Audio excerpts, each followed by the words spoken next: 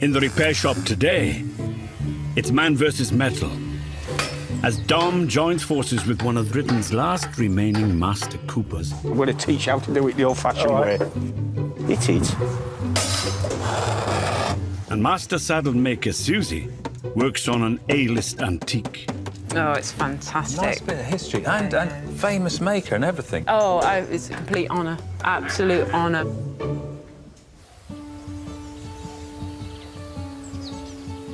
It's a sunny, lovely day. See now this? Oh, it's just life, isn't it? No work. Well, I don't know about that. No work. Oh, hello. How are we doing? Hello. Hi. I'm Jay. Hi. Ryan. I'm Tom. Hi. So what have you got for us? We have a watch.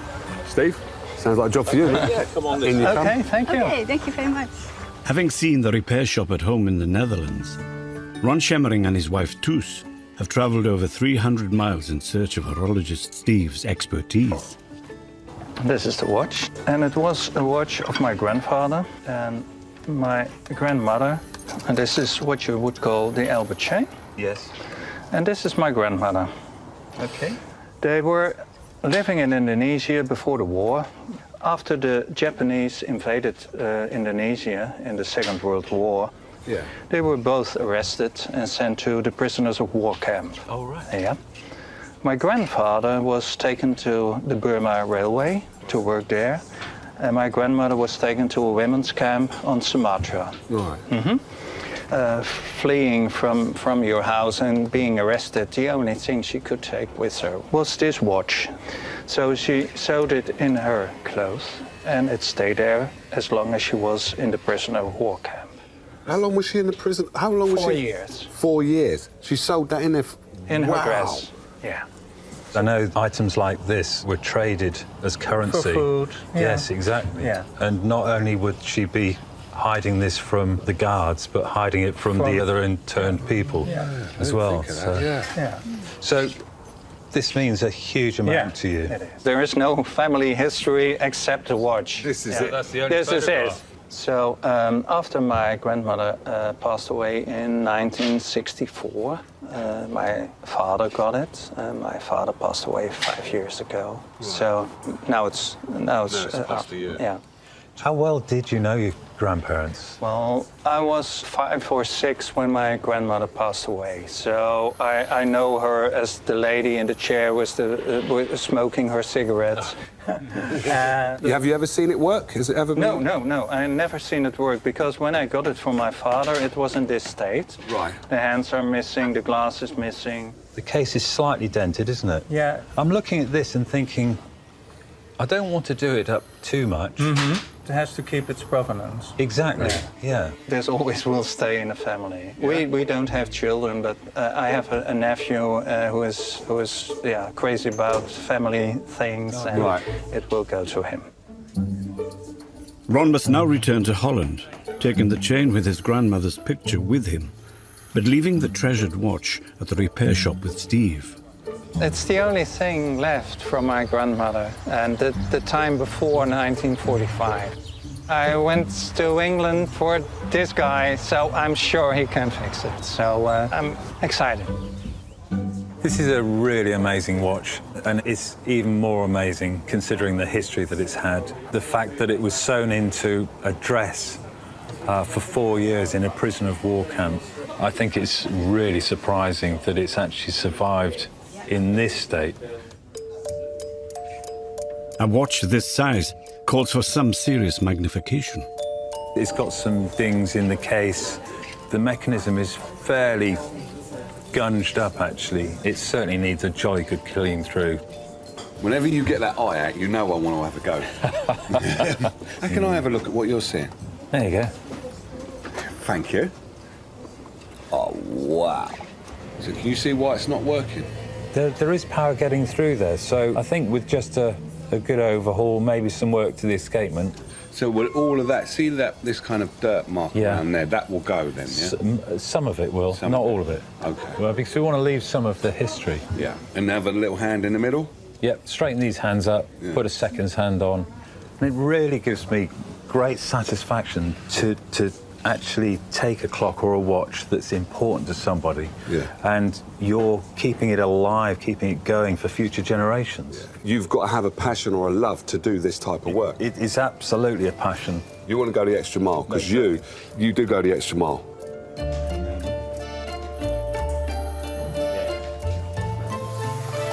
Assessment complete. Steve's made a decision. This watch is too small and too precious to work on in the repair shop barn. So he's taken it off-site for specialist cleaning. I really need to strip it down to check and see what the problems are, because these mechanisms are so fine that any dust that's falling out of this old thatched barn could affect it. It really needs to be in that clean environment.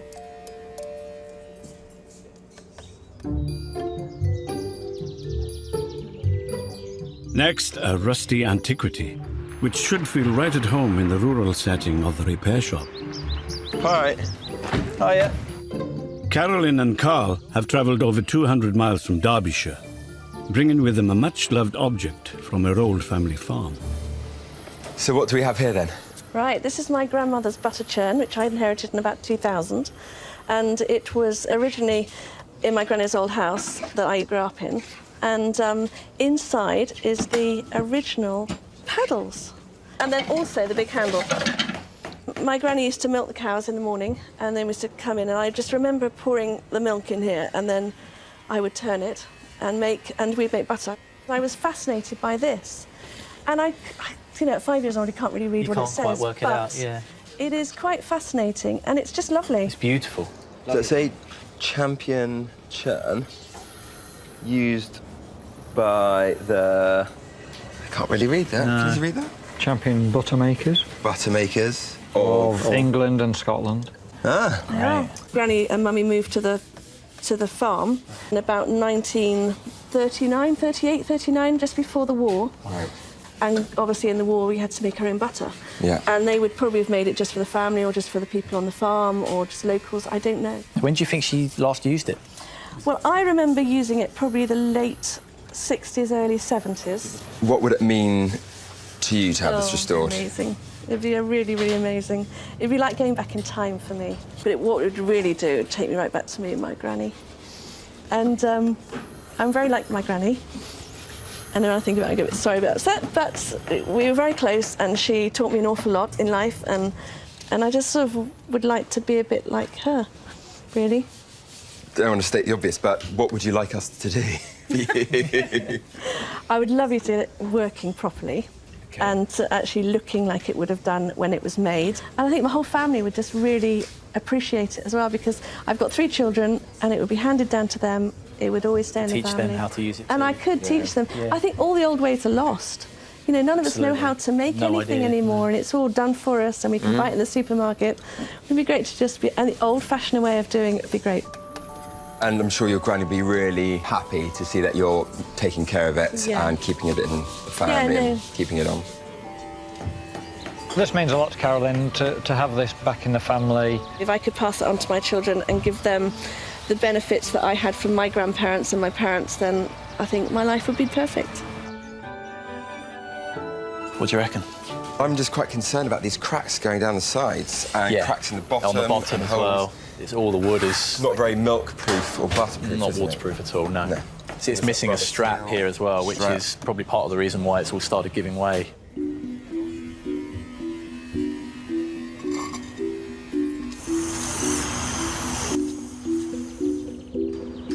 It's only once Dom has stripped the butter churn of all its metalwork that he can see the extent of the job ahead. First thing we really need to do is to see if it's got any leaks. So I'm going to fill it up with some hot water and see what happens, basically. I'm just sloshing the water around inside just to try and... Yeah, you can see, look, it's leaking like a sieve. There's a... all around the bottom, all these joints. It's where the wood's dried up, where it's not been used for so many years. It's been sitting, just, you know, all the wood shrinks as it dries out. So we need to rehydrate it by submerging it in water, and it should all swell up and hopefully seal up a lot of the gaps. To do that, we're going to have to put it in this big barrel, fill that up with hot water, and just leave it in there overnight.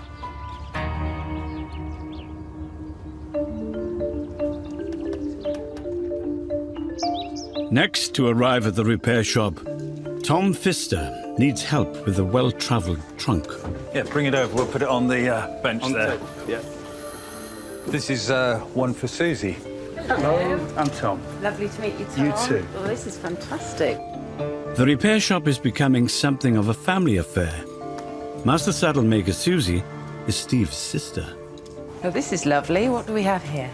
My great-granddad's trunk. Really? That's right. The lettering on this side, HFP, stands for what? Oh, Henrico Federico Pfister. And what did he use it for? Well, he used to travel a lot, so, I mean, he went to India and all over the world. Why was he travelling so much? He was an expert in grain, and he went to India to advise, I think it was the Calcutta government or the Indian government on cotton.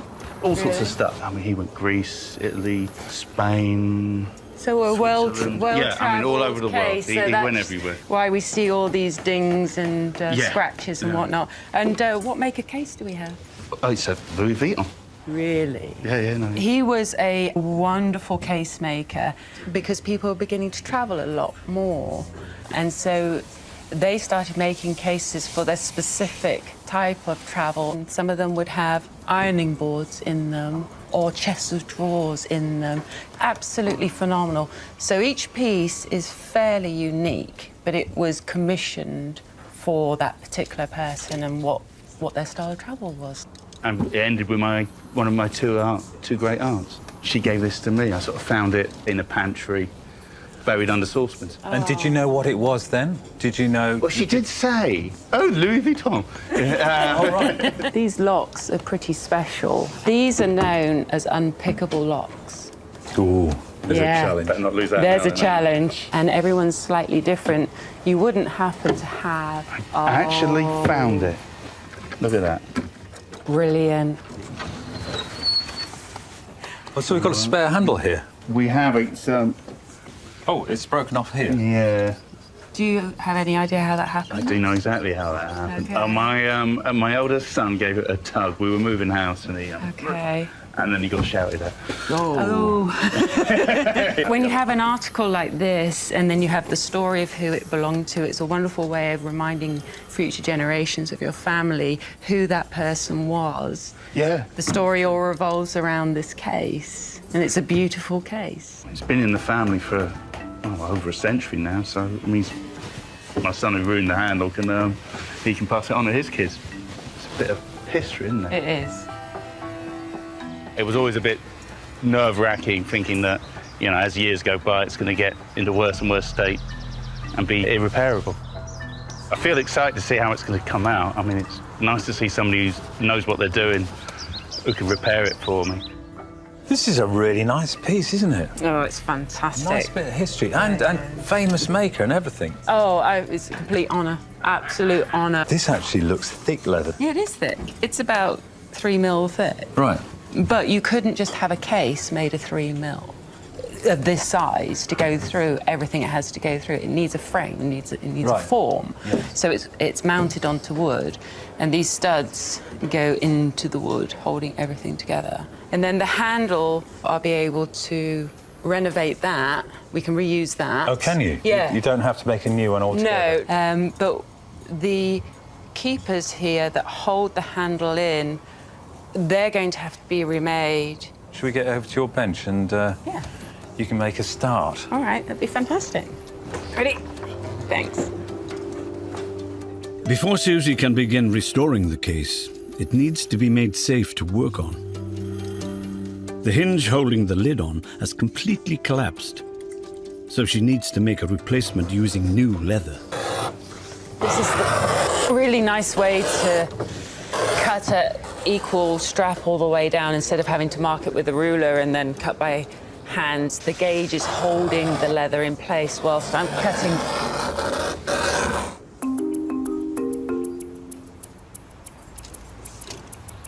Got to do a straight edge. Which is through, right, you lay your, if I hold this up. Yeah, you want me to do my side? I do, yeah. Okay. Yeah, once it's on, it's on. And I'm now going to put some... Get some tacks in. I'll nod my head, you hit it. Don't make me laugh.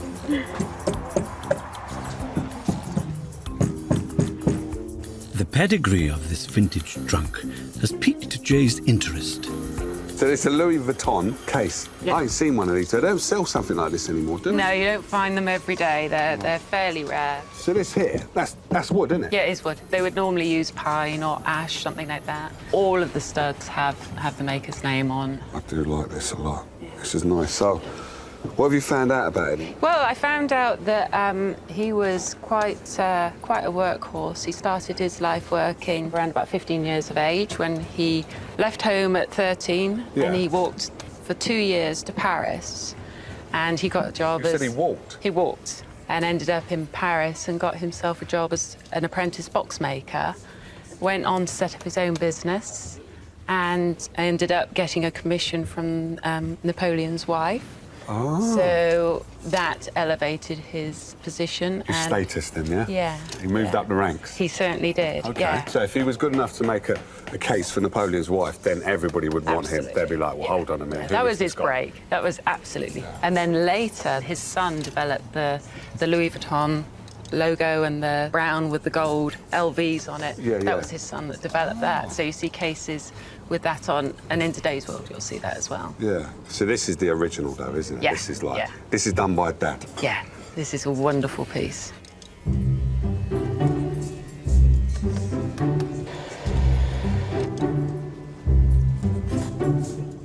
Back at his bench, Steve's resuming work on the pocket watch that had spent 4 years hidden in a dress in a World War II prisoner of war camp.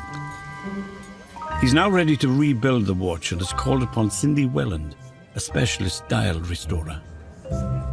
I'm just tracing all of the numerals, so if anything disappears during the cleaning process, I've then got a 2-scale replica of it.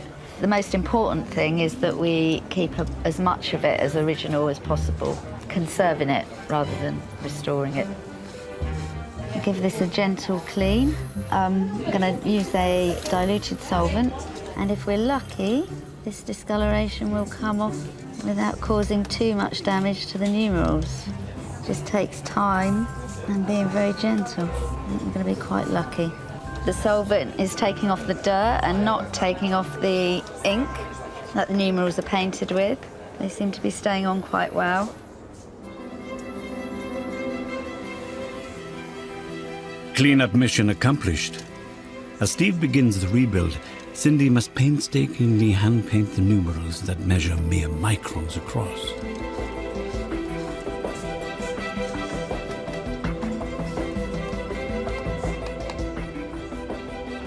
I finished. Hey, fantastic. I'm quite happy with it now. The numerals stand out. That is really, really good. And the minute ring is just incredible. It was tricky. I think that is brilliant. You can still see some of the discoloration, but... Yeah. And I think because you haven't cleaned it, all off and shone it up, I think that actually, that's going to keep the integrity of the piece. I think they're going to be so pleased with this. I'm chuffed to bits with that, so Good. Well done. Over at the metal workshop, Dom has been joined by Alistair Sims to help with the 160-year-old butter churn. Hey, you must be Alistair. Hiya, Dom. Nice to meet you. Nice to meet you. Thank you for coming down. Not a problem. Come and have a look. Alistair is one of Britain's last remaining master coopers, skilled in the ancient trade of making casks, barrels and other containers out of steamed wood, bound with metal. A craft that has been around since the Roman times. I think it looks really, really good. I think it looks watertight, I think. OK. So I think what next thing to do is to make some hoops, which are the bands that fit on here. Yes. Because obviously you've got 2 missing. Yeah. So we've got some hoop iron. We can make 2 new hoops to go on there. So it's 49 inches, piece of hoop, and then... Do you want me to just cut that off? Yeah. I've got the grinder. No. I've I've got a grinder. I can't just chop it off with a cutting disc, no? No. Yeah, I'm going to teach you how to do it the old-fashioned way. But with this? Yeah. Go on then, I'm standing back here.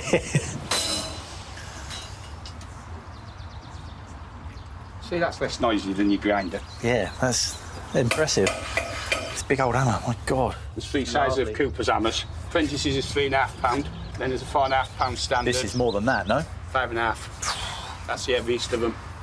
What we're going to do, we can see where the hoop's been. And then what we do, we'll mark it. piece of chalk, and that's where the rivets are going to go. What size drill bit do you need? Don't need a drill bit, just need the rivet and the hole in there, look. Surely we need to drill a hole first. No, put that on there like that. Okay. Hold it like that. Oh my word. Jeez. So now we know where that's going to go. We can trim the end off. I see, now that's set. Yeah, sure. So you've seen With it done, the chisel, you've yeah, seen it that's done it. once. Hit it. Next job, to line them up and make sure that they're perfectly square. My God, that's great. That looks strong, even with just one. Yeah. There's one more then. No, go on. You're going to do it. Okay. Yeah.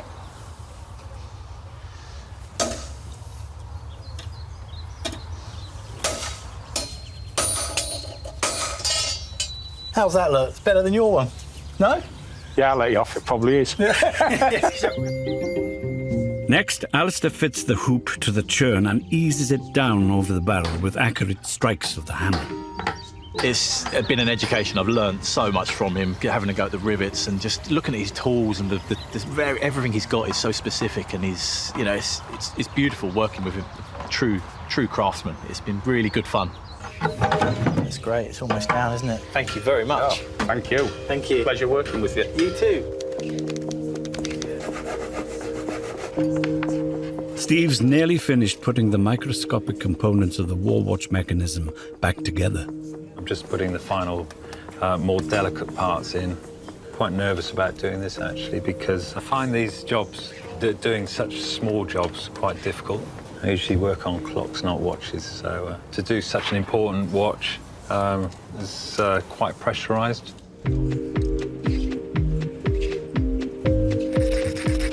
With the workings rebuilt, all that's left is to see if it ticks. Just going to pop a little bit of power on now and see how we get on. And hopefully, this is a sort of moment of truth.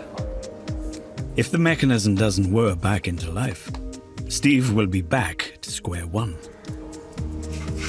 That's good. Really pleased. Really, really pleased. So that's really good, because actually it means that there wasn't anything drastic wrong with the watch, and it was just dirt and grime that's holding it up. I'm just going to pop the hands on there. These hands just push on friction tight. OK, we've got a slight problem. It's stopped.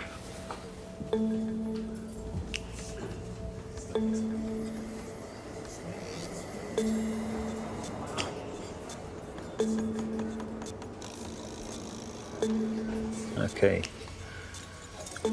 Well, that's a relief. It was just the seconds hand touching the dial. Thank goodness for that. The seconds hand is actually attached to a very fine part of the mechanism, and the slightest bit of friction actually will stop the watch. So it's very important that doesn't touch the dial. So very pleased that that's all it was. With the mechanism up and running, Steve can begin to fit the delicate watch back into its casing.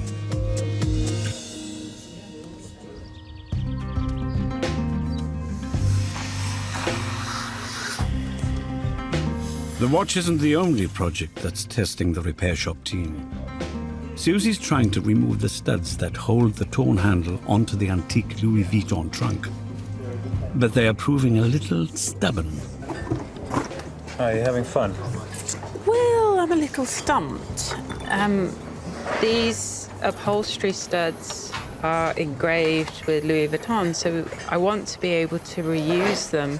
The problem is it's not wanting to pull out, so right, okay. I'm getting the feeling the pin goes through and is possibly bent back. Oh, really? In the wood. Oh, my word. But I don't want to force anything. So if you can get some sort of claw or something to close onto it, and then you can twist it maybe and see whether it'll come out. Obviously, I don't want to damage any of the leather around it, so... Do you want to use my little electric hand drill with a dental piece on it? Oh, yeah. That yeah, have you got something that will go in there? Yeah, that'll soon whiz that off. All right, that would be perfect. Steve drills away the leather to try and uncover the stud posts so that Susie can work out how to remove them. Yeah, I think a little more here. 'Cause I really want to expose whatever is in there. But to no avail. It's really stuck, isn't it? It's really, really, really... If I pull it any more, it's just going to destroy this.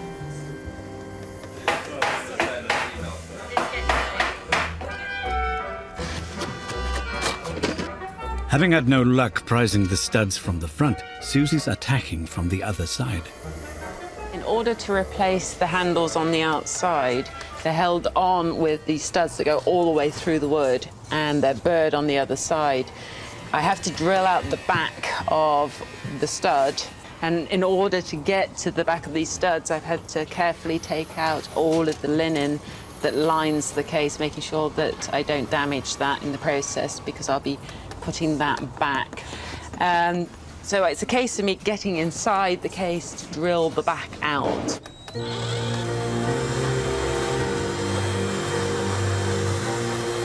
There we go. I use my handy-dandy little magnet, and I'm just going to remove these filings. So you can see there is the original stud. After I've drilled out the rivets from the back, I have to release them from where they've lived for the last 100 years.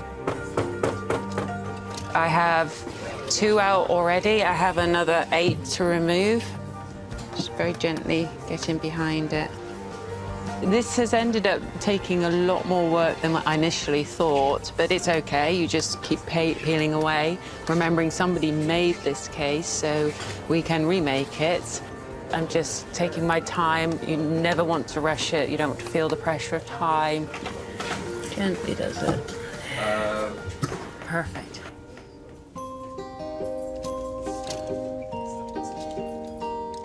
With the studs finally removed, Susie now has a clean surface to work with, so she can start bringing the leather back to life. This case has become very dry and like biscuity. It just literally wants to crumble away. So I'm just using a glycerine saddle soap, which will actually seal the finish, so there's no chance of anyone, when they rest their hand on it, pulling away the top layer of the leather here. And you can see it's still, the dirt is just coming off. Susie's got hours of leather conditioning ahead of her if she's going to get this Victorian trunk looking its best again.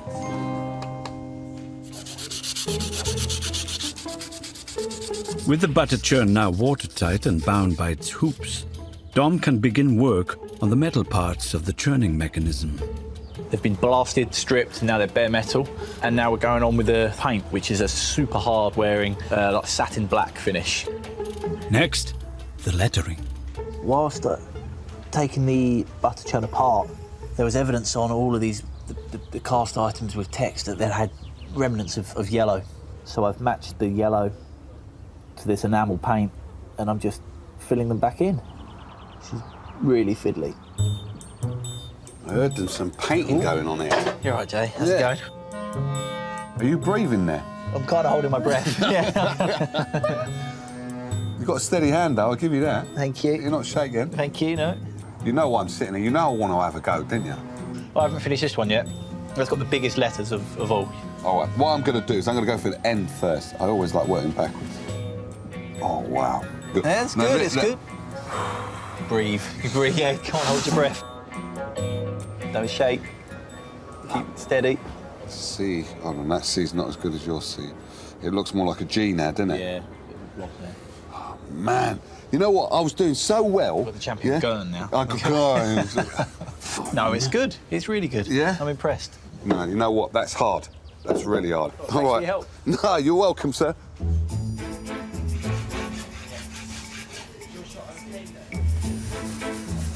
Pipe painted, polished, cleaned, replaced, fixed the barrel, and it's now finally time to just bolt it all together. It's been a very long process to get everything to this point, and I'm really looking forward to seeing it back in action.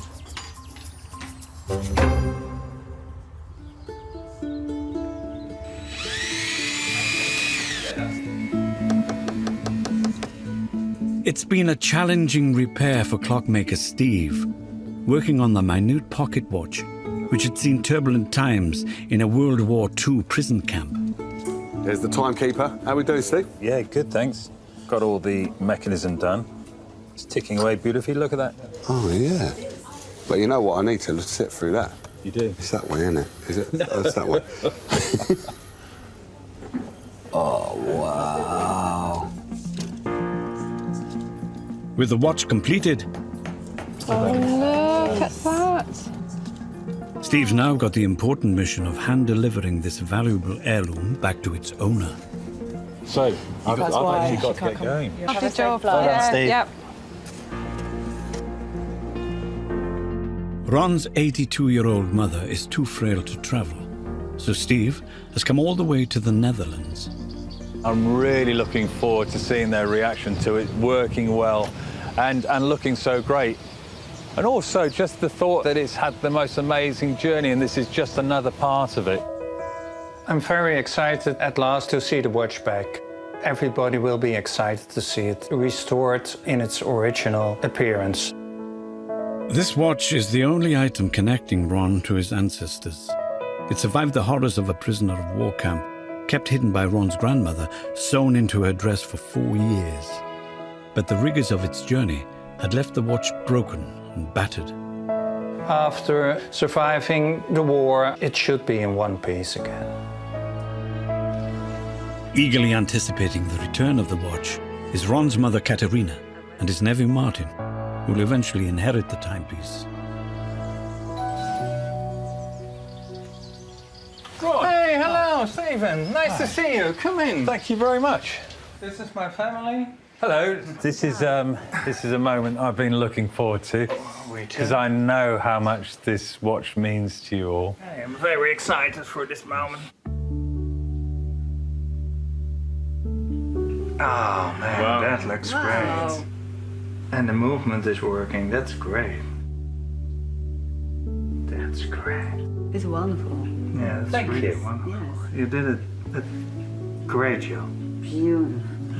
This has been the most wonderful job to work on because I knew what this meant to you and I know what an amazing history this watch has had.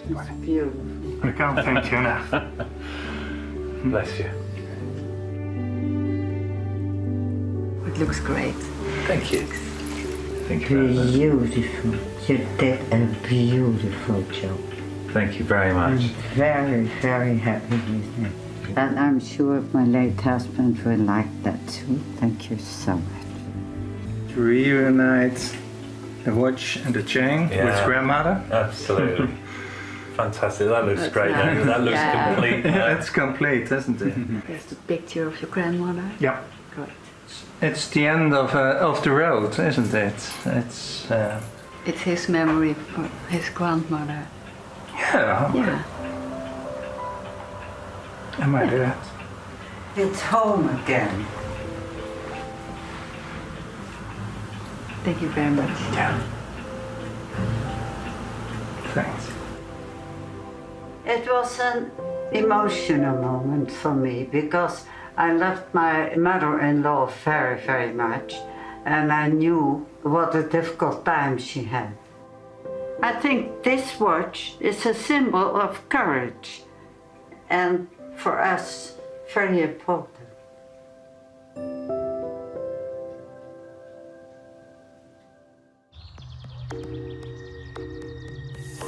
Back at the repair shop, Susie's nearly finished work on the designer case. There's just one finishing touch, something that all Louis Vuitton cases of the time would have had. An overstrap that secures the trunk. This is going to be the tab that goes through the buckle. I just nip off these corners and you point the end like this, helps to feed it through. Susie uses her arsenal of specialist leatherwork tools to trim, Just put it on the edge there and run it gently along. edge, and crease the strap.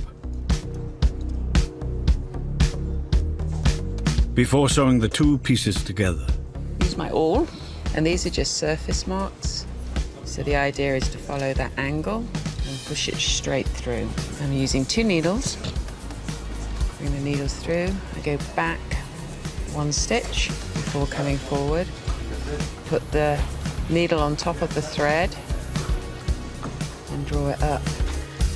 Finally, the challenge of making a new strap look like an antique. The strap needs to be distressed to blend with the age of the case.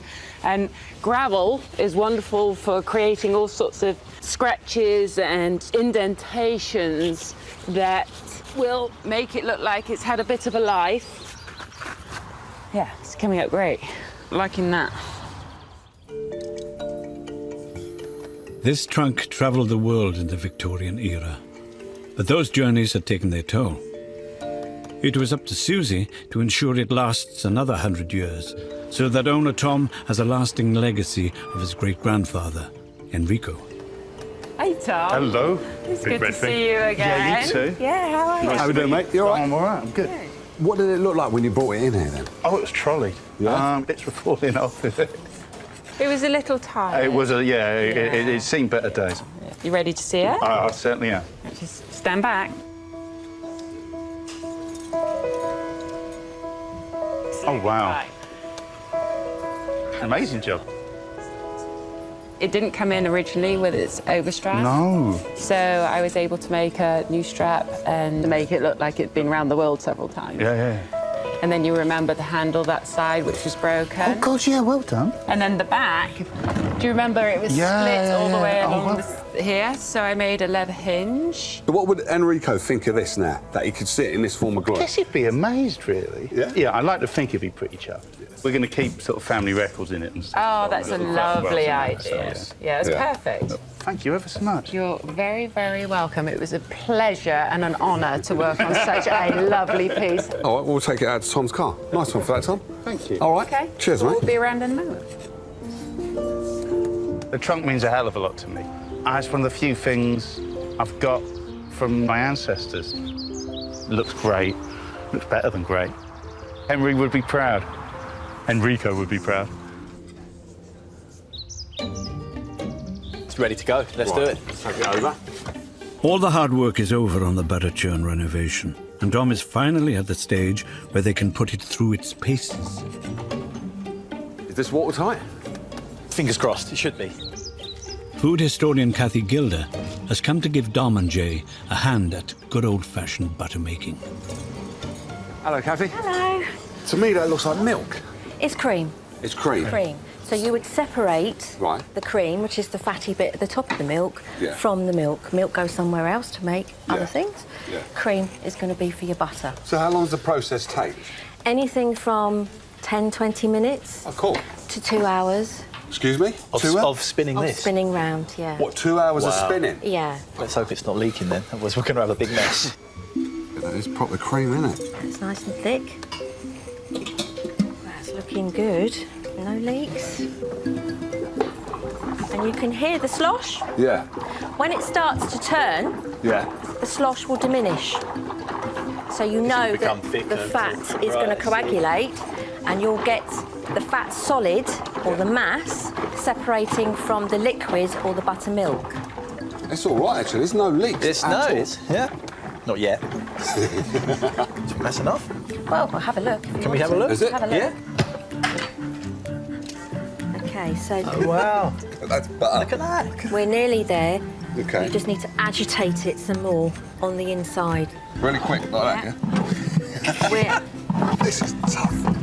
It's a good workout, isn't it? This is a proper workout. Keep going. You can see it changing now, can't you? Yeah, even I can see it changing, actually. Really? You're nearly there. Yeah, it is. I bet you're just telling me that. Keep it going. Can you hear it? Scrambled egg now. I can hear it. Excellent. Look at that. Oh, my. Oh, There we are. Look at that. Now, that is proper butter. Yeah, it's hard. Yeah, it's great. Guys, you've got to taste this. This is... We made butter. Oh, you've been taking your time. Oh, he's ready with the bread. But looking forward to this. Swallow. Nice. Oh. Well done. I've never had butter like that. No, it tastes different, It's doesn't completely it? different. It's absolutely gorgeous. This butter churn holds fond memories for Carolyn, who was taught to make butter by her beloved grandmother nearly 50 years ago. It's not worth a lot to anybody out there in the big world, but for me it's worth memories, stories. I can hand it down to my children, I can tell my children their stories. I'm nervous for you because I know how much it means to you. Hello? How you doing, mate? You all right? So what are you expecting to see? I'm just expecting to go back in time and seeing this amazing butter churn that I had when I was about 5 That'd be amazing, wouldn't it? I was like this big. So let's see what this young man's done for you. Okay. Oh my God! Wow. Oh, that's unbelievable. Unbelievable. Oh my God! That is absolutely It's fantastic. not what I was expecting at all. That is unbelievable. That is Wow. amazing. All of this, do you remember we couldn't read? You couldn't even read it out. No. Thank you so much. Absolutely fantastic. It's nice, isn't it? It's absolutely beautiful. You're welcome. Don't want to cry, but oh my God! Is it as you remember? It's better. Oh, bless you. It's a lot better than I remember, done, but mate. it's Well just done. amazing. Well Well, I didn't even know what to expect. But you couldn't read this, you couldn't read that, you couldn't see this. Detail and everything. That's Didn't even incredible. turn. It actually works. We made some butter. No, really, I'm not joking with Oh, you. you're joking. Look, we've got, these are yours, if I remember rightly. Oh, yeah, they are, yeah. That's yours as well. That's just how it was. Yeah. Fantastic. That is amazing. So all in there is where that butter's come from. Incredible. I can't believe that you've done this. It is just far in excess of my expectations. Granny will be so proud. Yeah, she'll be looking down, smiling to herself, going, ah, she's got some work to do now. It's nothing like I expected at all. It's better, bigger, more just overwhelming. It's great to see what it would have looked like all those years ago, and it must be, what, 150, 160 years old? Yeah, easily now. And to see the butter, oh my gosh, I can't believe that they made butter out of it.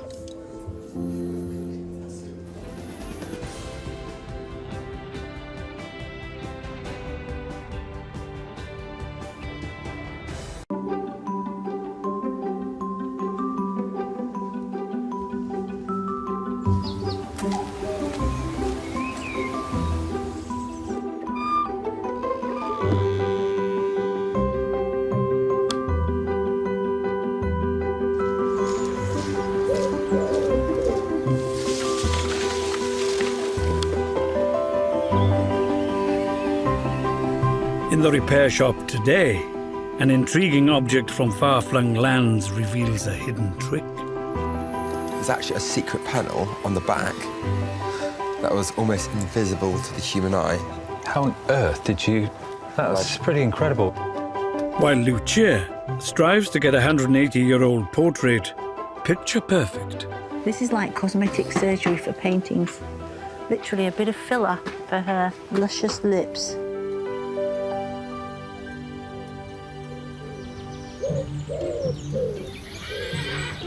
This morning, furniture restorer Will Kirk and silversmith and metal worker Brenton West are awaiting the next arrival. Why are you wearing a check top? I told you I'm wearing a check top today. Well, and you got the black jeans on. No, it's my turn for black jeans. Anyway, here he is now. Julian. Hi. Will, very nice to meet you. Jules. Hi. Hi, Jules. Nice to meet you. Please come in. Julian Kilburn is from Newcastle upon Tyne, and he's got a very special item that's just come into his possession. So, what have we got? Admittedly, it's not in very good shape, but it's a seaside telescope. Brilliant. So, right. I've been trying to track one down for years. I've finally got hold of a pretty battered one, so it needs a bit of love. It's an echo of the British seaside holidays I used to go on. You know, this was the thing you saw when you knew you were there. Yeah. You know, are you there yet? Yes, you are, Yes, because you can see it. with an ice cream. What are you going to do with it? It's going to go back to a place called Robin Hood's Bay, where I holidayed as a kid. OK. That's the only place we ever went on holiday. It's just near Whitby on the Yorkshire coast. And I bought a property there, so I can put it on a place where it can be seen from the village and enjoyed again.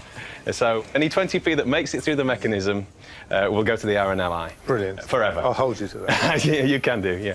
OK, so what's wrong with it? Well, it doesn't work, and it's missing a door, and you can't see through it. But apart from that, it's fine.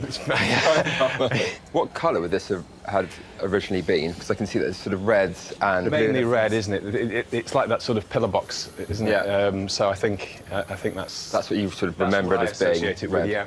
So how does it work? You sort of just put in the 20p piece? Yeah, it should do if the mechanism was working. The lens should open so you can see... So the money drops down into there, does Yeah, it? And I think so. Then the man comes along with his key and... I guess so, yeah. I think Brenton's after that 20p. I think so. That's long gone now, Brenton. Well, it's a serious bit of kit to restore. You've got a lot of work there. There's a bit of work there. A lot of work there. And yeah, it'll be fun to do, so yeah. Well, forward to getting started. Great. Thank you very much. Cheers, Will. Cheers. Thanks, Brenton. Okay, cheers. The telescope, it was the sentryman of the bay in Robin Hood's Bay where we would go, and it's tied up with all that British seaside imagery of the donkey rides and the skimming stones and the ice cream and the kite flying. I've not got great expectations, and it's in pretty bad shape, and I'm not sure when it last worked, but they're such beautiful iconic things, and it would be nice to bring one back to life. So, what are you going to do with it? This case needs to be opened up somehow and see what's going on in there. I suggest like a chainsaw or a blowtorch or something. That sort of thing, yeah. That's going to be a lot of work to get that open. And you've got this panel down here as well. Yep. What's this? I can see. What have you got in there? Oh, there's my payment. Your payment? Yeah, thank you. I'm paying you for anything. Oh, come on. I'm going to decide whether or not to give that to you as payment or back to Julian. OK. But for now, top pocket. So I have got to fix it then? You have got to fix it. Okay. I'll give you help. Ready? Go. Let's go.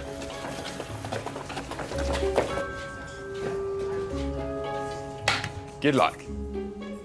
Right, my problem is I've never, ever done a telescope before. I don't think I've ever broken into anything before, so it is a unique job for me, yes. It will be a challenge. So the mechanism is a clockwork mechanism. It's fairly simple. Depending on... Someone's had a go at getting in here already, and I can see the front is slightly damaged.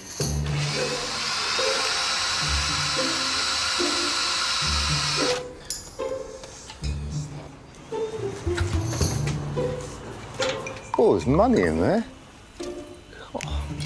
Oh, Will can keep that money. I'm having this lot.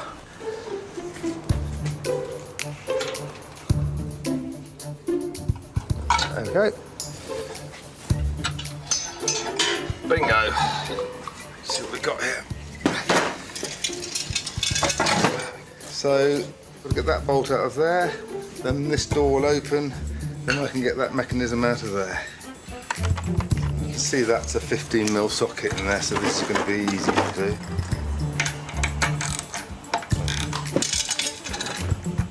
Maybe it's not 15. OK.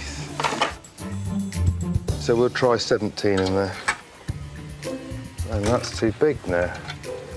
So I've now got to find another way into here. We'll come back to this then. Difficult.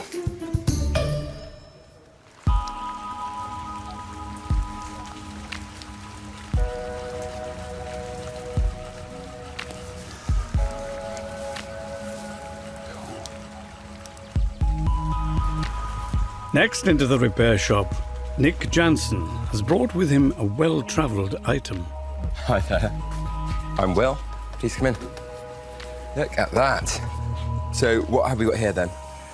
A walking stick with a monkey's head that is almost like a ventriloquist dummy. Interesting. You can see that there's a mechanism in there. Steve, pop over and have a look at this. That is really cool. Hello, I'm Steve. I see, I'm Nick. Hi. A monkey stick? Monkey stick. And the mouth opens? Yes, there's a button on the back. Oh, right, OK. Press the button. Originally, the mouth opened and the ears flapped. Fantastic, isn't it? Where was this made? I assume it was made in India. It belonged to my uncle, my father's elder brother. And he was in the military, in the cavalry in India, and he was an excellent horseman. And he was invited by the Maharaja of Rewa to ride his horses, his race horses. But apparently this was a gift from the Maharaja to him. And I've always loved it. And when he passed on, eventually I inherited it. And then a few years ago, the ear dropped off. You haven't got the ear? I have the ear. Do you? I have the ear. Oh, okay. That's the ear there. That's the ear. I mean, I don't really know much about the mechanism on the inside, Steve. That's probably more your forte. I think the problem's going to be actually getting into it. So this will be quite important to you. It is. To get this repaired. It's a connection with my family, with my dad's only brother. It's also important to my son. My son loves it as well, so it'd be a nice thing to pass on to him in working. Well, if you leave that with us, I'm sure that between myself and Steve, we can fix this. Fingers crossed. Fingers crossed. Thank you for coming down. Thank you very much. Thank you. I think my uncle probably left it to me because I thoroughly enjoyed it. I loved it as a child, and it was something that I enjoyed playing with. And to see it in action again with both ears and the jaw working, that would be fantastic. The repair shop team will have to work together on this one. Clockmaker Steve is always up for any mechanical challenge. But first, Will has to find a way to get inside the monkey's head. This is really tricky. It's almost as if the monkey's head has been built from the outside in, because there doesn't seem to be any openings there, apart from the mouth.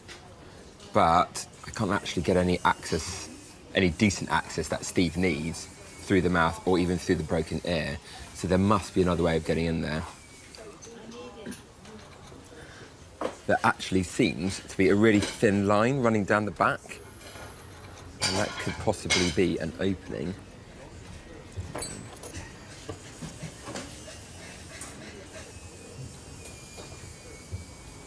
Oh, it's coming out. Oh, perfect. Fantastic. Just popping that out. So that was actually like a secret panel there, which they probably had made before they did all the carving on the back. So they glued that in. They must have then carved in all the hair behind, making it nearly invisible.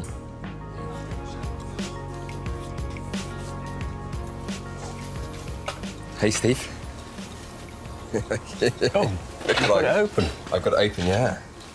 Look at that. Oh, the whole back's come off. Whole back's. There's actually a secret panel on the back that was almost invisible to the human eye. How on earth did you... That's pretty incredible. Yeah. So, I'll let you have fun with the monkey's head. OK. Right, Steve.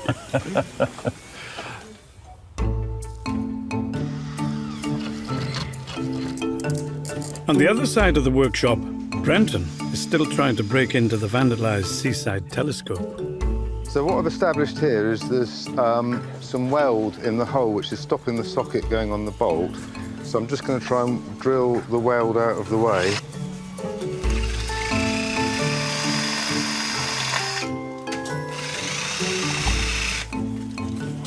The socket hopefully will go on there.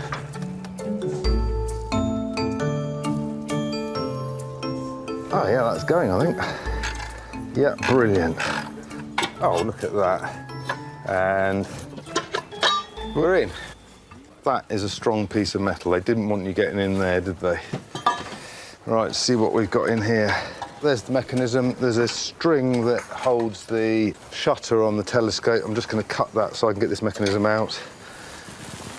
This has had a bit of a life, I'm afraid. Obviously, the front of the box is very strong, and so whoever's tried to break into it's used a big lever and a big hammer and pretty much destroyed this mechanism. It's almost beyond repair, I'd say. Oh dear. However, the repair shop has a wealth of skills to call on. And if anyone can get the coin-operated timer working, it's Steve. Hi, Steve. Yeah. This is out of my seaside telescope. Right, OK. That looks a bit of a contraption. Lovely, isn't it? So you wind that, and that ticks away, moves that mechanism. OK. First of all, the 20p doesn't go in very well. It goes in and turns, but it doesn't always drop through. Do you want me to reshape the 20p? If you could, that would be good. And secondly, once the 20p has dropped through, it's got to open the telescope just by pulling on that, and then it slowly goes away and then lets go. Oh, my goodness. Have you ever seen anything like it? No. Leave it with me. Good luck. All right. Oh, get out of that one.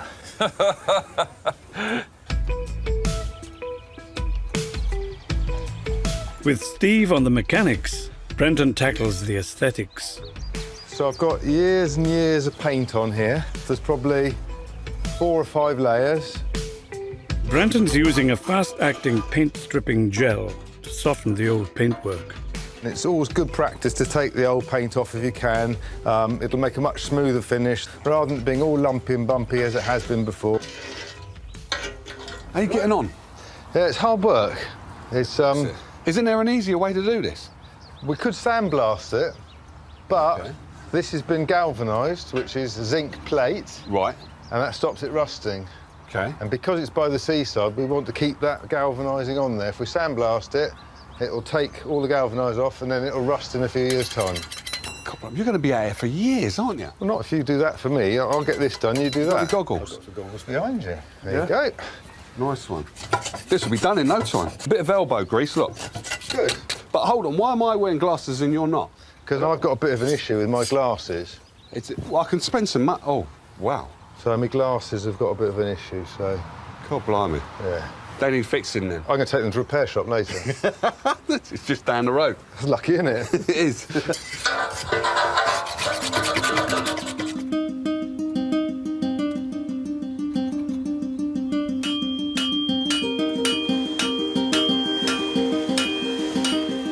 Back in the barn, Steve's currently devoting time to the monkey walking stick that was a gift from a Maharaja. Basically, the mechanism in here isn't that complex. It takes a bit of setting up. It's quite difficult. It's a bit like doing some brain surgery, basically, through a small hole.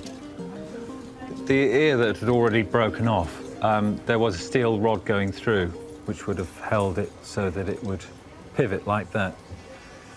The problem is that the wood has rotted away in an area that should have held the pivot. So what I'm going to do is I'm going to put a brass bush in there. And basically, a brass bush is a clock bearing, which is a sleeve to push a new piece of steel in, and then hopefully it'll work all right.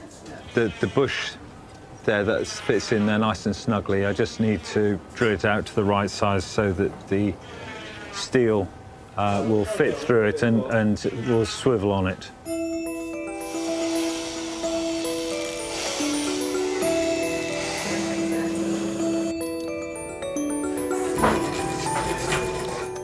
Right, putting the bush in was successful. What I've done is also I've put some filler over the top, and I've just carved it the same as the ear. And I'm going to leave it for Will to colour up the same as the ear. I've just actually glued the pivot onto the wood there, and this is the moment of truth. See if it works. Finished? Yes, I have. No way! Yes! That's really good. That's all right, isn't it? It is. Hours of joy with that. Oh, I tell you. That's really good. Great job. So, yeah, it works. Is it ready to hand over to me yet, or...? It is. It is? Oh, my gosh. I don't think I'm going to get it finished. I'll be playing with it for 2. I know. Great stuff. Brilliant. Well done, Steve. OK, cheers. Thanks a lot.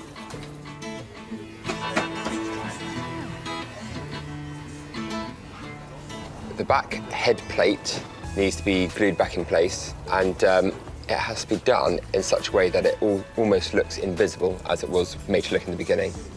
Seamless. So making sure that there's not too much glue there that gets into the mechanism that Steve's lovingly fixed. Put that on there. Perfect.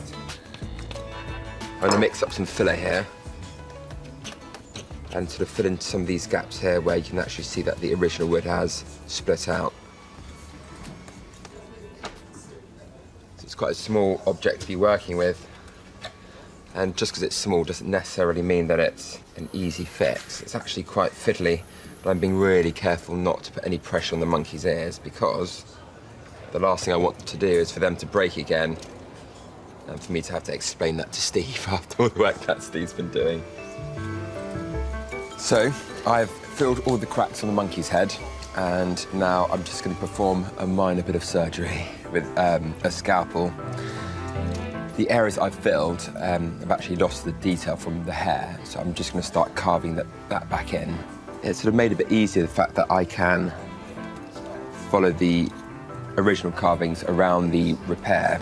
I'm kind of just following that shape back in, and that's helping me get the right shape of hair grain.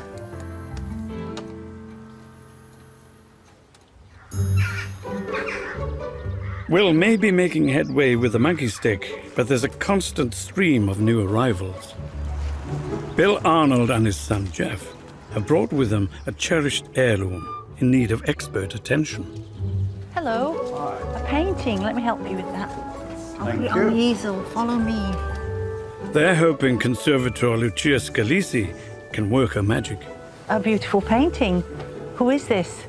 This is Mary Carmichael, my great-great-great-grandmother. So it's sort of like 1800s-ish? About 1780, I think. 1780? She was born Mary Holyland, and she ran away and eloped to Gretna Green with James Carmichael in 1775. They went on to have 10 children. Her husband was a Fellow of the Royal Society and physician extraordinary to George III. Fantastic, fantastic. And what happened to it? Well, I'll ask him. I can see two damages. The most obvious one is this one. It's the terrible cold sore on her mouth. Yes. Yeah, I shot her in the face with a, and I shouldn't laugh, actually, it's terrible, with a dart gun as a 10-year-old boy, and was doing a bit of target practice, spun it round, took a shot, and sadly, of all the places it could have gone, it went straight through the painting in her lip. Oh, so, no, what a shame. Yeah. How did your father feel about that? How do you feel about that, Bill? He must have been horrified. Not at all, because I didn't notice for 2 months, despite Really? the fact that I walked past the portrait at least a dozen times a day. And it was only my brother-in-law who pointed out to me that she'd got a fat lip. And it then was revealed to me, the family had kept it a secret from me, that he'd done it. Oh, what a shame. And what happened here? What's this one? Same time? I don't know. No, I think that may have been afterwards. No, I don't know what happened there. We moved fairly recently. It may have happened then. It's a beautiful painting. Do you know who painted it? Well, no. There is a name on the back, but it is just a name. So I don't know who painted it. OK, that's something I can certainly find out for you. So what would it mean to you to have this restored to its former glory? Well, I'd be only too delighted because, of course, I shall be passing this on to probably my eldest daughter. Not to him, I hasten to add. But part of your history will go with it. Exactly, exactly. It's very much in the style of an artist called Romney, a Scottish artist called Romney, although I don't think it is a Romney, partly because it's not very highly finished, but it's still quite beautiful. But we can find out a bit more when I have a look at the back and see what's on there. Well, thank you very much for bringing it in. It's a charming picture and, you know, really nice story. OK. We'll see what we can do. Thank you very much. Lovely to meet you. Lovely to meet you, Bill. OK. Lovely to meet you, Jeff. All righty. Lovely to meet you too. Paintings in safe hands, much safer than any of ours, which is good. So I'm quite excited to see, you know, the finished result, which I'm sure will be amazing. It is important to me that it's passed on to the next generation for another 250 years. So, no, it'll be wonderful to have it restored. This painting being restored has brought in a whole new lease of family history to us, I think.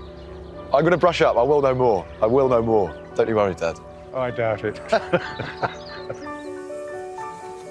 This is the first view of the back, so you can see very clearly the damage again, this hole. You can see the tear that's obviously been pushed through from the front. What's really exciting is that on the back we've got a canvas stamp which will help me date the painting, and also the artist has signed it not only with his name but with his address in London, which is extraordinary, really. I've heard of, I think it's Gilbert Stuart Newton. I have heard of the name. I don't know his work, so that's something that I shall look forward to finding out about. It's dead exciting.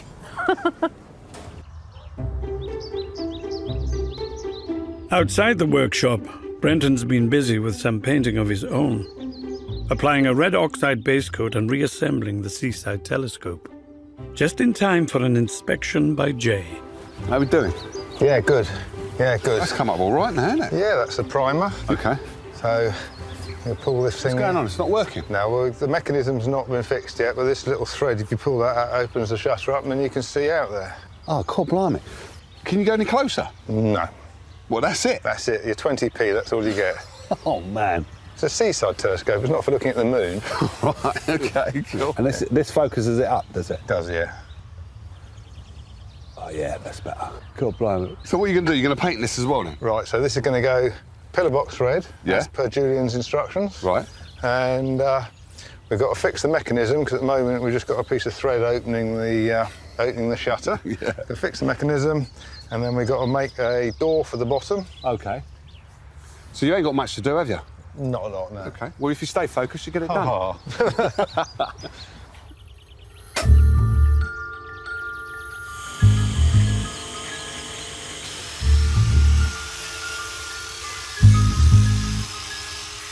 So I'm just making the door for Julian's telescope. The old door was vandalised. I've got some 5mm steel here, which is heavyweight. That's going to fit into the front of the scope. When I've cut that slot out of there, we can put a padlock on there and Julian's money will be safe. But for Julian to collect any money in the first place, he'll need a working coin mechanism. Steve's given it his best shot. But despite hours of tuning and tweaking, sometimes even the greatest repair shop minds draw a blank.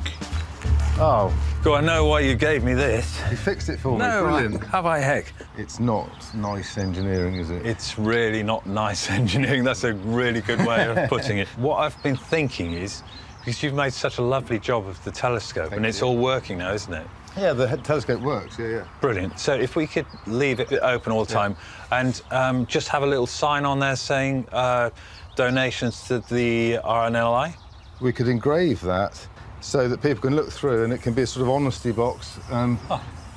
It'll probably make more money than if it was a 20p. Yeah, no, it's perfect. I'm sure Julian would be really pleased with that. Okay. Yeah, really that's our solution for that. Excellent. OK, well, I'll leave you with that then. Thanks a lot. You're welcome. Cheers, mate. Thank you.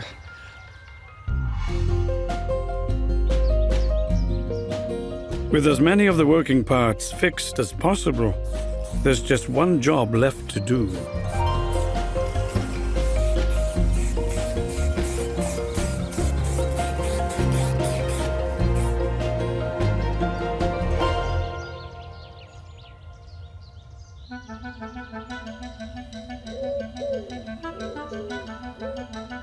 The restoration of the monkey walking stick is almost complete. Steve got the mechanism working again. Will's trying to make him a bit more presentable. I'm going to start mixing up a little bit of polish. I'm going to start trying to match the monkey's hair colour, trying to get a really nice match. The panel on the back was seamless in the beginning, so I really want to do a really good job that you can't actually see any repair, just as it was done before. With a bit of polish and a nice clean end of wax, hopefully I can achieve that. When he came into the repair shop, this cheeky monkey only had one ear, couldn't move his mouth, and was definitely showing his age. Now owner Nick is back to collect his beloved companion. Oh, I'm looking forward to being reacquainted with the monkey stick. It'll be wonderful if it's working again, but even if it's just back together with the ear on and the face together so that the monkey is the monkey again and not... But if it's working, that will be a real bonus. That'll be fantastic. How you doing, Nick? Hi. You all right? Fine, you? Very good. You come to pick up your monkey stick, is that right? Hopefully, yes. Will and Steve. Steve, don't mind coming. Nick's here. Hi, Nick. Hi, nice to see you again. You too. Whoa. There we are, Nick. Hey. Can I unveil it then? Yeah. Oh, go on. Absolutely. Yeah? Go on, yes. Moment of truth, eh? Thank you. Careful. Oh, flipping. Wow. That's fantastic. Oh, it's beautiful. Oh, well done, guys. It really is. I think that you need to see if it actually works.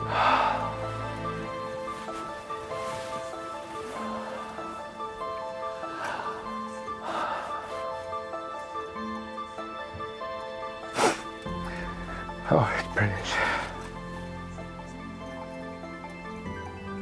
Thank you so much. Thank you. No, thank you. Very welcome. Thank you. I don't know what else to say. What memories does it bring back then, Nick? Bring back memories of family getting together. I mean, there's not many of us left now, so thank you. Thank you all so much. It's really interesting because we were trying to work out how to get into the monkey's head, and we found a sort of secret panel on the back, which has been really, really well disguised. The whole of this section at the back here came off. Wow, the craftsmanship, fantastic. Do you think that you'll be using this deck sort of to walk around town? Or? I doubt it. I ain't going to risk it. No, it's going to sit there. Product safe. Thank you, gentlemen. Take care. Bye-bye. Bye-bye. I'm going to miss that little monkey. I'm feeling a bit churned up. I wasn't expecting to get quite so emotional about an object, but the memories it brought back, it is a link back to those days, back to my family, and to see it working, because I've never seen it working before, it is brilliant. I didn't think they were going to be able to make the mechanism work, but this is absolutely wonderful.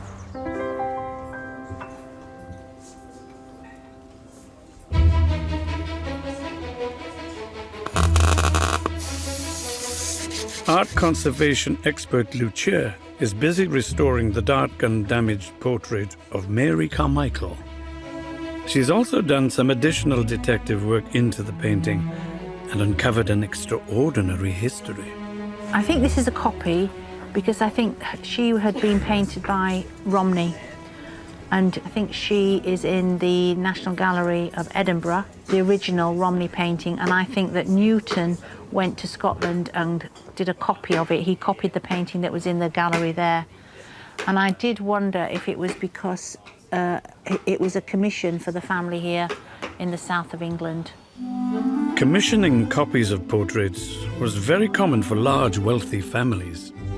Gilbert Stuart Newton painted this portrait around 50 years after Romney's original. George Romney was one of the most successful artists of his day, painting many leading high society figures. It's now down to Lucia to keep that legacy alive. So looking at this painting now, I'm going to actually secure the paint around the edge of the dart gun hole, and the same thing along this tear as well, just to hold all the broken, fractured paint in that area in place. To restore the two damaged sections of the canvas, Lucia is using a fish glue to secure adhesive strips, which will help preserve the original paint. This is like cosmetic surgery for paintings, and the fact that it's on her lips, literally a bit of filler for her luscious lips. She must have been considered a great beauty. I mean, look at her, she's wonderful. I'm going to turn the painting over and start working on the back. So I'm just very gently introducing moisture into all these torn canvas threads, just to soften them, because they've been in this position for 20 years. The damage happened 20 years ago, so they become quite rigid in that position. But to be honest, I actually think all the threads are still there. There's no loss of canvas in this area. While the damp canvas dries, Lucia can give the painting a surface clean, much needed after being hung on walls for almost 200 years. Look at that. Do you know what that is? That is nicotine. I'll do it in the white area because you'll see it very clearly. So we can expect quite a dramatic clean just of the surface without removing any of the original varnish. That is nicotine. So you can tell different dirt on surfaces of paintings where they come from because of the different colour. And some of them need, I mean, this is coming off very easily. Look, it's just yellow, bright yellow. If it was city dirt, environmental pollution, it will be grey or black. But hopefully we'll get a bit more contrast between the background and her hair, which is sort of like lost in it a bit. You know what, I never get tired of this. I never get tired of the sort of reveal that I get when I'm cleaning and seeing it, because sometimes it's just remarkable. Next, Lucia must repair the damaged sections of the canvas. I've got some nylon gossamer already prepared with the synthetic adhesive, and I'm just going to apply these as my tear repairs. So these little patches will do the job of holding that area of the canvas together. They're very fine, but that's good. So I'm pleased with that. Having sealed the tears on the back of the canvas, Lucia needs to patch the holes with acrylic filler. It sort of acts as a seal, but it's going to be the ground layer that I can paint on top of.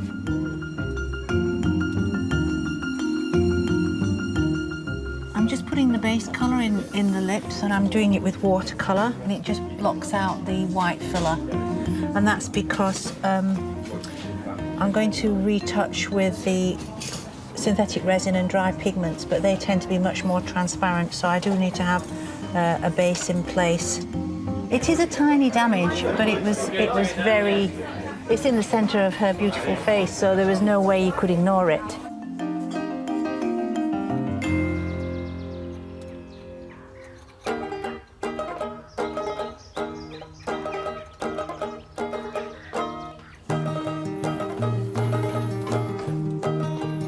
Across the workshop, Brenton is putting the finishing touches to the seaside telescope, hoping to recapture some childhood holiday memories for owner Julian. Polishing, that must mean you're finished. It's done, isn't it? It's good, isn't it? You happy? I'm happy. Does it work? Sort of. Sort of? It does work. We had a bit of a problem with the mechanism. Okay. Where we couldn't get the rather nasty mechanics to open the shutter. So what we've done is we've tied the shutter open. Okay. And then we made this sign that goes on here saying 20p donations to the RNLI. And then the money's going to? The money's going into the lock box at the bottom, and then it can go off the lifeboats. Well, you got a 20... Hold on, let me see if I've got one. I have got a 20p, actually. Have you? I might have one as well. Oh, no, I haven't got one. Yeah, I've got one here. Here you go. You can put 20p in towards the lifeboats. It's a nice sand, though. Good, isn't it? You've cleaned up the lens as well, haven't you? Can you see them all working over there? Yeah, everybody's working in there. Yeah, good, isn't it? It is good. Yeah. So. And it looks a little bit better than it did before, doesn't it? It looks a lot better. Not a little bit, a lot better. Well, cheers, mate. When the traditional seaside telescope arrived at the workshop, it was broken and vandalized, a ghost of a bygone era. Now resplendent in pillarbox red and brass trim, serving as a collection point for owner Julian's charity of choice, the RNLI, it's ready for him to take back to the North Yorkshire coast, where it belongs. Right, Julian. Nice to see you, Brenton. It's nice to see you again. How you doing? Jane, You all nice right? to see you. Likewise. So what are you expecting to see underneath here? A telescope in better condition than I left it with you, I hope. Shane? Should we do it then? I'll do the bottom one, you do the top one. OK, let's take that off.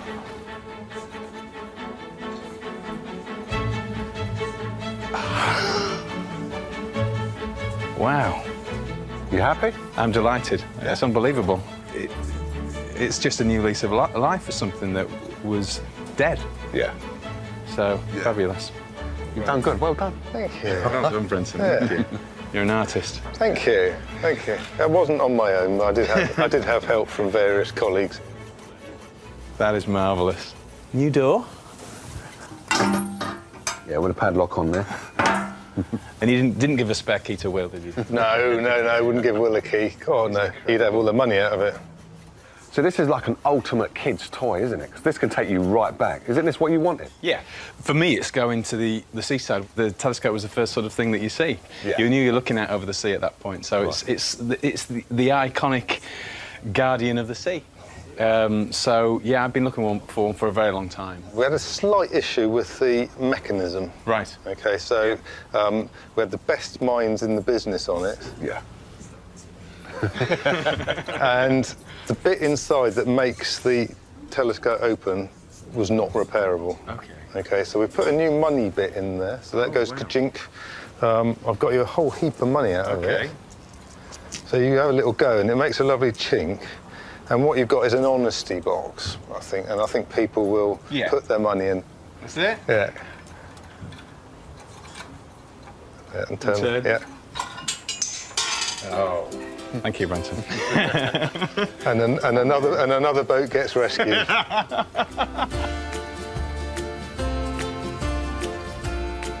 Seeing the telescope for the first time just made me feel like a kid again. It reminds you of the end of the journey of am I there yet, Mum? Just means you've arrived on holiday, and so I'm really pleased to be able to finish the journey. It's like a dream come true.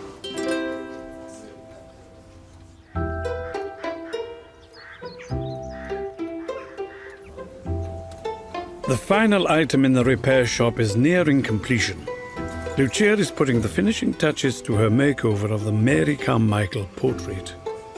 I'm just retouching the damage to her luscious lips. And I'm hoping that Bill and Jeff, when they come to see her, will be very pleased. And I mean, she is beautiful. She was a society beauty, obviously, with all this wonderful auburn hair. I'm just putting a few finishing glazes on, and she'll be finished. Actually, this is quite a sweet retouching because it really sort of pulls the whole sort of form of the lips together. So I'm hoping that they'll see her with renewed eyes. With the dart gun damage a thing of the past, the painting's owners Bill and son Jeff are back at the repair shop to collect the revitalized portrait of their ancestor. I've used to seeing it, and for the last 18 years, I've been used to seeing it with a hole in it, her lip. Yeah, and not having her in the house the past few days has been quite odd. It could be quite nice to see her back in true form again, without the fat lip. Hello, Bill. Hi. Welcome back. Lovely to see you. Hi, Jeff. Lucia, lovely to see you again. Welcome back. Thank you. Are you ready to see her? We are. Please. Yes, please. Look at that. Absolutely perfect. She has a lip. And you can't tell, you can't tell at all. She's beautiful, though, isn't she? I know. It's absolutely brilliant. Pity it didn't rub off on me, isn't it? Yeah, where did it all go wrong, Dad? Oh, no, you're beautiful, Bill. But I did a surface clean, and there was a lot of nicotine on there. Oh. Wonder where that could have come from. I wonder where that could have come Really? from. It was obvious that somebody had been smoking a lot. Well, Yeah. Definitely my grandfather. He couldn't have possibly Really, have been me. really. Of course Oh not. dear. I think it's easier to see her hair now, this beautiful Oh, yes, you auburn hair. can. You can hardly see it at all. So I found out a little bit of information about when this was painted. I think this is a copy because I think she had been painted by Romney. So the time it was painted, well, it was a very narrow window of time between 1832 and 1834. Oh, I think she would have had some of her children by then. Oh no, she died. She died in about She died in 1806, so yes, this is yes. definitely post. So post, yeah. Right. So that sort of lends into the whole idea of that it being a copy of the Romney. Yes, yes. So that's yeah, but you can do more research maybe and look at the Romney painting and see why it may have come If it still exists. It does. It's in the National Galleries of Edinburgh. Oh, it is? Yes. Ah. So that's a really interesting thing. Well, be brilliant. Excited. Yes. And will you start to look at it, Bill, every day? I'll look at it every day, I promise. Yeah? And he promises not to shoot it again. I won't shoot her in the face. Well, I hope you enjoy looking at her for many years. And I'm sure we will. Thank you very much. Pleasure. To see the whole thing now is this amazing, gleaming, well, lipped painting's incredible. We'll still keep the story alive, though. I think we'll tell the grandchildren all about their naughty Uncle Jeff. I think Dad'll ever stop talking about it. Will you? No, I won't.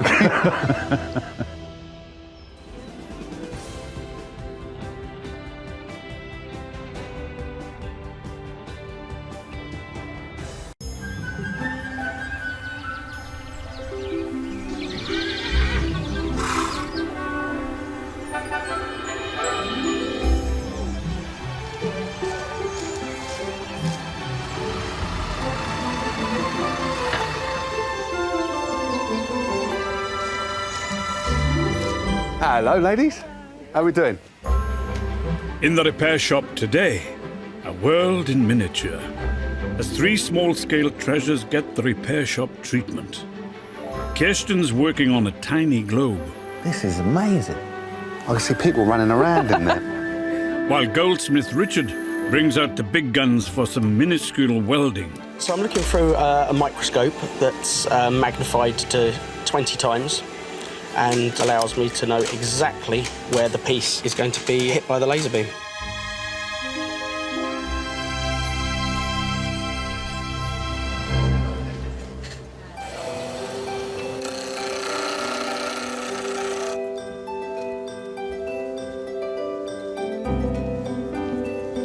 First through the doors is Suzanne Anderman from Kent. How are we doing, Sue?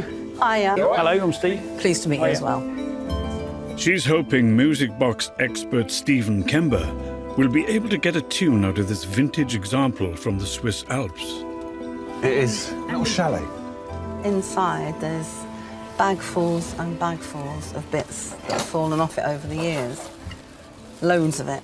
It's a splendid looking thing, isn't it? I mean, you've got the dog kennel there. Yes, no dog. No dog. So, how come you've got this then, Sue? Tell me a bit about it. It's a bit of a long story. When I was a child, every summer holiday I went to Somerset to stay with my aunt and uncle. Okay. On their landing, which was a huge landing, there was this. So as a little girl, I used to lay down and play it when I was allowed to turn the key. Yeah. And I used to imagine that people lived in it. Right. And I absolutely loved it. And then one day in 1996, I had a phone call from this aunt, and she said, I believe you'd like the music box. And that's how I got it, and now I'd love it to be restored for my grandchildren. Right. So Auntie May knew how much this meant to you? Auntie May definitely knew how much. So how much does it mean to you then? Oh, you just can't say. It's priceless to me. Yeah? Because it's just my childhood, isn't it? Oh, well, I think I need to get... Will, if you don't mind, come and have a look at this, mate. Will's our expert in wood. How are we doing? You all right? Good. So what we've got, Will, is we've got loads of bits that somehow they belong on here somewhere, don't they, Sue? They do. Is that right? Yeah. And we're missing a small carved wooden dog for the kennel. Yeah, a dog. There should be a dog. So what do you reckon, Will? Small enough job for you, isn't it? During lunch, maybe? Yeah, I could just do it in my lunch break. Yeah. I'm speechless. Between us, I'm sure we can do a fantastic job with this. Yeah. Thank you very much indeed. So thank you for bringing it in, Sue. You're very welcome. Okay. It's a pleasure to have met you. Likewise. And you? And good luck. And Thank especially you. good luck to you. Thank you for the Because I think you're going to need it. He's gonna. The music box was part of my childhood memories, and really happy memories. So to have it restored just means everything, really. It means that I can pass it on to my grandchildren, and also it means I can look at it and remember it how it was. So, you're on the property ladder, are you? A bag of matchsticks and kindling here. Yeah, jigsaw puzzle. It's a real tricky, it's a really tricky job. Yes, yeah. Where is the music? The music is in the cellar. In the cellar? Yeah, let's like a good James Bond baddie film, you know, that we'll elevate the headquarters to reveal the brains of the machine. Look at that. Gosh, look at that. Yes, I know, it's lovely. So I think I'll maybe leave you to your puzzle, your matchsticks. Thanks. So and kind, I'll go and do some music. Toodle pip. See you later.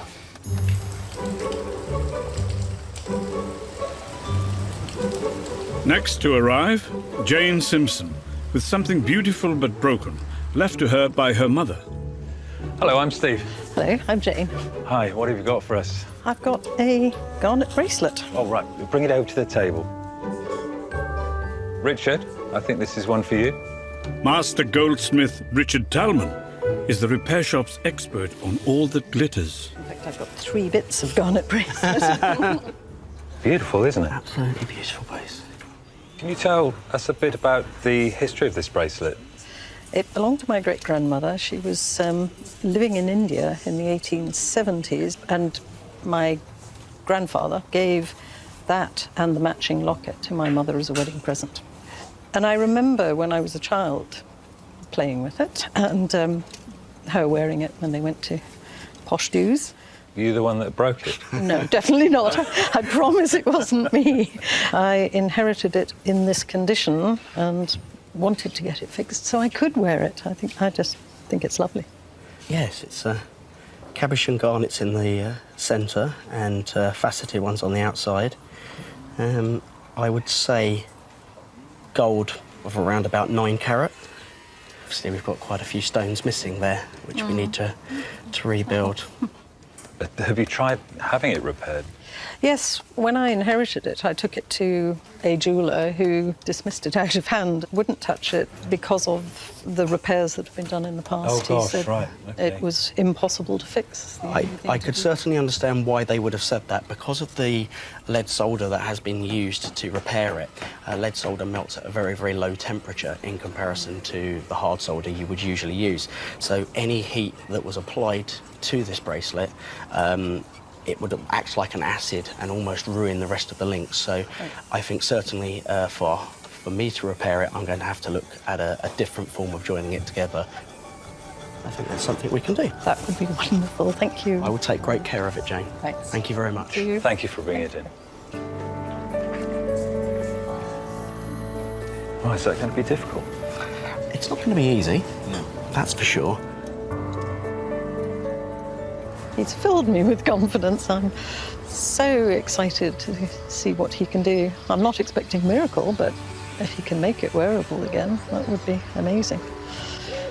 It's always going to remind me of my mother, I think. I love that photograph that we have of her wearing the set. So it'll bring memories of her and memories of my childhood with her back. Richard has been in the jewellery trade for over 2 decades, learning his craft in London's famous jewellery quarter, Hatton Garden.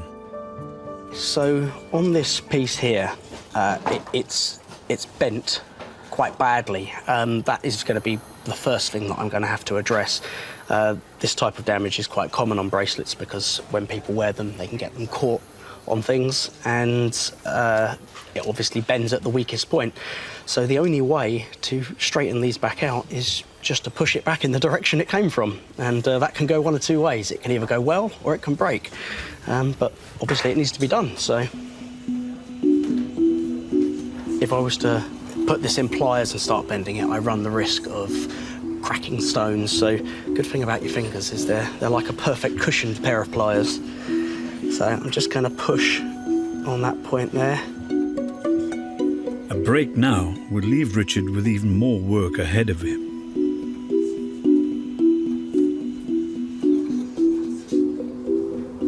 Okay, and that's straightened out fine.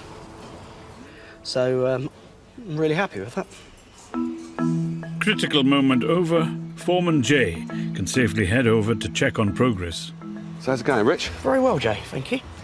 So, Richard, I got a bone to pick with you. You wanted me to bring in your desk, even though we've got desks all around. What's so special about your one? Well, it's a special jeweller's bench, so it's cut away there so you can sit closer to it. And then this under here is called a skin, usually made from leather. Yeah. And that collects something called lemel, which is the filing. What's lemel? So the filings, when you're filing away at any piece of precious metal, it will create like filings. And that will all gather into the bottom, as you can see, like this here. Yeah, like dust. Absolutely. And if you're working, as I do mostly, with like 18 karat gold or platinum, over the course of a year, about that much in a jam jar will get you about £3,000 with a refiner. Really?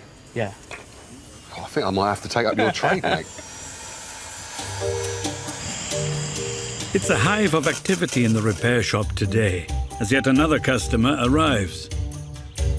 Janet Adams from Leicester has brought a small object that could prove to be a big challenge for ceramics conservator Kirsten.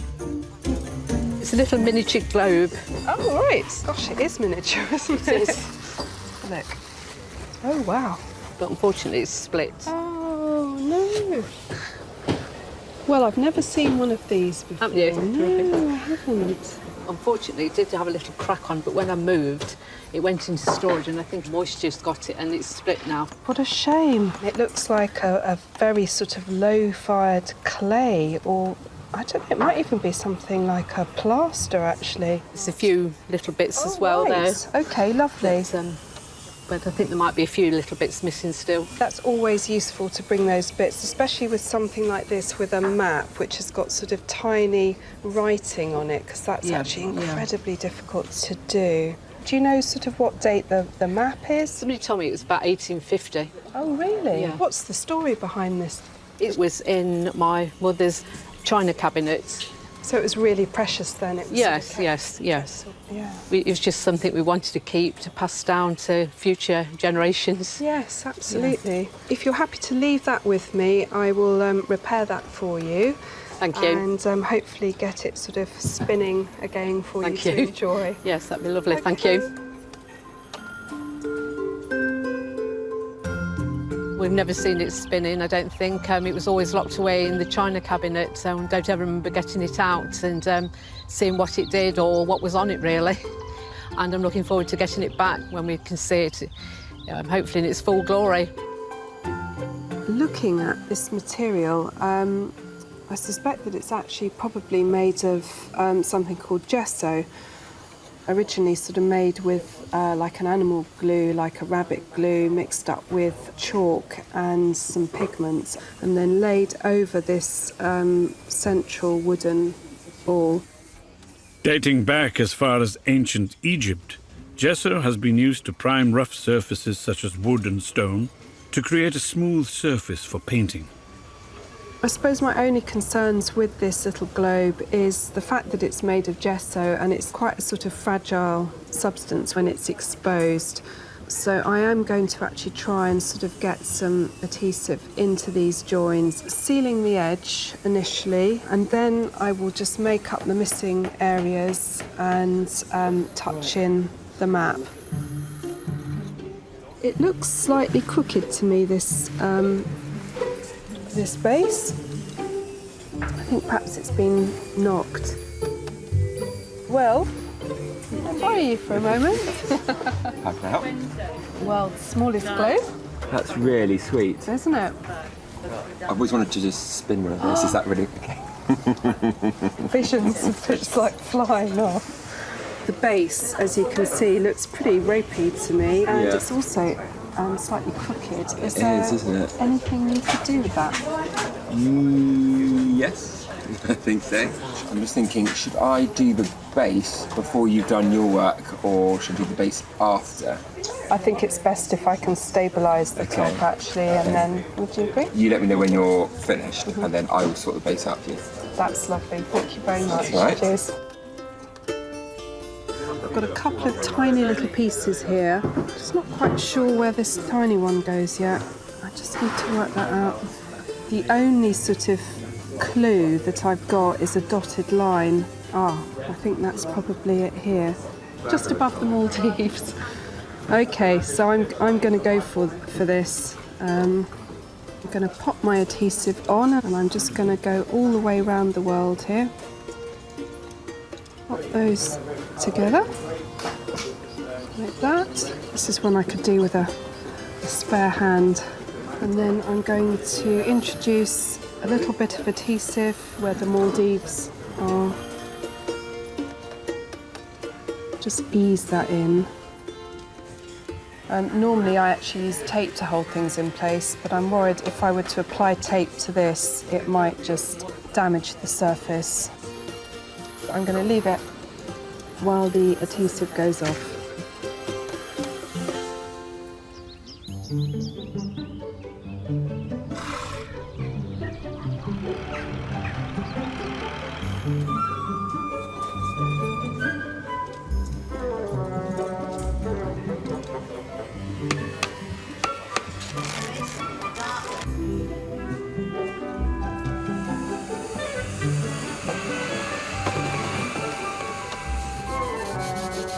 Steve and Will are working together to bring the dilapidated music box back to life.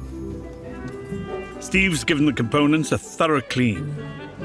He can now turn his attention to getting the mechanism back on song. I'm going to repair this damaged tip. A previous restorer has corrected this fault, but his repair has failed. So I'm going to do it again. So what I've got to do is I've got to clean out his original slot with this cutting disc, which is happily the same thickness as our tooth tip, which is 0.010 of an inch wide.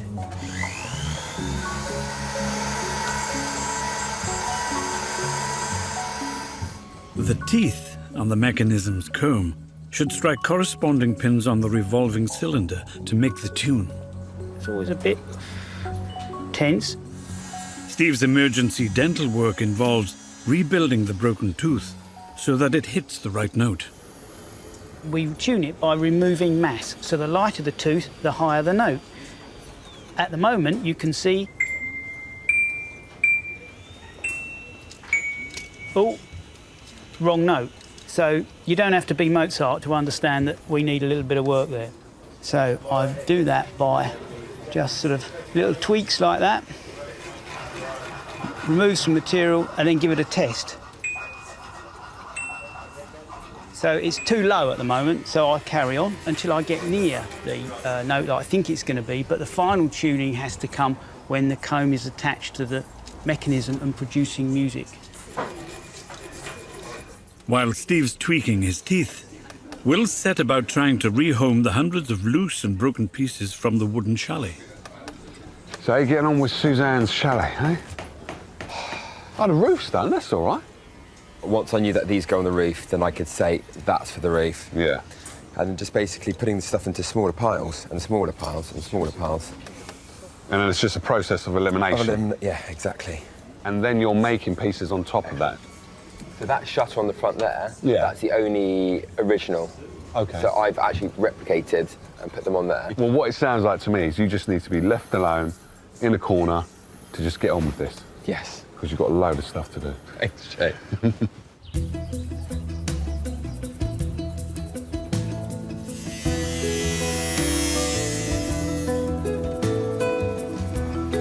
Goldsmith Richard is repairing the hinges on the Victorian garnet bracelet.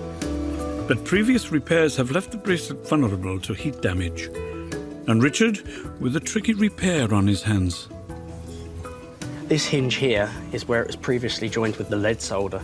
So I'm going to have to cut out the old piece with the lead solder on it, remove it, and re-drill it, and then refeed a bit of wire for it.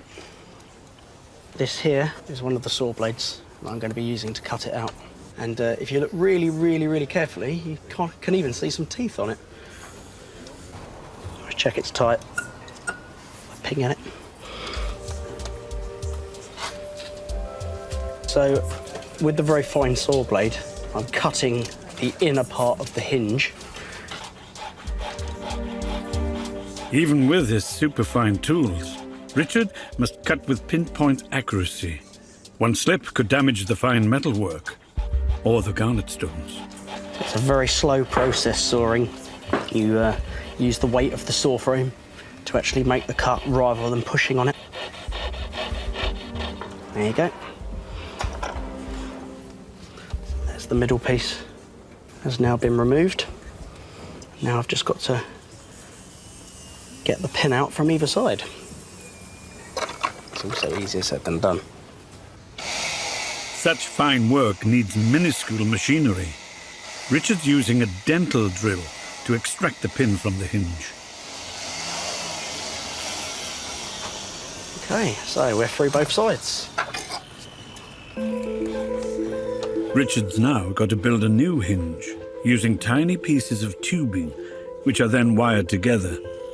But once again, earlier restoration attempts mean he's got to tread very carefully. Because Jane's bracelet has previously been repaired with lead solder, we can't put any heat onto the piece in order to affix the piece of tubing. So I'm going to have to be using a laser welder, which keeps the proximity of the heat right in exactly the area you want it, and thus it doesn't affect the rest of the bracelet.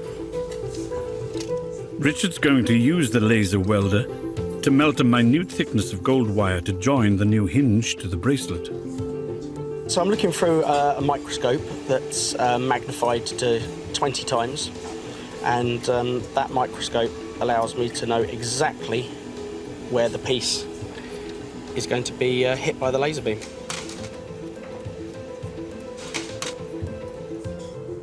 I'm just now filling in the feeder wire so we can get a good strong join.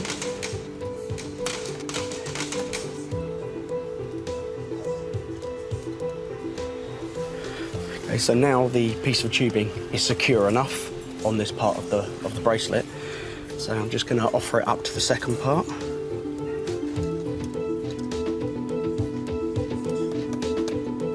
This piece of wire would be cut back either side and joined, There, you've got a hinge. Once the hinges are repaired, Richard turns to the missing gemstones. This bracelet has managed to lose quite a few of the garnets over the years. So I've had to get these replaced with an exact same size, exact same colour and cut, which was not the easiest thing to do, but managed to find them. So I just take a piece of beeswax here to pick the stone up and then place it into the cleaned up area where the stone will sit, and then we just take some tools. This tool is called a setting pusher, and that just pushes up against the metal that holds around the stone, and it sort of levers it in, sort of burnishes it over the stone to keep it insecure. That particular cluster is now full of the correct stones, and I'm pretty safe to say that when Jane looks at this bracelet, she's not going to be able to notice which ones are the new ones and which ones are the old ones.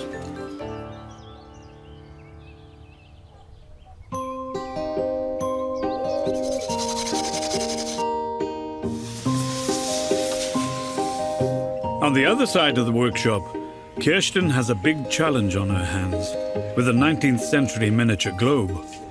So I'm really looking forward to seeing what's underneath the bandage here on the globe.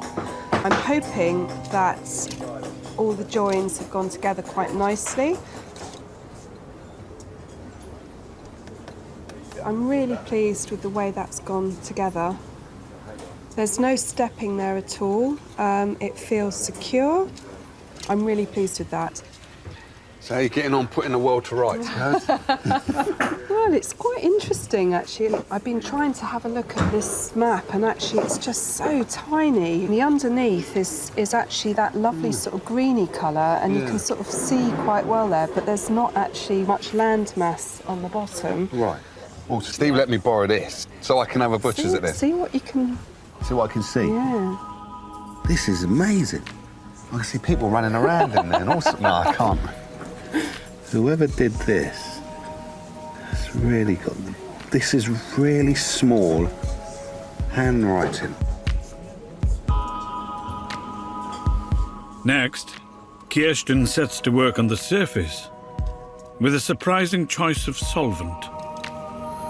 So I'm just cleaning this globe using some cotton wool swabs and some saliva. And the enzymes in the saliva work really well to remove the surface dirt from this. It's a very gentle way of cleaning, and it's actually quite a satisfying process seeing these sort of countries revealed.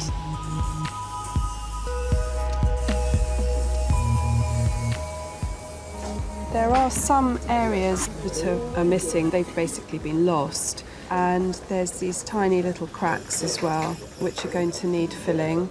I have to be really careful that I don't actually go over the edges and let the filler dry onto the map, because I'm not going to be able to smooth it with a sandpaper or abrasive, because that could damage the actual map itself.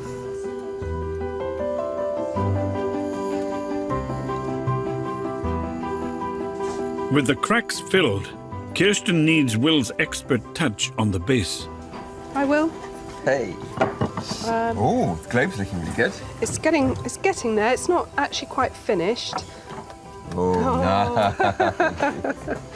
There's still a few bits to work on, but I was wondering if you had a moment, if you could... Ah, you mentioned cleaning up the base. Yeah. That would be great. Look. And sorting out that kind little of... squint that it has. What do you think? I'm slightly worried that if you try and do something with it, it's going to snap. Do you know what? I'm going to straighten it in front of you now. You're not? I am. Really? Yeah. Seriously? I promise I won't break it. OK, yeah. I am slightly anxious. I'm going to trust you, Will. Yeah. Okay. Is that right? Oh, my goodness. So that's definitely straight, isn't it? It looks loads better. Lovely. And you didn't break it. And I didn't break it. A relief. OK. So that's the first thing. I will give this a bit of a clean and a polish up. Lovely. And then I'll hand it back to you, and then you can finish off your last bits. Great, lovely. Okay. All right, thanks, Will. That's right.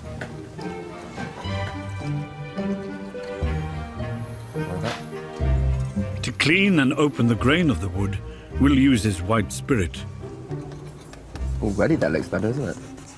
He then applies a thin layer of polish before it's ready to be returned. Why, hello there. Hi. Ba-da-da-dum. Oh, gosh, that looks better. Doesn't that look a lot better? Wow, fantastic. But it definitely looks a lot cleaner and a lot richer. And it smells quite nice too. That's just me. Great, thank you so much, Will. That's right. I appreciate it. Nearly there. Thanks, Will.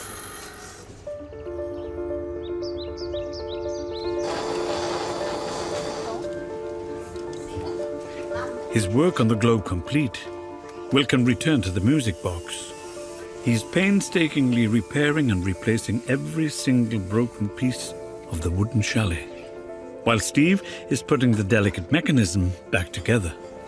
What we're going to do now is we're going to set the comb onto the bed plate, and we're going to check to see if we can align it as much as we can, listen to the music and see what we got. Off we go.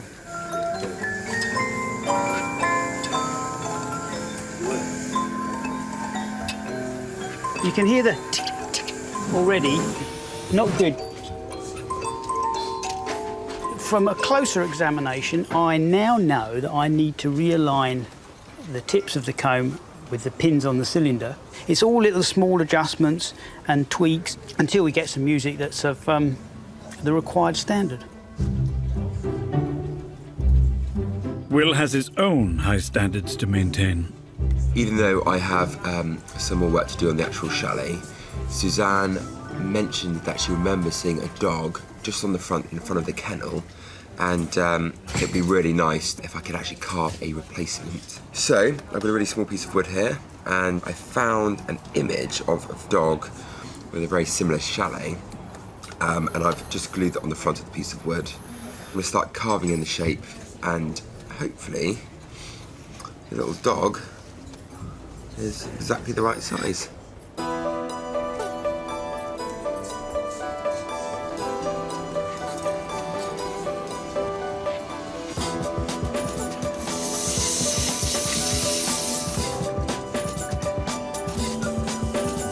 This is really quite tricky. Not only is it really small, and I'm using really small carving tools, but I'm having to think in 3D. And one slight bit of wood taken off too much, it throws everything out of shape. So I'm just going really slowly, taking my time and making sure that my proportions are just right. So I'm very happy with the little dog. I think it looks like a dog. Kind of like a bit of a monkey dog. I don't know if I need to take the ears down a bit. But nonetheless, I'm very pleased. That looks like a dog to me.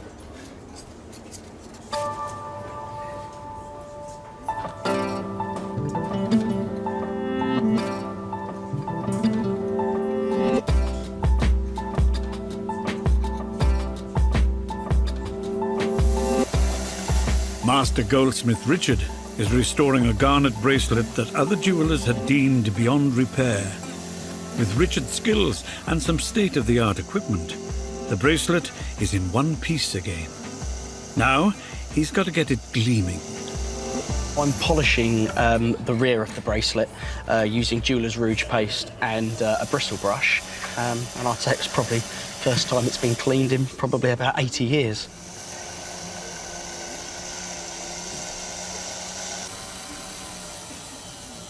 Rouge, it's a ferrous oxide, so it's basically like a lump of rust with some oil, and it's when put on a high-speed brush, it produces this fine luster finish. I'm just giving it a final little rinse in there to get off any of the residues. And now, if I just rinse that under some clean water and let that dry, that'll be ready for Jane to come and sit.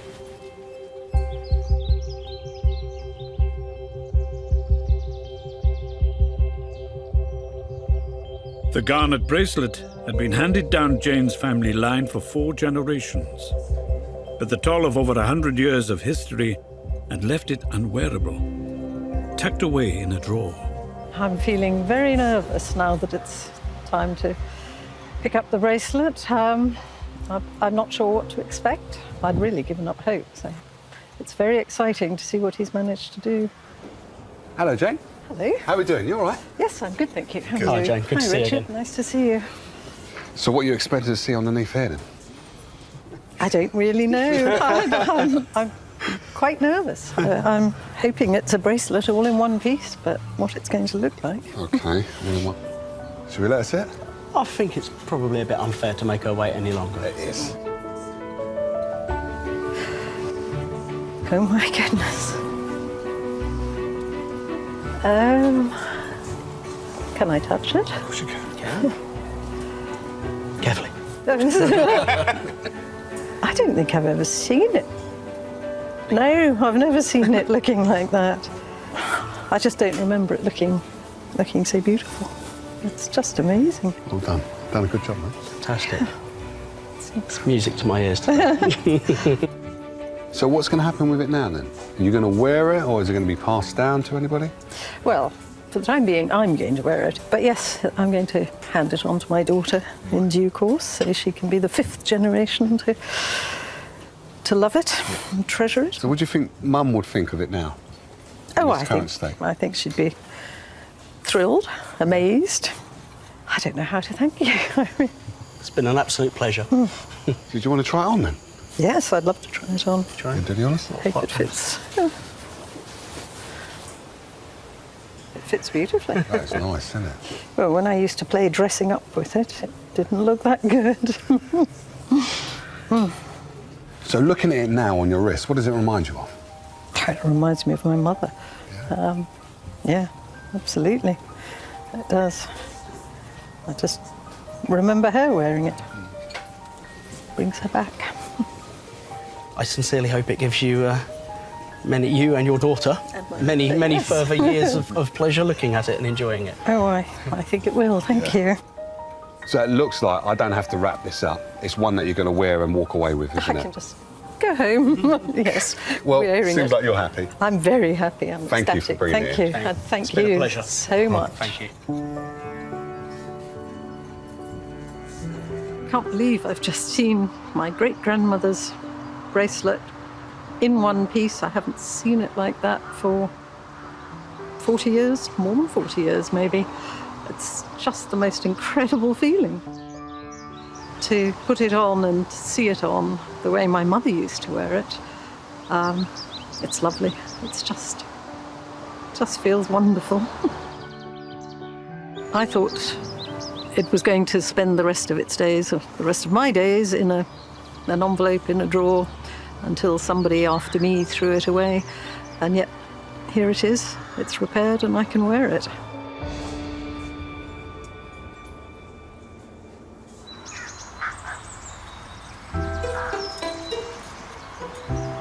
The garnet bracelet may be complete, but there's still plenty going on in the workshop. Over on Kirsten's workbench, she's preparing to paint the repaired areas on the miniature globe. It's amazing how few colours you actually use generally to actually get the colour that you need. I think it needs a little bit more of the darker brown, the raw umber, just to sort of dirty it up a little bit. It's just been very interesting, sort of getting to look at the world as it was in the 1850s and seeing all the countries and borders, continents. It's just been very enjoyable. While I've been looking at it very closely, I did find a maker's mark. So Outline of the Earth by J. Mannings, and he was apparently a well-known globe maker in the 1850s through to the 1860s.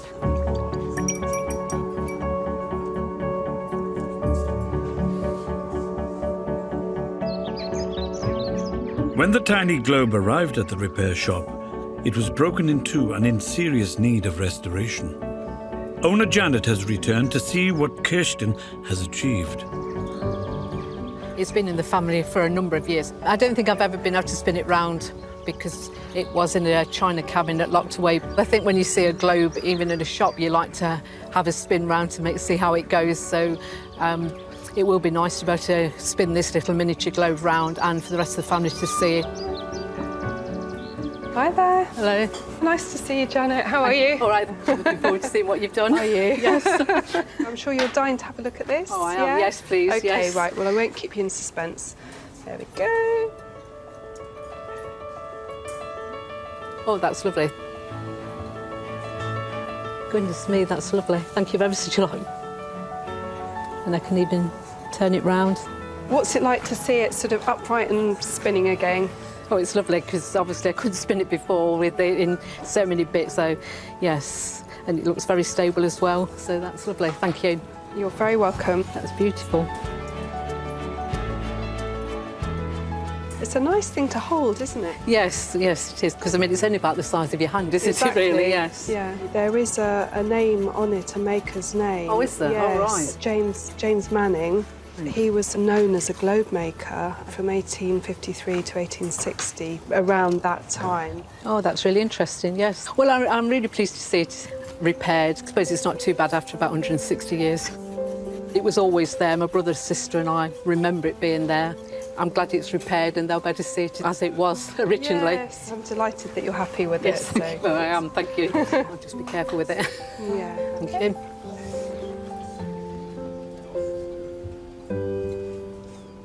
It's been a real pleasure. Lovely to meet you. Yes. Thank you. Bye. Bye. Well, when my parents saw it, it was probably in working order. It's only fallen to bits since I've had it, really. So I'm very pleased to have it repaired. I've got to take it back in one bit and to show the rest of the family.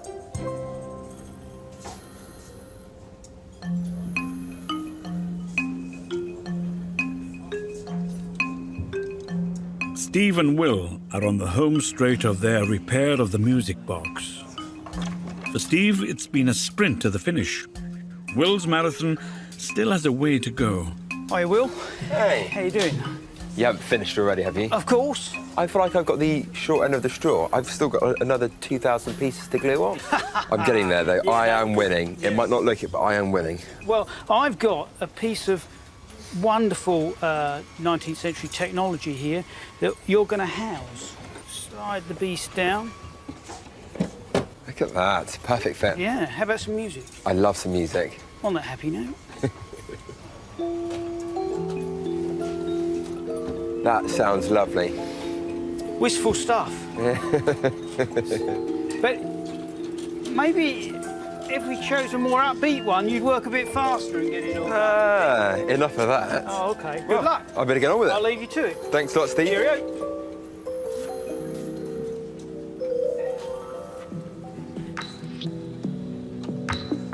When it arrived at the repair shop, this 200-year-old music box was broken into thousands of pieces and hitting all the wrong notes.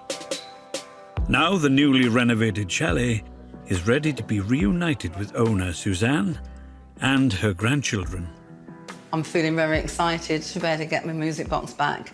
I think it was quite a challenge for them to do it, and I'm so interested to see how they've got on with it. I can't wait. I've waited quite a while. I'm very excited. Hello. Hello. Come in. Nice to see you. Here I am. again. Yes, and you. Right. Careful as you go. Are you excited? I'm very excited. I'm very Are you excited. as nervous as I am? Really nervous. Oh, my goodness. Right, well, are you ready for this? Oh, my goodness. It's amazing. It's totally amazing. I wouldn't have imagined it to look anything like that. It's great, Oh, eh? thank you. Look, it's done. New shutters. Yeah, new shutters. And the snow stoppers. Snow guards. Oh, my goodness. It's just gorgeous. And And? we have a new resident. Do you want to unwrap him? Yes. Here he is. Oh, the missing dog. And he lives in his kennel. Now, you better give it a bit of a whine. That's right. Oh, wow. It's lost the hiccup. I'm glad you said that. It has. Oh my goodness. It's just how it should be, isn't it? It is. Oh, you've worked so hard. Thank you so much. I know. Oh my goodness me. And there are 3 other interested parties waiting in the wings. Elsa, Tescos, come on. Hello. What have we got? Come on, sweetie. That's amazing. And very vintage. It is vintage. Look, do you remember it when it was all broken? Isn't it incredible? Oh. Where does he live? You wanted the dog. Wow. I can't believe my music box. It's just the most amazing thing. It was beyond my wildest dreams. I didn't think anybody could have done such a good job on it. The grandchildren have seen it broken, and for their little faces to see it mended, and just imagine it like I did, like it's somebody's home. I can tell them my memories, and then they'll be able to make memories of their own and hopefully pass it down to the next generation, which will be incredible.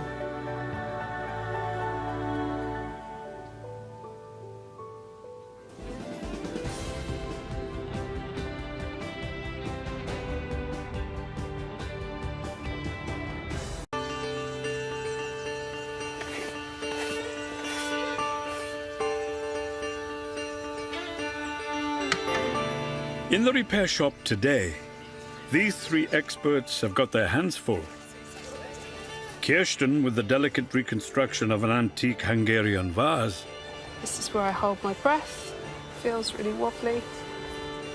While a piece of military history gives up its secrets to leather expert Susie. Hey, Steve. What have you found? Oh, my goodness. That's incredible. Yeah.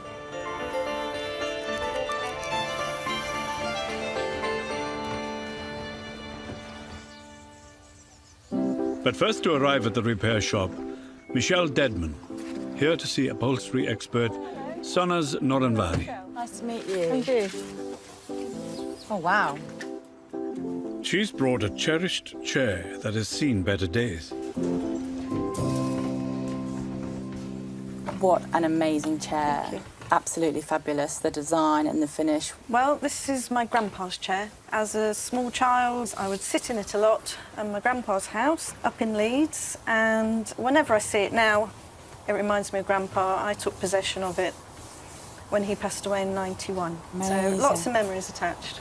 I used to go up there as a child for 2 weeks in the summer holidays. Right. He would look after me. Would and he? We'd get up to mischief in Leeds. Love it. But most of the time it was spent really in his front room. We'd just sit there, we'd talk, and generally have cups of tea. Would you? He sounds like a fabulous character. He was. He was a very gentle, quiet man, actually. Was he? Fabulous. So when you see this chair... Yes, it brings back memories of him standing there in front of his coal fire and making funny noises with his hands. Yeah. Just memories like that. Yeah, lovely. precious. Very precious. Looking at the chair, it tells me that it's from the arts and crafts period. That kind of movement was about 1880 to about 1920. And so you can see it's very stripped back and it's very sort of simple, but there's an elegance to it as well. I like it. I mean, the woodwork's got this fantastic patina on it from where you and Grandad have sat in it. And it'd be a shame, really, to polish any of these, this sort of special patina out. It's something that only time can create. And it's still that sort of connection to those memories. I like it as it is, in actual fact. It would seem odd if it suddenly changed. But obviously here, it's seen better days. So doing this and replacing these studs here, just bringing it back to life. Yeah, lovely. It's feeling very sad. It needs some love. It would be an absolute joy to give this chair some upholstery love. It would mean a lot.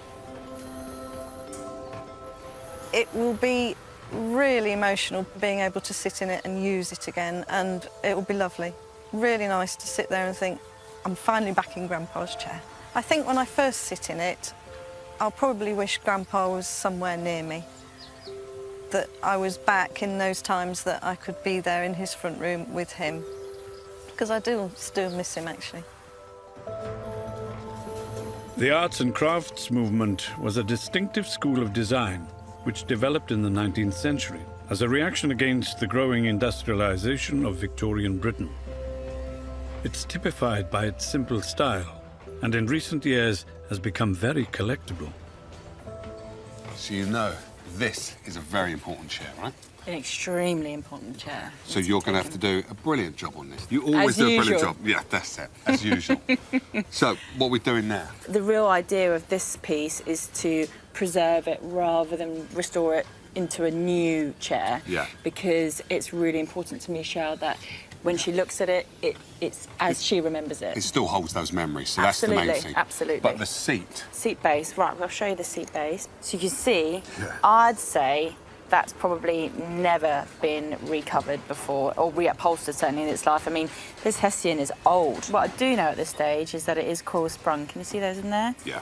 Traditionally, so I think a chair like this, you can't not put traditional coil springs back in and stitch a horsehair base in it. Yeah. Again. So you're going to reupholster this the traditional way, or the Sonnes way, I should say. Which is the proper way. The proper way. Exactly, Jay, exactly. Cool. We couldn't put a bit of foam on this. It would just be a travesty. No, it wouldn't. Good luck. Okay. Sonnes' first task is to strip the old upholstery from the frame. It soon becomes clear that the chair has arrived at the repair shop in the nick of time. You can see how brittle everything is, and it's literally falling apart just by me pulling it. I don't think I've ever been able to rip the Hessian and the fabric off quite so easily as this before.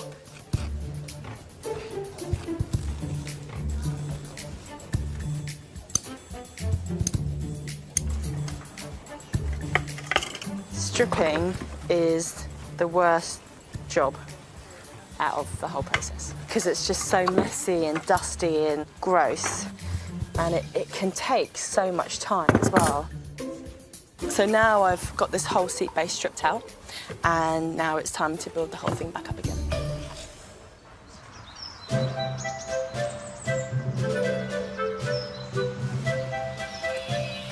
Next into the repair shop is ex-military man Ian Matthews, with a family heirloom for the attention of Steve Fletcher. Is it Ian? Hello, it is, yes. Hi, Steve. Pleased to meet you. Hi, what have we got here then? It's a riding crop. A riding crop? Yes. Not had a riding crop come in before. Ooh, this looks very interesting. Susie? Yep. Would you like to come over and have a look at this? Sure. Steve will be joining forces with his sister, leather expert and master saddle maker Susie. Oh, my word. Yeah, so how did you come by this? It was my great-uncle's. It was passed down to me by his brother, and it's been in the family ever since. It was relatively in that condition when I got it. Okay, so he was a rider, Yes, obviously. he was in the military. He was in the military? Yes, okay. Royal Field Artillery. Is it a ceremonial thing? It was presented for being best wheel. And what exactly does that mean? That's being in charge of the gun carriage. That's of him in uniform. Okay, and that's at a time when he'd be using this? Roughly about the same time, Okay. yes. Do you know how old he was at this point? When he went in, he would have been 17 going on 18. I see there's an engraving on the top there. D.R. Matthews. An AC? AG. AG. Albert George. Oh, okay. How old were you when you were given this? I was about 12. All right, Oh, okay. really? And what did it mean to you when you were 12? Not a lot. Well, I was wondering that. It was actually used like a toy. Yeah. For many years. Right, okay. But it's become more important to you Yes. as years have gone on Yes. because you've known the history. Being in the military myself, and then you can appreciate the military aspect of it. I think it's stunning. I would be very excited to own something like this. I think it's beautiful. And what can you do to restore this?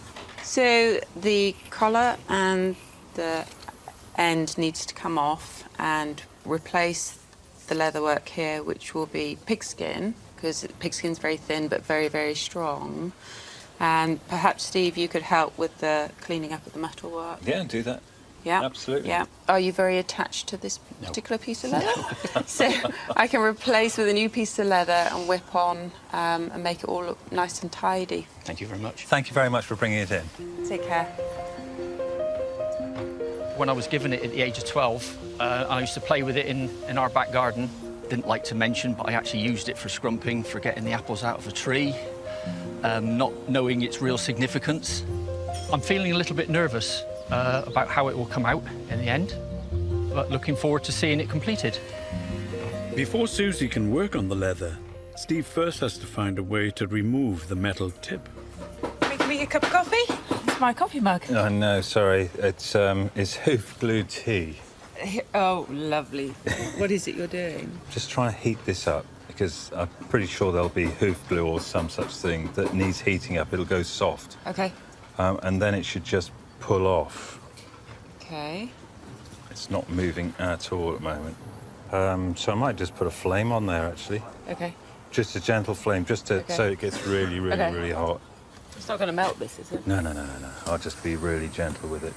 If you've got a bit of spare leather, that I can just wrap around it so it doesn't hurt my hand when I hold on to it. This way. Yeah. Yay, look.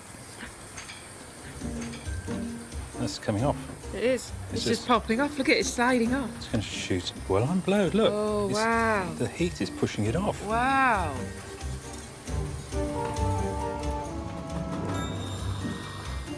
Ow. Hot. Yes. Looks like treacle. Yeah. So... Caramel. Yes. So when we put it back on again, we just have to put some more hoof glue in, heat it up and push it on. Yeah. Well, at least we know we have a plan of action.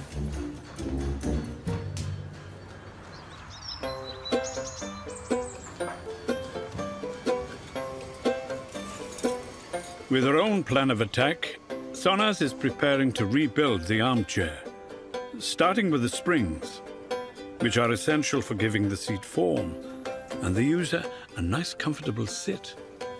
This is the planning stage of my springs.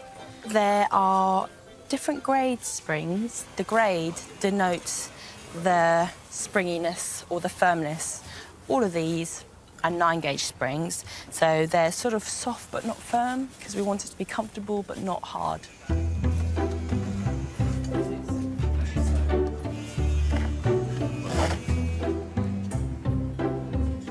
Now that I've tied all my springs in, I am lashing them in. You've got to make sure that the knot doesn't move so it's nice and tight and that the spacings here are even.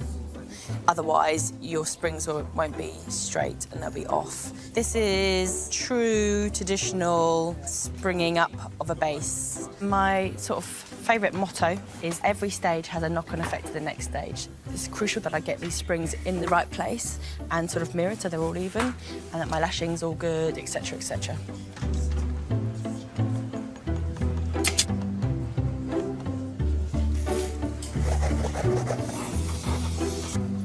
With the springs in place, Sonas begins to layer the seat pad. So this is the base haired up now. I've stuffed it with horsehair. There's no real exact science. Each upholsterer will do sort of their own version of a pad. What my plan is for this is to actually stitch some calico to the top of my padding here and then have my fabric go over the top of that. It can give you sometimes a bit of a nicer finish. The whole objective, really, for putting so much thought and effort into how best to reupholster this pad is really to make it as comfortable as possible for Michelle. I imagine, having had a little chat with her about her granddad, that she would be sitting in this chair for long periods of time, thinking about the good times that she had. So I think it's worth the thought and effort to get it absolutely right.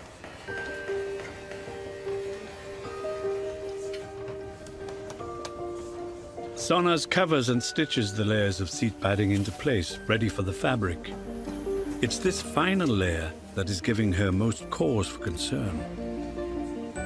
I'm really quite nervous to reveal this chair to Michelle because of my fabric choice. Michelle specifically said that she doesn't want the chair to change much from how she remembers it. If I put a shiny new with bright blues and bright greens as per the original on there, my worry is that that would be too new for Michelle.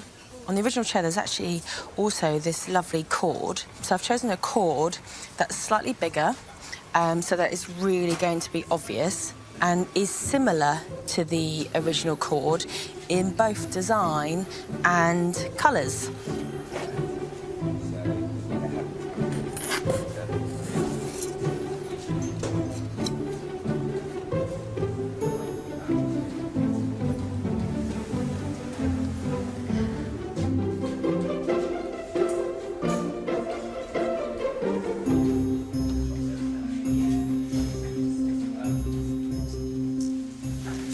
Now for this bit, here is where it joins.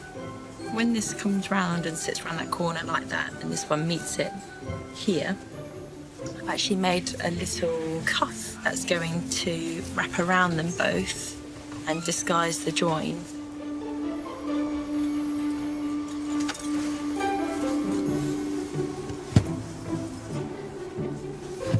Lovely. Great, thank goodness for that. It fits nicely, that's a real relief.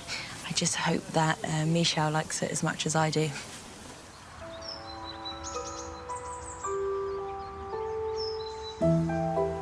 Next into the repair shop, Joanna Fay. With her is her half-brother Julian Rowe. She's brought an item for ceramics restorer Kirsten Ramsey. Hello. Hey. How are you? I'm good, thank you. I'm Julian. I'm Kirsten. Jojo. Hi, Jojo. Do you want to go out of the box? There we go. This looks interesting. Very pretty, isn't it? Wow. The vase belongs to Jojo and Julian's 83-year-old mother, Patricia. Let's have a look. So it's broken. I can see across the handle. That's, God, what a shame. Yeah. My mother broke it while cleaning. We've tried to fix it, but not very well. What can you tell me about this piece? Well, this belonged to my father, who tragically died in a gas explosion very early on in his life. Oh. It's the only piece I have of my father. It's the only thing I can remember it by, really. It's a really precious thing. Yes. Yeah. Because everything else got destroyed in the explosion. Oh, no. This was the only thing that survived. So when was that? I was just 11 at the time. Right. So this is why it means such a lot. Yeah, I can understand that. And do you have sort of memories of it? Completely. It's been on the sideboard forever. Oh, okay. For as long as we can remember, isn't it? Golly, Yeah. right. So when was this actually broken? Because it looks like quite an old repair. It is an old. 35 years. Right. So this is your mum's vase. Does she actually know that it's here? She does. She does, yes, Yeah. she But does. she won't do by the time we take it back to her because she's suffering from dementia. So it's a short-term dementia. Right. So she'll remember the vase, she'll remember breaking it, etc. Okay. But by the time we take it back to her, fixed, hopefully, she'll be absolutely over the moon and gobsmacked, won't she? She will. She will. Oh, She was actually really? devastated when she broke it. Yeah. I completely get that, yeah. So it's actually going to mean a lot to lots of people, It is. isn't it, in It really different will. ways. Goodness, I do feel the weight of responsibility, I have to say. We wouldn't take it to anyone else. No, we actually wouldn't. The heartbreak my mother experienced when she broke it, I remember that clearly, even when we were very young. It means an awful lot to me because it's the only thing that I've got of my father, and it was quite a tug on my heartstrings to let it go. It's going to mean a lot to the family. Produced in Budapest in the mid-1800s, the vase was designed by Ignaz Fischer, who specialized in highly decorative pottery. Now that's what I call a beautiful jug. You probably caught it sparkling. No, it was actually. Yeah. So what is it used for? Is it like just dried flowers or something put in there? It's decorative. It's Hungarian, and it's got this quite sort of distinctive cream background and pierced work. Can I touch it? I asked before I went. Actually, you've already touched it. Have I? Yeah, Okay. you came straight in. Right, just touched I it. thought I'd trained you. Oh, no, you didn't. I'm a rebel. Look at that. That's broken, isn't it? It's really broken. Ooh. Yeah, there's actually a hole there. Oh, it's a hole. Yeah, there's a hole, a bit missing. Goes right the way round. And then we've got these bits on the actually there as well. And here.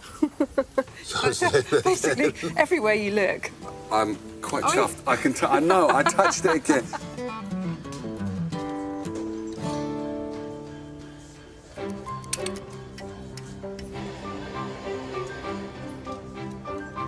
Susie's getting to grips with the worn handle from the World War I riding crop.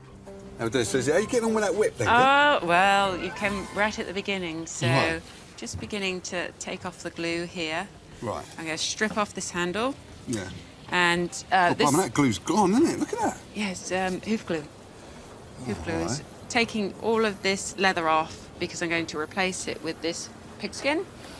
And I'm going to dye this to match the original colour. Was this dyed then originally? Because that looks a different colour. It probably was very, very light, Yeah. but over the years it just tones down with the use. Okay. It just gets that lovely patina on it. And so I'm just going to try and replicate it with dyeing it. But all this little stitching, can you see how tiny See, that now this is stitching where I think, I don't know how you do that, because you've got Yeah. to stitch that Yeah. when it's on the actual Yeah. cane Yeah. or the whip. Yeah. Yeah, So and how you do you see do it's that? a little thicker here than it is down here, so I Yeah. have to taper everything down and keep this seam exactly straight. All right, you still haven't answered. How do you do that? That's magic. Is it magic? It is magic. So I can pull up a chair and just watch you do a magic show? If you like. Right. If you like. Right. But you'll be sat there for a while. I don't have to wish you luck. I know you're going to do a great job. Thank you. Okay. Thank you, dear. So I'm going to see you soon anyway. Okay, All right. sounds good. No Bye-bye.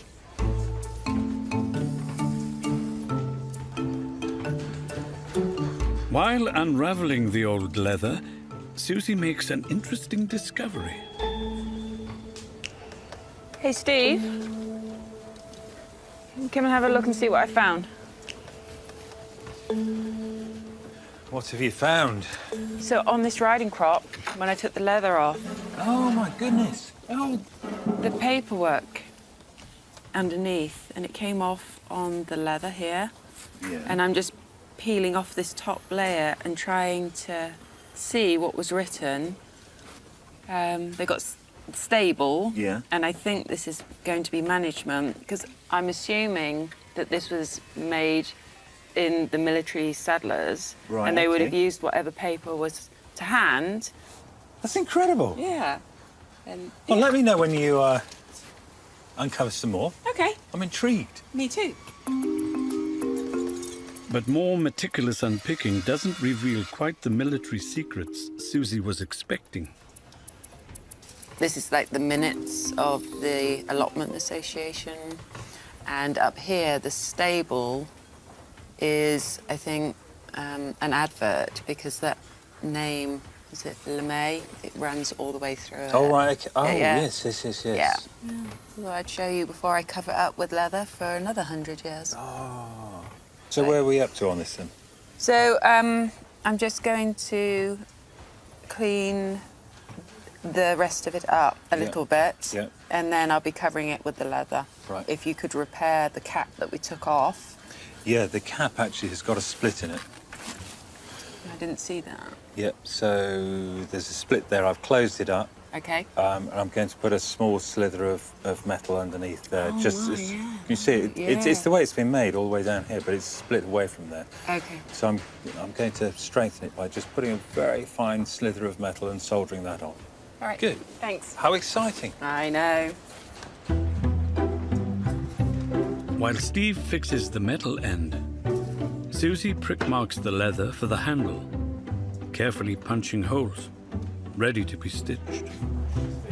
I'm pulling the thread through as I'm pushing the needle, because I don't want the needle to go into the thread.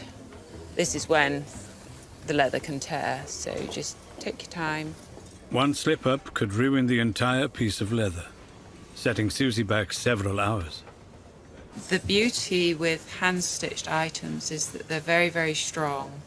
because the threads are going in and out and then a step, and they're crossing from the left to the right, whereas machine stitching, the threads link in the middle.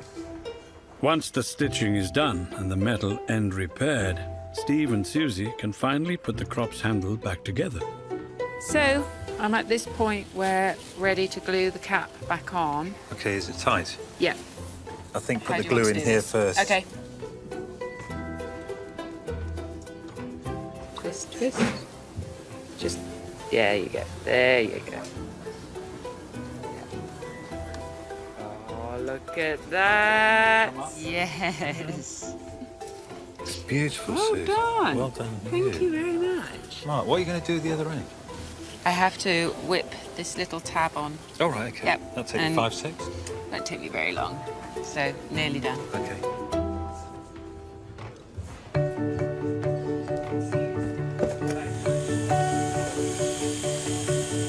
Across the workshop, the expert eye of Sonaz has spotted some clues to suggest there may have been more to this armchair than she first thought. I've been sort of looking at the back as I've been working on it, and I definitely do think that there was a cushion on the back here attached in the corners with the studs. Another clue to back up that theory is the fact that the centre of the back is in really good condition, and we can actually see rub marks either side where the cushion wasn't. So I think that it would be a really lovely touch to actually make a cushion and reattach it in the same place it was when Michelle's granddad had the chair.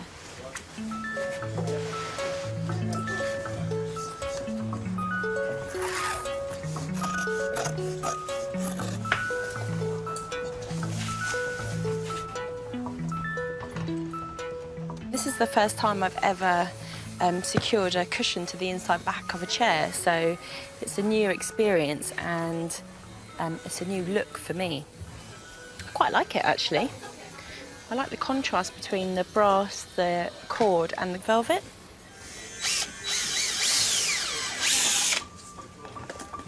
I absolutely can't wait for Michelle to have this chair back. I do really sort of enjoy the thought, really, of her sitting in this chair and reminiscing about her time with her granddad, because it sounds to me like they had a really lovely relationship. Michelle's grandfather actually lived in Vancouver, and my granddad lived in Vancouver as well.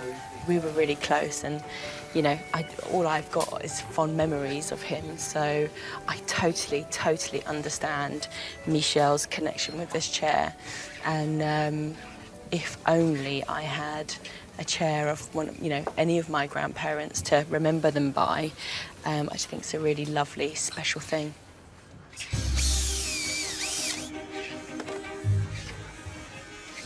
So, this is the moment I've been waiting for all day.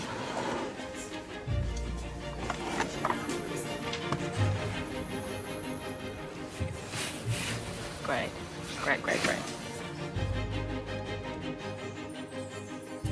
Owner Michelle brought the chair into the repair shop after years of loving use had rendered it tatty and worn. I don't think I've ever seen the chair in its proper state, so that might be a bit of a surprise to me. Overall, though, I'm really excited to see it. Also here to witness the transformation, Michelle's mother, Cecile. That chair was special. The fact that after he died, the one thing she really wanted was Grandpa's chair. And I don't think we can quite believe now what we're going to see. I think it's going to be quite exciting.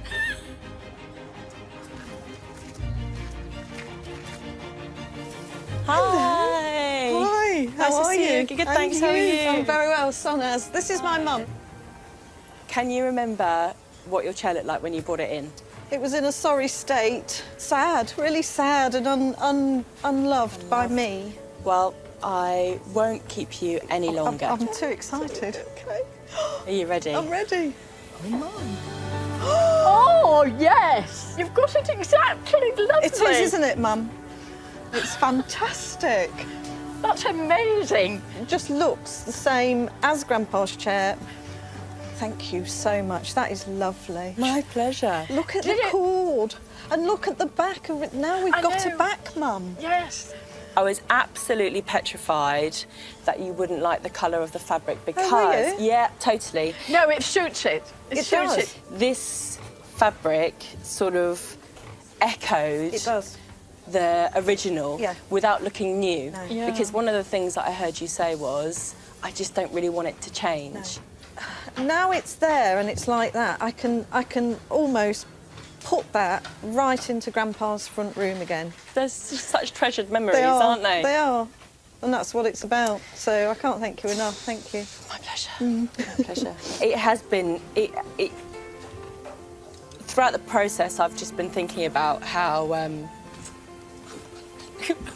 Oh, so nice. You're getting really emotional. You're thinking about Grandpa and just the story. I know. Because it's just such a special relationship that you had. And I had a really good relationship with my granddad.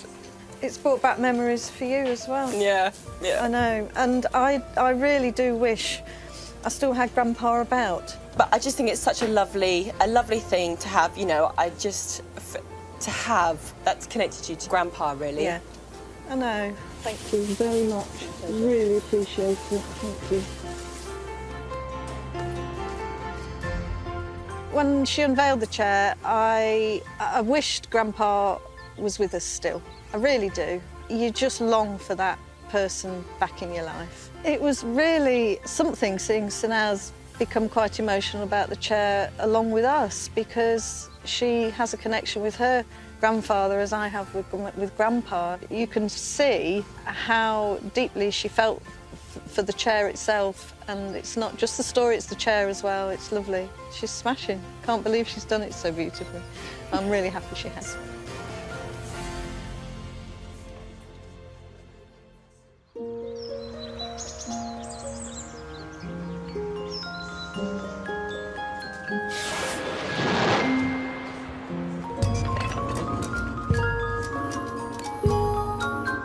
Ceramic expert Kirsten is beginning to unpick the old repairs on the Hungarian vase. It's previously been restored, but I think Joanna said it was perhaps something like 30 years ago. So I'm going to undo all the previous restoration, take that off, clean it, and hopefully there's only a couple of tiny little pieces missing, so I can then reassemble it. Breaking down the bonds of some old adhesives can be difficult, and Kirsten's having to delve deep into her restorer's armoury. What's in there then? Oh, just the Hungarian vase. I'm still trying to take this apart, actually. Do you remember it had quite a lot of sort of old yellow glue on it? And what I've been doing is just starting off with some acetone, actually, to see if that would just soften the old adhesive. It hasn't. Right. I'm now on to industrial methylated spirits. Okay. And that seems to be doing the trick. It's actually starting to soften. So you're going to have that apart then? Now to find out if her efforts have paid off. Oh, my goodness. That's absolutely brilliant. Look at this. That seems to be working quite well, actually, yeah. So that's sort of the main section that's come off the back of the vase there. And it's softened all this old glue, right, which now comes away very easily. Okay. But I think now that bit's come away, hopefully it's underway.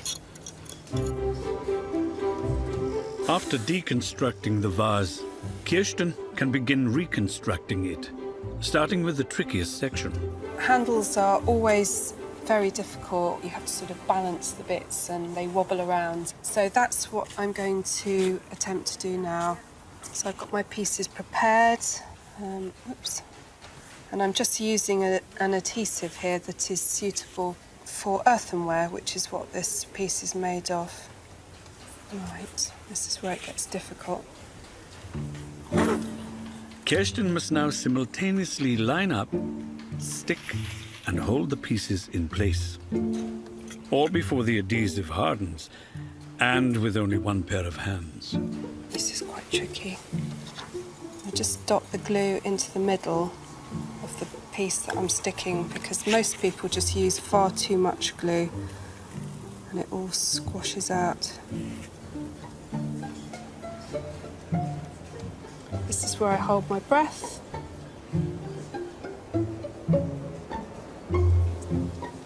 Feels really wobbly. But with the help of some very modern sticky tape, this 150-year-old vase is starting to take shape. But Kirsten isn't taking any risks. I'm not quite ready to take my hands off. I'm still anchoring stuff in place with the tape. I don't want it to collapse in a big heap.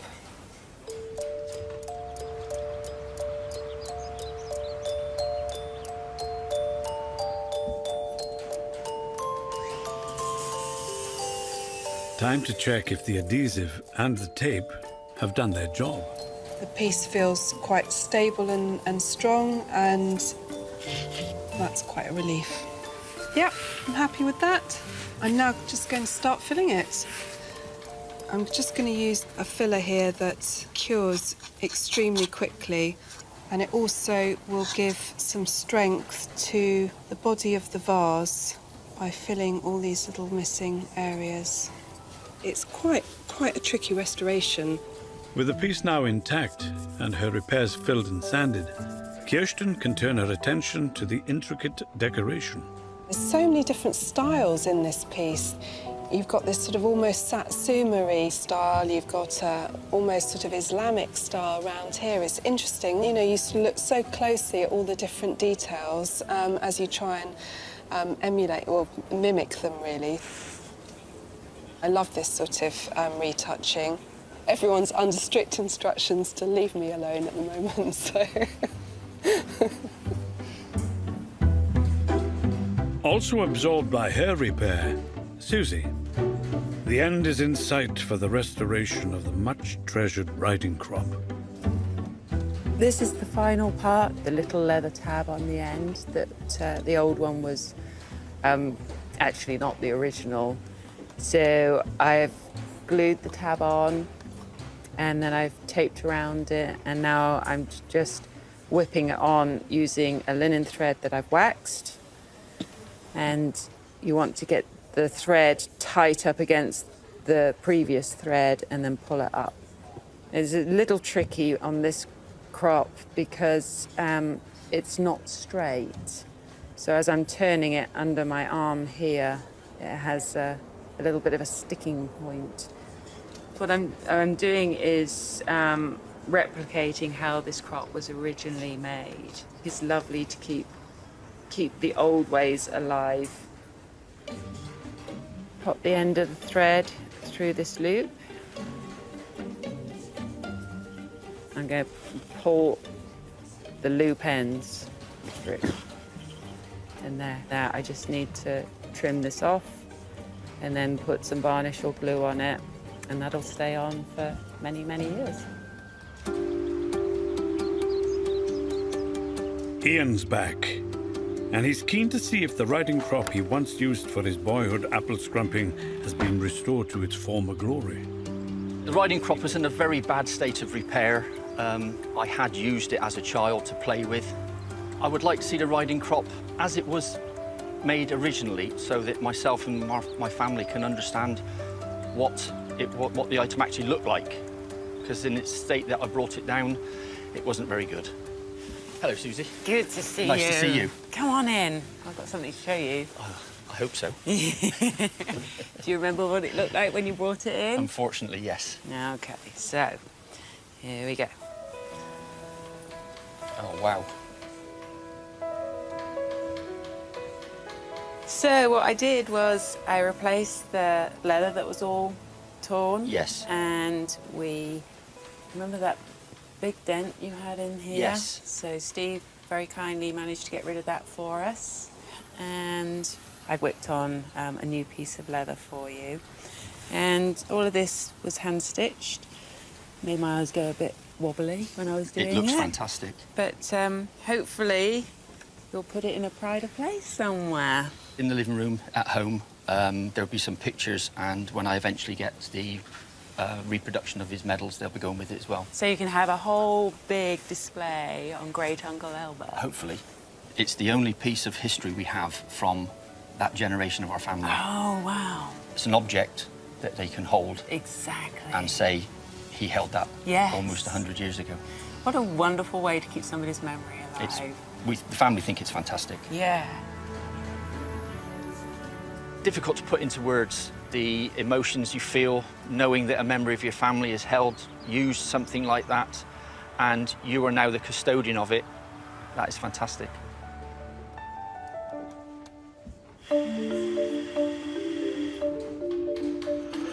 On the restoration of the Hungarian vase, Kirsten is still meticulously toiling away, applying some fine decorative details.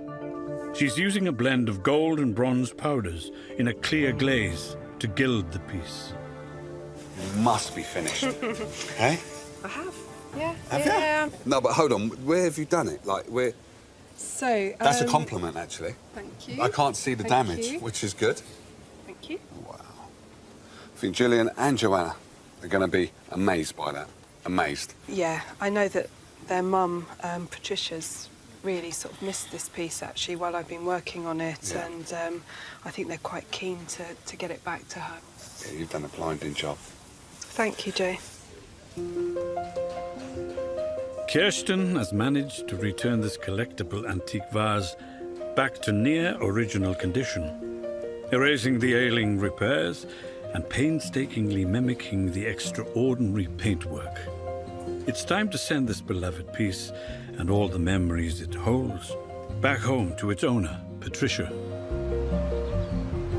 Julian is taking charge of this special delivery as half-sister Jojo is away. Today we're very excited because my mother's going to be seeing it in what was its original condition, which she's not seen that for probably the last 30 years. She knows something's going on. She's not 100% sure what it is, but today's the day. How you doing? What's this? I've got a surprise for you. Wow! Do you remember in the summer when you shouted at me for taking You've Ivy's not. vase away? Oh, you've not. I'll be honest, I've not seen it yet, so I'm hoping beyond hope. So let's just have a look. Let's see what we've got. Oh, you. It's like It's done! okay, there you go. Just check it out. Oh, don't touch it. Check it out. Goodness, it's perfect. Are you happy? I'm over the moon. I mean, quite genuinely, from the bottom of my heart, I'm over the moon. Darling, it's wonderful. Thank you so much. You're so welcome. Oh, Julian, thank you, darling. It's wonderful. I love you. I love you too. What a lovely, lovely gesture, Jude.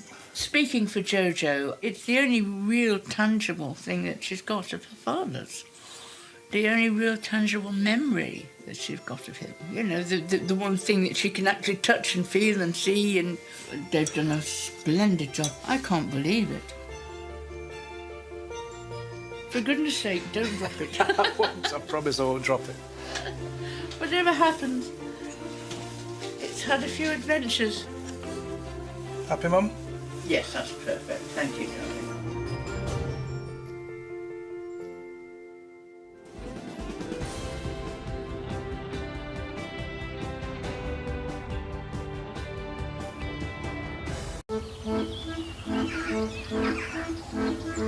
How are we doing?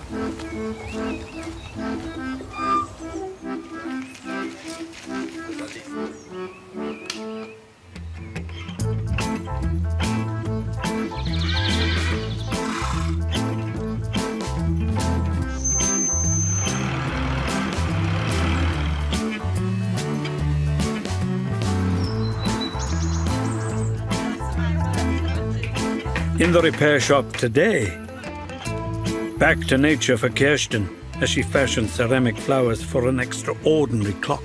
I just want to get that crinkly edge a bit more. While art conservator Lucia has to use all her tricks of the trade to revive a neglected painting.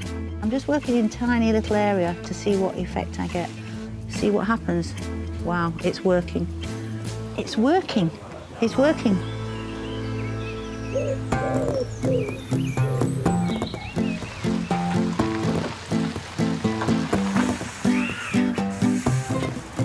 Sonaz, I think that chair's here. Okay, great. The first item destined for the workshop has been brought by owner Lucy Sanders from Bournemouth. I'm Will. Hi, Will. Nice to meet you. Nice to meet you. Nice to meet you. So, what's in the boot?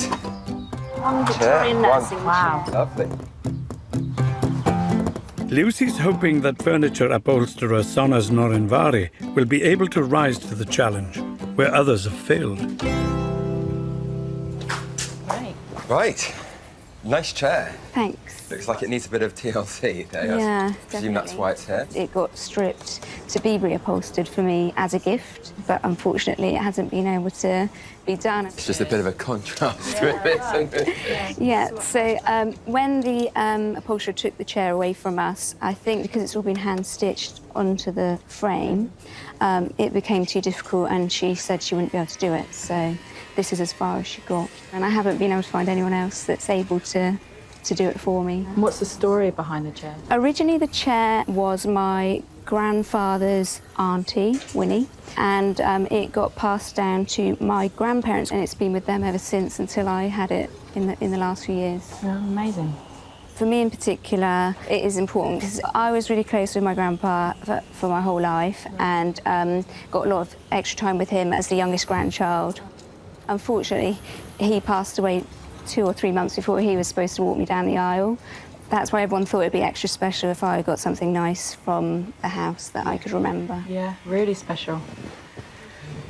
So this is a nursing chair, am I right? Yeah, they'd be called the nursing chair. It's an iron back and a wooden base rail here, which all the springs are webbed and tied to. Iron back frames are really, really traditional. I wouldn't use modern techniques on this. I would stay as traditional as possible so that you can have it in your family for more generations to come, really. So, yeah. Mm. Well, we should probably get this over to your bench. Wonderful. Lovely. Thanks. You. Thanks for Thank coming you. down. Cheers. Thanks. Bye. Bye-bye. There's so many layers to this. It's a lot of work, a lot of work. I'm excited to start, but it's going to be a big challenge, really big challenge. Really challenge. Yeah.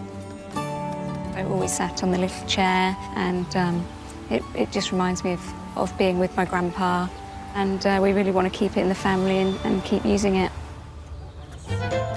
Because it's a dusty job, the best place for Sonas to peel back decades of old upholstery is outside. Oh.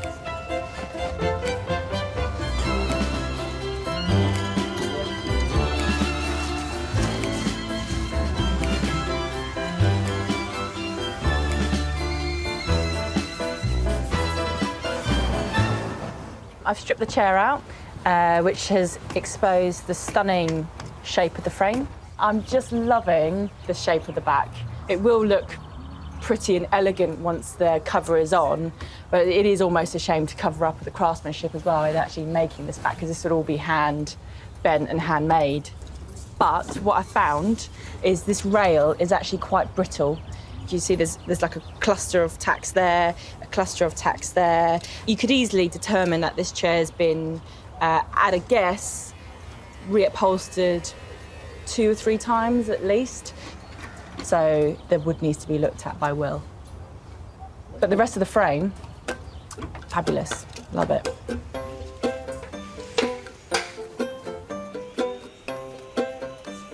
Will, could you come and have a look at this for me, please? I need your advice. That's not the same chair. It is the same chair, No believe it or way. not. Yeah, I know.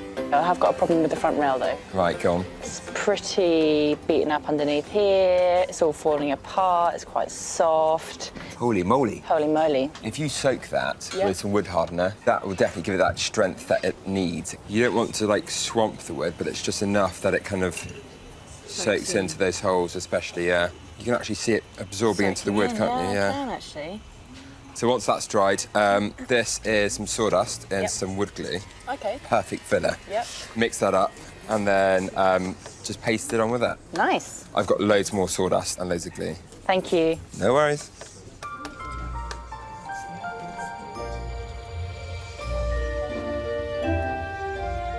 While Sonas presses on with the chair, more visitors arrive. Deanne Bilsby and her 95-year-old mum, Patricia, need the expertise of clock expert Steve Fletcher. Hello. Hello. I'm Steve. I'm Deanne, and this is Patricia. Hello. Come and sit over by the table. Kirsten, I think this is one for you as well. Kirsten Ramsey is the repair shop's ceramics conservator. Wow, my goodness. It's lovely, isn't it? So tell me a bit about it. It just came from my husband's family. Yes. And now it's mine. Well, they had it in 43. So Granny had it then until she died in 73. And we've had it ever since. Gosh, OK, so it's been in the family a long time. I've always remember it in Granny's sitting room, and when I went there, I always went and looked at the clock, and always loved it, you know. This is a French clock, probably dating back to sort of Edwardian, maybe late Victorian times. That's what I thought. It's got a bell strike. Yes, it's got a nice little chime when it's lovely, working. so Quite dainty, isn't it? It is. Yes. Has it been running all of this time? No. I did have it repaired once, but it didn't last very long. Oh, so when was the last time you heard it ticking? Oh, some time ago. It's been standing there. There's the little pieces that have broken off. There's quite a lot, actually. Now I look a bit closer at it, there's quite a lot of sort of chips. Obviously, I won't be able to do absolutely everything, but I shall do the sort of major pieces and give it a really good clean-up for you. Yes, yeah.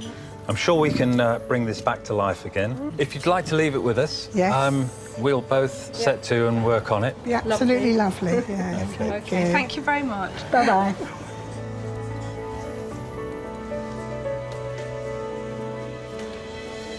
I should be very happy if it starts to chime again, but hear it like it used to be. It'll mean a lot to me because I can't see very much now, and I'll be able to hear it. I'd know what the time was again, which would be lovely. I'm just going to pop the mechanism out now.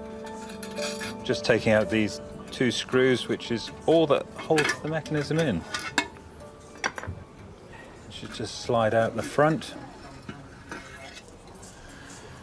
And there we have it. That's the mechanism inside. Really good quality French clock mechanism inside the case there. That's it. There we go. That's the pendulum for it, which is the original pendulum, which is good. So I'm just going to take this back over to Kirsten, and she can do her magic. I brought you some roses. Oh, very sweet. OK. Over to you. I think you've got the difficult job. Do you? I do. Thanks very much.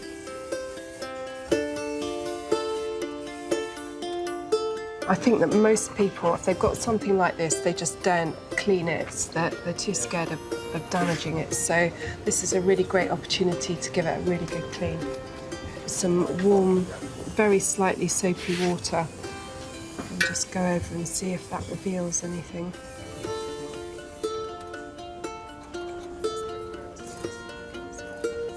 Once the ceramic is clean, Kirsten can clearly see the myriad of chips and nicks she has to address. I'm now going to consolidate all these areas that have been chipped, just sealing the edges. With this one, I'm going to have to work quite methodically, because if not, I'm definitely going to miss a few, I think.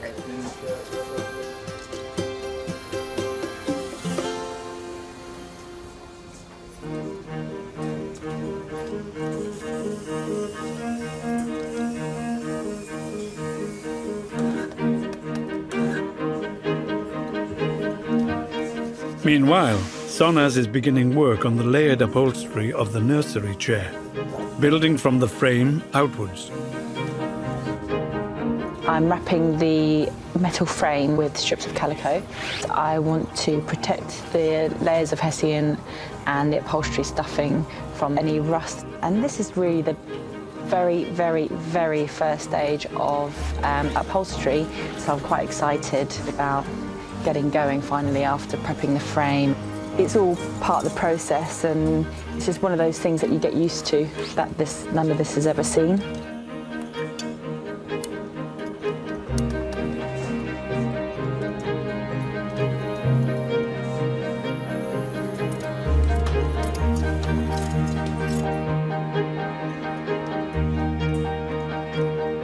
I love this bit because it's starting to look like a real chair. I'm not going to know how this is going to look until I've actually stuffed it. I've pleated the hessian here, hoping that it's going to create the shape that I want. And I'm using some horsehair, which is the most traditional and it's the original stuffing that you can use. But there's a black fibre and a ginger fibre, and both of those are made from coconut hair. There's no sort of right or wrong, it's just down to preference really and how much of a purist you want to be.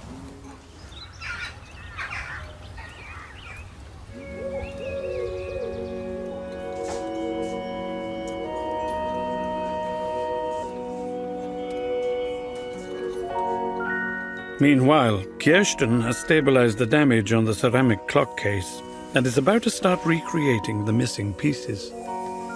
So I'm just going to make up this stamen first of all, and I've got this one right next to it to copy. I'm going to model out of a two-part epoxy modelling paste. This is great because it just takes a few hours to cure, so you've got plenty of time to shape and smooth your work. So this is quite long, this stamen, so I'm just going to sort of mimic that.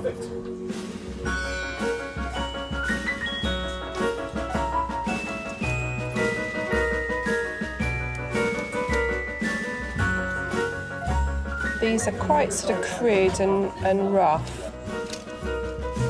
And then I just want to get that crinkly edge a bit more.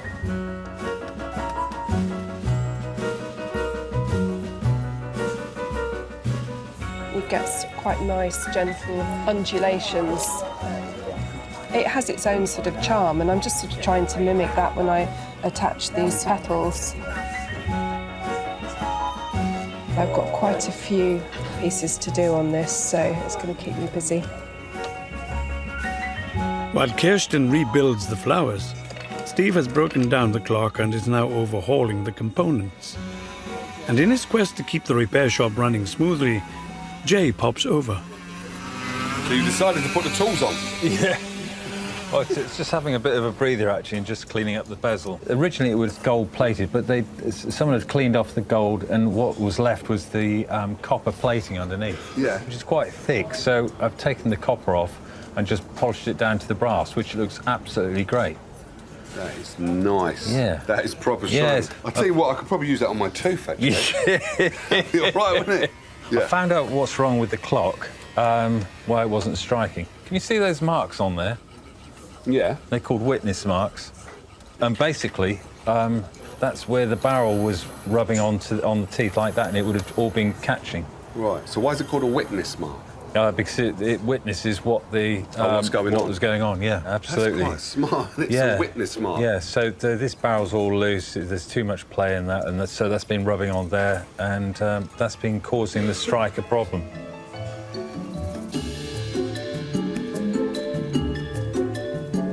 So I've just mixed in some blue and ochre for that as well, because it's not actually black, it's kind of greeny black.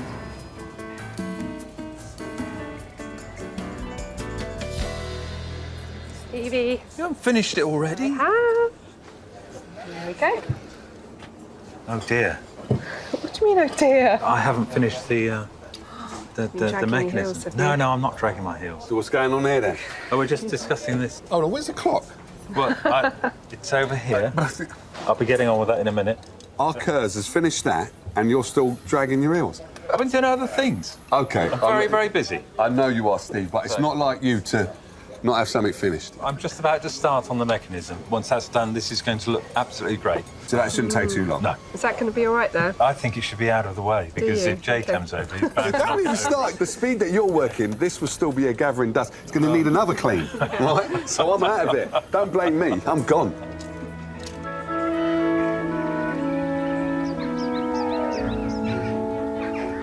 Next into the repair shop, former British judo champion Peter Blewett, now chief instructor at the Budokai, Europe's oldest and most prestigious martial arts club. Hello. Hello. You must be Peter. Delighted to meet you. Oh, nice to meet you. So, This is the painting from the so Budokai. excited. I hope you like it. Shall we open it up and Please do, yeah. let's see what we're going to be talking about. Peter's hoping Lucia Scalisi, the repair shop's art conservator, can save a much-loved painting of one of his sport's pioneers. Wow, it's a lovely 3/4 length portrait of, who is this? Yukio Tani. He came to England, I believe, in about 1906 from Japan, and he was invited by a chap who wanted to develop jiu-jitsu in the UK at that time. So we're talking he's a martial arts yeah. master, okay. What was interesting about this man is that he was going around the music halls challenging all comers to have a go, and you get £1 a minute that you could stay standing on your feet, and allegedly he only lost one fight, and that was to a fellow Japanese who obviously took him on because he was the man to beat. In 1918, Yukio Tani became one of the first instructors at the Budokai Martial Arts Club. And you're the chairman of the Budokai. Do you actually practice? Yes, I do. Oh, you do? Tuesdays, Thursdays and Saturday afternoons, I'm still there. Is it ever too late to learn? No, ma'am, no. That's what I like to hear. The painting has been associated with Budokai a long time, and to be honest, we took it for granted, and sadly it fell off the wall, and I thought I must get him cleaned and sorted. And there's obviously quite a lot of repair to be done, particularly in this area. It's very dirty. Would these garments that he's wearing be white yes. in reality? Yes. So then we're talking lead white, and they'll be very white. This often happens. It's not until a painting's damaged that people decide something needs to be done to it other than just repairing the damage.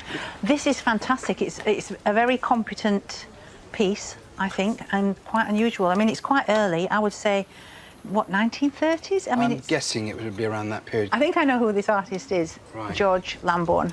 Okay. And I think he's actually a formerly trained artist. But he was a judo. Yeah, he was black one belt. of the first Englishmen to get a black belt. So he probably knew He would have been Tani. taught by Tani, hence Tani inviting him to do his portrait. It's great that you've brought in a painting where not only do you know who the sitter is, it actually means something to you and the Budokai, and and we can tie in the artist as well.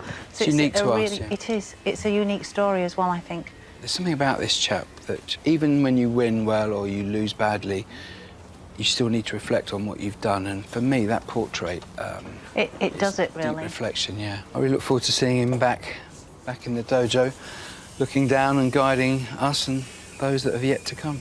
Master of all, he surveys.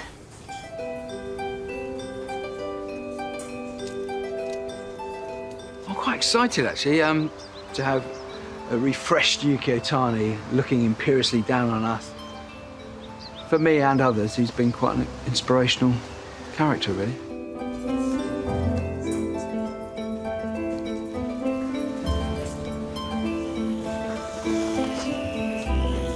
I want to get the back off. I'm really excited about seeing what's going on behind here.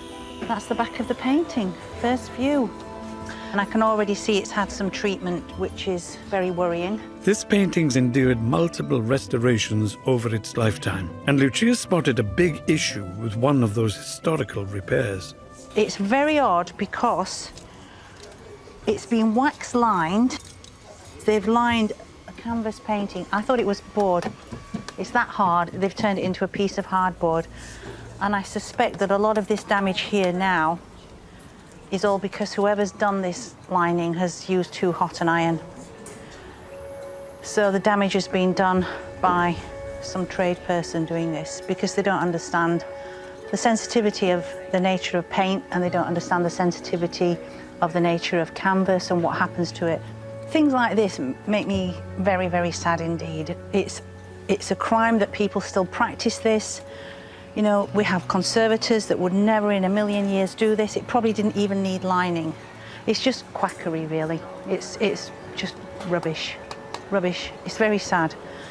And I hate to see it, but, you know, we are where we are today with this painting. So I just have to clean it and do my best.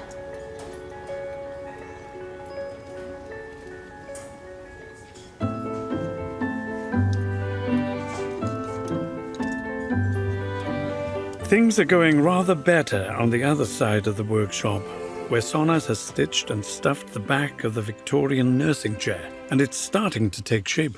I've been able to retain the curvature of this back because it had been recovered and recovered so many times. This curve had been completely lost. So I'm really looking forward to seeing Lucy's reaction and whether they noticed it or not.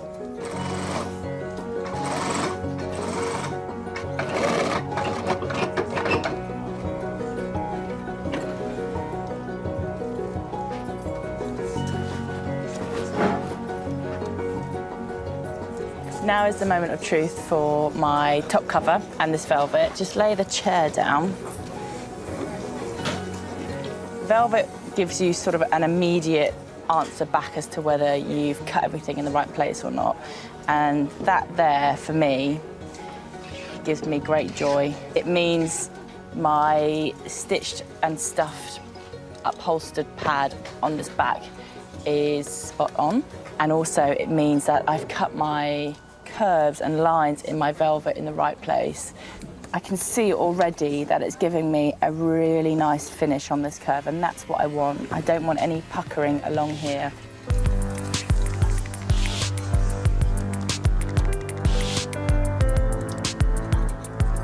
Stitching it in place is traditional. And for this particular chair, it's staying true to the craftsmanship of traditional upholstery.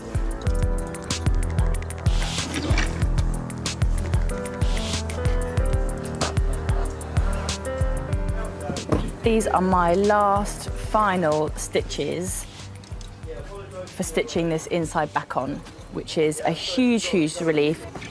I am very happy that it's done. I'm also quite happy with the results as well. It's nice and firm. When I take these last few skewers out, this fabric shouldn't move, which would tell me that I've knotted it all nice and tightly, and then I'm ready to web the base. There have been loads of holes in this base. Although we've hardened it and I've filled it, I don't want to take the risk of anything working its way loose, so I'll get a really lovely fixing with staples. It might only be at the halfway stage, but Sonner's work has caught the eye of foreman and fellow upholstery expert Jay. Hello. Hi. This is looking fabulous. Do you like it? No, a lot. I really like it a lot. Thank you. You've done a brilliant job. It's a hard thing to do an iron back. It's really hard. I've kind of put my heart and soul into it, really. Yeah. Everything that you do from now is Yeah. kind of like the most important bit for the chair. Absolutely. This So is the webbing, spring, foundational. flash, the whole shebang. Yeah. This will make sure that this chair lasts how long? Another lifetime, hopefully. That's At what I least. like to wear, girl. Yes, mate. That's what I like to wear. Yeah, Well, I know nice. Lucy's going to love it. Yeah. And you haven't roped me in, so I'm happy. Oh, no, I'll let leave you you go. to it then. Yeah, Thank you. No All right. worries.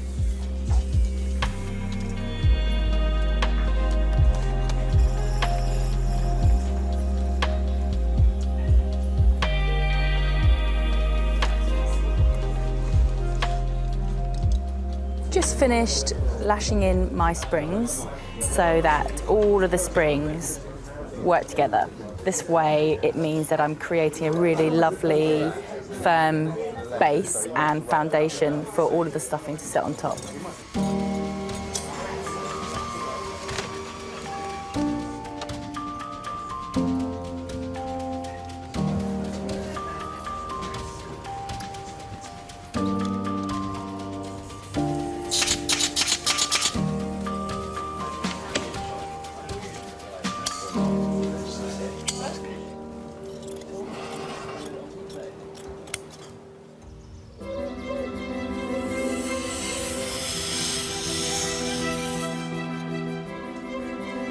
Clock repairer Steve has completed his renovation of the porcelain clock mechanism. Just hang the pendulum on just to see if the clock is all working now. I've finished giving it an overhaul and doing the repair work. So that's ticking nicely. Pop the bell on. Always a good bit, this. There we go. And I'm sure Patricia's going to be really pleased with that. She's going to hear it striking away like that. And because she's losing her sight as well, she'll be able to hear this, and it'll be music to her ears. And when I'm working on a clock like this that means so much to somebody, It's a real pleasure, and I thoroughly enjoy getting it to this point that it's all done working, and I know it's going to be working for a good number of years ahead. When Deanne and Mum Patricia brought the floral clock into the workshop, it was grubby, run down, and hadn't ticked for decades. But with the ceramic spring clean and the mechanical overhaul, the treasured family heirloom has been transformed. It'd be wonderful, you know, just to have it back there and working and all in its full glory. It'd be lovely. I'm quite excited. So I'm just hoping, you know, I'm going to hear the chime again now.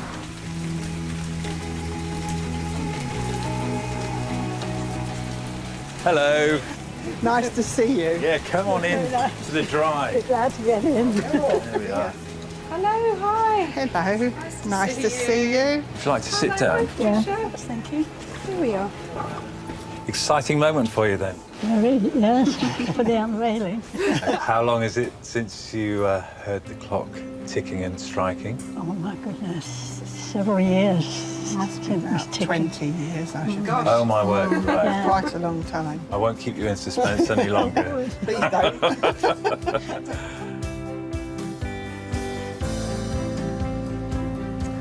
Oh, doesn't that look lovely?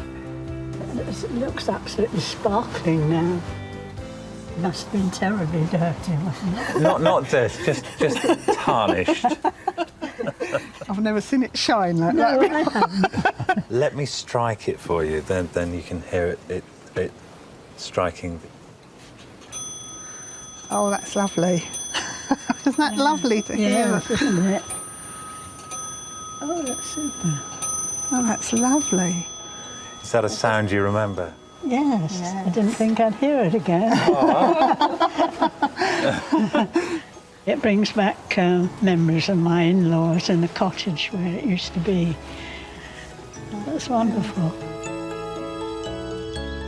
When I heard it chime for the first time, after about 20 years, I was absolutely marvellous, delighted. So I'm very much looking forward to getting it home, because I live alone and it can be very, very quiet at times. So it would be lovely to have the little chime going and the tick again. It's been in the family so long, and it'll be just so lovely to have it sitting there, looking as lovely as it does and working again. It's just, you know, it's just lovely.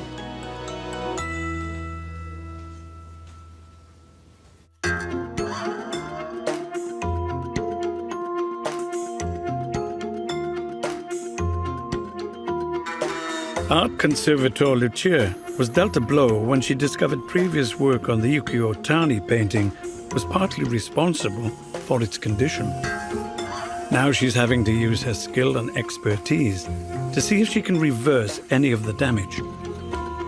I'm doing some consolidation of this broken paint layer, and I'm using an acrylic adhesive, and then I use my heated spatula just to soften things a little bit more and see if I can get this paint to reattach. So I'm going to take this off quite quickly. Now, I can see that that surface is much better than it was. I think I can anticipate good results with this treatment. I just have to get on with it now because there's quite a bit of yardage to cover.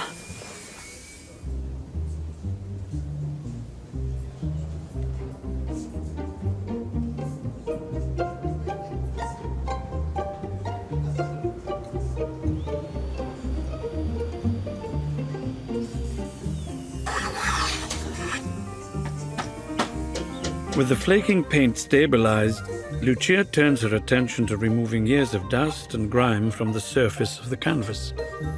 She tries a sliding scale of cleaning techniques, starting with the least abrasive. I'm going to do a little spit clean test just because this is the way to start and it's really easy.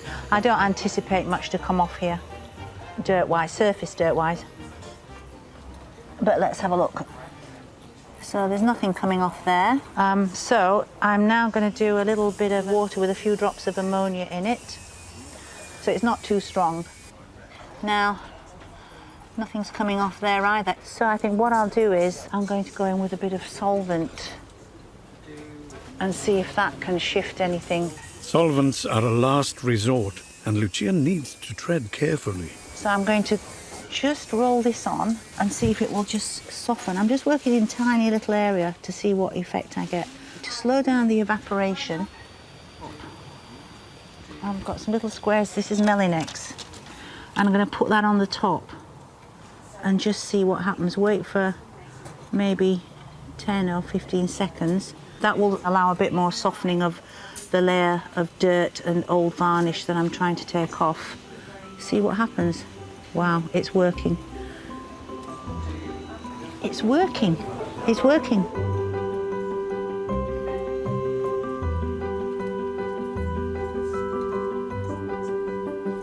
I've actually had a breakthrough with the cleaning. So what we've got here, Jay, all this white stuff that you see is the residue of the cleaning. All that will actually come off. You can see straight away that part of his face compared to that. Absolutely. It's like... Funnily enough, the face isn't as damaged as the rest of the painting, which is very, very fortunate. So the signature... Ah, that's very interesting. Lambourne, George Lambourne is the artist. Very interesting guy. The piece of his work is in the Tate, so he's quite an established artist, yeah. But Lambourne himself was a fantastic sportsman, and as well as being a black belt at judo, which he could well have learned from Tani, but he obviously had great respect for Tani, which is why he painted him. I think he went into the Olympics as a champion kayaker. A kayaker? Hold on, it's a judo belt. And he's got... I should have seen your face. Yeah, a kayaker. He was one of these guys that could do everything. It's an amazing story and link, really, to have the artist related to the sitter. The subject. And it's such a fantastic painting. You can make this look fabulous. Yeah. Happy days. Yeah, I know. I think Yukio Tani is very happy. Now cleaned, the artwork can be varnished to consolidate the paint, even the surface, and saturate the colours. This is the way that I was taught to varnish, and it works, and it makes sure that every quarter is evenly covered.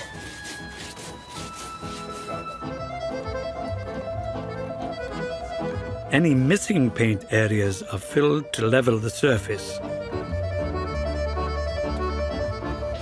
So Lucia can colour match to the original artwork. I'm just going to start doing some retouching with a body colour, which is acrylic paint. One of the big questions that people ask when I am retouching is, why don't I retouch in oils if I'm dealing with an oil painting? And that's a very simple answer to give. Because oil paint, when it dries, it takes about a year to dry properly. And by that time, it's already changed colour. You get a very good colour match when you're colour matching, but it will change colour within a year. Under such close scrutiny, the newly cleaned painting is giving up some secrets. So the raking light, I can see it keeps catching. It shows up the surface topography, but I can also see work that the artist has done in terms of sketching out the head. And I think the head has been in a couple of different positions. There's different angles here. And this is a pentiment, a pentimenti. Pentimenti, it's a Latin word for change of mind, change of thought, where the artist has really changed his ideas as he's painting, which you can see with the shading. But also, I thought at one point, I think he had spectacles on. I think he had spectacles on. It was probably made to take them off because you wouldn't really do any activity, judo activity, with spectacles on. But I'm fairly sure he wore little round spectacles, which is an interesting little idea, really.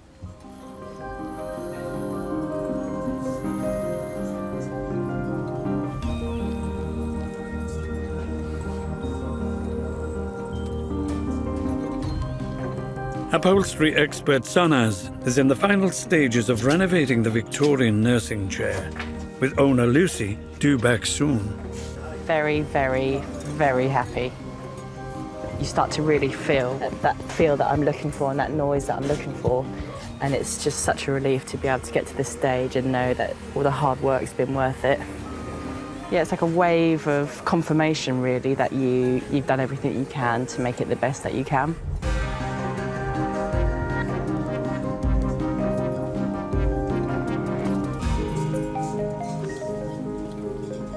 So nice. How are we getting on? This is where you don't really want to start rushing, isn't it? You haven't got that much time. No, I haven't, but I'm pretty confident it will be absolutely bang on before she gets in. Cool. Well, it looks perfect. And with velvet, I just love touching it. Yeah, I know, It's me just too. There's so just something tactile. about it, isn't it? It's not the same chair, is it, that It's came in? not the same chair at all. You've done one of the hardest chairs to be done, an iron back. Yeah, they are. Traditionally done? Honestly, it's very challenging. Yeah. So from one upholsterer to another, you've done brilliantly. Thank you very much. Thank you. A job well done. Just in time for Lucy's arrival with Mum, Hilary. I was very close to my papa, and the chair represents a piece of my childhood that is linked with, I suppose, my grandparents and papa. The chair means a lot to the family. It is an heirloom, and it's just so lovely that it's going to be repaired and we can use it again, so it will be really nice to see it. Hi. How you doing? Are you both? Very good, very nervous to see the chair. Are you? Excited. Excited and nervous. So it's a good mix. So how many people have you tried to get this fixed by?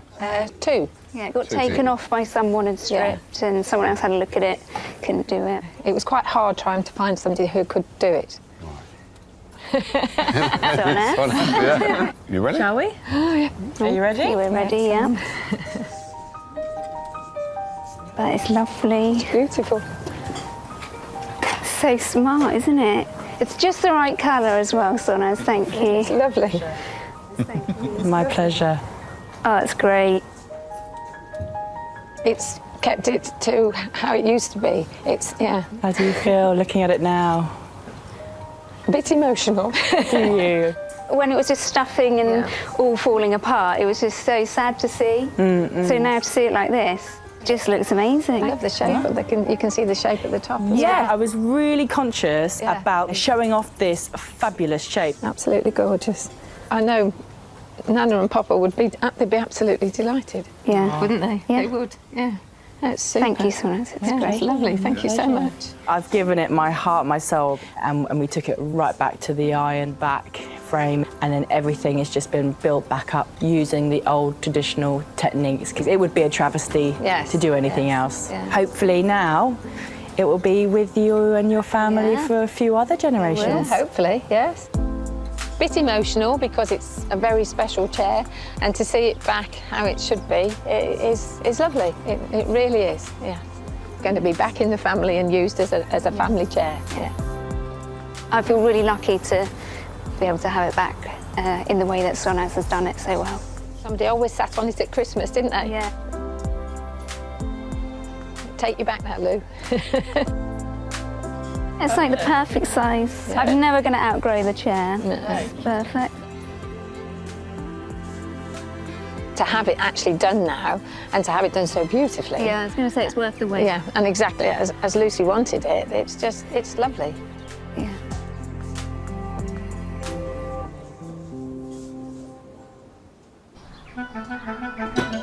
As the restored nursery chair is transported home, Lucia has just completed the restoration of the sporting portrait.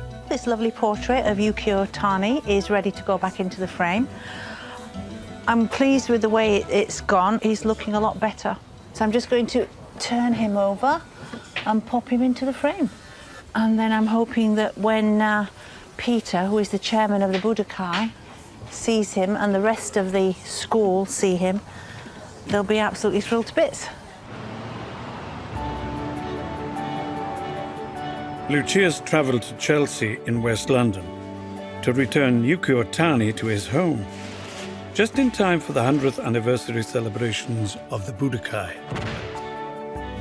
Well, we're very excited today. The portrait's come back, and you'll see what the transformation looks like. Good morning, Lucia. Welcome to the Budokai. It's part of our heritage, and with the centenary coming up, we wait with bated breath.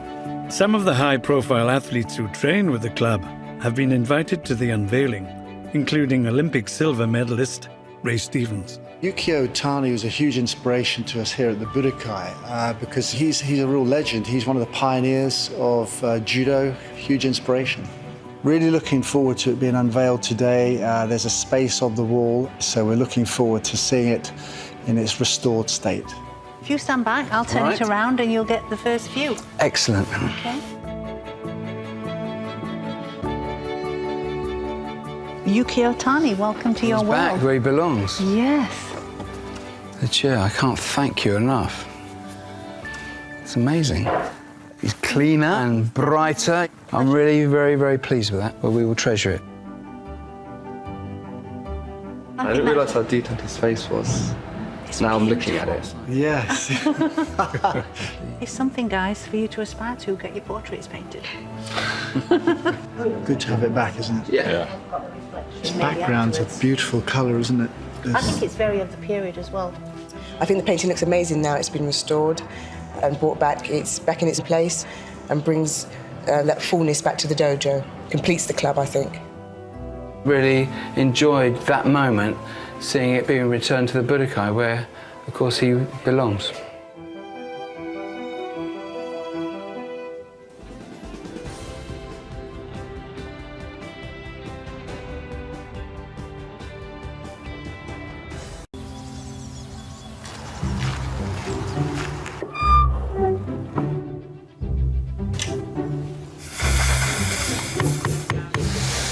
In the repair shop today. Where do you think it is now? I don't want to say. You've got to keep this clean, Steve, yeah? A team effort to repair an Art Deco treasure. Come on, man. I'm going to break this string. You're pulling hard? I'm pulling proper hard, mate. And Will wins plaudits for his latest project. Will, I knew you were good, but this is marvellous. But first, Kate Franklin from Eastbourne needs help with a cherished possession. Hello. Hello. How we doing? Oh, all right. Oh, what is? Oh, this is glass. Matt, when you're ready, sir. Oh. Stained glass master craftsman Matt Nichols has worked on many historic British buildings, including the Houses of Parliament. Yeah, like that. What a beautiful window. What's the story behind this one? This is something my mother gave me. It was found by her in the backyard of the shop that she worked in Worthing. I've always had a passionate interest in nature and wildlife. And I think it was just something that was so unique that she instantly knew that I would be really interested in it. And we've loved it ever since. You know, she's gone now. Right. But it means a lot to me in that sense. It is really unique. I mean, sometimes you see pieces that have got one or two bits of kind of painted glass in it with just kind of so these animals. are painted. These panels are painted. Yes. Painted, Yeah. I love the images. They're fantastic. Really beautiful illustrations. Really playful. They You kind are, of aren't they? skip around it, don't you? I don't know how old it's likely to be. Well, it would Put any be, sort of date on it. I would say it's late Victorian. Really? That kind of era. I wonder if it could have almost been done for children. Kind of feels a bit like Alice in Wonderland. You've got a bit of Beatrix Potter in there. Yeah. It's nice. Yes. So where does this live at home? Do you have this on display? It's on the wall at the bottom of the stairs, and we love it. My husband was able to sort of frame it up carefully. So, Kate, what would you like us to do? Well, the main thing I would like is to see if we could get this repaired. I'm getting really worried about you keep going over that with you. Don't cut yourself. Right. Right, so we want that bit fixed. There are quite a few little bits broken and cracked. I think we can maybe paint that bit and put it back together. You fire it in the kiln once you've Fire painted it in the kiln? Yep. God blimey. All right. So it's a big job then? Well, a big job for a little piece. Yeah. Yeah. It would be lovely to be able to look at it and in its complete state, really, having the light shining through it, which we've never been able to do because it's in quite a fragile state. Leave it with us, get Matt on the case. Once it's fully restored and hopefully some light shining through it, we'll get back in contact with you, OK? Thank All you, right? Jay. You take care now. Thank you, Matt. Okay. Bye-bye. Bye-bye now.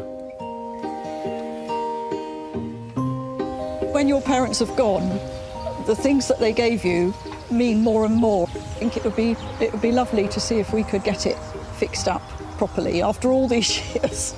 It's just something exceptional and unique, really. Wow, careful with that. Yeah. That really is nice, isn't it? It's a shame it hasn't got light behind it. I think these will just really lift with a bit of light. Yeah, yeah. I'm really surprised, actually, they haven't taken the backing off. It's just been like that for ages. So you're going to be able to repair the green, do a little bit of painting there. I might try and paint the whole thing, see how that goes. Really? Yeah. The whole give thing? it a go. All Yeah? right. All nice. Really looking forward to seeing what's underneath. Take this back off. Matt works on a light box so that every flaw and crack is illuminated. So what I'm doing here is I'm going to make a rubbing. It's really important to make a good rubbing because when you're putting the window back together, these are the lines that you work with. While work gets underway inside, outside, another member of the repair shop team is awaiting the arrival of his next project.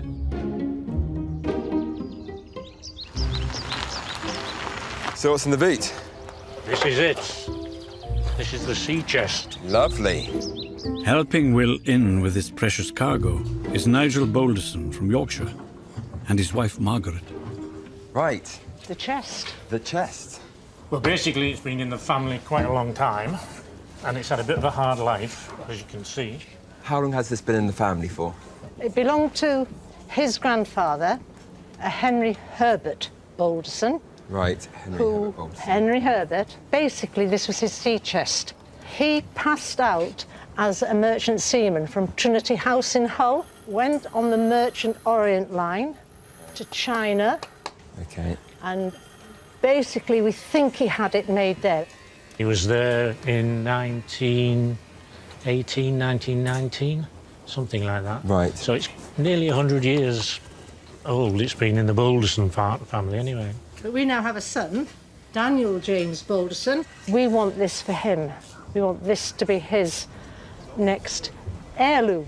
So what is missing? Is there anything missing? Is there anything in the inside? Just those little orange plugs. Do you know why they're painted? That has been screwed on there at some point. So obviously the top had been glued in the beginning because you wouldn't be able to get one board big enough, and that has split. And in order to keep them together, somebody has put supports on the inside, and they filled over the top, and they've sort of made it a bit of a feature with a bit of orange. That would make the most amount of sense. What would this mean to you to have this restored? Well, it enables it to keep going on and on through the family. It's most important for the son. It'd be a treasure to have that restored and in a shape to pass on to him. No pressure.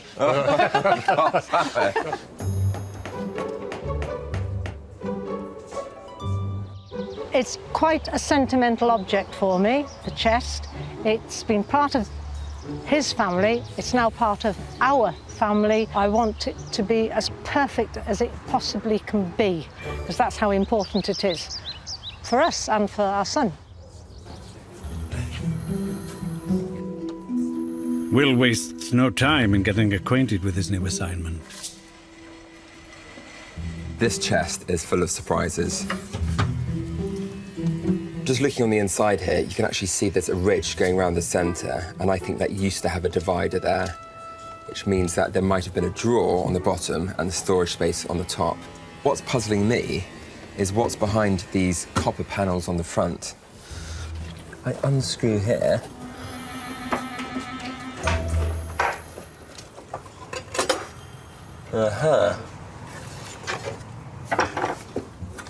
That's really interesting. That looks like it used to have a handle. If this is the hole for a handle, then it's more likely this used to be a drawer. Hold on a second.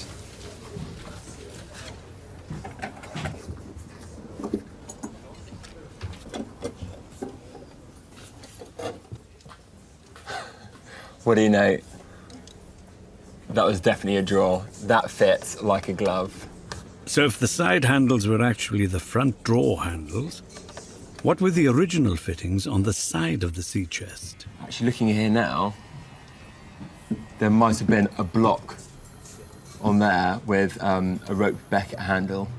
So there's a possibility that would have had a rope handle, and these were on the front.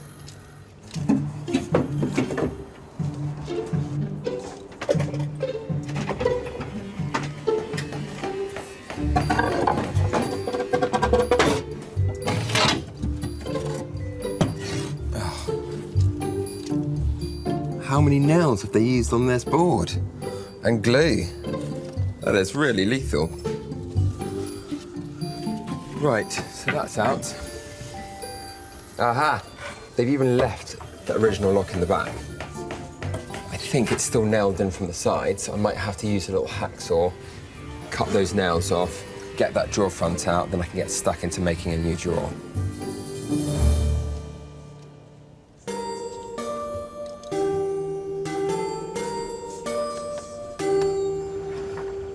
There's more deconstruction happening outside on the Victorian stained glass panel. Matt's breaking the window down into its individual panes, and that means removing all the original leading. You do worry sometimes because you're dealing with these, and obviously if you just get a tiny little nip into the edge of the glass, then that's going to cause it all to crack. So you do have to be really careful. Using the rubbing as a template, he must place all 81 fragile panes of glass in the correct position, like a stained glass jigsaw. You can really notice the amount of cracks in the inner border here, and this is one of the ones that's worst affected by kind of old age and just general cracking.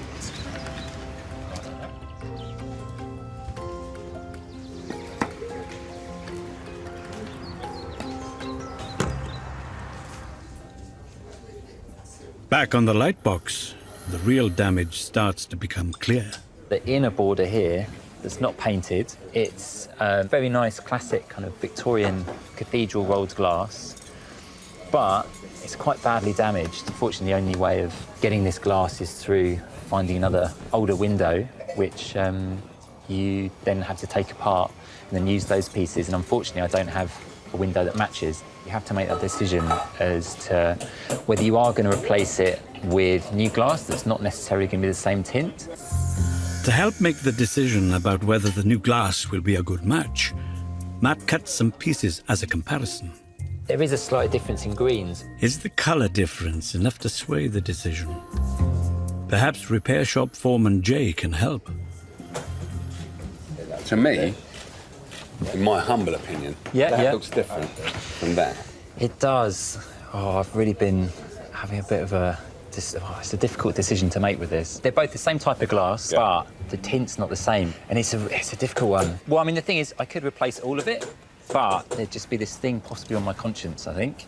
That's what I like to wear. I do like this colour. You're the specialist, and in my humble opinion... Yeah. No, yes. Yeah. OK. If I could just leave you with that. No, yes. Entirely up to me. Thanks, Jay. Decision is to keep the old glass. It's important for the integrity of the window to have it there. There are unfortunately going to be a lot of extra lead lines in the inner border, but as it's a border and it's there to frame the rest of the window, hopefully just a few extra lead lines aren't really going to make too much difference. Matt may be moving ahead with his repair, but new items are arriving every day. Hello. Hello, ladies. Hello. How are we doing? Trisha Roussel-Weeks and her husband Julius are next in line. Ready and waiting are clockmaker Steve and ceramics expert Kirsten, who will be joining forces on this latest assignment. Right, what have we got here? We have a rather elderly lady. She's an Art Deco lamp, and she broke her leg. Oh, I know I see broken things all the time, but I feel for you. It's so upsetting, isn't it? I would have thought a lot of these lamps break at this point because it's very vulnerable, isn't it? So tell me, how did you break it? She was knocked off the bookshelf by me. You must have been devastated. I was really, really very sad. Oh. That's not the original shade. The original one was a golden flame. How old is the lamp? Well, she was a wedding present to my parents, and then she sat on a newel post in their house. I remember from when I was 4, halfway up the stairs, and she was the first thing that you saw when you came into the house. Lovely. When they died and I sold the house, she came with me and has been alit and standing ever since. And we're missing her at the moment, aren't we? When I used to take my children to stay with their grandparents in the summer, they enjoyed going to Scotland because they could always see the lady, and she had no clothes on. So it'll be a part of their life as well? It will, yes. It will go to one of them or the grandson. She's been part of my life since I was 4, and it would be great to have her back if you could mend her. What a lovely story. It is a good story. I love the fact that she's just been lit for years and years. When she fell off the bookcase, Julius knows how I felt about it, don't you, love? Well, I was there when it happened, and nobody else can tell just how heartbroken Tricia was. It would be just amazing to see her back in place with her lamp on. That looks quite tricky to me. You've got an awful lot of weight on a very small... It is very, very heavy. Yes, goodness. Certainly, welding is out of the question. Okay. And then the problem with rewiring is getting the wire all the way up the tube that goes all the way up her body and down her arm here. That could be quite difficult. Yeah, absolutely. Kirsten's skills will be called upon to work on the lamp too. But first, it's over to Steve to reinforce the broken leg.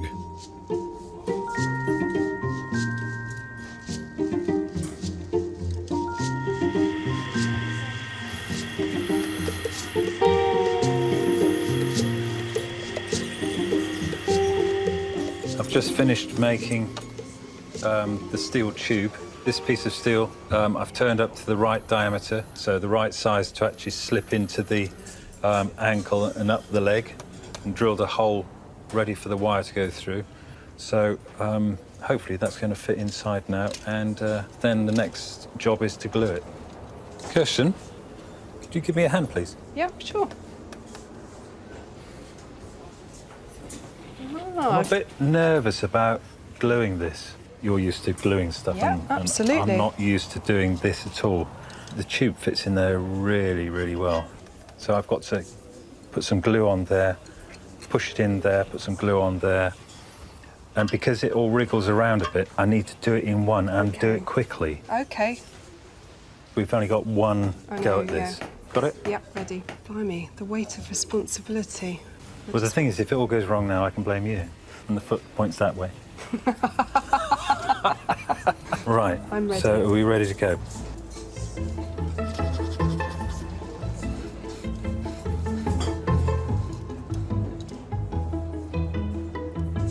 Yeah, OK. I'm sure you'll do an amazing job with it. I have huge, huge trust in you. You got Right, yeah. Foot round the right way. I think that's fine.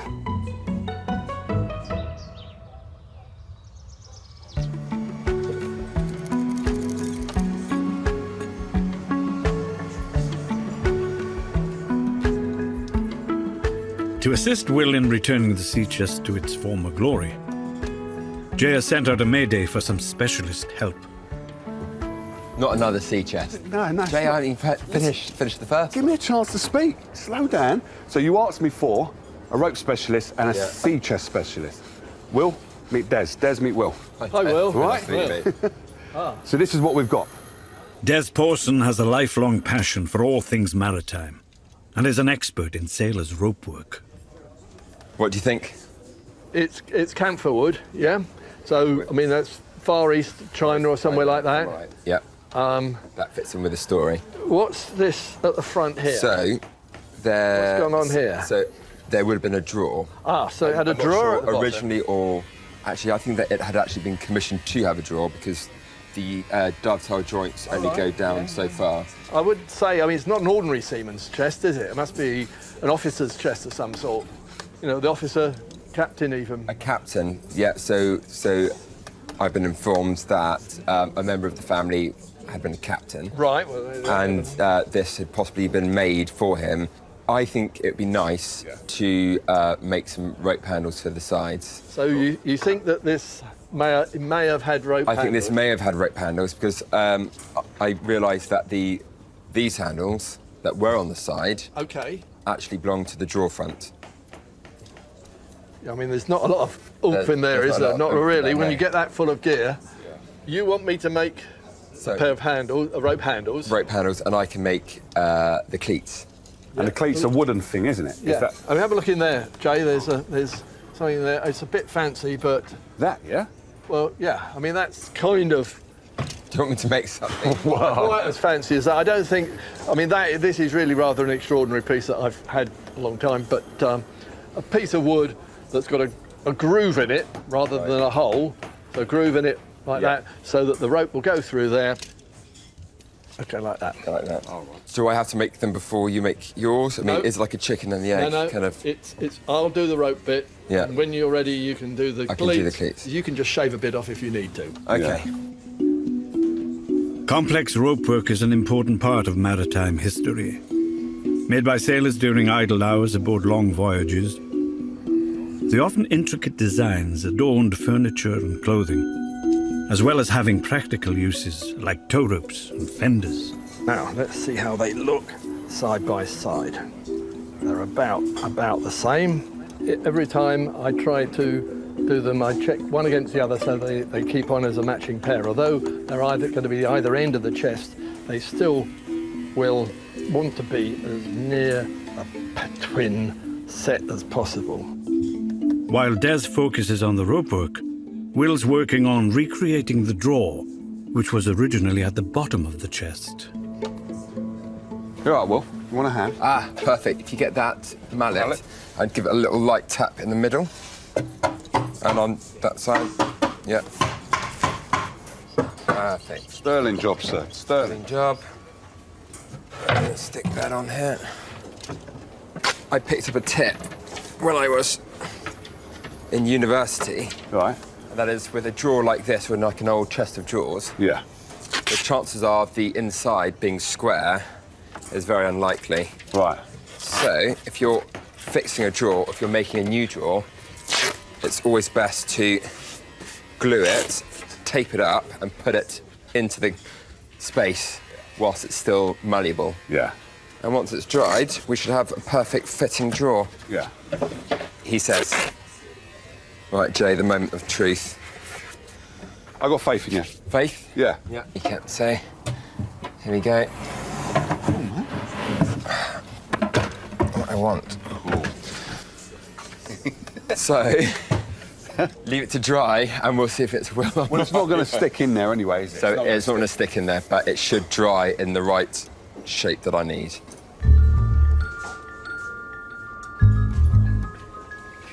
How are you getting on? Well, virtually finished. Virtually finished. I just got the ends to trim. Virtually finished? Yeah, yeah. So, I mean, they'll just fit here. So there's the cleat goes on here. You've done a great job. I have a very slight confession to make. And? I haven't actually made the cleats yet. But... Yeah, at least my rope handles are there for you to make the cleats. So the whole chicken and the egg thing, you've got the egg, I'm going to go and be a... Chicken maker. A chicken maker. A chicken maker. Yeah. Brilliant.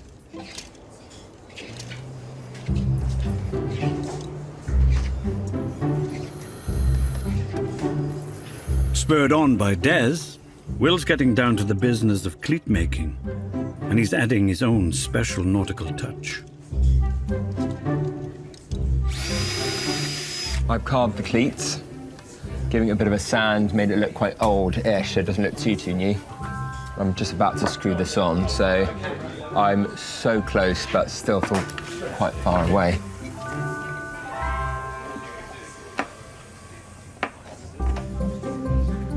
Stained glass expert Matt has reached a challenging point in his project, replacing the glass portrait of the fish by painting an exact replica. So what I'm doing now is mixing the paint. Different mixes can involve different oils. This is powder paint, and I've mixed this with gum arabic and water. You can use vinegar.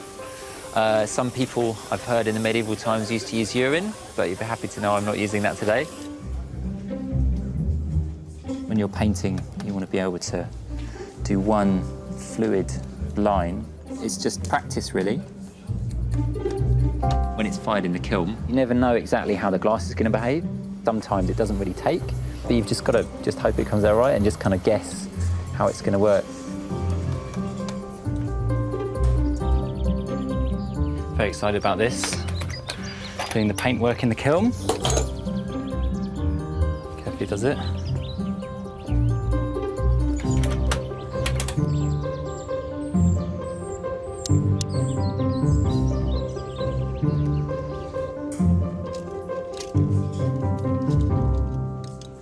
You never know exactly how it's going to come out. So fingers crossed it's going to be all right. Just give it a quick wipe. Ooh, it's lovely. Looking great. I'll pop that on the window. You've done it? I have indeed. Yeah. So... Oh, well done. Yeah. But I'm not actually going to use the whole thing. I've decided that I'm going to just replace this piece rather than the whole lot. You're going to basically cut that small section and put it into there. I'm indeed, yeah. Sounds a bit crazy, doesn't it? Well, I sort of understand that, but you're keeping the integrity of the whole thing. Well, that's the thing. But you're going to cut that section out, because I know how glass is difficult to cut. I'm going to have to risk it. I'm gobsmacked you're going to do that. So what happens if you're cutting this and it suddenly goes the wrong way and... Well, hopefully that won't happen. Hopefully that won't happen. Well, good luck. Thanks, Steve. So what I've carefully done is I've drawn here exactly where to cut, so I'm going to give it a go.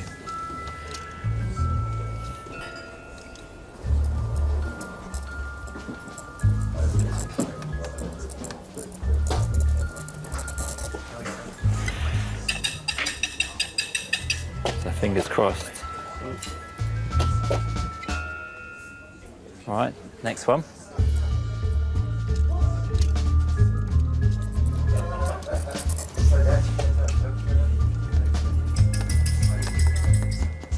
Fingers crossed. Again. Bit, and I'm just going to use these to help me break it on there. There we go. Final little bit to go.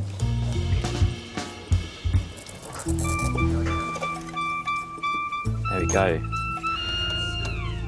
Let's have a look. Fingers crossed. It's pretty good.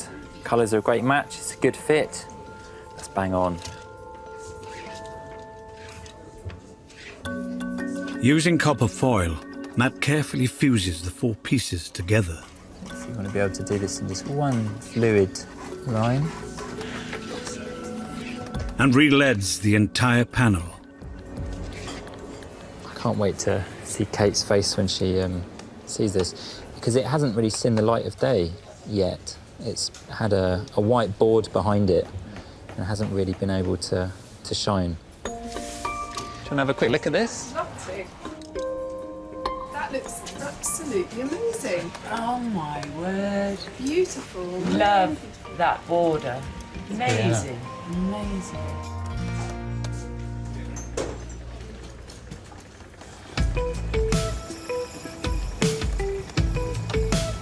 Across the workshop, another repair is making good progress. This really fixed very, very well. I'm very pleased. There's only a small crack there now. Yeah, I saw that. It's going to be quite tricky with this sort of patiner, I think. But yeah, I'll certainly give it a go. The big challenge of any repair is making it invisible.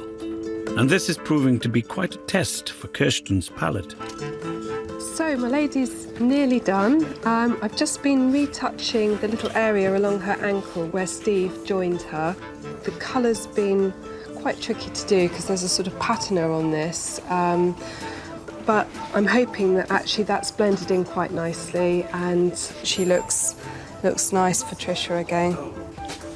There she is. What do you think? Oh, fantastic. Is that okay? Yeah. Oh, that's brilliant. Thank you. You're welcome.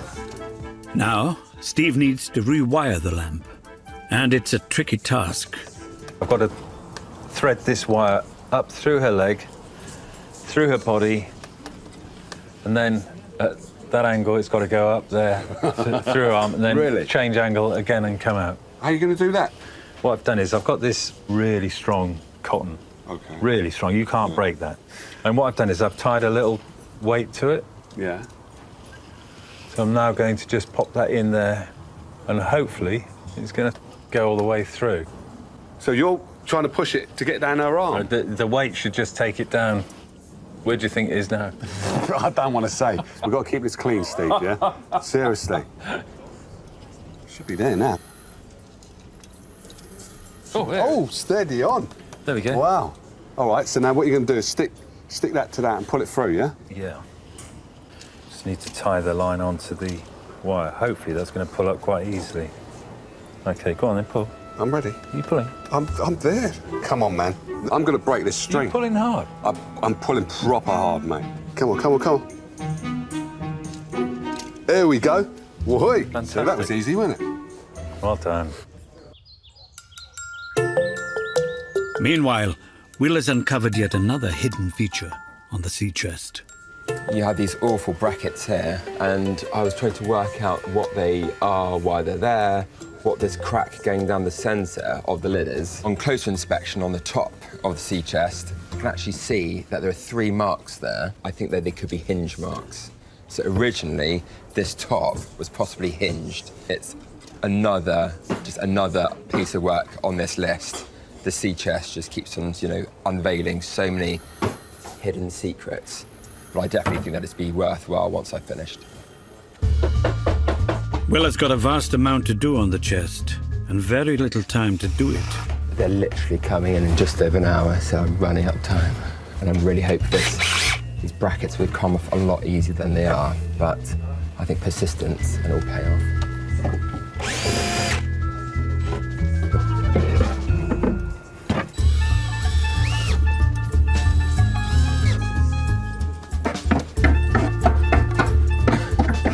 I do know how to use a file, but I'm just trying to make it look old. So I do know that's how you file. This is just a bit of aging.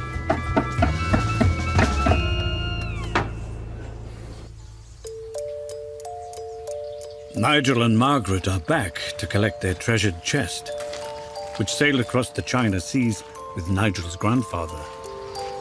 I must say I'm feeling a bit nervous this time. I think it's nervous excitement. Years and years of not being loved. It needed TLC, tender loving care. It's something that will hand down to our son, and that will be 4 generations of Baldersons who will have owned the sea chest. You all right? Nice to see you again. Nice to see you again. And you. Nice to see you. Nice to see you. You haven't seen it yet, and you give him a hug. So what are you expecting to see underneath here? I'm expecting to see something which was past its best, being brought back to its former glory. Get a shot? Come on, I'll let you take it. OK. Oh, my goodness. Wow. Oh. Will, I knew you were good, but this is marvellous. When we last looked at the lid, there were wooden brackets on the inside with the orange bits and everything else. But there was this line going across here and these holes and everything else. So I realised that actually hinges used to go in there. OK. So you could actually open it like this. Oh, wow. Wow. Wow, look at that. You've This got is all stunning, the man. grains come out and everything. I think you notice that there's actually used to be just one big empty space, whereas now you've got this here. Something underneath. In the drawer? I'll let you open up the drawer. Can I? Drawer is the one. If there is a drawer. Yeah. Da-dun, da-dun. Oh, yes, yes, yes. And I've actually used near enough all the wood that was actually inside there to make the new drawer. Where did you find the pattern, the ideas for these? Well, the handles, that was interesting as well. So we actually had an expert come in. His name was Des. And Des has been making ropes for over 60 years. And he made these rope handles. You made the ropes? He made the rope handles, which are called beckets. And I made the wooden part called a cleat. What did you think? Oh, I think it's absolutely stunning. Yeah, stunning. I don't know if you noticed on the top something that wasn't actually there in the beginning, but it's just an added touch. The initials. Henry, Herbert, Balderson. So your son's going to get this chest He's now? going to have this. After He a while, wants we're it. going to keep it for a while. So has Will done the family proud then? Absolutely. Henry Herbert would be thrilled to bits. It's something that's, was part of him, and it's still carrying on. And it's How still good is that? It's brilliant, and it's Yeah. still within the family as well.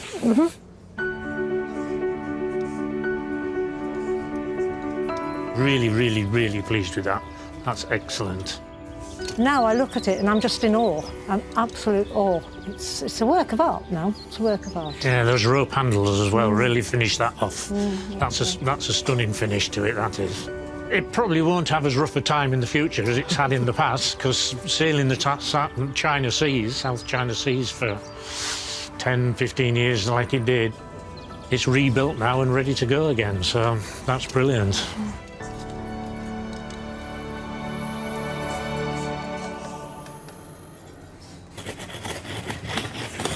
Stained glass expert Matt has been painstakingly repairing a Victorian painted window panel, but needs help with the wooden frame. Matt, you've done a great job with that. Oh, thanks so much, Rob. If they hang it up against the window, then this side here is going to be visible from the outside. So I was wondering if you'd be able to sand that down, stain it. It'd be nice to have the back looking just as good as the front. Yeah. If you take the glass for now, so I can get sanding, and then I'll give you a shout for the glass. Great. All right, brilliant. thanks, Rob.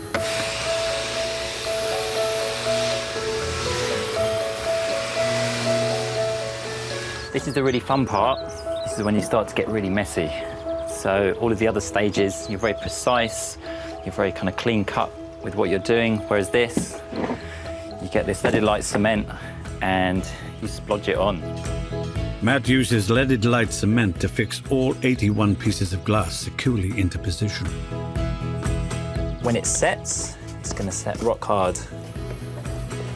And what this is doing is this is drawing the moisture up.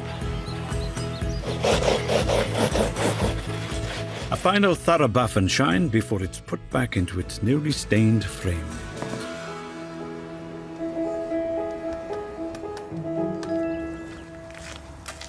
Time for Kate to be reunited with the painted glass window panel that her late mother salvaged for her. Feeling a little bit nervous, a little bit excited, and looking forward to seeing the window again. I'm thinking about my mum. Before, one of the illustrations had some substantial damage to it. It's had a backing on it all these years and a frame which we put it in to stabilise it. So we've never actually had it displayed with the light coming through it.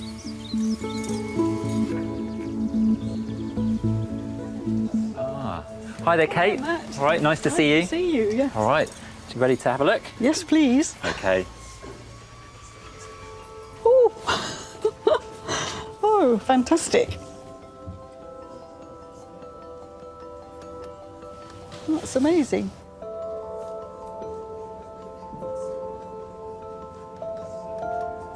The more you look at them, the more things you see.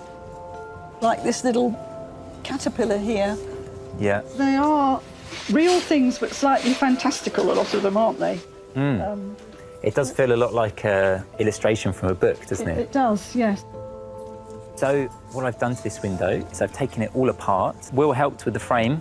It's really nicely polished. Oh yes. As well. It's looking very smart. Yeah, it's looking really nice, isn't it? Lovely, isn't it? Yeah, it's great. It's done a really good job. I can't believe that you had a board behind there for so long. Yeah. Yeah. It was actually back to front. This is the front side, and it was originally actually the other way round. So we've had it the wrong way round all these years. You have, yeah. It's really nice that you kept this original panel rather than replacing it completely. That's amazing.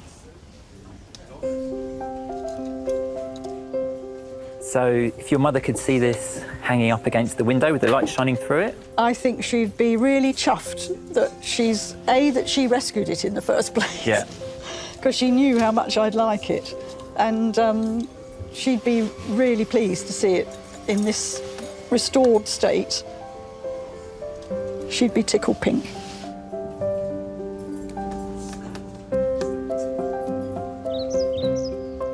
And I'm just been fascinated by the process, and it's a shame my mum couldn't be here to see it.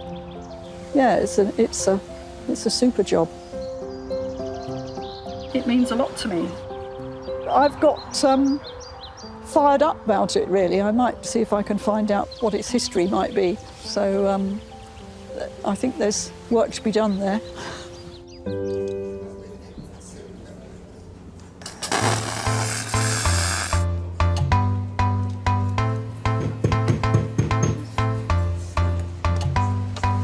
With the owners due back to collect the Art Deco lamp, Jay's checking the repair is running to plan. This is the glass cover for the sort of deco lady lamp. This wasn't the original cover. And Trish showed us some photographs, and the original one was actually this sort of yellow colour. Oh, was it? So we thought it would be a nice touch if we could actually give it back to her. That is a nice touch. So this is all dried up and everything's ready to rock and roll? Yeah, it's all done, actually. So I can take this over to Steve now? Yeah, thank you. All right. Cheers, then, Joe. Look what I got, Steve. That looks really good. Yeah? That looks absolutely fantastic. This is meant to be like a flame, so Yeah. she's holding a flame up. Yeah. A bit like the Olympic torch. Then. Yeah, exactly, yeah.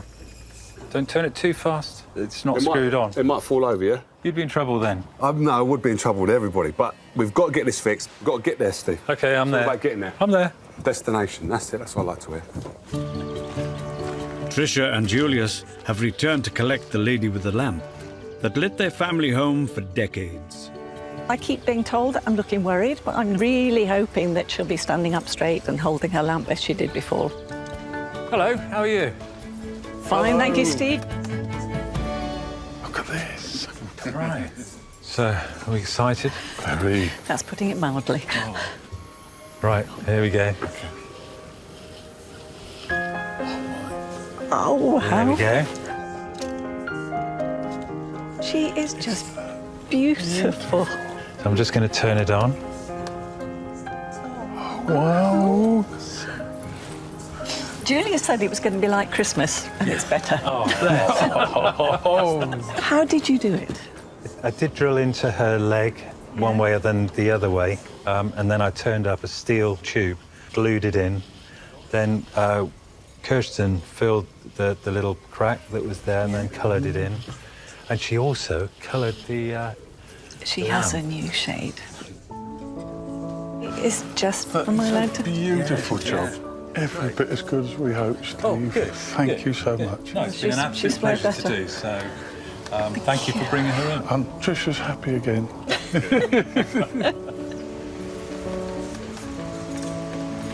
It was like Christmas morning. She is just beautiful. And the shade was white. It's now a beautiful golden colour, which actually enhances the bronze. So all in all, she's pretty perfect. She is a part of my childhood. She's a part of my life with my parents before I left home. And she continued my relationship with them after they were gone. So she's very much part of my life, Julius's life, and will be my children's life one day.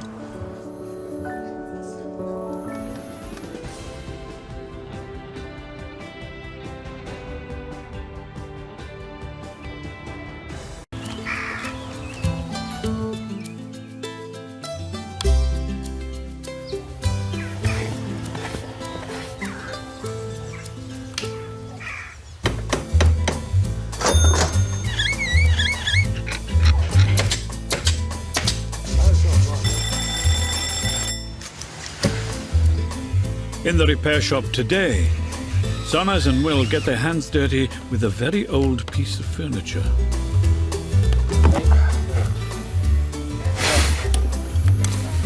While silversmith Brenton tackles a tricky fix, two metal ladies destroyed in a World War II air raid. They're made of spelter. It is very fragile, and they're certainly not built to be bombed, I'm afraid.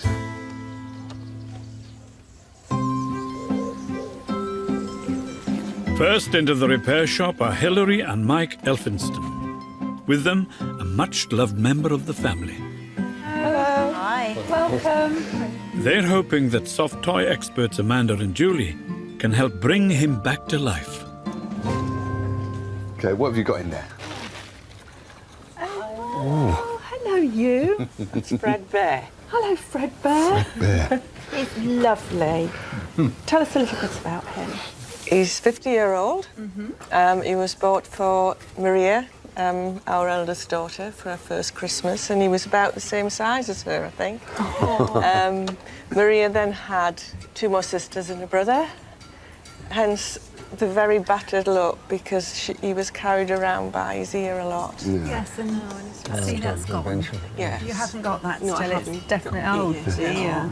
But Maria's emigrated to Australia now. Okay, and she didn't take him. She couldn't take him because he's full of straw. So customs won't allow Fred Won't allow Fred in. Might be contaminated. To prevent the introduction of pests and diseases, Australian customs has strict rules about importing plant materials, which includes Maria's bear, Fred, and his wood fibre stuffing. Since then, one of her daughters, Lauren, has had a little boy, Elijah James. Congratulations. And I would really love him to belong to Elijah now, because he's part of our lives. Part of the family. I know it sounds Family a bit, history. Sounds a bit corny, doesn't it? Really? No, it doesn't. No, it doesn't. Not It doesn't. So it's getting him out there. It's getting him out to Australia. Yeah. So where did you buy Fred, or where did you get him originally? I bought him from the Co-op in Chesterfield. And I think I paid a ridiculous amount, like £5, which was an awful lot of money in those days. A good quality bear. Yeah. He's a German bear. Oh, is he? Yes, he is, by a company known as Schuko. The Schuko company are better known for making miniatures and things like that, so it's quite nice to see one of these bigger bears. He does growl. Does he still? Well, You've got to have the knack. Clearly I have.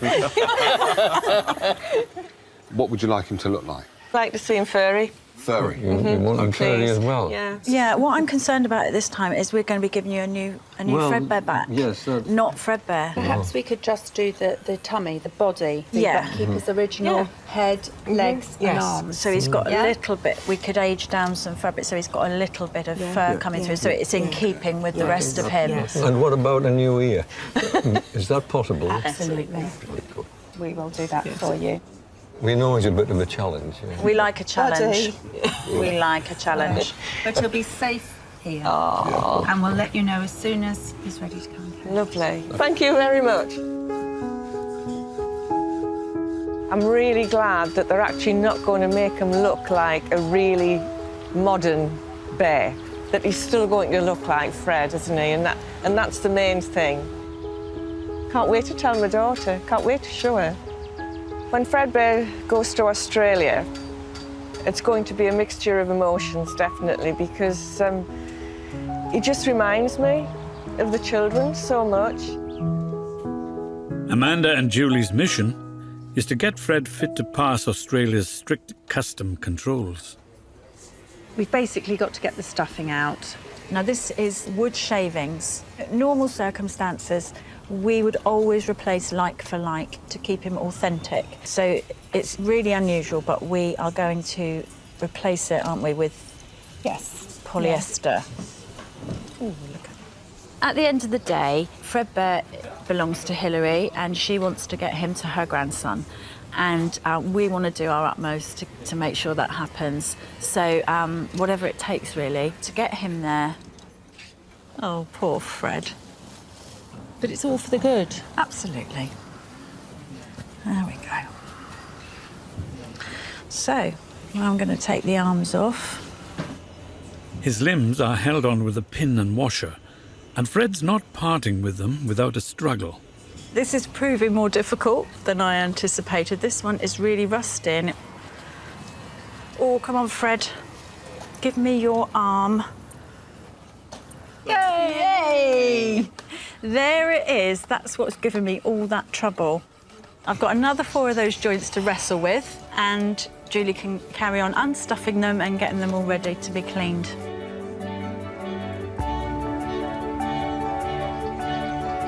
Many items that arrive at the workshop have been passed down through generations of the same family.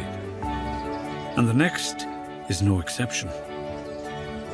Hi, how are you? I'm Sanaz.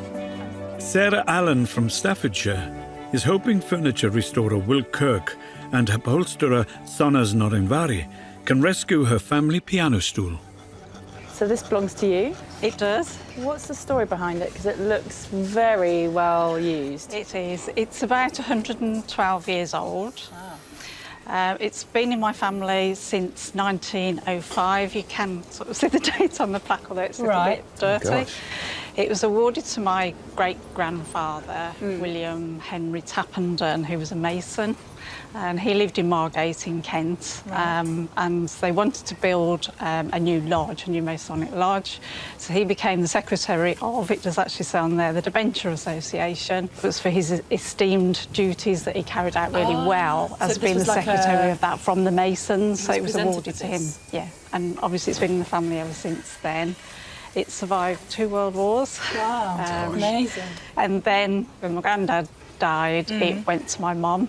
So then they gave them to me. So I've had it for at least 20 years. Wow. Is it used today at home? Occasionally. Okay. But unfortunately I don't play, so... Are there any budding pianists? My son does. He'd play the piano, and my sister used to play as well. So And they use the stool? Yes. Oh, lovely. It does look as though it has had... It has. A really hard life. I mean, have you ever had it reupholstered or restored before, or is this exactly how you've had it? And this is how you remember it? Yes. It looks as though that there was some carving. Yes. Carving. This is being Will's department. Yeah, so you're missing some carving there, aren't you? Yes. Broken there. And is that missing underneath there as well? So was this broken when this came into your... I don't remember having the carving on there. Would you like to see it in the same fabric again, as you know it? I did speak to my mum, she's 84, and I said, about changing the upholstery. She did say it would be nice to see it just as it was, really. Yeah, as it should be. Yeah, and for me to see the plaque cleaned up so you can actually read what's on it, really. Yeah.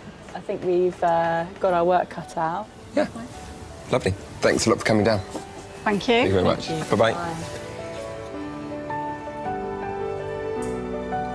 I feel quite responsible for it. It's been in the family 112 years. Quite emotional to see somebody else walk away with it and to leave it here and go home without it. My mum's really quite excited about getting it repaired. Then she'll know as well that it will be able to then carry on down the family for however long, another 112 years. Lots of work to be done. Lots of work to be done. Somehow I feel like I've got the most amount of work. I agree. Do you? Yes. Okay, fine. Yeah, but I have got no idea how to take the seat base out. It looks like it's dropped in, but it's a bit tight, so whether there's a hidden screw up underneath it or not, I don't know. Shall I take it to your bench? Yes, please. First job, prizing out a seat pad which has lain undisturbed for several decades. I think it might be glued in there. What's this? It's The sharp stick you're waving around. Sorry, it's my regulator. Your regulator. I've used it to sort of pry this Pry up that a little up, bit. okay. If you go that end, Should I use something like that? yeah, and I'll go this end.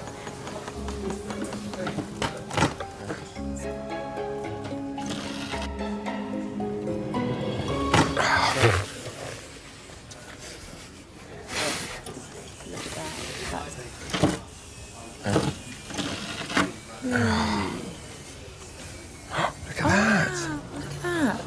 Oh, so it must be the original green colour there then. Yeah. That's really nice. So are you going to try to replace that back to that original green as opposed to the bleached out yellowy green? Yeah, definitely. I'll let you get on with Stripping this back. stripping that back. Okay. I'll be careful not to breathe it in. Yeah, don't breathe it in, whatever you do.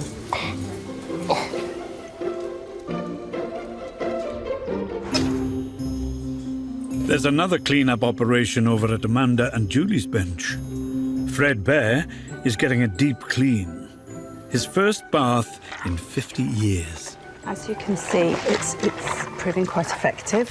I will continue to do this, changing the water and adding new soap until the water runs clear. That's lovely. That is such a good feeling. All those years of dirt, and I'm sure I haven't finished yet. I'll fill it up again and see how much we can get out with the second wash. While Julie carries on with Fred's shampoo, Amanda sets about restoring the other careworn parts. So here's my lovely piece of mohair. We're going to use this piece to make Fred Bear's tummy. it's not the right colour. So we're going to have to age it down, colour it and make it look like it's part of Fredbear. So the first part of the process will be to get some colour into it. I'm making myself a nice strong brew of tea here. I'm going to put 4 tea bags in initially and just let them brew in this boiling water. If my tea doesn't get me quite the right tone, my next step would be coffee, because that tends to be a slightly different tone and slightly darker. But I think for Fred, tea is going to be the one. Mohair is an extremely expensive fabric. This stuff comes in at about £120 a metre, and I'm just about to plop it in tea. Wish me luck.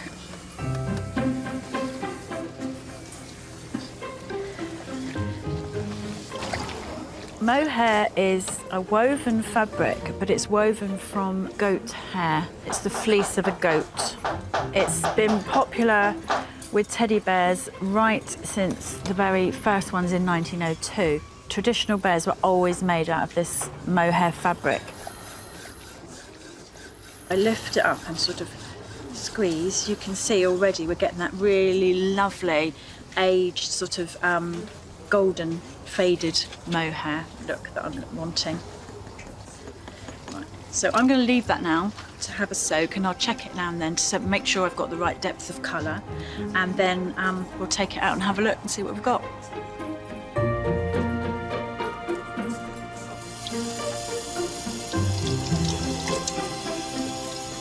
Feeling quite pleased with that, actually. It's looking really good. I will check before I go to the next stage, but yeah, I think we got it first time. Brilliant.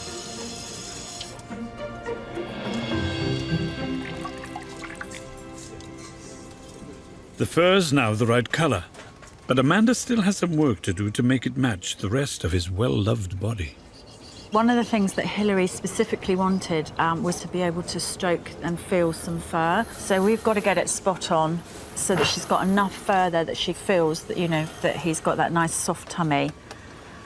But it's also got to be in keeping with the rest of him. The first thing I will do is shave that bit of his tummy.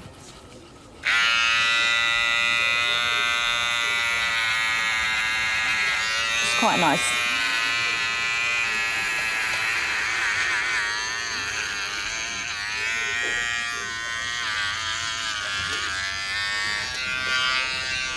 It is quite sad to see such a beautiful piece of mohair being treated like this, but he needs to look good. I feel it's quite artistic, actually, getting the right balance and getting it right, and it's literally doing it by eye, just looking, but you can see already I've started to thin out some areas there. Chest hair suitably trimmed and ruffled, Fred can now be pieced back together. We can see that he's starting to take shape now, and we can kind of see where we're going with him. So, yeah, I'm really pleased with the progress. Mm. And you've already done his ears? Yeah. I was. He only had one ear when he came in, so I split that ear and used a bit of the tummy that he no longer needs to make backs for the ears. So fantastic. So we he's used got two original for his ears. Yes. Just a bit of a sort of skin transplant. Absolutely, yeah. Moved it from one area to another. Perfect. Now, the most important job. To get Fred through customs, gone is the wood fibre filling, and in goes the man-made polyester. Doing this by hand is more unusual nowadays, but the good thing about packing it in tightly is that it's not going to move. If we fill him properly, there's nowhere for that stuffing to move to. So it's worth putting that bit of extra effort in now. And we'll have all his limbs ready to go onto his body, which is quite exciting because he'll start to look like Fredbear again.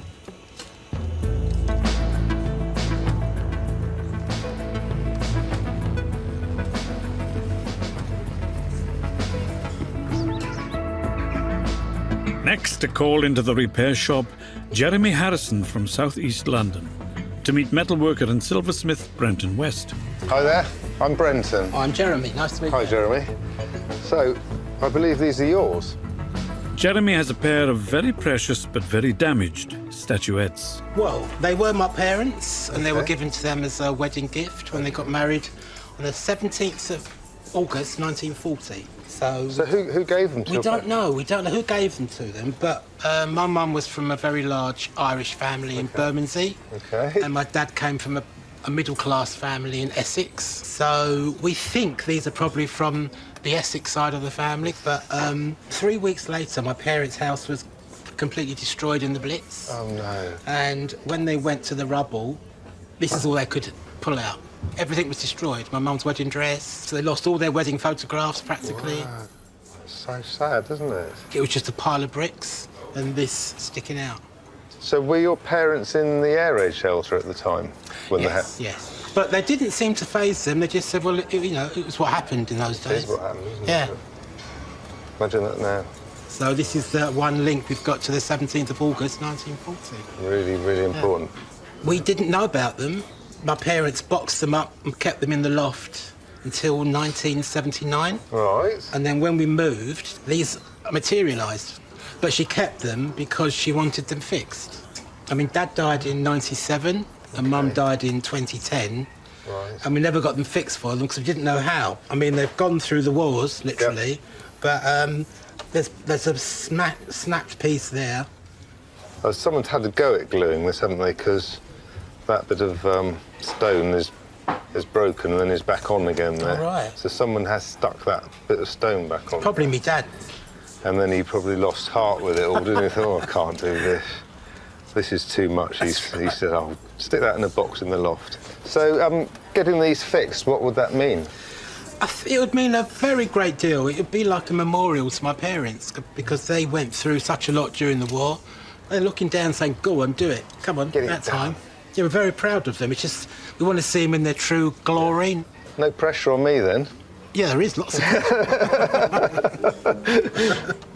Well, they're really nice items and I will do my best for you. I know you will. I've got Okay. every faith. Thank you. Thank you very much. Okay, Good luck. Okay. Bye.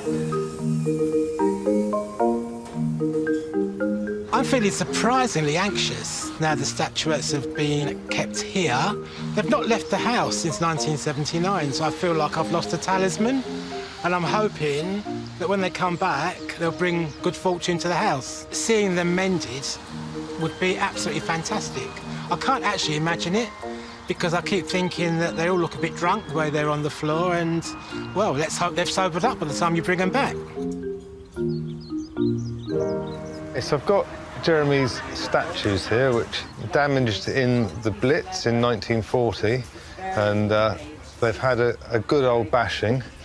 They're made of spelter, which is a zinc alloy.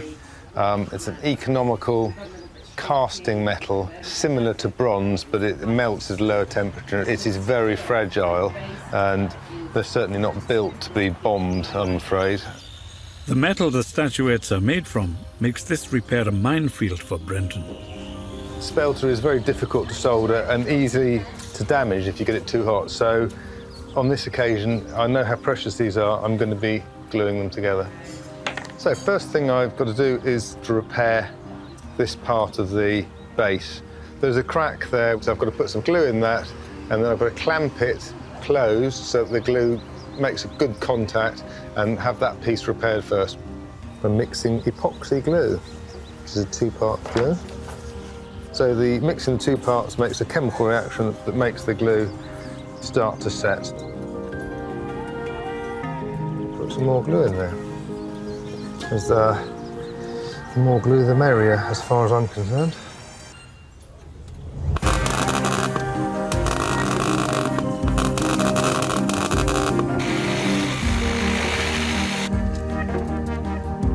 Back in the barn, Sonas and Will have divided the renovation of the 112-year-old piano stool into the upholstery and the woodwork. Jay's checking in on how the young duo are doing. What do you need the timber for?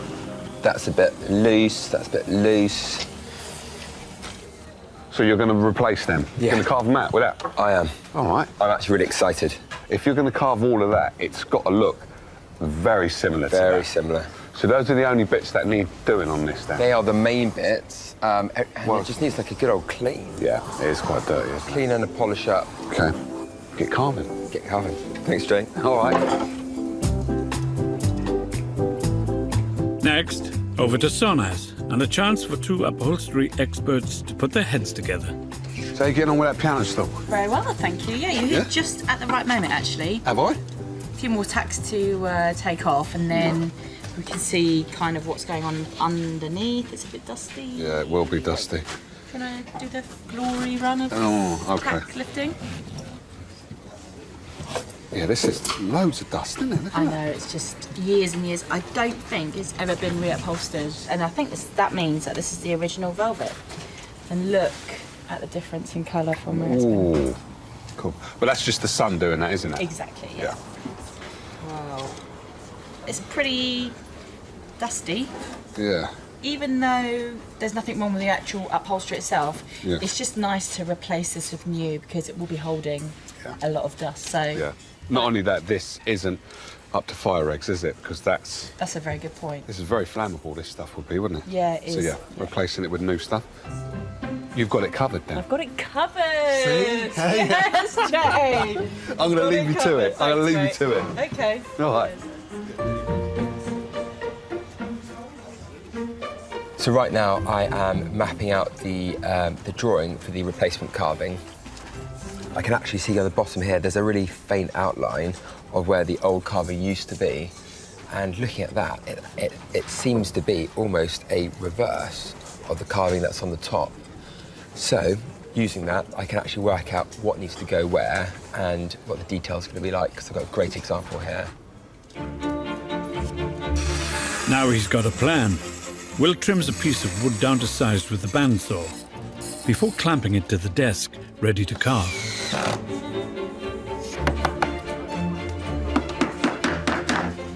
It really helps when you've got a really sharp chisel. It's almost like cutting with like a hot knife through butter. If your chisel isn't sharp, then you see that the wood begins to splinter off and crack. On the neighbouring workbench, Sonaz is beginning to build the seat pad. First thing is really to get some black wadding on this base. I need 2 layers. I think I'm going to use that as my biggest bit. This lays on here. So what I'm going to do, I'm going to pull this edge, or in upholstery it's called teasing. I'm going to tease this edge. That just gives it a much softer edge, and I can feel the difference in that already.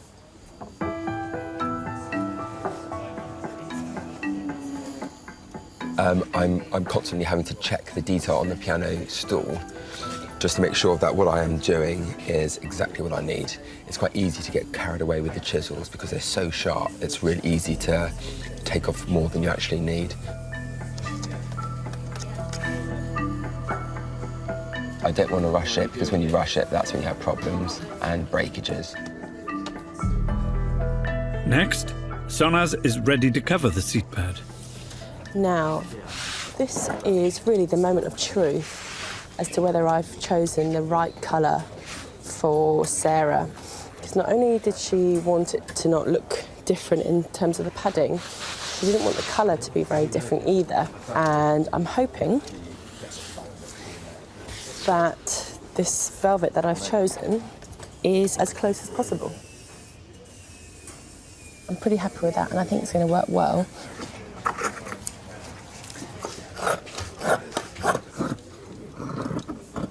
Good.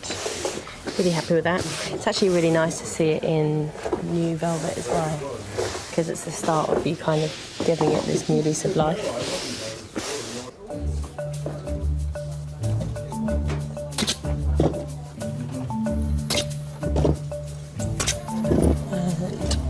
And snip into this. So really the objective with corners is to secure it so that you've got as little bulk as possible in the way. I'm going to pop a staple in there.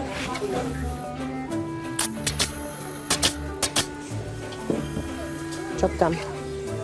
The rail's going to sit into that, lovely.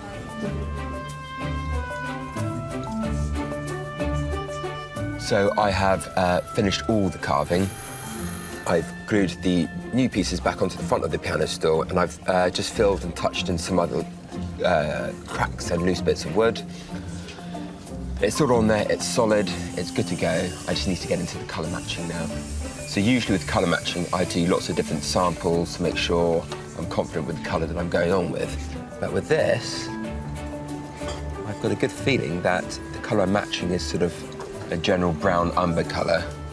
So that's what I'm using here. And with quite a thin wash, it's beginning to blend in quite well.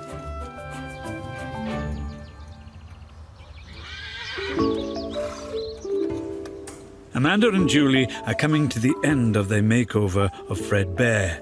He's almost ready for his trip to meet his family down under. Happy?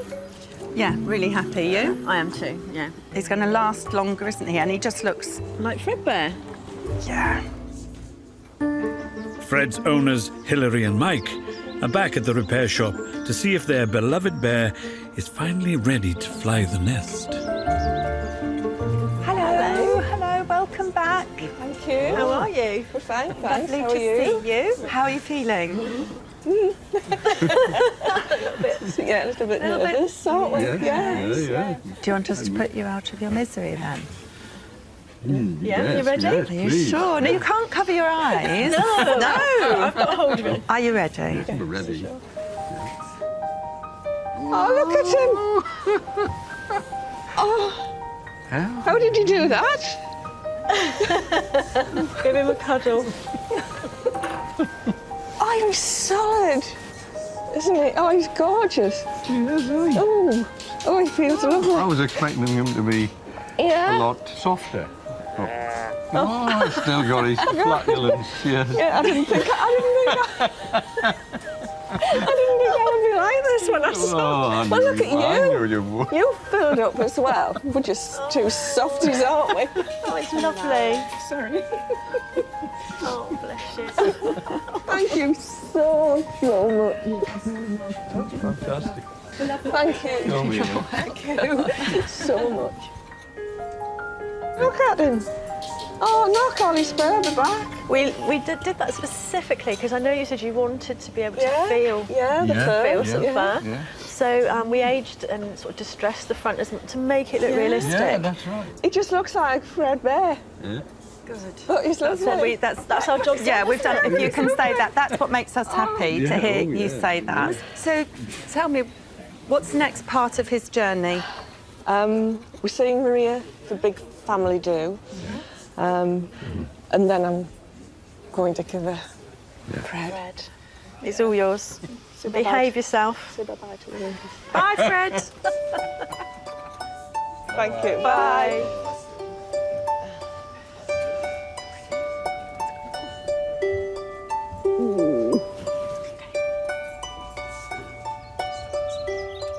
Absolutely amazed and delighted. We can't believe it. I became overwhelmed because Fred looked like Fred, and it was everything that I wanted. I just know how my daughter will feel. She will feel exactly the same. She won't look at Fred and think, what's my mother done to that bear? A few weeks later, Fred was reunited with Maria and completed his epic journey to Australia, where he met his newest owner, Hilary and Mike's great-grandson, Elijah.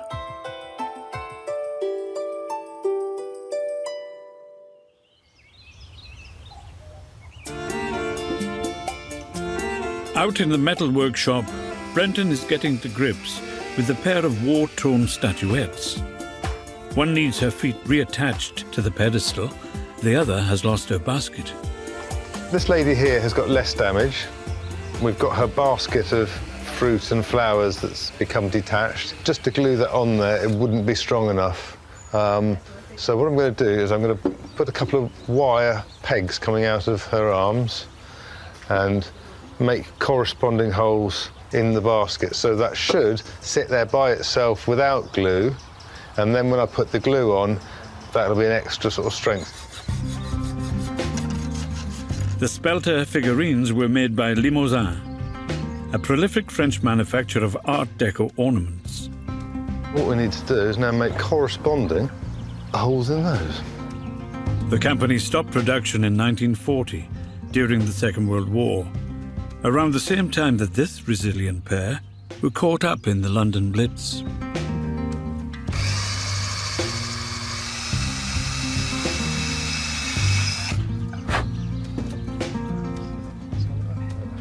That goes in that hole now, and that actually stays on there with just one pin. So when I've got the other pin in, that'll be nice and strong, and then that little bit of glue in there will make it good as new again. Now the statuettes are prepped, Brenton is giving them a final clean before fixing them back together. And Jay is lending a hand. So you've worked with spelter before? How do you know to identify that spelter? When you scratch it, which I've done behind there, in a bit you can't see, it goes silver coloured. So if I just give it a bit of a scratch, that's silver coloured. Right. If that was bronze, that would be gold coloured. Oh. They're nice things, and they deserve to be repaired nicely and looked after. So in here it's just soapy water, Just really, really mild detergent. I don't need any chemicals. The worry of putting chemicals on, this has got a patiner on it, and if I get any sort of violent chemical on there, that's going to fetch that off, and they're going to go silver. Yeah, you don't want that. And I don't want that. So we really be really gentle with them. It's quite therapeutic, actually. Yeah, it's good. Doing a bit of cleaning. Yeah, nice and quiet. Away from the barn.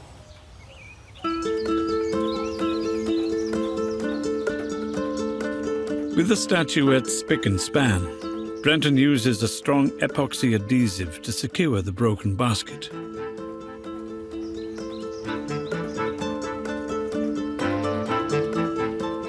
So that is in the right place.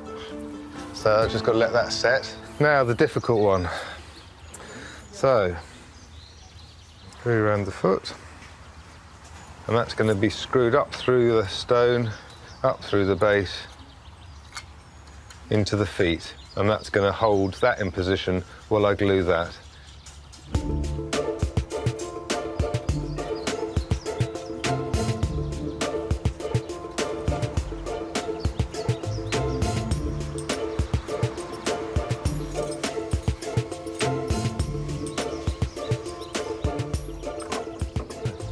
That's actually quite happy down like that, so I'm going to leave that like that, I think, to dry. And a big sign saying don't touch. And come back and we can polish them up.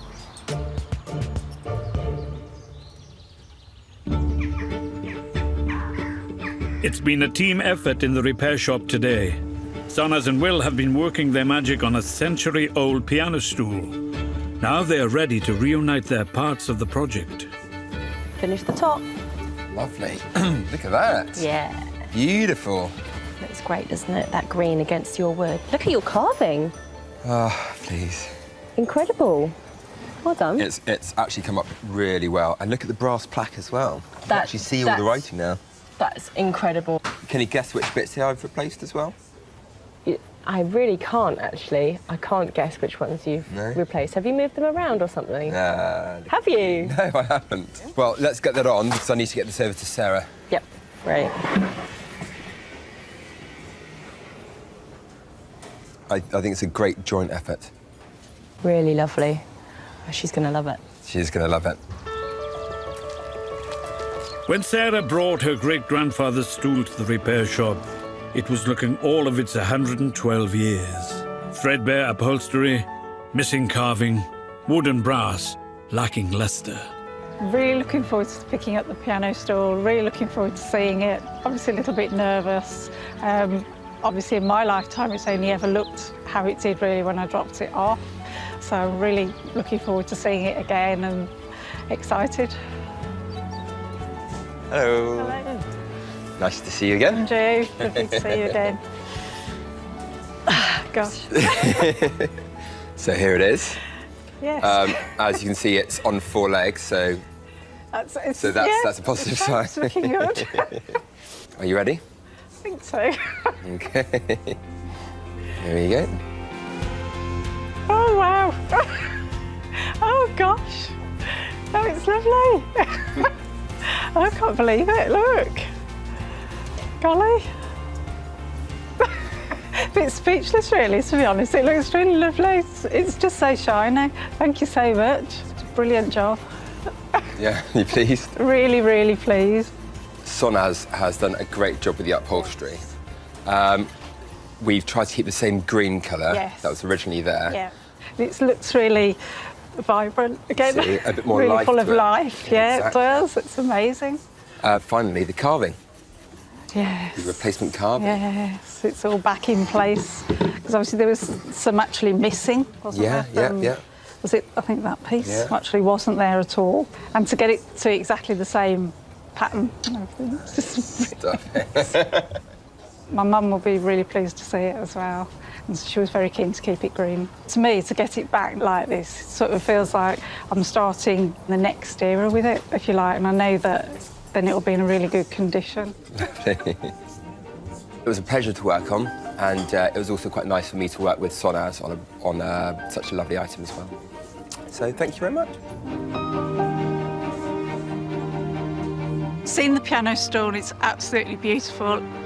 It just makes you think of all of the people, really. It's my great-grandfather's. It was given to originally, and all the things it survived, 2 world wars, come all the way through. It's always been in the family, and hopefully giving the piano stool this new boost will keep it going for another 100-odd years.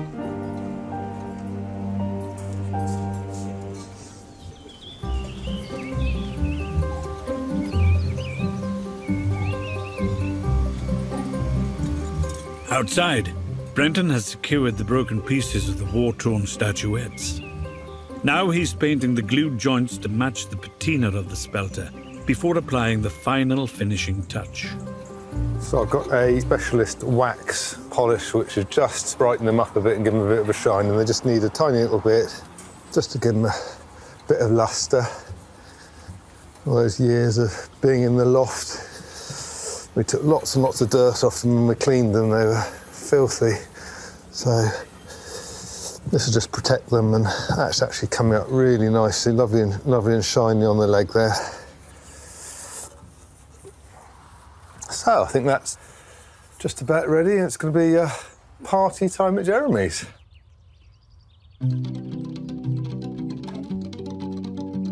Carefully wrapped, the statuettes are sent home to Lewisham, where Jeremy and his sister Liz are reminiscing about the original owners of the Art Deco figurines, their parents, Kitty and Jack.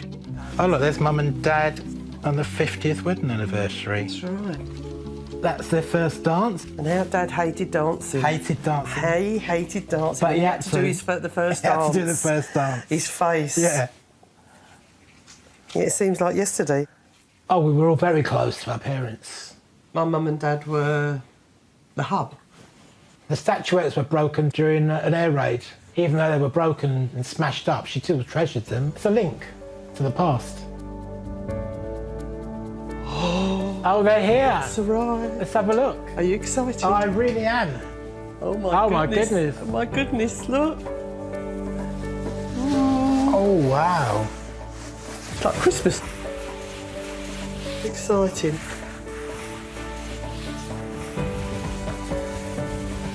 Wow.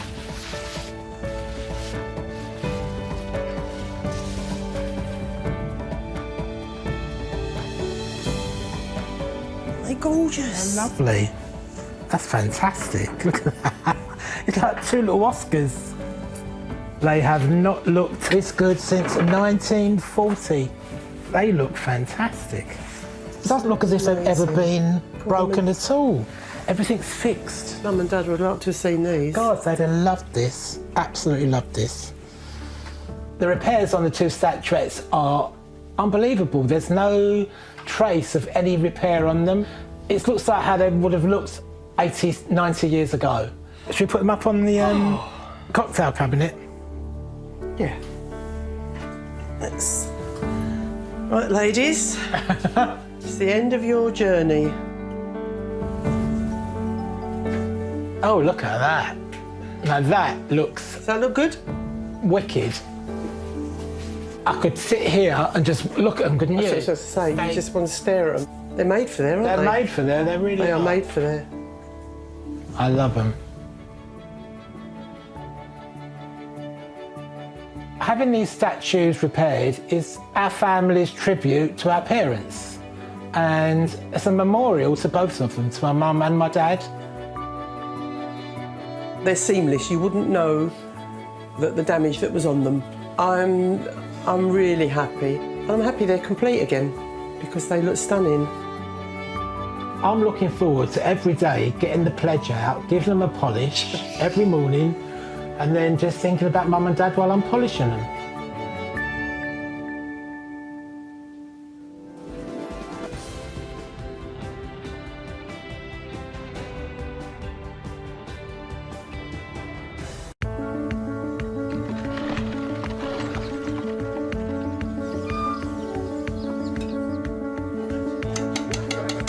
In the repair shop today, silversmith Brenton restores a precious piece that's testament to a lifetime of love. My father-in-law and mother-in-law passed away within a day of each other, having been married for 60 years. Furniture restorers Will and Rachel unite on a project where time is of the essence. Obviously, I want to try and get it done because we've got a baby on the way. Because we go, have we? Have we?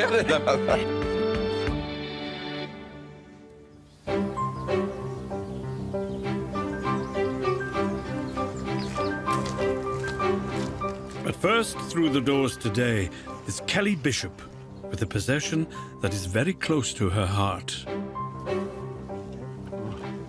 Cool. I'm Jay. Hi, Kelly. All right, Kelly. So what have I... Oh, it's in bits. What is this? Well, this is a clock that my grandfather left to me when he passed away last year. OK, but Steve, if you don't mind joining me. Hello, I'm Steve. Hi. Hi. Kelly, nice to meet you. Hi, Kelly. Let's have a look. Right, what do you know about the clock? My granddad had it from his mother, and before that it was his grandfather's, and before that we just don't know. It's a German clock, I can see that straight away. Probably made it round about the turn of the century. So, yeah, a good sort of 100 years old. I can just stand it up like that. So, this would go on top in the slot like that.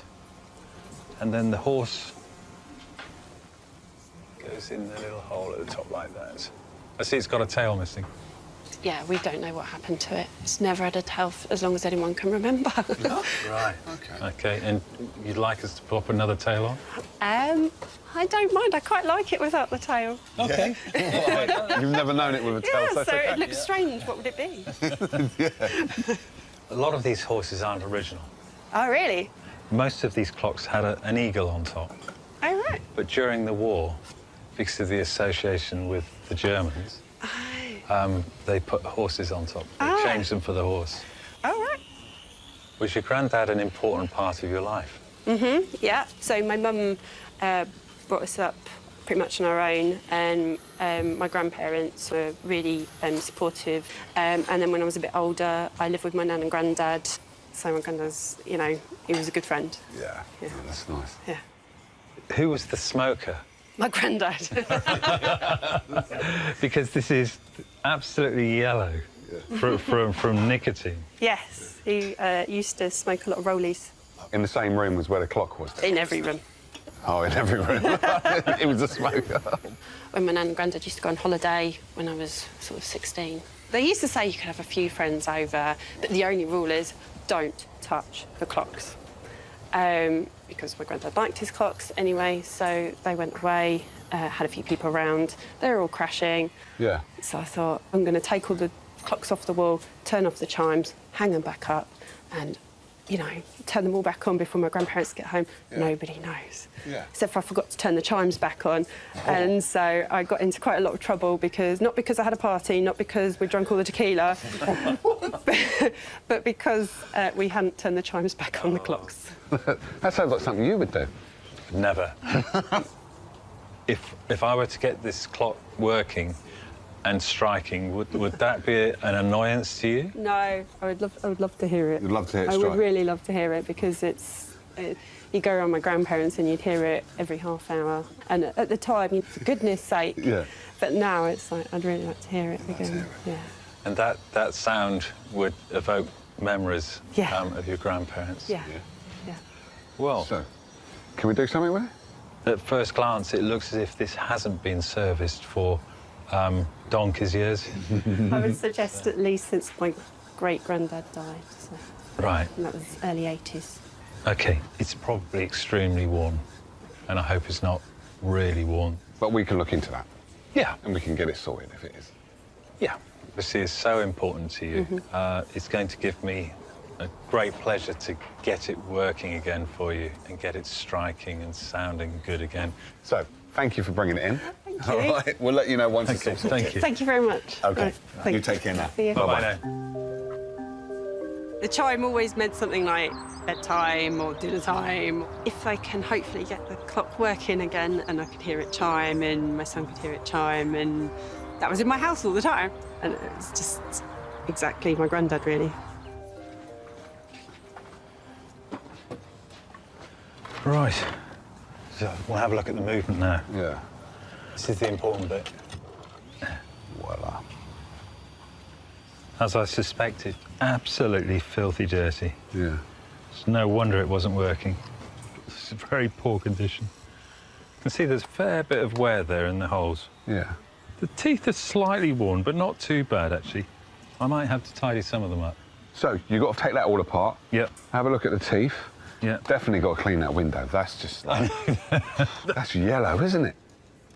In this case, we don't need to make this super perfect. She doesn't want to tell. I know. I can completely understand why she doesn't want a tail on it. Yeah. Because it's never had a tail as long as she's known it. Yeah. So it wouldn't be her grandfather's clock if it had a tail on it. If it had a tail. Yeah? Yeah. Well, I'll leave you to it. Okie dokie. Pop the case over there and get started. This is quite a good quality German clock. I think actually in my 45 years of doing clock repairs, I've probably be getting on for 1,000 of these. Looking at this, it's a typical clock that's been left for a long, long time without any work being done to it. The build-up of dirt is incredible. How this clock was ever working, I don't know. So I've got to strip it down, rectify any of the wear, put it all back together, and all being well, it should be OK. And Kelly can have a working clock.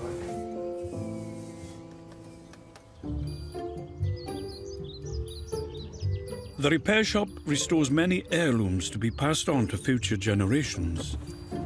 Hi. Hi there. Hi I'm there. Will. Could you give me a hand, Yeah, please? sure. Thanks. But not many of them are in need of fixing as urgently as the one that Helen Sage is delivering. Right, did you follow me? Right. I see you have some caning work here, quite a lot of it. I think I'm just the person. Fab. Rachel, I think I've got something for you. As well as furniture restorer Will, this delicate cradle calls for the expert help of upholsterer and cane specialist Rachel South. Hi. Hello. Hi there. Hi. Oh, I see. Some of the caning's gone through here. This is absolutely stunning, though, isn't it? It's a bit of a family heirloom. It's much loved. It's been well used, but I was so shocked when we unwrapped it. We kept it in a very cool, dry place. And when I unwrapped it, I found this as just completely gone and heartbroken, really, at the sight of it. It's a beautiful piece. It's unbelievable. It's really something very special. How did you come by this? Well, this, we believe, was given to I refer to her as my great-aunt Clarice, but she's really my great-great-aunt Clarice. She was lady's maid to the Duchess of Portland, and that's really how her and Horace met, her husband, because he was the gentleman's outfitter for the Duke. After Clarice and Horace got married, when they were having a baby, that this was a present from the Duchess of Portland to them. And this cradle has come down through the generations of the family to be mine, and now I'm feeling the weighty responsibility of actually owning it. Is this going to go back into action once it's been restored? That's the hope. My daughter and her wife are due to have a baby in the next couple of months, so I'd really love to be able to let them use it in the same way I was allowed to use it. So looking at the cane here, it's particularly fine, this cane. So it's a Victorian piece, isn't it? Sort of Gothic style with this lovely shape here. So what would you like us to do to it then? It would be really lovely if it was restored to its former glory, if the panels were checked and back without holes. It's lost parts of it. It used to have finials just on the top. I don't know where they've gone. I really don't know where they've gone. Do you remember roughly what they look like? Yes, I do. Quite similar to what's on the top of the base. They sort of match. They're sort of about that size of it. Yeah. They used to sit, there were 2 on the top at one time. It sounds like a huge shopping list. And baby's due in 2 months' time, so... Right. Well, on that note, Rachel, you better get back to your bench now. Yes, I think so. Thank you for coming down. Thank you very much indeed. It's been a pleasure to meet you, and we'll let you know when it's ready to be picked up. Brilliant, exciting, thanks so much. Thanks so much. Thank you very much. Bye-bye. Bye-bye. Lots of work. Yeah, I'm going to have to get some of my really fine tools out. But I absolutely love this and the whole story that goes with it as well. It's a really unusual piece of furniture to have lasted this long. You're going to cane that entire panel, are you? I am, yeah. I'm going to take the whole panel out. And obviously I want to try and get it done because we've got a baby on the way. Have we? Have we? I don't know. There's a baby on the way. Yeah. What about you? So the finials would be handy. The finials would have had a cord attached to them so that Mum gets to sit down and have a rest and she can just use the cord to rock the baby. So clever. It's lovely, yeah. It seems like we've both got a lot of work to do. Exactly. So you better get rocking. Come on, I'll give you a hand over to your bench. Thanks very much, Will. Cheers. Rachel's first job is to remove all of the damaged canework from the side panel. I'm just going to begin to cut through. And you can actually see how dry and brittle that is because I'm hardly putting any pressure on it at all. And it's literally just breaking away there. And that is actually coming off quite nicely. It always looks a bit brutal, I think, sort of cutting into the whole panel. Right. So next thing, I'm going to cut these little loops. Then you can begin to see underneath are the holes, and that's where the cane's actually woven into the frame. I feel a little bit apprehensive because when you're sort of taking everything off, I'm really aware of the rest of the piece of furniture, and you know, with things like this, I don't want to run any risk of doing any damage. But I think once I've sort of got everything cleared out and it's all cleaned up, then I'll begin to feel really sort of excited.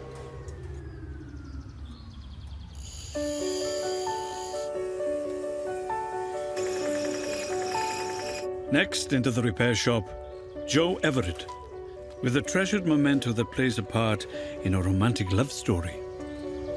Hi there. Hello, I'm Jo. Hi, I'm Brenton. Hello, Brenton. What have you brought me? It's a powder compact in the shape of a small grand piano. Oh, need a small piano player to play that, won't we? Very small. This is a lovely piece. How did you come to own it? Tell me about it. So we found it in my parents-in-law's home after they passed away, and we were clearing the house. Okay. Both Carrie and Sam, my father-in-law and mother-in-law, passed away within a day of each other, having been married for 60 years. Carrie passed away in hospital, and then Sam passed away the following day at home. We suspect of a broken heart. He just didn't really want to go on without her. But we found it in with a bunch of cards that Sam had given to Carrie, anniversary cards and birthday cards. So it would have been a gift, almost certainly, from him to her? Yes, I think so. I mean, I think the fact that it's broken and she'd kept it. So what's wrong with it? Well, it's quite dirty on the outside, but inside, this little clasp is broken. Okay. And the mirror is missing. And then there's another thing that goes on there for the... There should have been a little powder a sponge, really, that would have gone in there, which is missing. I'm not au fait with powder, I'm afraid. Well, unfortunately, I am. But what's really nice about it is it would have sat on your dressing table, or if you were out for the night, you would be able to put that down and then apply your powder. That's amazing. And then you just fold the legs back up and pop it in your bag or what have you. Fold it all back up and pop it away. Brilliant. So we need to make a mirror for it. And make that so it stays down on its own? Yes, Lovely. hopefully. And I'd like to get it repaired for my daughter, who is the youngest of their 8 grandchildren. So she was only 6 when they passed away.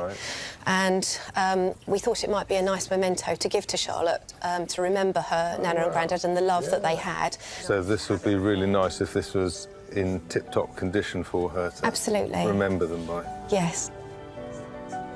The piano has got a great amount of sentimental value to us because my father-in-law would have given it to my mother-in-law, and it sort of signifies the special relationship that they had and the fact that they were married for 60 years, but it's also a testament to how much they loved each other. What a lovely piece this is, and what a lovely story as well.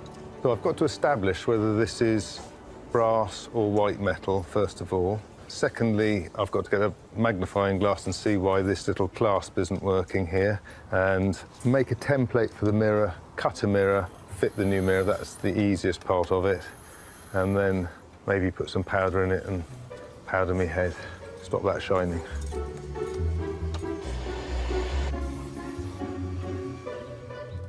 Outside in the metalwork shed, Brenton starts by doing a careful test clean on the delicate object. It's a nice piece in good condition. It's just had a bit too much love. Very, very, very gentle polishing should bring this back to a nice gold colour. Fingers crossed.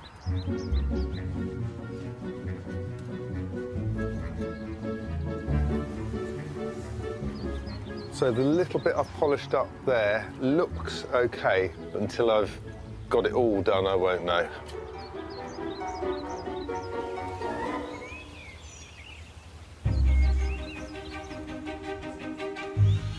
The repair shop is caring for a 100-year-old clock that was crying out for a little time with horologist Steve.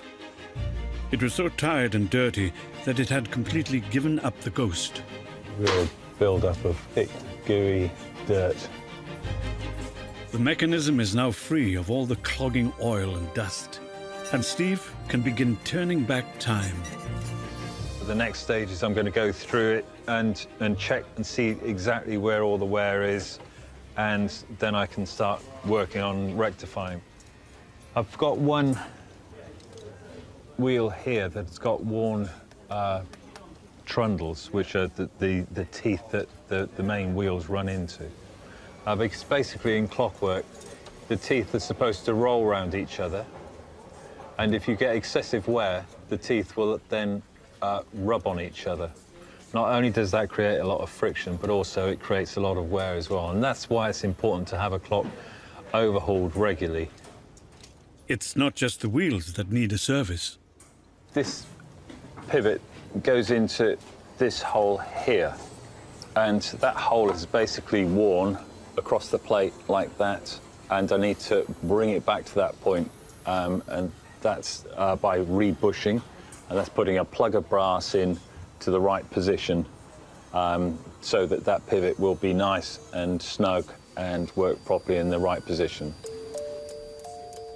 Just got to measure up the pivot and then put the correct bush in for the job. There's a whole array of different sizes. One of these bushes.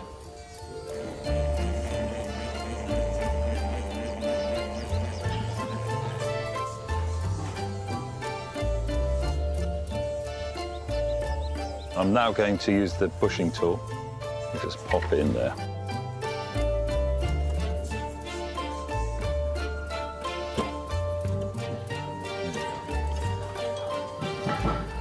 Now we have the bush in place. There we go, and this wheel fits in there beautifully. There are over 100 intricate working parts to this clock, most of which need renovation. So I've just got to replace all of these bars now, and once I've done that, I'll seal the end, and it will be as good as new. That should run now for hundreds of years. Over at her bench, cane expert Rachel is working on a piece of Victorian history. This cradle was originally a gift from the Duchess of Portland, and Rachel must now attempt to replicate the original intricate cane work.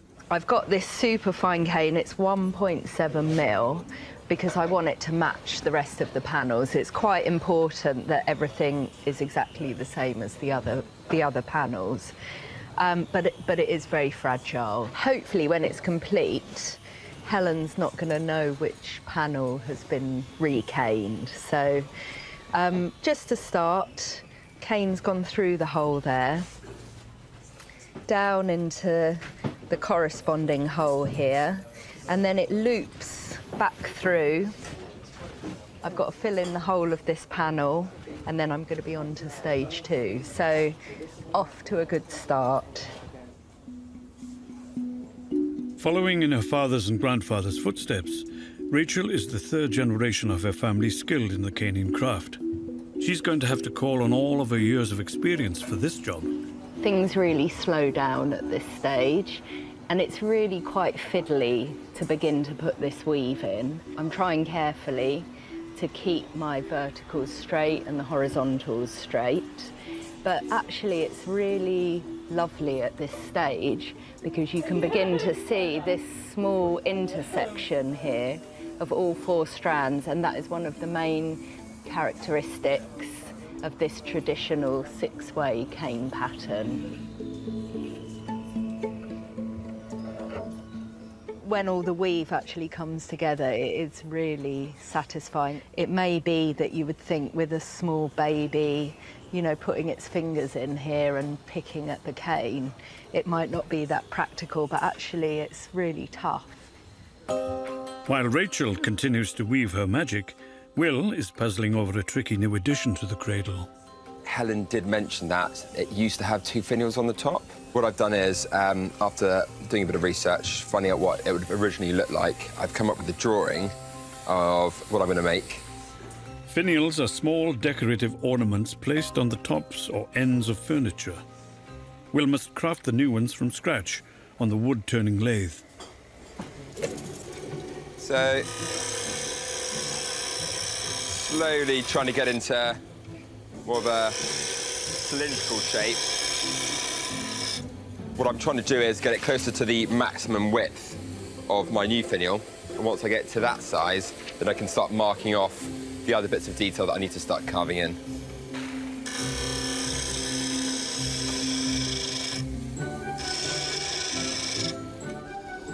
So, hopefully, those different sections there will end up looking like those different sections there. It's really tricky because if the wood is quite brittle, you have to be really careful when you're turning it to quite fine pieces because any sudden pressure in the wrong area and it can split.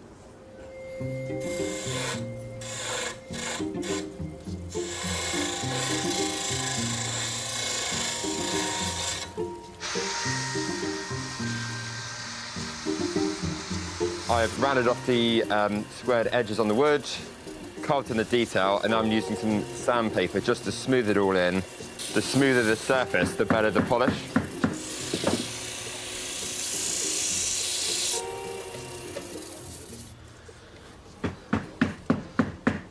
That looks pretty good. I'm pretty chuffed with that, actually. A century-old German wall clock has been keeping Steve very busy. But now the end is in sight. So the last job I've got to do on this clock is to re-hole this mainspring because it's ripping out. You can see how it's ripped here and here. Basically, that's a broken end of a mainspring that could cause a lot of damage to the clock if that goes with a bang. I'm just going to snip off the broken end. I'm going to heat it up to red hot. Then I'm going to draw the heat away very, very slowly. And that's basically softening the steel. If I were to leave it hard and brittle, it's likely to break off at the end.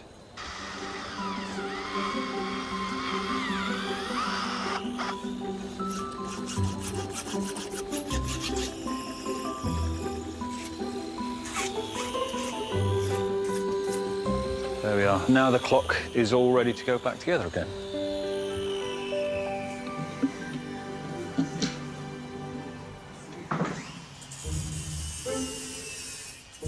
Will and Rachel have been working in tandem to repair and restore the Victorian cradle. Its owner, Helen, is due to welcome the arrival of a grandchild in just a few weeks' time. And keen to keep things on track is repair shop foreman Jay. Getting broody yet? Prudy. Look at the amazing job that Rachel's done on the side. Now, Rachel has done a blinding job, but she's going to stain it up as well to marry it all into the rest, isn't it? Yeah. OK. So, I've made up the missing finials that would have been originally on the top. Because we think of everything, don't we? And I like that. Oh, well done. Jay, would you do me the honour of gluing them on for me?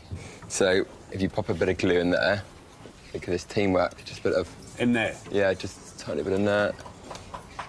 That's one. Was that slow-moving glue? God blimey. That's it. Lovely. Beautiful. A real team effort. That is a real team. Rachel, myself, and now you. That is nice, though. Yeah. It finishes it off well, doesn't it? Well, it takes your focus to the top, but really what you're going to be looking at is the baby in there. There's the baby.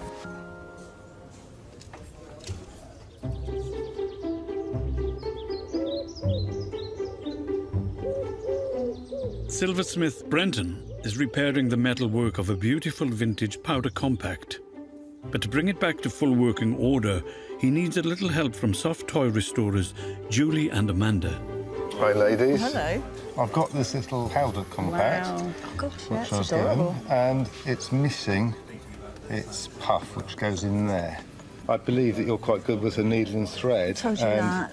Correct. The rumour got out, and it's way beyond my skill set. So do you think that's something you could do? Absolutely. The little sifter inside is pink, so if we can go for the same sort of colour as that, either pink or... Can I of have a course. Because that's got a velvet edging, I think. Would you like it velvet? I'll take your advice on that. OK. It's amazing, isn't it? Yeah. That it's all still... Still there, 60 years later, that's still in there. So if I made a template the same size as the sifter... Yeah, definitely. That's not a problem. We'll do that for so you. I'll make you a template. Thank you very Brilliant. much. Thanks a lot. OK. OK. As well as making a template for the powder puff, Brenton has also made one for the missing mirror that once lived in the lid of the compact. The mirror has been cut to fit the piano. It now copies my template I made. However, the edge of the mirror is sharp, and the edge of the mirror on this piano should be beveled. Beveling is cutting a small 45-degree on there. So the reason we need to bevel is, one, it takes the sharp edge off, and two, it actually looks really nice. That extra 45-degree cutting around the edge just makes the mirror look really pretty. Now, there is a machine that does this. However, because it's such a small piece of mirror, I'm doing it by hand. I'm using wet and dry paper and slowly working away at it. Once I've got all the way around, I can fit the mirror back into the piano.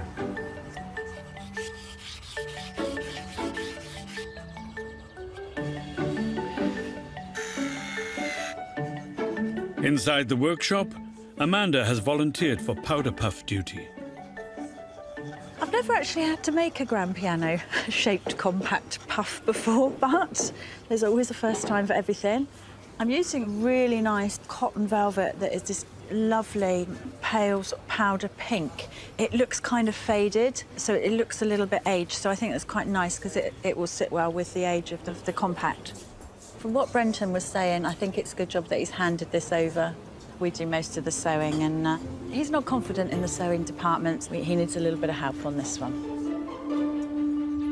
Outside in the metal workshop, Brenton's addressing a minor malfunction. So Joe's asked me to make the little clip inside work. The clip isn't catching. Looking at the edge here, there's a slight bend up on it where it's been pressed down against this clip. Ideally, the clip needs to be pulled back before the lid's pushed down, and what's happened is someone's pushed it down and it's bent this little tiny edge of the lid. So all I need to do is see where it's just slightly going up, and with my parallel pliers, just gently straighten it. And now that should clip together nicely. And that's it, perfect. That's closed now.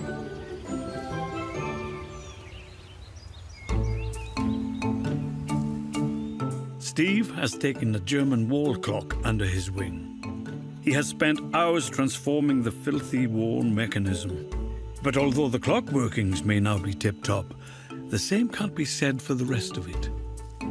This case is so nicotine covered. All I'm going to do is polish the case, fit a finial on so it's tighter, and polish the glass up, and it's going to make so much difference.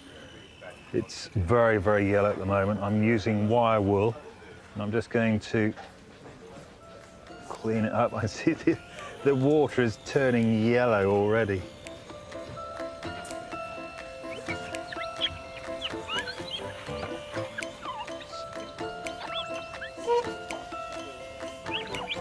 Squeaky clean.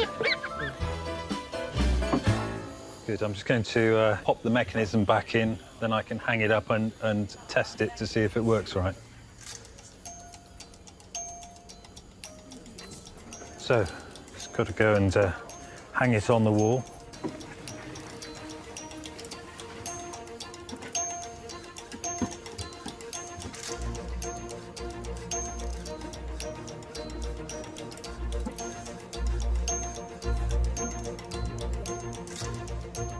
And the tailless horse. There. Good. Kelly's going to be so pleased with this. Oh, James, that's wonderful. Kelly and her sister Claire lost their much-loved granddad last year. And the clock he was so proud of came to Kelly. The clock was in quite a bad way. I would say it didn't work, which is a bit of a shame. Didn't chime, didn't tick. It was a little bit yellow. My granddad was quite a heavy smoker, smoking rollies. Nobody was allowed to touch the clock, so my nan was not even allowed to clean it, which annoyed her somewhat, I would say. Now every cog, pivot and spring has been lovingly refurbished. Oh, wow. It will be a constant reminder of the man that meant so much to Kelly. It goes on here. Me and my granddad were pretty good friends, I would say. It's not your typical grandfather-granddaughter relationship. We used to have good chats, and I used to ring him up and ask him for advice. I thought my granddad was awesome. I'm excited to get it on the wall now. There we go. Wow. Looks a lot better? It does. It looks a lot better, doesn't it? It looks just like I remember it. Oh, I should wind it up, really.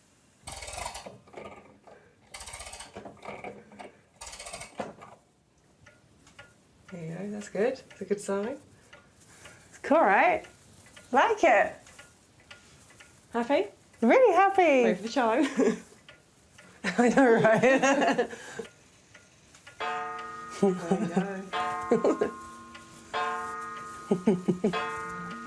Oh my goodness, it is just like being at Mum and Grandad's. Happy? Yeah, I love it. Grandad would love it. Grandad would love it. He'd be so pleased. How do you feel having it up on the wall? Having that memory of Grandad in the house, such an important one as well to him. It's really nice. It's really nice. I get to sit on the sofa and the clock will be there. I'll wake up in the morning, first thing I'll see when I come down the stairs is the clock. It's chiming and it looks fabulous. It's nice to have a piece of my granddad in the house. Over the moon.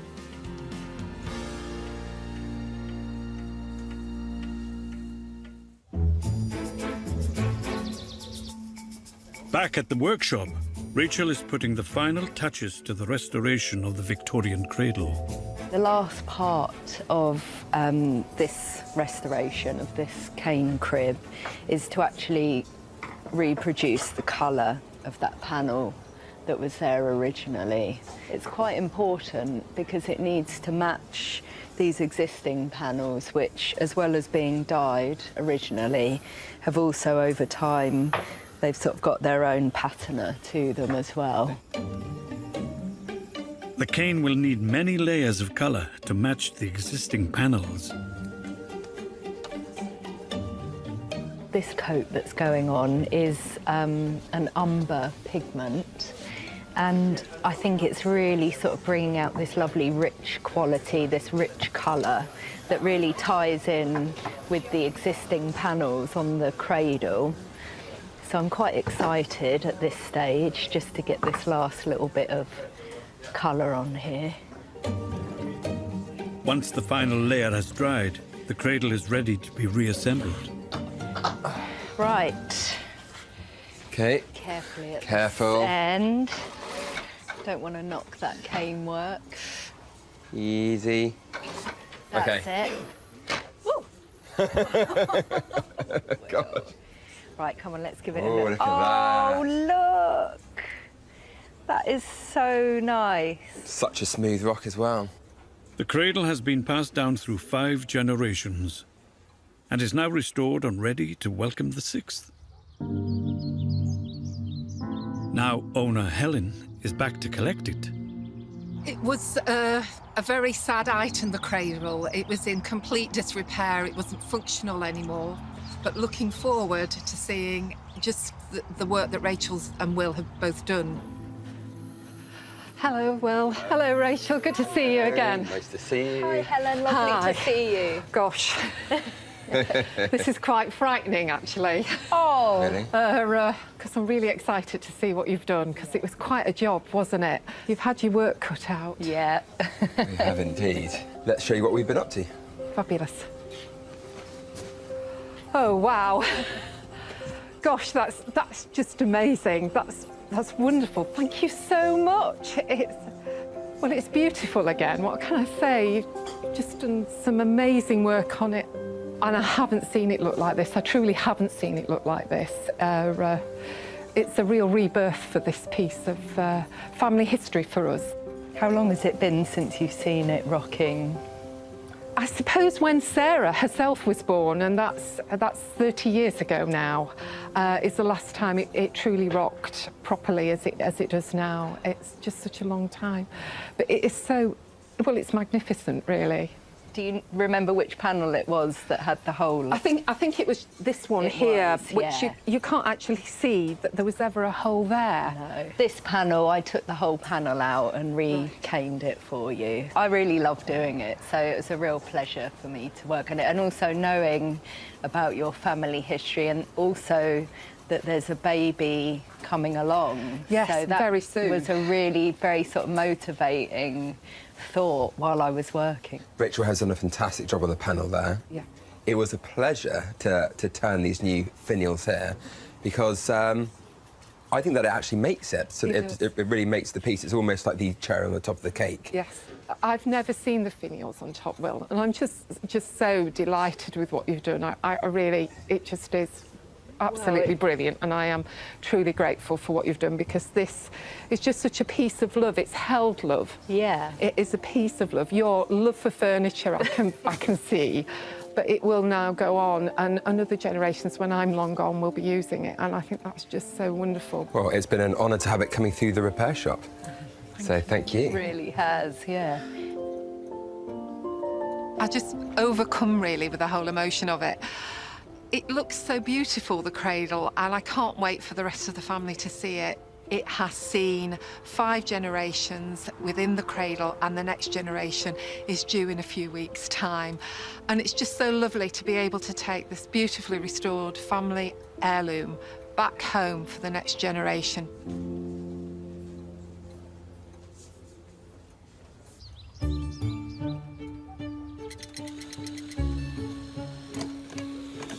Silversmith Brenton has been restoring a powder compact, a vintage love token that was in desperate need of some love itself.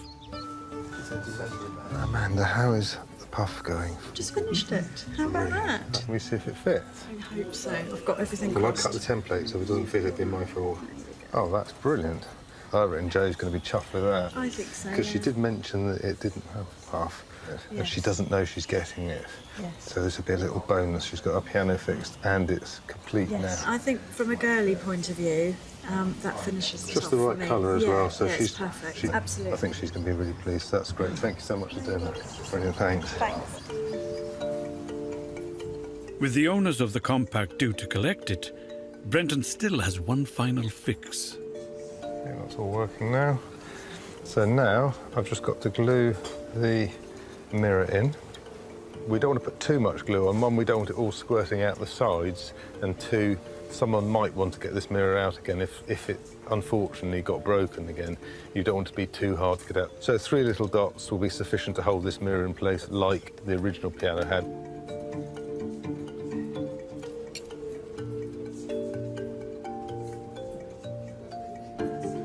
The piano is now repaired. It's back to its original condition, and we've made a box up like the one that the piano would have come in, and I can't wait to give that back to Joe and Lottie.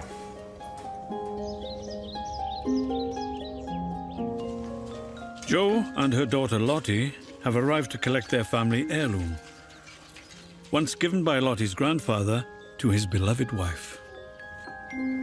Hello. Hi. You are? Lottie. Lottie. All right. How Hello. are we doing? You all right? Tell me what your mum brought in. A piano compact that was quite broken and dirty. And was missing a mirror, so we're really hoping that Not much you're wrong gonna... with it. And it belongs to? It was my nan, but when she passed away, it got passed down to me. So it's yours then now, yeah? Yeah. So you want to see it? Yeah. Oh. Wow, that's great. That's brilliant. Look how amazing that looks. It's so polished, and you can see all the pattern. And now for the moment of truth. Yes, a mirror. Excellent. And the little powder. That's really brilliant. cool. Wasn't expecting that. And actually, the pink as well. Just sets it off. The Bear ladies helped me with that because I'm not very good with that sort of thing. So Help you with the colour choice, did they? When we've got all these skills here, we might as well use every single one of them. And you've got something else you've got for them as well? I have, indeed. I've got a replica box that I made, which is a copy of the original box it would have come in. Cool. That's amazing. That's exactly the emblem that was on the top of the boxes that I've seen. It? That Yeah. will set it off beautifully, won't it? Oh, that's amazing. Brilliant. Thank you. No problem. But is Lottie going to be able to use it when she gets a little bit older then? I don't know, I might let her use it. We've actually she's just bought her first face powder, and it's a loose powder. Okay. So actually, you could put it in there and use Yeah, it, couldn't you? I could. Yeah, no, that's brilliant. Fantastic. Yeah. So what's it going to feel like using your grandmother's compact now? Just be something else that I can relate back to her. Oh, thank you so much. That's not a problem at all. It's really gorgeous. Are you going to look after it? Oh, we will. That'll be cherished, I'm sure. Brilliant. That's good, wasn't it? That's very nice. I think Brenton has done an amazing job with Yeah. it. It's much better than we'd expected it to be. A lot better. What the compact does is sparks memories of actually just how much they loved each other. That everlasting love that they have it's really nice to remember it with such a special item.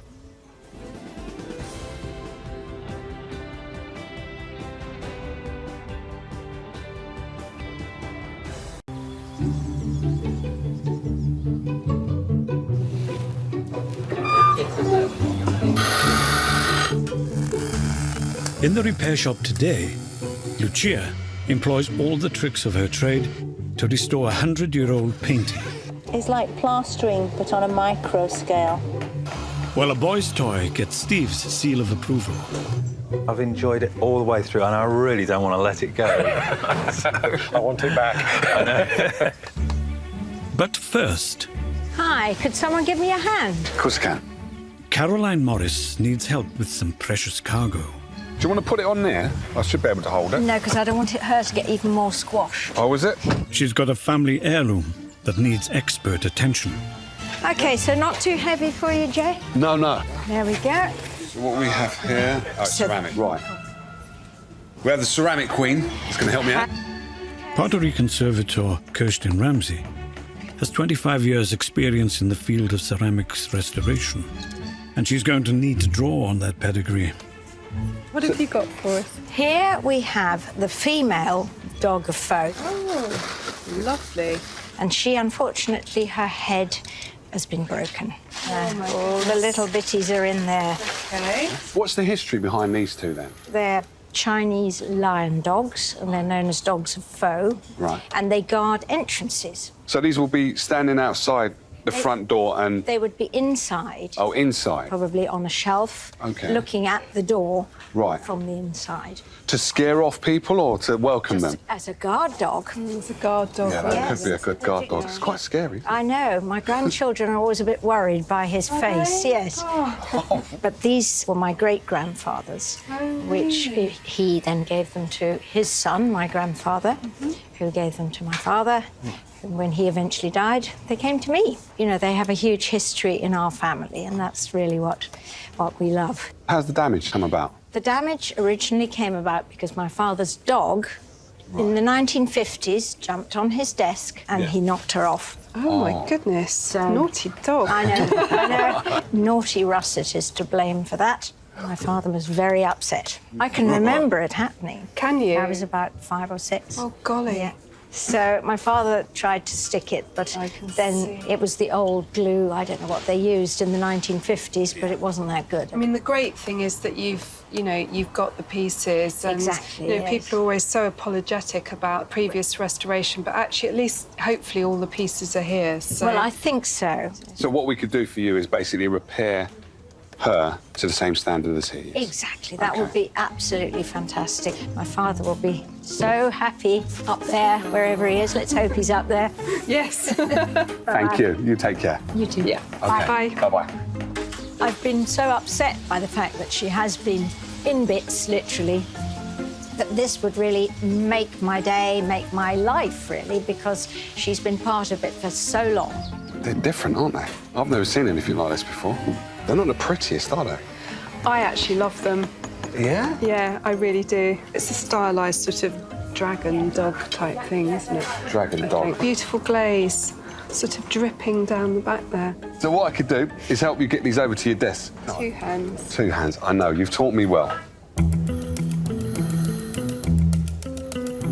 With the dog so far safely at her workbench, Kirsten can assess the 100-year-old figurines and soon detects where the 1950s fixes are. Well, the previous repair is, yeah, it's not great. It's really sort of showing some signs of age. That's really bad. It's been badly overpainted, but there's all sorts of restoration on here. It's particularly dreadful in there. I think I'm just going to take the whole thing apart and strip it back to the original. To break down all the old paint and adhesive that may be holding the piece together, Kirsten's going to unleash the dragon. Her trusty steam cleaner. Whilst I appear to be removing some quite large pieces here, I'm very confident that bits that are coming off are actually all just previous restoration. This is porcelain. It's fired to a very high temperature. It's not porous in any way, and the steam is just a really effective, fast way of cleaning it. Only once Kirsten has removed all the old repairs can she begin to restore this dilapidated dog of foe back to its former glory.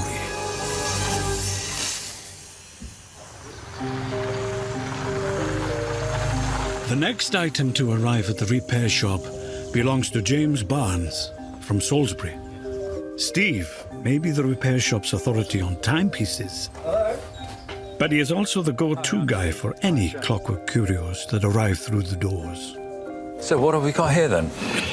Well, it's a very old toy racing car. That's fantastic. A little bit battered, I'm afraid. It looks the most wonderful piece. It's a very precious item. So tell me a bit about it. Well, this was given to my father in around about 1925 by my grandfather, a new toy to play with. He was brand new then? Brand new then. He was really into cars, motor racing, and he used it, and then after many years, it was given to me to play with. Yeah. I think probably slightly vigorously. Did you sit on it when you were playing? It looks as if it's been sat on. Yeah, I think it sort of did a few rallies it wasn't designed for. What car is it? It's an Alfa Romeo P2. So it was used for, well, what nowadays is called Formula One, but was the top echelon of motor racing in the 1920s. The steering wheel's not... You haven't got that? No, that went many years ago.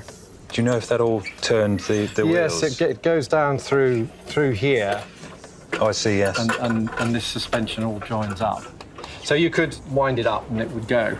Have you got a key for it? No. Right, OK, so you'd set the wheels and set it on its way Yeah, and then run you after sort of follow it and then turn it. I was brought up in a very large vicarage, and downstairs there was a huge runway, effectively.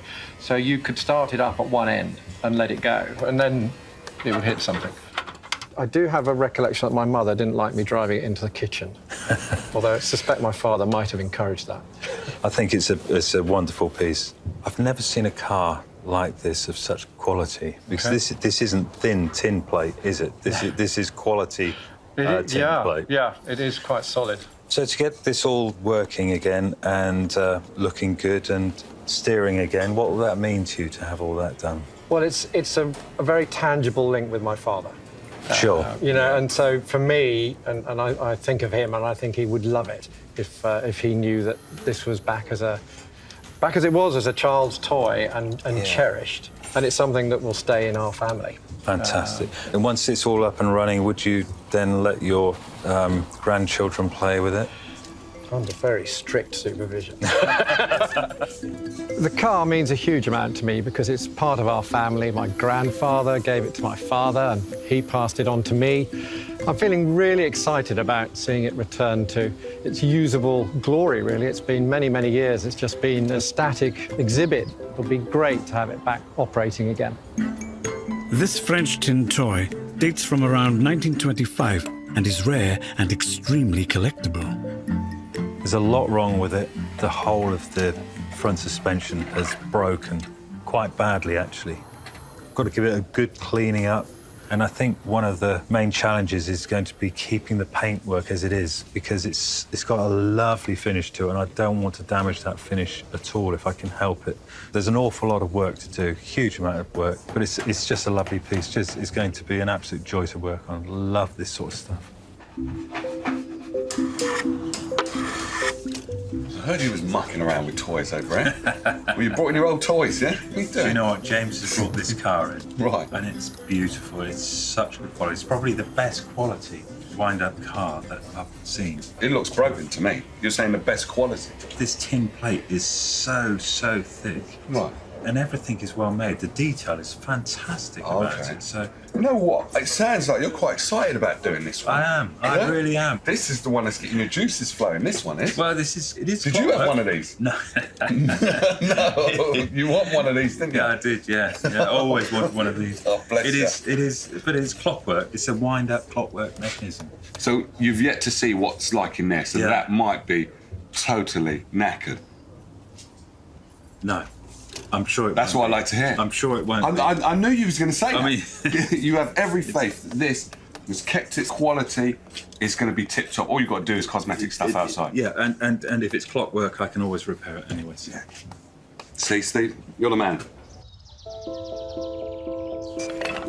With their combined experience, the repair shop squad is poised to rescue and preserve cherished family heirlooms for future generations. And determined to do just that, Kirsten's been doing battle with a Victorian Chinese figurine. After a deep clean, this dog of foe is now displaying the full extent of the damage. 33 pieces, all of which are encrusted with old glue and paint. I'm having to work quite hard using acetone and sort of just manually picking with a scalpel. If I don't get all the break edges really, really clean and remove all the old restoration, I won't get good joins. And the whole point of redoing this is to actually make a better job of the repair than was previously done. So it's vital that I get all the edges really good and really clean. Once the pieces are dry, Kirsten reaches a critical stage, beginning the rebuild. She's starting with a practice run, without glue, to work out how the dozens of tiny bits of fragile porcelain fit together. Kurt, is this for me? How did you guess, Jay? What? That's not right. All right, I'll put my hands in my pocket then. I can't touch nothing. I'm not that bad. Do you know what? Yeah? It's probably all right at the moment. Because Is it? actually, I don't think this could be any more pieces than it is at the That's true. minute. So I can touch? Yeah, go on then. Thank you. Yeah. Aren't these great? I love these. They are quite cute. It's so you've quite- got loads of bits. I have, yeah. I was just sort of checking how that one goes in there, because that was quite badly joined before. So that's going to go there. That's all right. And then I'm going to actually try and do the head, because that's in so many pieces. It's quite a tricky job you've got there, then, isn't it? It is quite tricky. Quite a lot of gluing, yeah. Quite a lot of concentration. Probably just have to be left alone. Well, I kind of get the hint. on with it. No, I get the hint.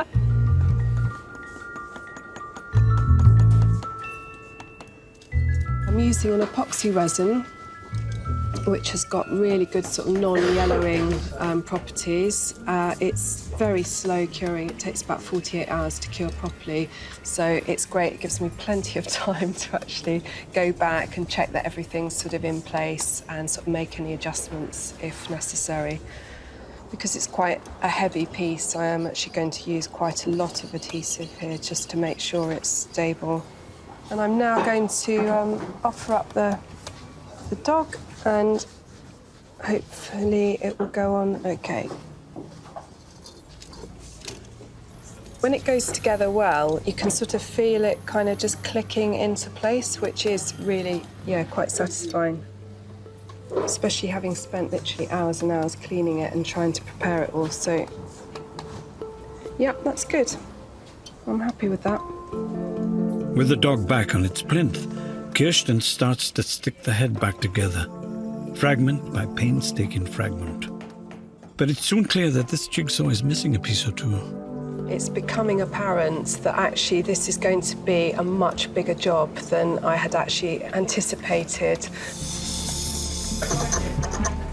To make this porcelain dog whole again, Kirsten will need to mold the missing features herself. I'm just going to have a little look at this the pair of the dog of faux. What I've got is a broken off area and the whole tongue seems to be missing, and I can see from the other dog of faux how the original tongue should actually look. I'm just going to see if that fits now. I'm having to be quite careful because this is quite fragile, this top jaw. I don't want to exert too much pressure. Tongue completed, Kirsten can move on to replacing the missing section of forehead. And fills in and smooths the cracks to create a seamless finish. Finally, some replacement fangs. Looking at the other dog of faux, they're actually quite flat, the teeth.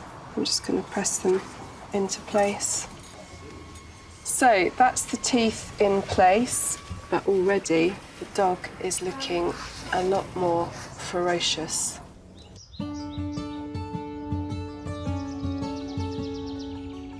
The next customer to arrive at the repair shop is Terry Courtley from Bristol. Hello, Terry. Pleased to meet you. I'm Lucia. Come into our lovely workshop. Lovely, thank you. Resident painting conservator Lucia Scalisi has been in the restoration business for over 25 years. Put it on the easel. Now that's the damage. Oh, got my work cut out with this one, haven't I? How did you damage the painting? I was transferring from one property to another. It was balanced on the back of the car seat. I thought propped up well. The black cat ran across the road, which was very unlucky for me. My brother braked heavily and the painting shot forward and punctured a hole in it. It's quite a fragile canvas. I'll look at the back of it in a minute, but what attracted you? That was in 1968. I was in business with my school friend partnership in plumbing and heating, and we did a first job and had a little bit of profit and said, I want a decent painting. And we went down to the auction and I found this painting. Yeah. And I looked at it, I thought, that reminds me of my childhood because in Worthing there's an avenue of trees like that called the Ilex Way from Goring to East Preston. Is Ilex Way, does that still exist? That still exists. Probably a lot more overgrown now, you know, because I'm going back right to my childhood, 7-year-old, walking down this avenue of trees. Does it sort of bring people back into your memory, your family or friends? It's just my friend. He bought a painting as well, and I always reflect to it because he's got the twin of this one. Really? Yeah. So do you still see your friend? Are you still friends? I still see him now and again. I go down to see him, and He's still got his hanging on the wall. How nice. He says it's never moved. Really? Wow, so it's a really nice record to have of a friendship from childhood to now. Yeah, he's a good lad. That is a wonderful story. So we've got a monogram here, JWM, and we have a date, 1887. Interestingly, it's in original condition. We've got an old 19th century canvas here, tabby weave. It's got some old patches on the back. So, with my job cut out, it's obviously repairing that tear. It's very discoloured. If we clean it, it will look a bit brighter, and there'll be more contrast between the sky and the trees, which is quite a nice thing. But leave it with me, if you're happy to do that. I'm quite excited that you're going to work on it. Yeah, oh, good, thank Yeah. you. I'm glad. I will see you when it's all done. Yeah. Lovely. Many thanks. Bye. The painting to me means a great deal. I was 7, 8 years old when I first walked along Ilex Way, and reminds me of my childhood. This is a difficult job. It's quite a complex problem with the tear. The canvas is very brittle, and there's actually a section of the canvas missing from this damage. Meeting Lucia, studying my painting, giving me hope that it's going to be restored to a very excellent condition. I'm very pleased. It's a really complicated job. I've got to combine the ethics of conservation with the practicalities of the work. A lot of thought got to go into this, how we're going to tackle it and a way forward.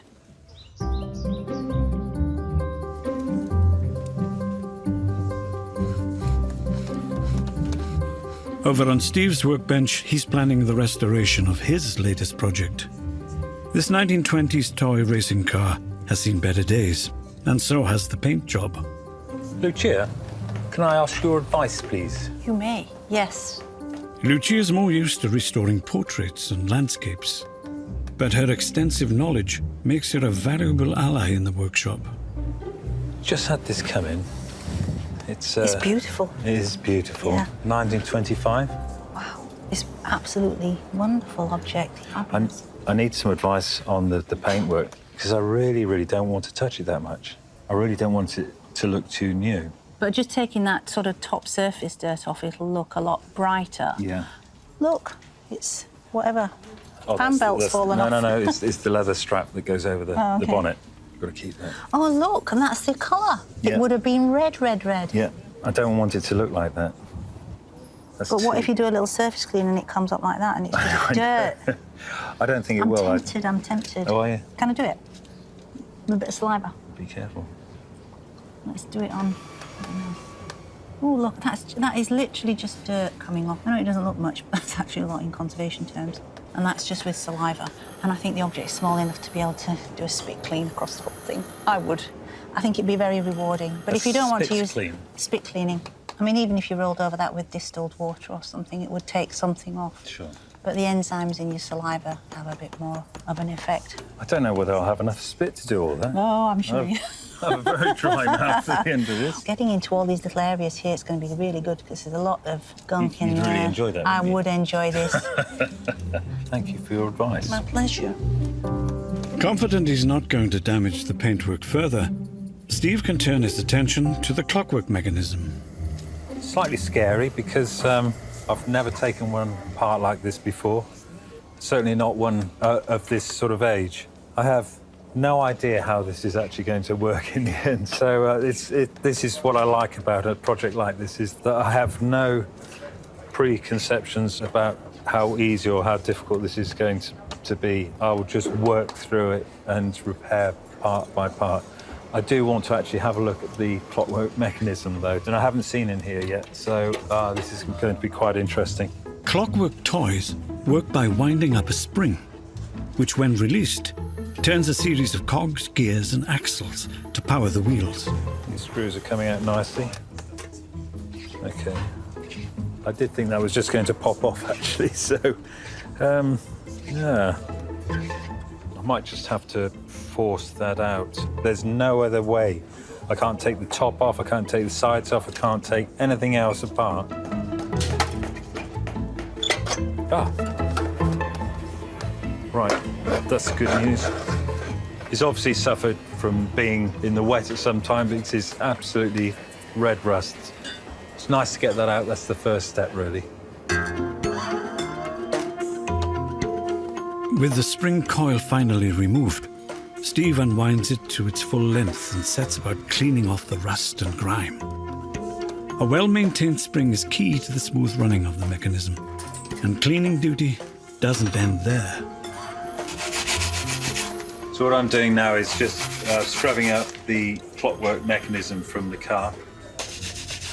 By scrubbing it, what I'm doing is I'm removing some rust, I'm removing the dust, the dirt, the grime.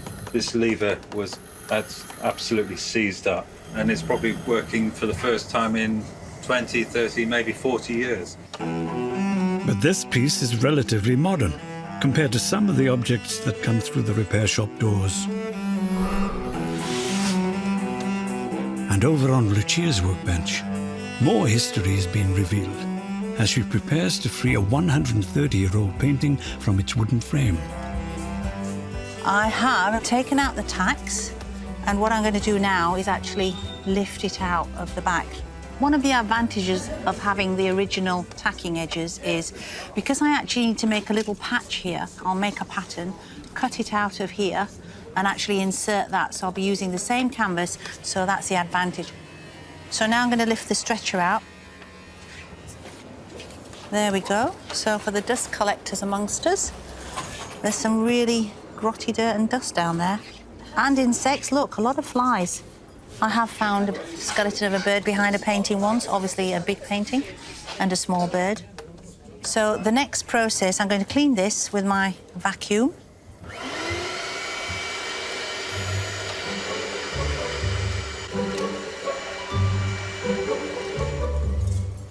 With the painting now dust-free and the hole patched up, Lucia can line the picture, strengthening it by sticking the entire painting onto a fabric backing. So I'm going to use a lining adhesive that comes as a film, and if you look closely, you can see the adhesive is on the back of the canvas, so it will be just nap bonded to the lining fabric. It's a polyester sailcloth. That's pretty good. Using the heat of an iron, the canvas, adhesive and liner are now bonded together. I think that's actually quite good. I can see where the tears that I've aligned have melted as well, so that's quite good. The danger here is that Lucia's industrial glue mix is so powerful it could bond to the table as well. We'll just give it a little jiggle. That's fine, it's free. You only get one shot at this, so I'm really pleased with that. And it's actually nap bonded or attached to the polyester lining canvas. This square here is where I actually took the patch of canvas and made the infill for the loss. And if you look closely, you can see the patch and you can see where the actual paint is lost on the original canvas as well. And another one I inset there. With the canvas newly strengthened and intact, Lucia can cut away the excess fabric and then set about restretching the canvas. I'm actually putting them into the original tack holes so we don't have any extra perforations in the original canvas. Finally, the corners are carefully folded back into place. Where it's been protected, it's cleaner and the exposed areas are dirty, so that's sort of helping me. It's like making a bed.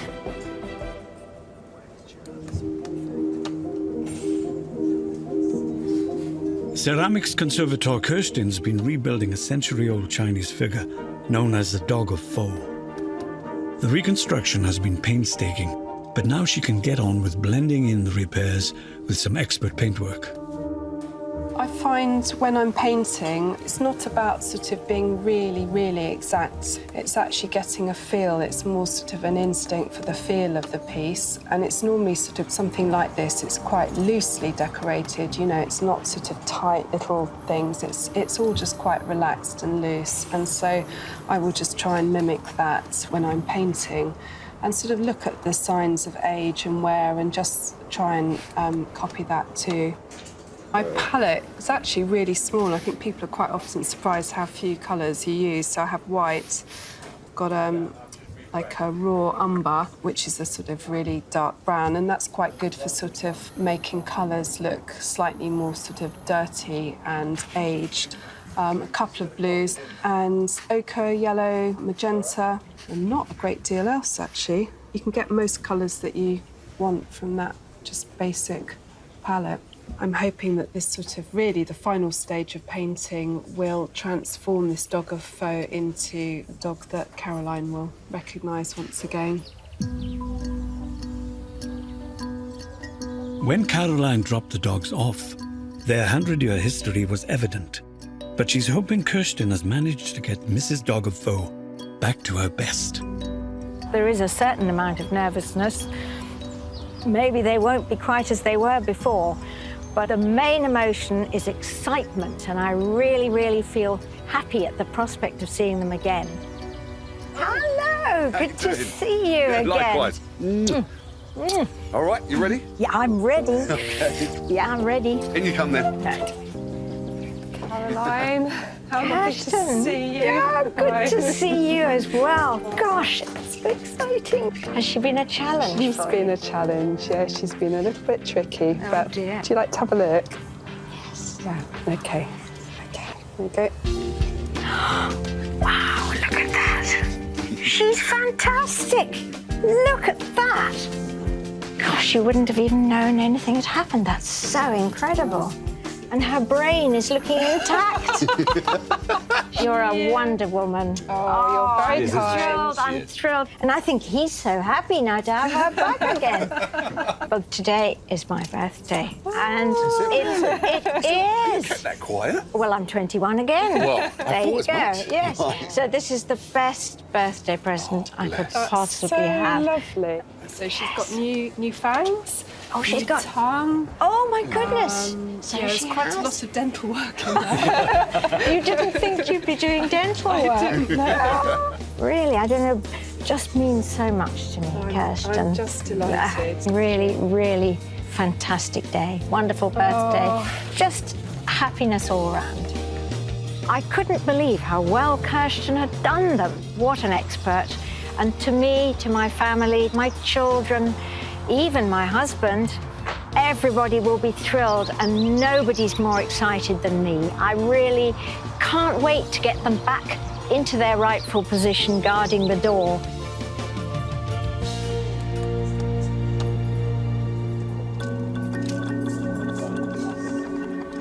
Over on Lucia's bench, work is finally underway on the front of the painting. She's filling in patched areas to get a level enough surface to paint on. So I'm going to use my beautiful dental tool, which I've had since I was a student, and nothing I have ever found has been able to replace it. It's wonderful. And I'm going to apply the filling to those losses. I apply the filler into the surface. This little inset is the little bit that I cut from the edge of the painting to fill in the hole there. So basically I want to bring this fill up to the level of the ground that's on this piece of canvas. It's like plastering, but on a micro scale. So there's the island of original paint in a sea of lovely white filling, and it matches up to the edges very neatly. It's a lovely thing to do. You really get quite focused. It can be quite meditational. It's quite rewarding to see the job well done at the end.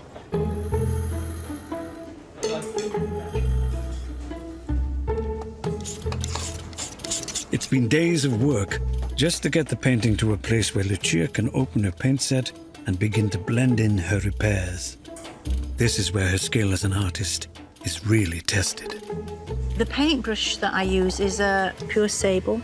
They're quite expensive because they take a lot of expertise to make. The tip is everything.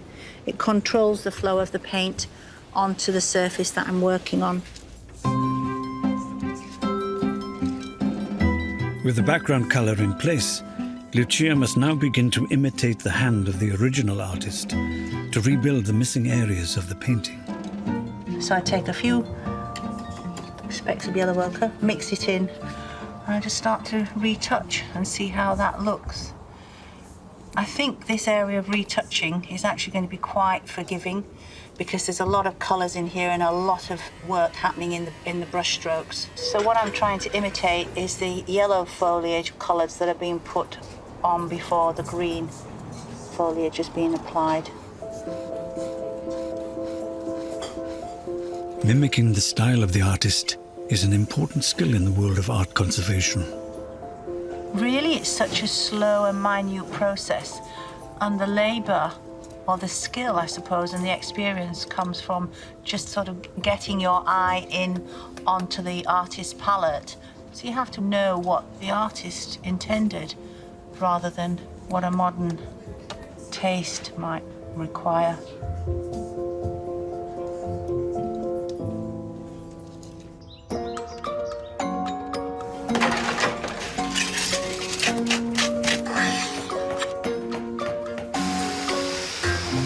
Steve's been giving an antique clockwork car a full MOT, but it's been more complicated than he bargained for.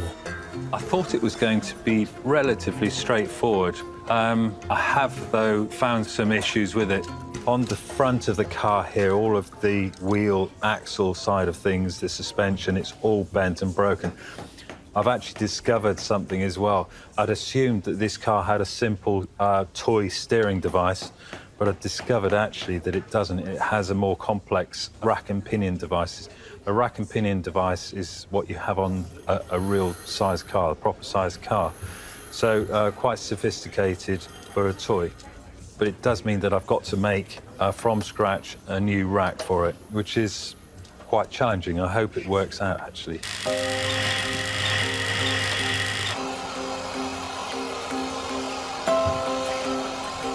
With the internal workings of the car overhauled, it's time to see if you can get them all working together to power the wheels.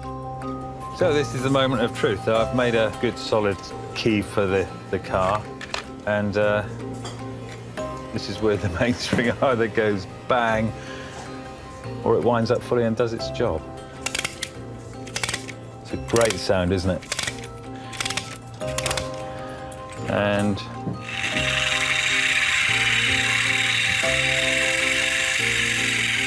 that's working absolutely fine. Essential to any car, a steering wheel. And this one had been missing for years. I've made a steering wheel. I've just got to solder those arms on. It's starting to bubble now. There we go, that's flowed lovely. I think when James comes in, he might have a problem taking this from me, actually. I really, really want this car. It's so nice. Lucia has been spending hours meticulously filling in the missing patches on the painting. She's emulating the style of the artist to seamlessly blend in her repairs. And today, owner Terry is due back to collect it. I think Terry will be very pleased, actually. I think he'll be surprised when he sees how the whole tear has been pulled together. I think he'll be quite happy to see his tree-lined avenue back in one piece. The painting had hung in Terry's home for 50 years until it got damaged. He's hoping Lucia has managed to restore it, earning it pride of place back on his wall. You must be Terry. That's it, that's me. How you doing? You all right? Yeah, I'm fine, thanks. You come to pick up your paintings, is that yeah, right? I'm really looking forward to this. Well, you should be. In you come. In you go. Lucia, look who I found. Ah, Terry. Lucia. Welcome, welcome. Lovely to see you again. Lovely to see you. Yeah. Been a while. Yes, Yeah, come in. I'm really excited about this. Are you? Are you? So, what did it look like when you first brought it in then? I remember a nice 2-inch diameter hole in the middle. Right. And I thought, it'll never get repaired, surely. Well, we won't keep you in suspense anymore. Sorry, I'm all smiles. You can't wait to see it, can you? Lucia, Are you ready? You. Okay. Yeah. Wow. That's amazing. You like it? Over the moon with that. It's certainly a lot Wonderful guy. cleaner, and that hole has disappeared. And I was thinking of sticking a patch on there and touching it up. Oh, no. I'm still trying to find where that hole is, and I can't see it. That is amazing. I Are you do pleased? thank you so much. Oh, Yeah. my pleasure. It was really nice to work on, actually. Lots of little details have come out, like this little flock of sheep over here. They weren't really very obvious because of the discoloration and dirt on the surface. So those are birds there as well, in the Birds distance? in the sky, yeah, there's a few birds in the sky, yeah. And there's a lot of details in these figures as well. If you look at the girls' faces, this little girl's got highlights in her eyes, she's got rosy cheeks. It's just amazing. Yeah. I could get quite emotional over that. Really? It's wonderful. Yeah, brilliant. When the painting was revealed to me, words can't describe how I felt. I was like a child receiving its first candy. Just amazing. Hi, Terry. Lovely. Here we are. In the car for you, back seat. I think you'll be safe if it's nice and flat That's there. it. Okay. Yeah, can't move there. That'll be fine. I think I'm going to enjoy it more now because Lucia has cleaned it and brought out all the details. And it will take me back to when I used to be a child walking down this avenue of trees. Take care. Don't brake hard. Bye-bye.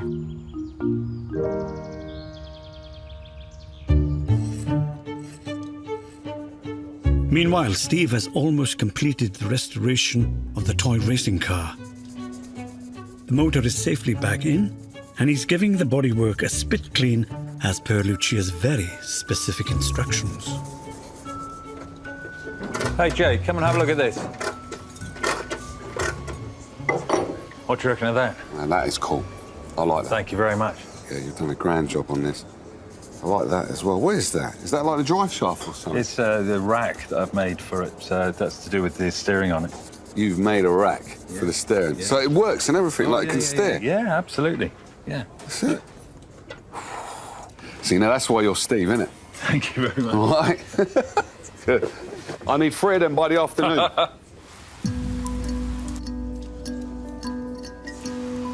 Owner James is looking forward to being reunited with his beloved childhood toy. It's one of my earliest memories as a child. And because cars are a shared interest with my father, that's something that, you know, I have such fond memories of. I'm hoping to see the car sensitively repaired, because it's got the scars of many, many years of use. Hello, James. Hello, Steve. Nice to see you. Yeah, excellent. Come and have a look. So it's under here? Yes, it is under here. Wow. This project has been such a fantastic project. I've so enjoyed doing it, and there have been issues with it that I didn't expect that I've had to get over.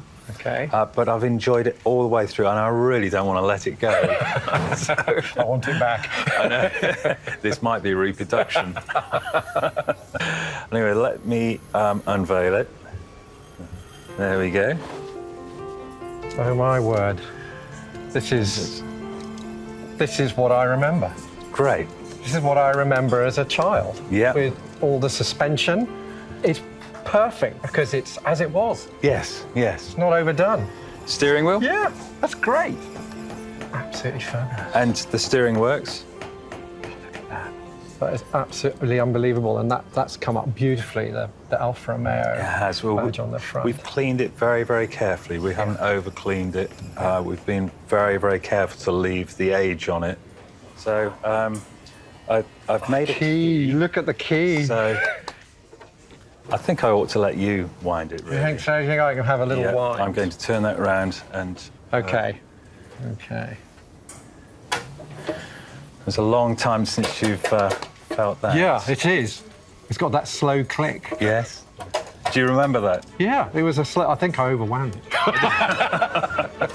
And I really think that we ought to run it. Yeah, So, absolutely. are you ready? Yep, I'm ready.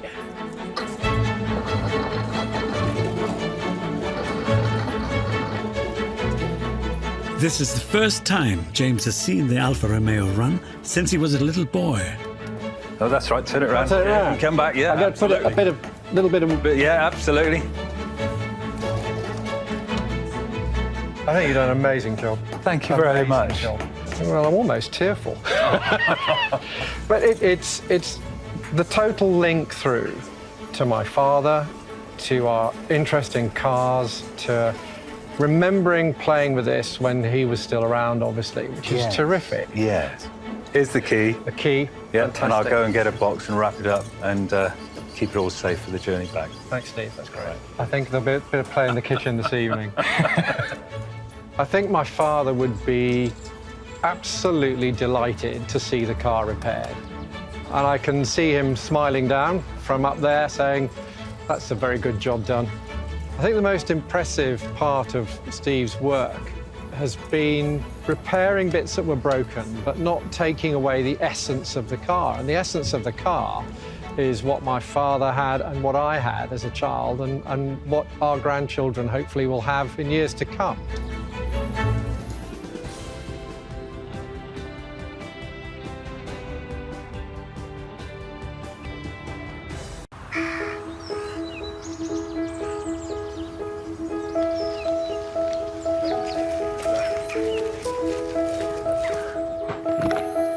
In the repair shop today, silversmith Brenton uses talents he didn't know he possessed. So this job comes with all sorts of challenges. I didn't think I'd be a plastic surgeon, but here we go. It's the first nose I've ever had to make.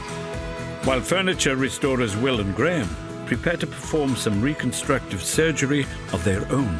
All of a sudden I heard a big scream and a crack, and I rushed in and Mum was on the floor. We just sat down and went bang. Did you go for Mum first, or did you go for the chair first? Mum first. If I went for the chair first, I wouldn't be standing here. But first to arrive at the repair shop is Cheryl Matthews and her daughter Philippa from Wolverhampton. Hello. Nice to meet you. Likewise. In you come, ladies. Cheryl and Pip have an unusual timepiece that needs the expert eye of Steve Fletcher. Hello. Hello. I'm Steve. Hello, nice to meet you. Hello. I'm Cheryl. Pip, nice to meet you. Hi, Pip. A lady holding a swinging clock. Yes. You said it swings. What do you mean by it swings? Well, that little thing that's fallen off, Yeah. it pivots on this. Right. And then this has got little spikes on. And those spikes... And the two spikes rest on that, and it swings. Right. It's lovely to see it going as well. I've seen these before. They're sometimes called barmaid clock. Oh, Right. OK. She's a barmaid then, yeah? So what's the story behind this one? It was my grandparents' wedding present. Right. They got married in the late 20s. They passed it on to my mum. OK. And then Mum passed it on to me. Right. Unfortunately, it's in this state now, so Mum gave it to me on the premise that I looked after it, and I don't feel like I've looked after it. OK. It's in a box now. You know, so it would be lovely to get it back in the way it should be. Nan doesn't know it looks like this, does she? No. Oh.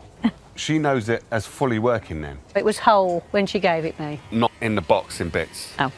OK. All right, we'll keep it a secret. We won't tell her. You'll never know.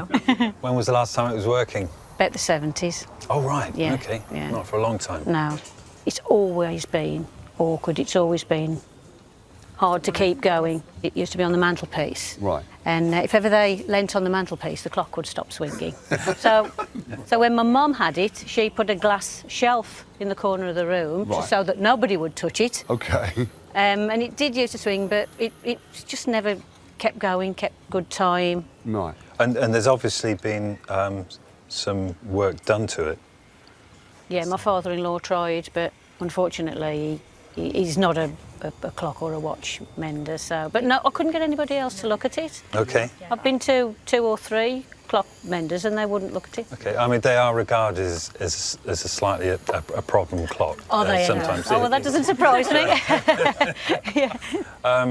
And I can see that your father-in-law's had fun and games getting this back off. Yes. Undoing it is a real difficult thing unless you know what you're doing. Right. So there's lots of bits and pieces in the box here, so Yes. I'm hoping that all the bits are here. Yes, I think they are. I hope so. Yeah, I hope so, Because that yes. becomes a bit of a problem. Yes. Not for you, Steve. There's nothing's a problem for Well, you, man. Come on. Makes it more difficult, let's put it There that you way. go. Right, more difficult. Well, we can handle that, can't we, Steve? Yeah, we can. It's great stuff. Lovely. Well, thank you for bringing it in. Much. All right? Thank you very much. You take care. I feel bad when I look at the clock. It's one of the few things that have come down from my grandparents. Mum remembers it when she was a girl, I remember it when I was a girl, and then because we're going down the female line, it'd be lovely to pass it down to Pip as well. Oh yeah, once Steve's finished with it, I think I'll be kidnapping off you. I like it. You don't need it. You haven't got anywhere to put it yet. I need a house first, but then I've got a clock already, so yeah. So this is a problem clock, then? You know about these kind of ones? Some of them are problem clocks, yeah, and this one really has been through the mill. So why are these clocks a big problem, then? Because they have a small weight inside that just swings one way than the other. Just enough just to swing the pendulum one way and another as well. So that'll explain when they was leaning on the mantelpiece, it would stop working. Yeah, no, exactly. All of that, yeah. So all these things, you know, fully in control? Yep. Everything's going to be hunky-dory? I'm hoping all the bits are there. I'm really hoping all the bits are there. Oh, you're just hoping all the bits are there? Yeah. Well, I'm going to wish you luck. All right. All right, see ya.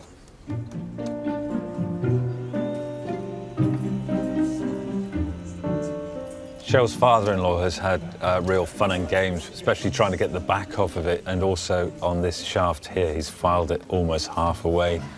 This is not uncommon to see this sort of thing happen to clocks when people are trying to fix it themselves and don't know the right way of doing things. They can often cause more damage than cure the problem. I'm really hoping that I've got all the rest of the bits and pieces. I think I have, actually, and the rest of the stuff in this box that she brought along has got nothing whatsoever to do with the clock, so everything I've got is here.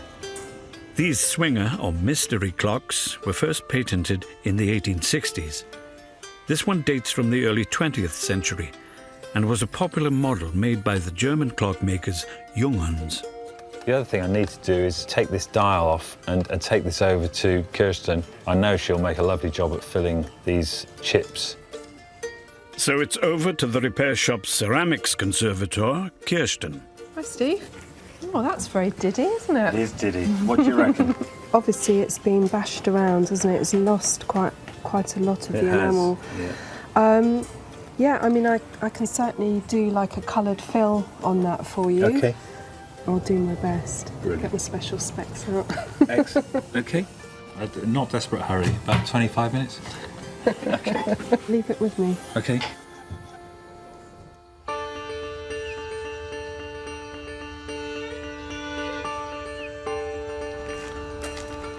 Liz Bradbury has brought a tarnished memento given to her by a very special lady.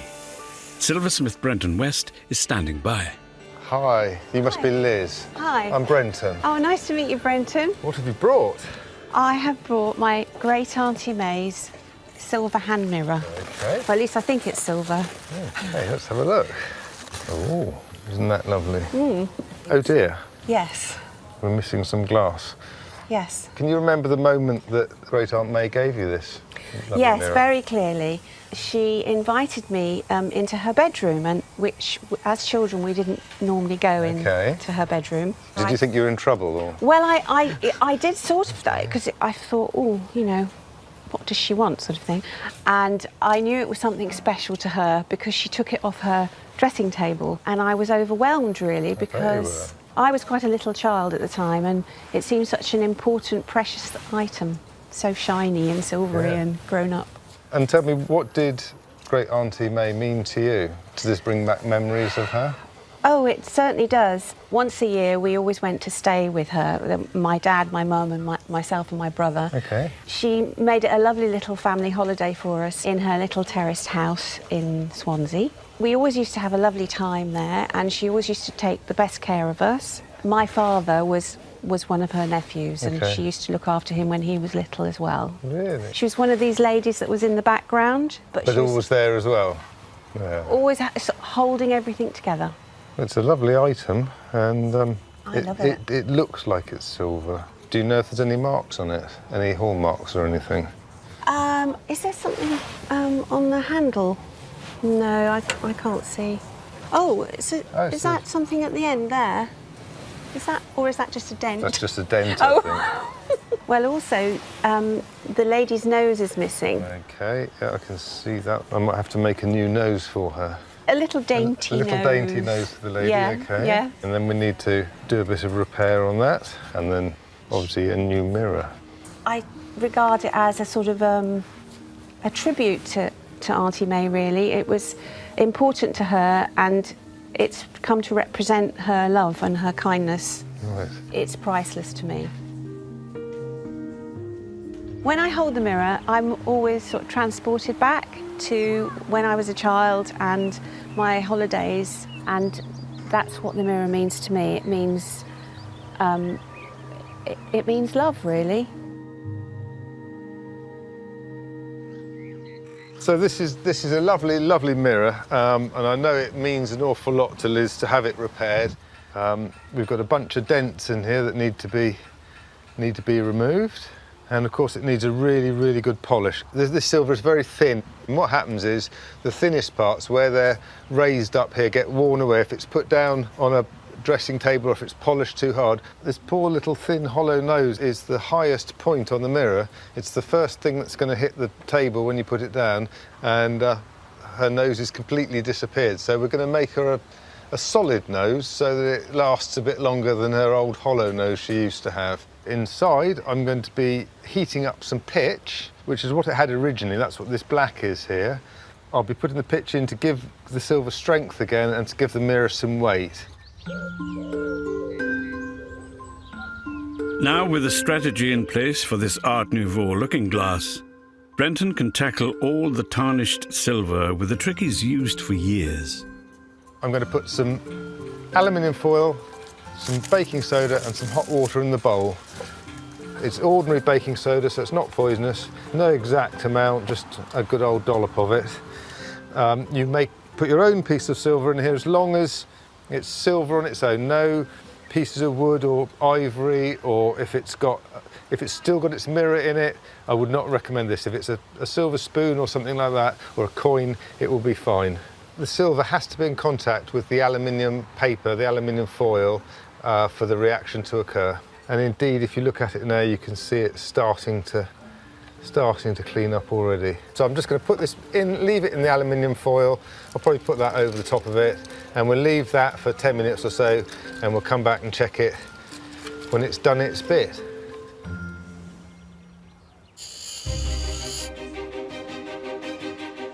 Back inside the workshop, Steve has discovered that a key component of the barmaid clock is beyond repair.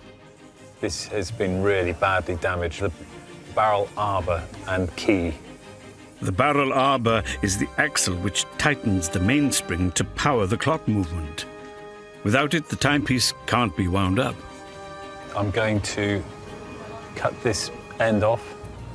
I'm going to drill it and then put a new piece in it that will have a square on it. And once I've done that, you'll be able to slide a key onto it in the normal way that you would put a key into a clock. That's quite a complex job, but I'm going to get on with it now.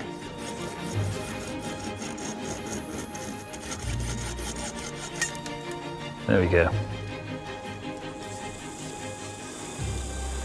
This watchmaker's lathe is a lovely piece of kit for keeping things really accurate. The next job is I've got to make up the square with a little pivot that goes into that hole. I'm going to make a square out of this blue steel. This blue steel is really, really strong. When you put a key on it and turn it, it's not going to bend, it's not going to break. It should be absolutely fine once I put it in there. It's very tough material.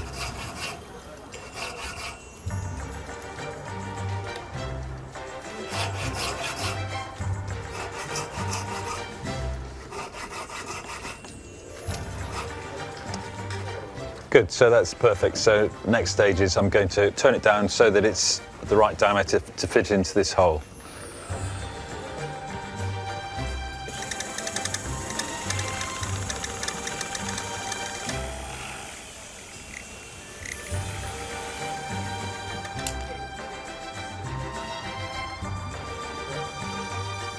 Good, that's a really good tight fit.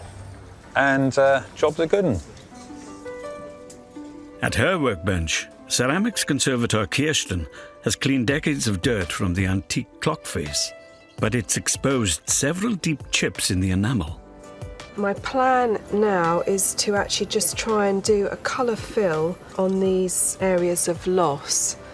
So for that, I'm going to just use like an adhesive, which is specially sort of made for ceramics and glass. And hopefully that's going to fill these areas and mimic the enamel quite nicely. I'm going to add quite a lot of titanium white in the hope that it will make this fill quite opaque and block out the copper that's on the base. I'm going to try a little bit here and see how it's looking.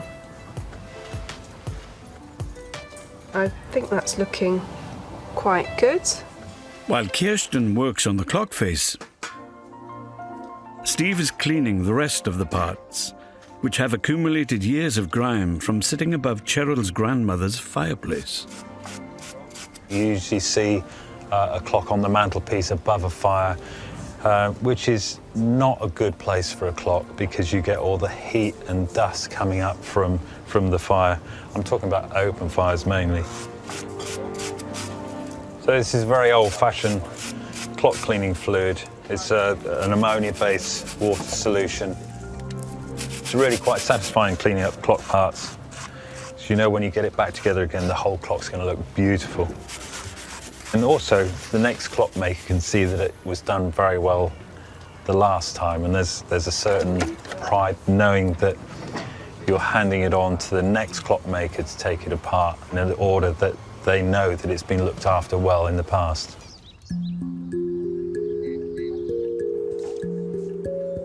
Next to arrive is Joanne Silverstein and her daughter Lisa, with a distinctive piece of furniture that's had a catastrophic accident.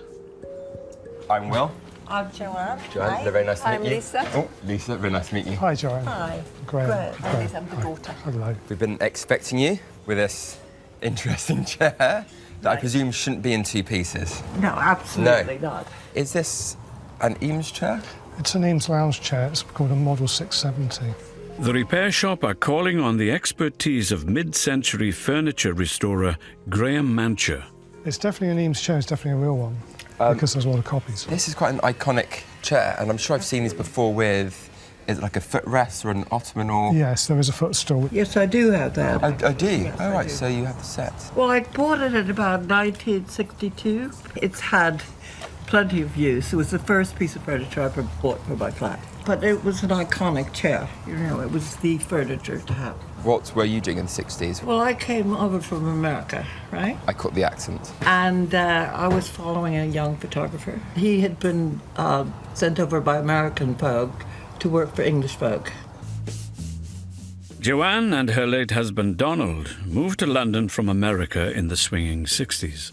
Joanne was a model and successful fashion designer. Donald was the go-to photographer for the biggest stars of the fashion and music industries, including Jimi Hendrix. He did a series of very famous photos of Hendrix, stripped to the waist. Yeah. And the big hair and so on. Wearing like a medallion or something. Yeah. Meeting those musicians was quite exciting. Imagine. I wanted to keep the chair for Lisa because her father's favourite chair. He spent a lot of time in it, lots of memories, him just sitting there and us being children running around while he was sitting in the chair watching all of us. After 2 daughters and 4 grandchildren spinning around, it's pretty well done in. But it lasted all these years until recently. We just sat down and went bang. It literally just snapped. Literally, yes. Snapped. I was with Mum, Right. and I went into the kitchen to make a cup of tea. All of a sudden I heard a big scream and a crack, and I rushed in and Mum was on the floor. Did you go for Mum first or did you go for the chair first? Mum first. If I went for the chair first, I wouldn't be standing here. So how did you feel when this broke? I was absolutely devastated because I had always promised Lisa this chair, her father's chair, and I thought, oh no, you know, that's it. That's it. Never happened. Is this a straightforwardish sort of break and mend and... Well, it's not uncommon. I've seen a few of them like this because the chair depends on key points, which are these rubber mounts under the arms. And what's probably happened, in fact, I'm sure what's happened here because it's broken here, this mount has come away and unfortunately the chair, were you sitting in it when it broke? Yes. What's probably happened here is you sat in the chair, this went, but Yes. and as it broke, you were leaning back, it swung round, and unfortunately, instead of the mount coming away, the plywood snapped. Right. So it's quite serious. I think it can probably be fixed, but it's going to actually require a new lower back panel. Now, the problem there is this is Brazilian rosewood. You can't actually get it anymore because it's an endangered species. So the new panel won't probably look quite like this, if that's okay. Well, it has to be. I imagine it's the fact that we want it fixed, no matter how. Do you feel that it's going to be strong? It'd be strong, but within the constraints of the design. So if I have any great-grandchildren, they could still spin round. I think you could safely say they'd be OK to do that, and one at a time. And one at a time. One at a time, definitely. This chair's been loved, it's been at home, it's something you cherish and has a lot of memories. And to my mind, I would say that probably the main thing is to actually get the thing up and running again and make it reliable and have it so it lasts. Well, I think it'd be fantastic. It's such an emotional attachment to this chair, and I so have promised it to Lisa for so long that if I couldn't fulfill that promise, I would feel very bad about that. Nice to meet you, Good luck with the repair. Yeah. I kind of feel a strong, energetic connection with that chair and my dad, so that's why it's really, really important. Nice chair. It is, or it was. Shame it's in two pieces. It is. I think it can be put back together and be... You think? I'm pretty sure it can. Sure? In actual fact, yes, it can. Not to be overly optimistic about it. Basically, we're going to replace the lower back panel. That's this bit of plywood here, right, because this is a write-off. Yeah. The leather will be cleaned. I'm going to tidy the base up, and then it'll be a case of putting the thing back together. Well, I will give you a hand back of the Thank you. bench. Okay. I'll take the lighter part. Yes. There have been many imitations of the Eames lounge chair. The original was designed by American husband and wife team Charles and Ray Eames in 1956. It remains a highly sought-after piece of fashionable furniture. Graham has become one of the world's authorities in restoring these chairs and knows them like the back of his hand. This is the part of the back that has broken. Now, as I take this off, I can see that it's actually been repaired before. You can see that in the light just there. There's actually a slight sort of imperfection in the wood.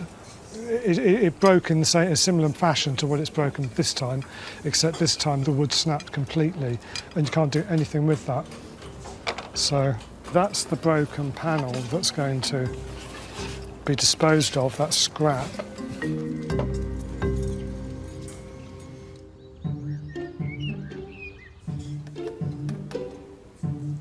Silversmith Brenton has come to the rescue of a treasured Art Nouveau hand mirror. Its glass is long gone and it's lost its luster after years of languishing on a shelf. But thanks to a trick of the trade, this mirror may have a new lease of life. Yeah, it's pretty good. It's got most of the black out of the details. It's going to want a final polish up, but that little trick's worked well. I'm going to give this just a gentle polish over, just to make it really, really shiny, because it's just still slightly dull. Now that decades of dark tarnish are erased, Brenton can concentrate on crafting a crucial missing feature. So this job comes with all sorts of challenges. I didn't think I'd be a plastic surgeon, but here we go. In all these years of silversmithing, this is the first nose I've ever had to make. And it's actually much more difficult than you think, because a nose is a funny shape, and this is a tiny, tiny little nose. I'd love to have soldered a piece in there and then banged another nose out, but this metal is just so thin that if I did anything like that, it would just split completely. So I've got to look after the integrity of this mirror. So I'm just going to put that through there. We can have a nice little button nose like Liz wanted, or we can have a big Pinocchio nose, but I think that would be a bit silly. So I think what we'll do, we'll go for the little button nose. I'm just going to glue that into the hole from behind. Next on the list, before he can fit a new piece of glass, Brenton must reinforce the structure of this fragile keepsake using a material called pitch. So this is pine resin. It's just a hard resin that when it's hot becomes liquid, and when it's cool it's hard, and it's ideal for pouring into hollow silver objects that are very thin metal. So this will take a few minutes. So the pitch is slowly melting. Once it's all liquid, I can pour it into the back of the mirror. So this smells like a pine forest in summer, which is quite rewarding, actually. Pitch has been used to fill and give weight to pieces crafted from gold or silver sheets for hundreds of years. It was first discovered in early Islamic jewellery. We know it's ready when all of this pitch is melted, and there's still a lump in there that's slowly melting, so any second now this will be ready. I don't want to pour it in there and have a big lump sticking up in the middle because the mirror won't fit in. It's got to be smooth. So I'm just warming the mirror up slightly so it's not shocked by the heat of the pitch going in. The mirror's cold and the pitch is hot, and just better just to have it slightly warmed up. Silver's a really good conductor of heat, so it doesn't need much heat to do that. Right, so I'm just pouring the pitch now. Obviously I can't put too much in or the mirror won't fit, so I've got to put just enough in, just to give that silver some strength. So this, because it's liquid, it's naturally self-leveling. If you look at the middle of that pitch there, you can see the old pitch that was in there before is melting and floating to the top of my new pitch, which is quite nice. Right, put that down there. I've just got to level that a bit. So I'm just making sure that there's enough room for the mirror. Just moving any pitch out of the way that's going to cause me problems. But I think that's about right now, so I'm going to leave that to set, and then I'll try the mirror in there when it's cooled down. It'll probably take about half an hour.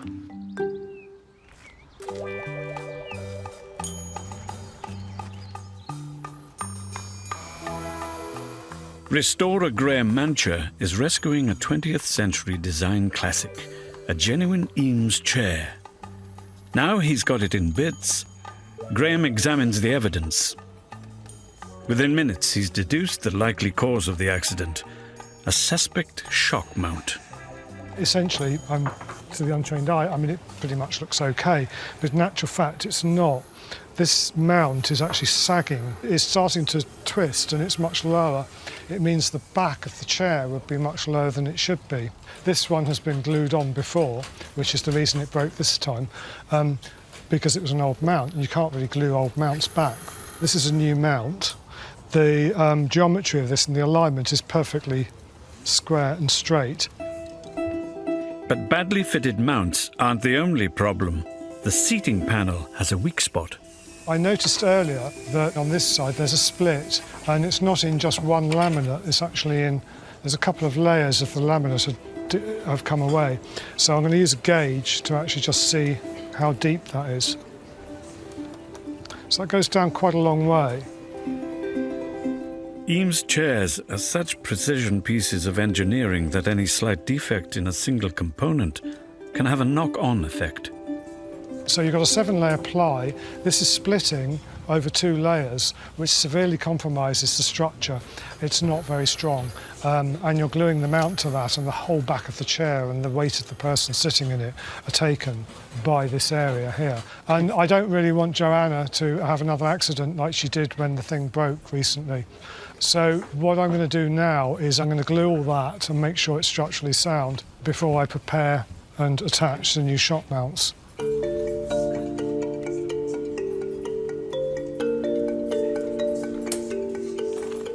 A few hours later, the base panel is now solid and safe. It does look to me all good. So the shock mount should be fine. I also noticed another thing I've got to do is the plate. You can probably see if you look at that, you can see how bent it is along the straight edge. That's happened when the back fell off, so that needs to be straightened out.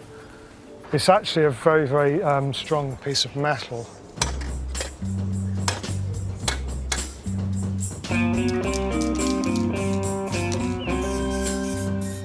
Every component of the cherished chair is examined, refurbished or upgraded. But the Brazilian rosewood panel that can no longer be sourced must be replaced with an alternative. How you doing, Graham? Hi. Postman's bin. Got a little parcel for you. Cool. Is that all right? Yeah. Is that the right one, though? Let's have a look. Is that the right colour? Well, this is Santos. This is Rio rosewood. This is the closest we could get. Right. Clearly, there's a variance in the colour. This will wear in over time. OK. So then, my question is, how are we going to... Is that... You're just saying, OK, leave it like that and the sun will age it, or are we going to bleach this? I mean, it's possible to do that, but it's quite an involved process, and we considered this. Will and I discussed it. Right. Joanne's been informed of that. The conclusion we came to was that it's best to leave it like this, and it's an honest repair. OK. You've got to remember, this is a repair, it's not conservation, and that is the most practical solution. So it's an obvious repair. and we can see that it's obvious. So we're going to leave it in that colour. Yes.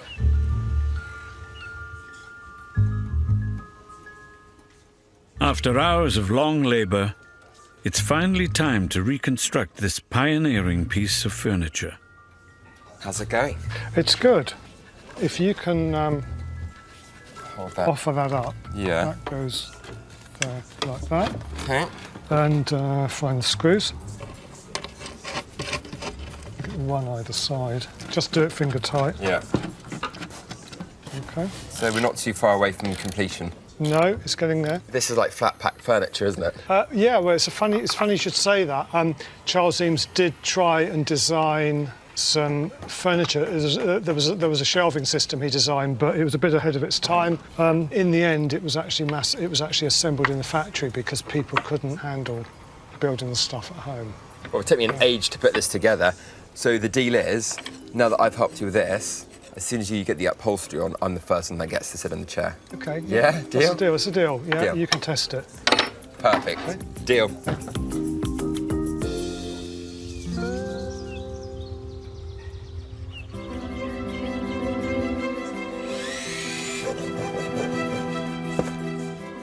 At his bench, Steve is also busy reassembling. He's getting ready to see if the barmaid clock will ever call time again.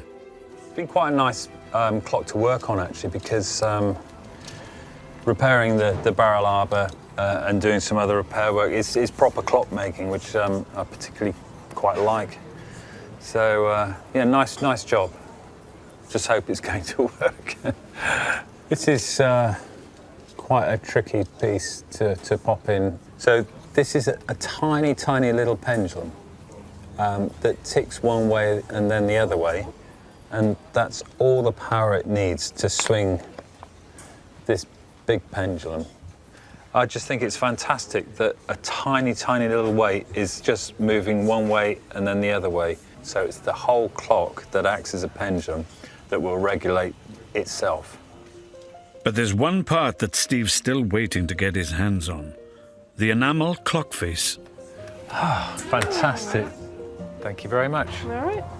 Oh, that's brilliant. Okay. Absolutely brilliant. I look forward to seeing her holding it. So it'll be swinging like that next time you see it. Very cheeky. Yeah.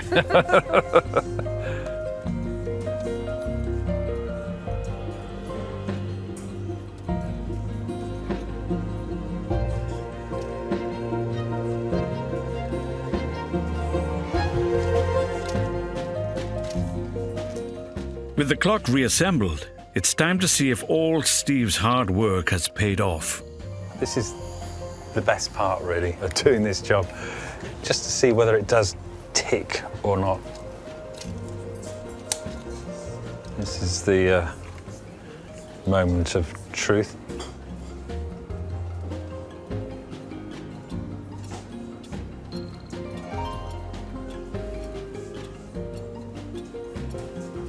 So far, so good.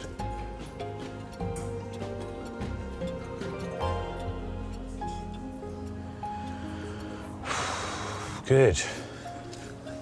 Fingers crossed it's going to carry on going.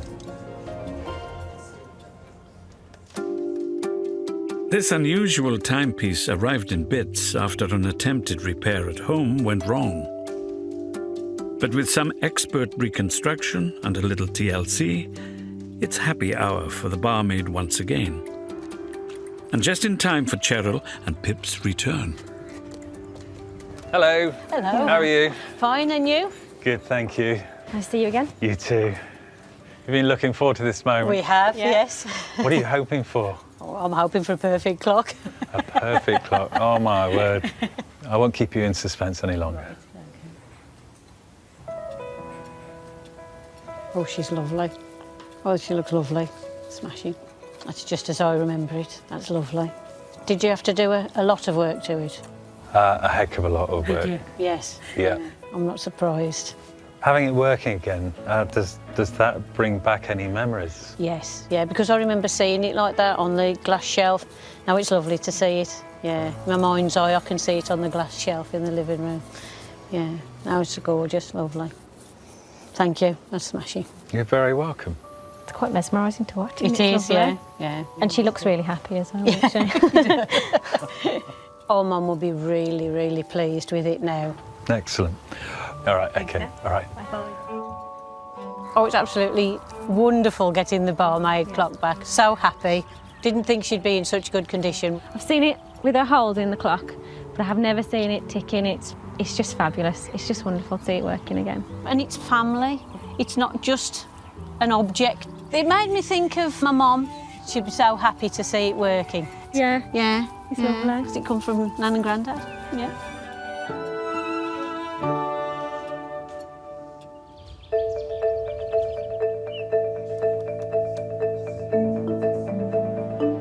Silversmith Brenton is adding the final flourishes to an Art Nouveau hand mirror.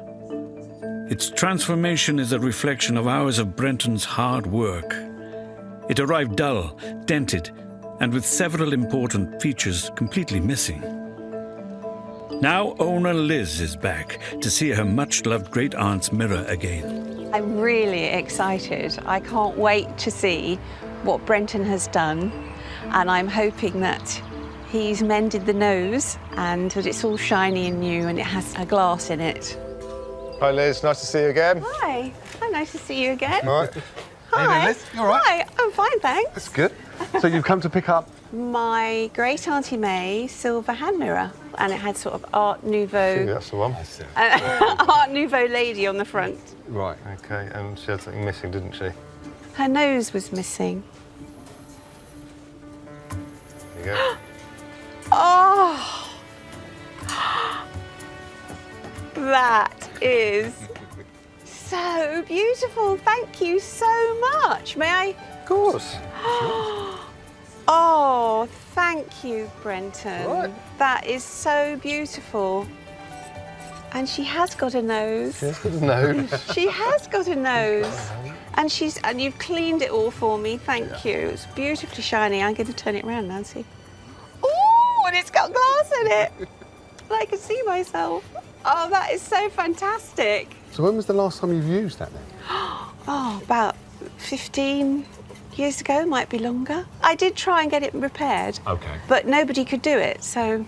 Come to the best here. Oh, my goodness. I'm not allowed to leap across here and give you a hug, am I? No, he can come around and give you a hug. He's a gentleman. He should be coming around to give you a hug. Can I? Oh, Yes. thank you so much. It's my pleasure. Thank you so My much. pleasure. My pleasure. Really lovely. I'm just thrilled because it brings back lovely memories for me. When I hold it, it takes me right back to the moment when she gave it to me. And how amazed I was. It's a nice thing, and it wanted repairing and bringing back to life. And it's so lovely to feel and touch. Do I have to be really careful around this? Really careful around all of it. Right. The nose is probably the strongest bit. Oh, right. The nose is about the only bit you don't need to be careful about because it's solid, but the rest of it, you have to be quite careful with it. OK. Oh, I'm thrilled to bits. Are you? Yeah, I really Good. am. That's the aim. Perhaps I can pass it on to someone. Who are you going to pass this on to then? Well, I might one day, I might have a granddaughter. Ooh. Because I've got two lovely sons, and one day they might have children. And mind you, I don't know what I'll do if I have two granddaughters. Then you have got a problem, haven't you? But I shall hang on to it as long as I possibly can. Right, so you're going to use it until you get a granddaughter? Definitely. OK. I'm feeling really elated that my mirror has been mended. It looks just the way that it did when Auntie May gave it to me. Beautiful and shiny and lovely.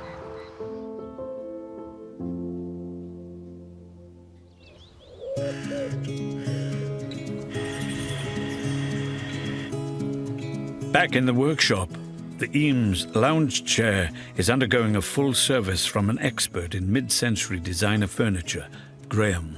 So the headrest cushion is identical to this one, but it goes up the other way. And it's part of the design that these cushions can be rotated to even out the wear. Not a lot of people know that, but it's actually part of the design that was intended to be done, as with the Ottoman cushion and the seat. So that's the cushions done, and now I'm going to put the arms on.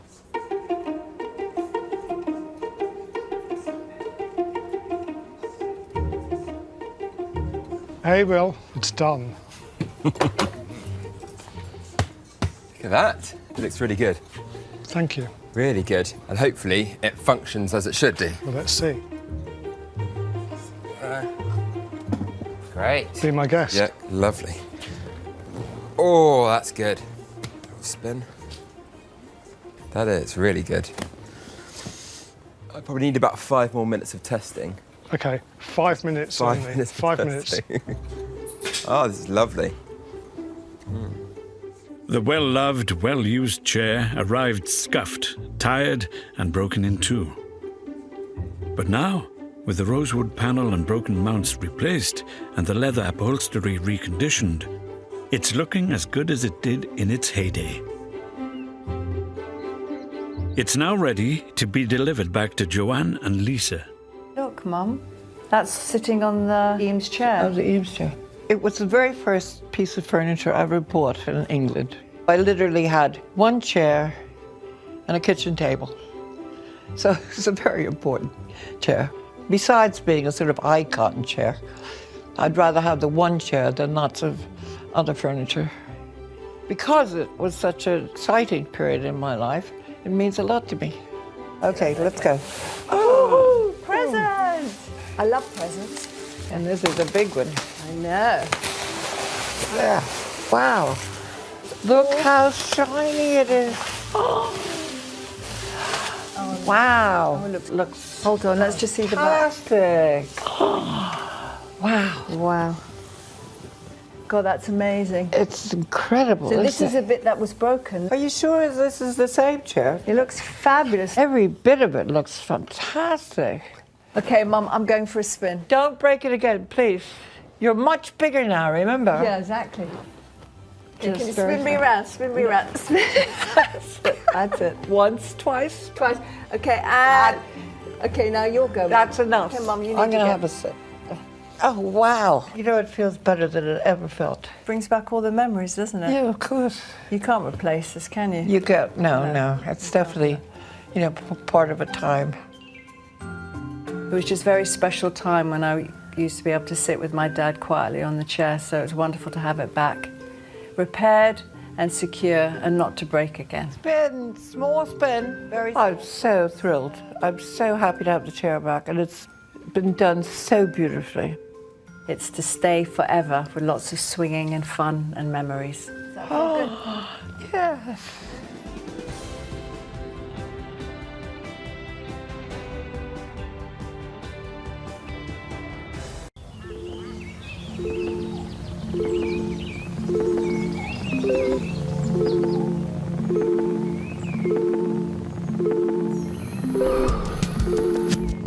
In the repair shop today, Steve and Kirsten collaborate on a very fragile 19th century clock. There we go.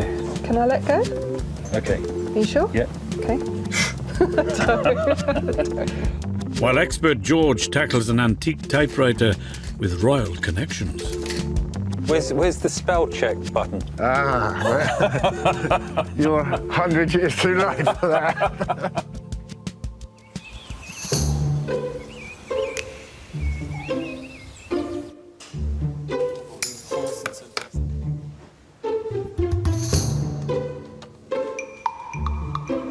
First through the repair shop doors is John Lofting on a top-secret mission. Hello. Hi. He's enlisting an expert who's very clever with leather, Susie Fletcher. Nice to meet Nice you. to meet you. What do you have here? So this is my grandfather's World War II flying jacket. Okay. He did actually use in the war. Really? Yeah. I believe it's an Irvin jacket.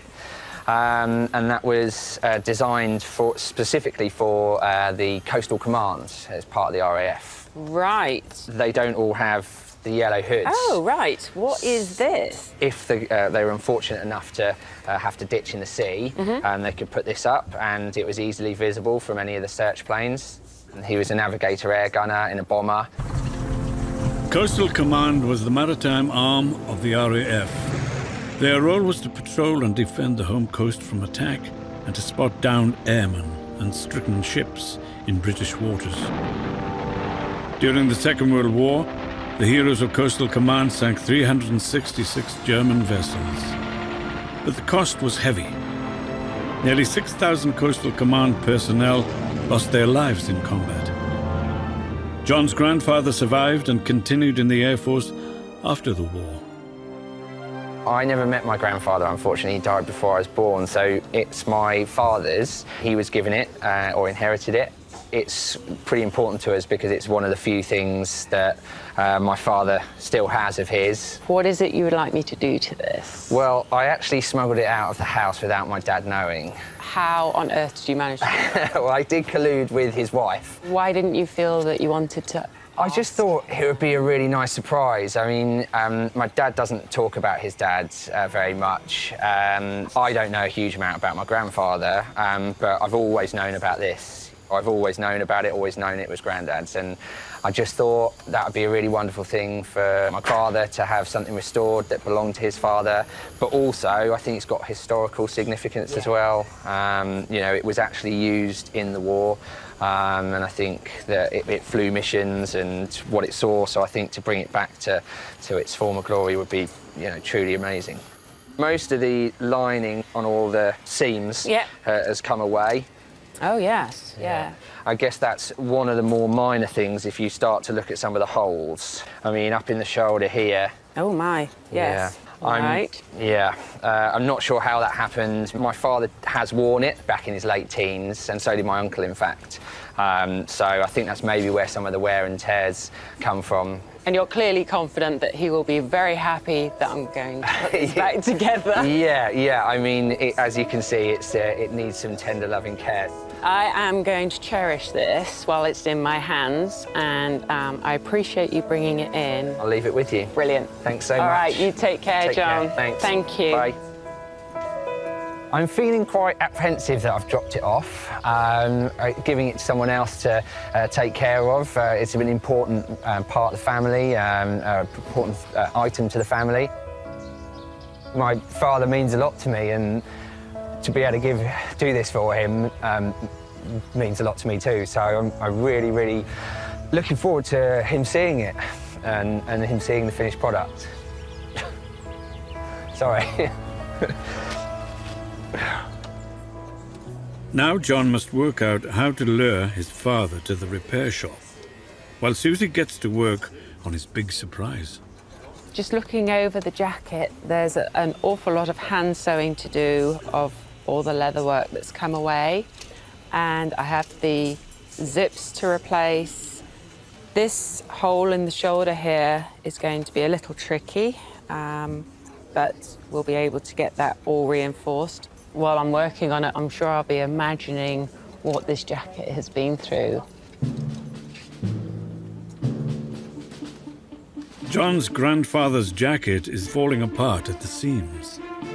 Pretty much all of these strips of leather that are covering the main seams that butts the two pieces of leather together is going to have to be resewn. All the stitching is rotten, it's very fragile. I just need to sew every seam, of which there are many. With an entire jacket to carefully restitch, Susie's calling on the help of an old and dependable friend. You all right? Hello. I did offer to get you an electric one. This is Pearl. Nice to meet you, Pearl. Pearl is a Singer sewing machine, and Yeah. there was an Elkie Brooks record, Pearl's a Singer, so I call it Pearl. All right. But the reason I like this hand-driven machine is this has to be done one stitch at a time to match up the original stitches. And if you had an electric sewing machine, it probably would take up... It does its own It stitching. would do its own stitching. And you can control going into where it needs to go. So there's nothing I can do here. Well, you might want to turn the handle. And I go slowly. And go very, very slowly. Ready? Perfect. Like that? Yeah, keep going. God, blimey, this is going to take ages. You're not going anywhere this afternoon. I'm here for the rest of my life, you know? Yeah, keep going. You've got to do the whole jacket like this? The whole jacket. Keep going.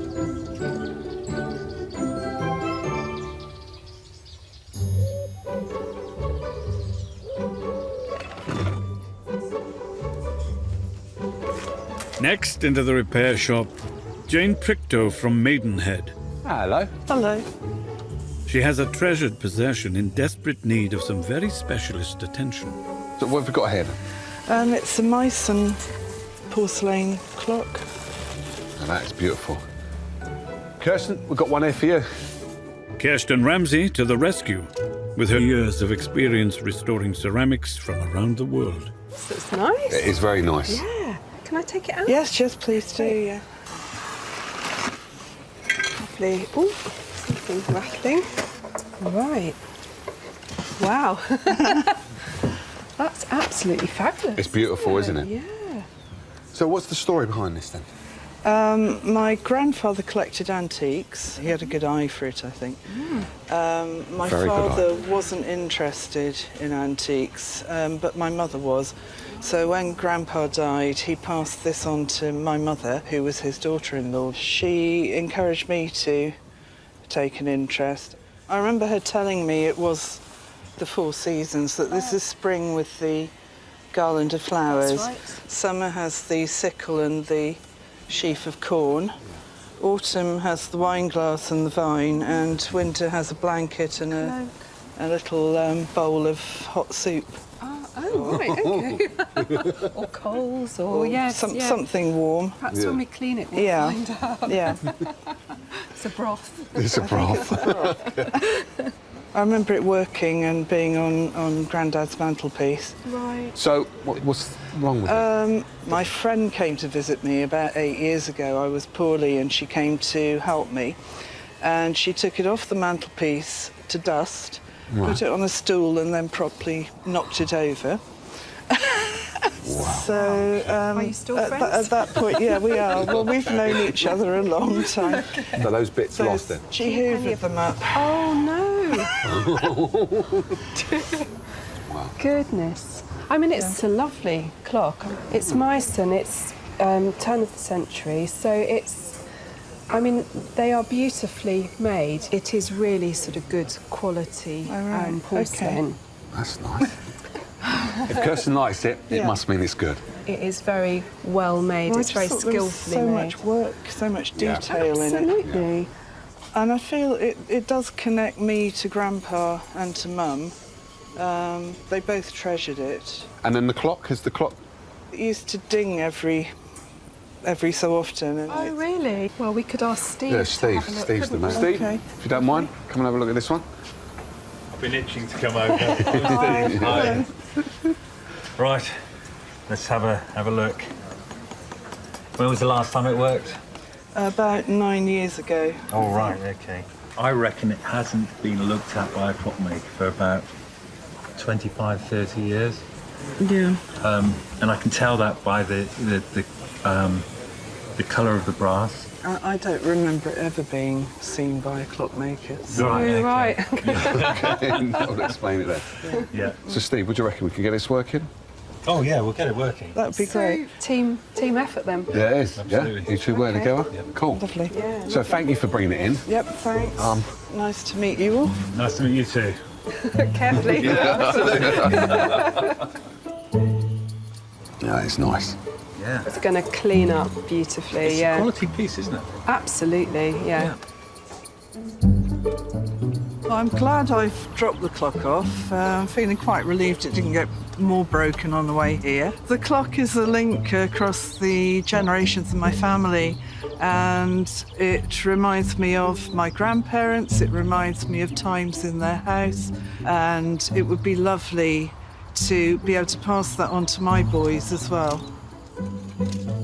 I'm just itching to get going because it's gonna come up so beautifully. And your clock, you think you're quite confident Yeah, that the clock is a very standard but very good quality French movement, and I've worked on hundreds of these. They're all good quality. Right. Okay. Great. So you need to get the clock out first before Kirsten can work on the actual body. Yeah. Okay. Yeah. So it sounds like you're both excited about this one. Absolutely. And it's a team effort. Yeah, absolutely. Yeah. So can I leave you to it? You can. You sure? You can. Yeah. All right. Thanks, Steve. Meissen porcelain was developed in Germany in the early 18th century. It was the first porcelain to be produced in Europe. the Chinese having had a monopoly on the process up until then. Renowned for its whimsical style and delicate rococo detail, it has become extremely sought after by collectors. So I'm just going to start taking it apart now. Just pop the dial off. The strike is completely seized up, which I'm very surprised at. It might be just because it's years since it was used. On the time side, it looks fairly seized up as well. Okay, I'm going to have to take it fully apart to actually find out what the problem is. Steve? Hi. I was just coming for the mice and clock case. Yeah, take it away. I'm terrified of it here. Absolutely terrified. Okay. Just the sort of thing that you swing round and knock. Take it away. You got it? Yeah, I got it. Sure. Yeah, absolutely. Yeah, definitely. All right. Thank you, Steve. All right.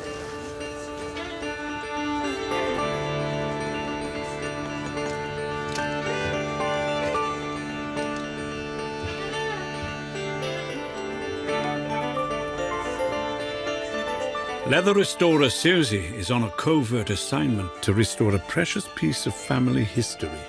A World War II bomber jacket that is succumbing to age. The hole here is actually in the shoulder area. It's a very significant repair, and I want to stabilise this whole area. In order to do that, I'm going to be trimming off the wool that's on the inside of the jacket, and I'll then be gluing some aviator leather on the inside. It has the wool still attached to it. It's beautiful and soft, and the leather is a decent thickness. So I'm going to shave all the wool off down to the skin. I'm just going to take my time doing this, as I don't want to cut the leather itself.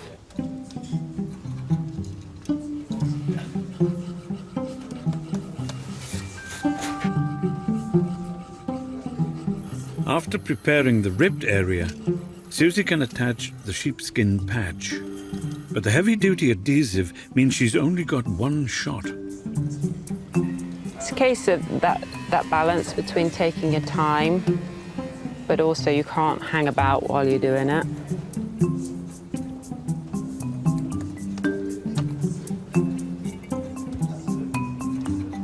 So now that I've fit the jacket over, I'm making sure that those tears are joined together. Where we've got these little flaky bits sticking up, they'll actually cover over some of the tears, which is quite nice. Already I can feel that new piece of leather has really stabilised this whole section that was incredibly weak. So I'm very pleased with how this has gone. The years on combat duty haven't just taken their toll on the leather. The zip on this jacket is actually very badly damaged. It's lost many of the teeth. It's not the original. I can see it's been repaired in the past. A zip on a jacket like this, it's so important that it works and it's easy to attach and do up, particularly on those cold, wet days. Things to bear in mind when you're putting a zip in is making sure that when you've taken the zip apart, you sew the right side on. Otherwise, you'll find out when you go to put the side with the slider on, you've got it inside out, which isn't going to work.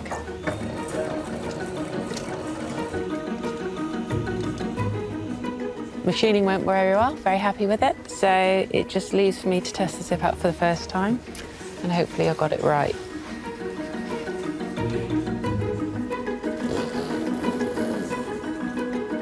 Nice.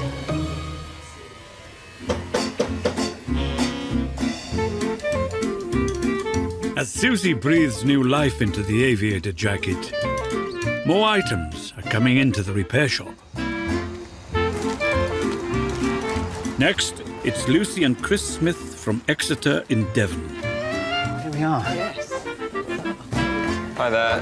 They've brought in a historic family heirloom with a regal connection. Let's have a look. I'll let you have a look. Look at that. It's a typewriter, I can see that. That's an Underwood 5. Is it? Yes. The repair shop has called on the expertise of vintage typewriter restorer George Blackman. It belonged to my grandfather, who wrote these memoirs on it of the Boer War and the First World War and his time in the army. Okay. And during his distinguished military career. And the really interesting thing, we think, is that he was godson to Queen Victoria. Queen Victoria? Queen Victoria. So my great-grandparents and Queen Victoria and Prince Albert were friends. Oh, I mean, just as you do. Yes. As he was friends with in the memoirs, he records the fact he was at Sandhurst, training to be an officer with Winston Churchill. Well connected then. Yes, and one of the most fascinating things that he records, he was on attachment to the British Embassy in Berlin, and he was there at that very point Britain had declared war on Germany. And that's also, the accounts are in the memoirs written on the typewriter again. So it's got a very interesting story behind it, this typewriter. I've always say, if only things like this could talk. I know. You know, the stories are here. Yes, but, they are, but it would bring it to life even more, wouldn't it? So it must mean quite a lot to you then? It means a great deal to me. I'm sort of very family orientated, so although I only knew my grandfather for 9 years, my family are very important and I want to pass it on to the next generation. It's you know, it's a family heirloom that I want to keep in the family forever. So this isn't working at the moment? No. Probably never been used for 60 or 70 years. Yes. Really? Yes, I would say that's right. Yes. What happens is they used to use old type of oil years ago, and it congeals. Yes. And it then sucks in all the dirt and everywhere, and it just seizes everything up. So we can't move it. Yeah. All these keys here are all stuck. Let's see if we can get some moving. A bit sticky. They are very sticky, yeah.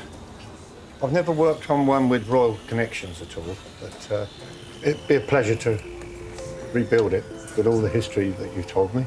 Well, excellent. Excellent, and it'd be great to have it in working order so it can go back in pride of place. Well, we certainly try to. Thank you very much, George. Thank you much for coming down. Thank you, Will. Thank you, George. Pleasure to meet you. Bye-bye. Thank you. Bye-bye. Thanks, bye-bye. Bye-bye. I'm feeling very excited now I've dropped the typewriter off because with any luck, George will be able to restore it and then it can be passed on to the next generation. I'm sure it's more than a possibility. George is going to do it, I know. So, George, this is such a nice piece to have into the It workshop. is. And it's the first item that we've had that has a link to the royal family. That's right, yeah. I've done several like this, but never known their history. Whereas this one, I do. It's very interesting. Very interesting, yeah. isn't it? But the main thing we've got to do is this is the most important part, is the carriage movement. It's not moving, so we've got to sort that out. And all the keys at the front, they're all, which actually bring up and type on the paper. Yeah. Just not working. Seized? Seized up with years and years of neglect. And then all these have got to come out. Now, this is a big job. What? You're going to take them all out? I'm going to take them all out. But there's hundreds and hundreds of parts in this machine, possibly nearly 1,000. So it looks like you've got a lot of work to be getting on with. It's a lot of work.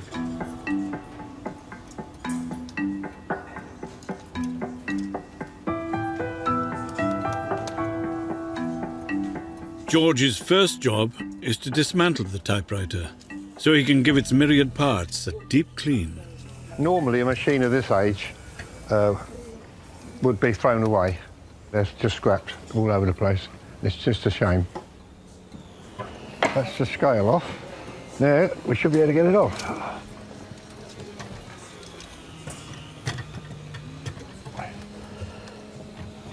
Here it comes. Waggle, waggle, waggle. There we go.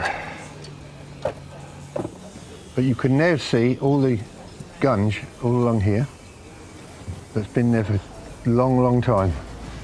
Is one of the worst I've ever seen. Very bad.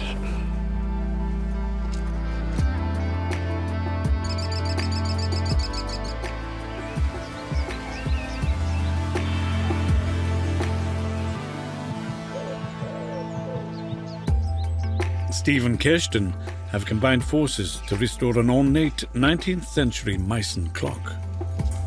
It's picked up a lot of dirt over the years, so I'm going to give it a really good clean. Porcelain like this, when it comes to me, it does tend to be quite dirty normally, quite dusty. I think people are quite intimidated by cleaning things like this.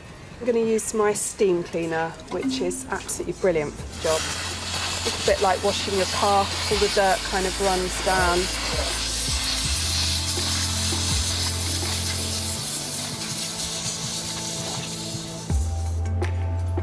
Steve has his own cleanup operation on the go. The clock mechanism hasn't worked for almost 10 years, and its parts are in need of some TLC. I've taken the whole movement apart now, and there's nothing actually broken. What I have found is that it's just completely seized up with the oil that has gone absolutely hard on all the pivots. It's just like glue, and so that's the reason why the clock wasn't working. I'm going to pop it in the clock cleaning fluid now and leave it there for a little while. Then I'm going to clean it all up and polish it all.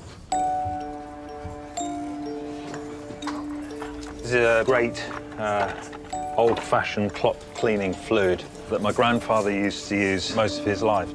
Leave that to cook for a little while, about half an hour, 3/4 of an hour. Hopefully, put the clock back together and it's going to work all right. Kirsten is ready to tackle the trickiest part of her repair, rebuilding the missing porcelain parts. I've got a couple of missing areas. I've got this wheat sheaf here. There's a finger and a toe and a few leaves and things. So I'm going to make up the missing areas. I'm going to do a finger here on this cherub. If you look at the original fingers, they've got some rather sweet little fingernail details. So I'm going to put that back on it as well.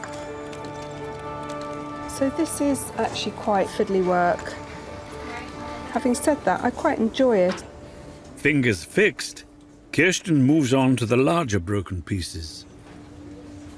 So the biggest challenge on the Meissen clock is going to be making up the missing wheat sheaf. I haven't actually ever made a wheat sheaf before. I've made all sorts of things, flowers and bushes and leaves and feet and hands, but I've never made a wheat sheaf. Fortunately, there are quite a few sort of references and I've got an idea of what it should be looking like.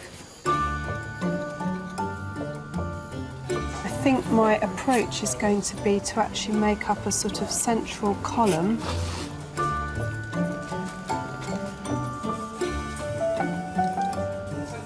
Then make the wheat ears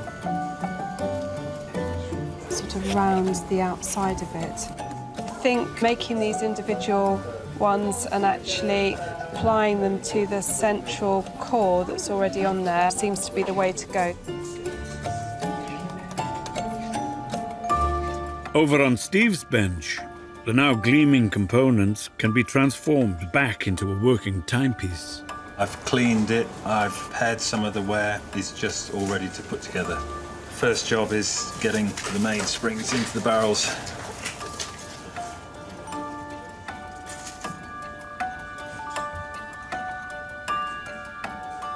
While Steve puts the mechanism back together again, Kirsten is painting her repairs to seamlessly blend into the 19th century ceramic.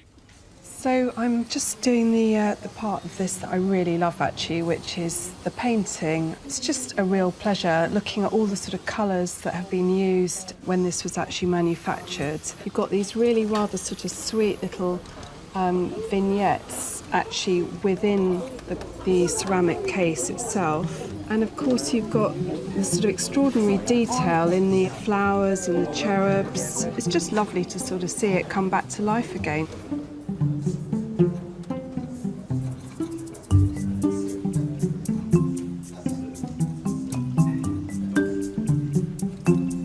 Leather specialist Susie is on a secret mission to restore this World War II aviator's jacket, colluding with the owner's son, John. After hours of meticulous work, the end is in sight. I'm now cleaning the leather and I'm being careful because in some areas the surface is quite flaky and I don't want to pull off pieces. So I'm just gently doing it. I'll let it dry and then I can go over it again. I'll be conditioning it as well and then cleaning it again with some saddle soap. In working on this jacket, I have such a deep appreciation as to what conditions they were working in whilst doing a very, very difficult and important job. It's incredibly emotional. Imagining a member of your family having done that, and so I really hope that John and Graham have a favourable reaction to the work that I've done to this very important jacket. John and his uncle Michael have arrived at the repair shop, where they have a surprise planned for John's father, Graham, the owner of the jacket. I've had to spin a bit of a web of deceit to get my dad here today, ably assisted by my uncle here. But he thinks he's coming down for the Small Visitor Centre of the Year award with his wife for a buffet lunch. And he's going to be extremely surprised when he sees us, I think. That's quite interesting, because you don't live very far from here. Hello, guys. Oh, yeah. How are you? I'm absolutely fine, thank you. Good. And still none the wiser. Hello. Hello there. How are we doing? You okay? I'm fine, thank you. You are? I'm Graham. Graham. How are we doing, Hi, John? How are we doing, John? Nick. Don't be shy. Thank you. So, Graham, you don't know why you're here, do you? I have no idea. Okay. John, how you feeling? Pretty nervous. Yeah? Maybe in a bit of trouble afterwards.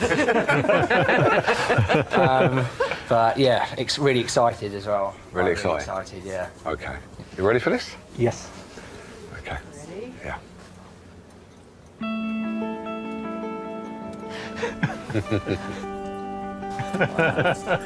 Wow. Absolutely amazing. Terrific. It just looks stunning. It does. Beautiful. So, Graham, do you know why you're here now? I've got a pretty good idea why I'm here now, yes. So is John in trouble now? No more than usual. No more than usual.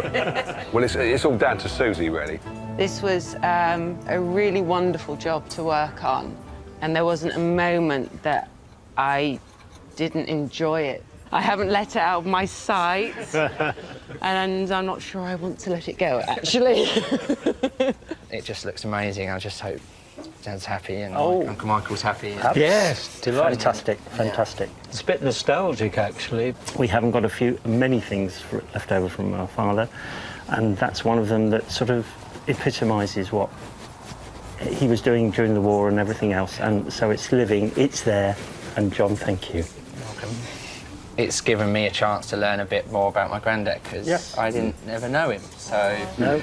Which is, you know, that's difficult for me that I didn't know him. So this has brought me a little bit closer to him. It's a lovely little bit of history, and we can now look after it, guys, can't we? Or John can, I suspect. Yeah. So is that what's going to happen with it now? Is John? It's going to be handed down to John? Yes, I think it's John's custodian, unless Michael has any. No. I think Graham, you should do the honours. Lovely, thank you. Right. Come here, young man. Oh. I could do it. It feels amazing. Brilliant. So, John, thank you. Thank you so much. Thanks so much. Thank you. Never thought I'd see the day where it'd be restored to the level and the beauty that it was then, and it makes me just humble and proud. It's all been worth it. The secrecy and the scheming and getting everyone together. The jacket's just amazing, and I'm just so happy that we've got it restored. It's just a warm glow that the family are together, and they've been brought together by such a simple piece of clothing. If we look after the jacket, it will be that focal point, won't it, to reflect on those people that are no longer with us, but with us in thought.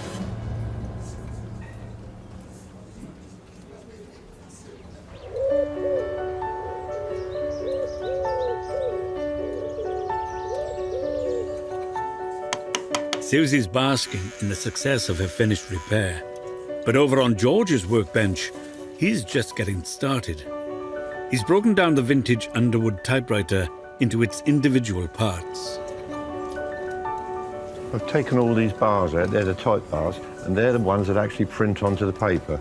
But they were all seized up, so nothing could work. 60 years of non-use, it's clogged up completely. There's 42 of them. I got them all the way through, and you can see how bad they are. Every part has to be oiled, in very fine oil, and then they will hopefully work. Unfortunately, it is a laborious process, but it's best if we do it by hand, because if we use a buffing machine, it can damage the angle of the type bar, which everyone is different. 78-year-old George has been fixing typewriters since 1956, when he started a 6-year apprenticeship. He's now a highly regarded specialist in his field. I don't know how good the alignment of the typing is at the moment. It is a worry that I haven't been able to test it first, because normally I get an idea of what it's going to type like on the paper. Even if it's sluggish and everything else, you could see the alignment. And I haven't been able to do on this one because they just wouldn't move at all, just solid. The Underwood No. 5 was launched by the New York company in 1900. It was billed as the first truly modern typewriter. By 1920, 2 million had been sold. At its peak, the company was producing 1 machine every minute. This is a carriage that's stripped down, and what we've got to do, make sure that it's clean, and so when it's put together, it'll run along on the base of the machine, and you'll get the correct spacing then for the letters. Once the historic typewriter is stripped down, George uses a spirit wash to loosen the years of dust and grime. They're so brilliantly made, they should be preserved. And so many have been thrown away. But this one, although it's not been looked after, it's never been messed about with, so it should go on indefinitely.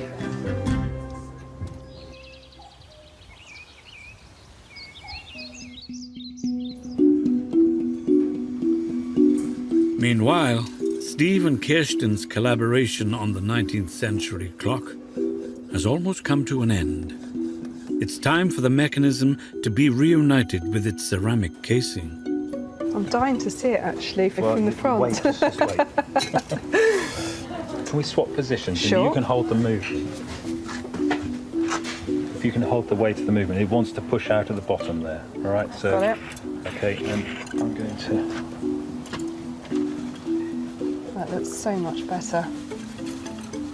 I'm not pushing too hard, you don't have to. No, OK. There we go. Can I let go? OK. Are you sure? Yep. OK. I'm really hoping Jane will be delighted with this. Jane is back at the workshop to be reunited with the clock that holds such treasured memories of her childhood. The clock is a link between me and my mother and my grandfather, so I'd like to have it repaired because it would be nice to have those memories again. It would be wonderful to be able to see it working and hear it as it was before. Hello, Jane, how are you? I'm fine, thanks. It's good to see you both again. Nice to see you too. You're looking forward to this moment. I am. We won't keep you waiting any longer. Oh, wow. Oh, my goodness. Oh, this is amazing. Oh, gosh, you can't even see where they were damaged. Wow. This is fabulous. Oh, it's beautiful. It's so clean as well. It's really bright, isn't it? It's looking absolutely amazing. Polished up around the dial as well. Yeah, so... it's absolutely gleaming, isn't it? It's so pretty. Can I look at the back? Of course, it's yours. Oh, yes. Oh, it's so clean as well. And will it strike? Right, you ready? Yes.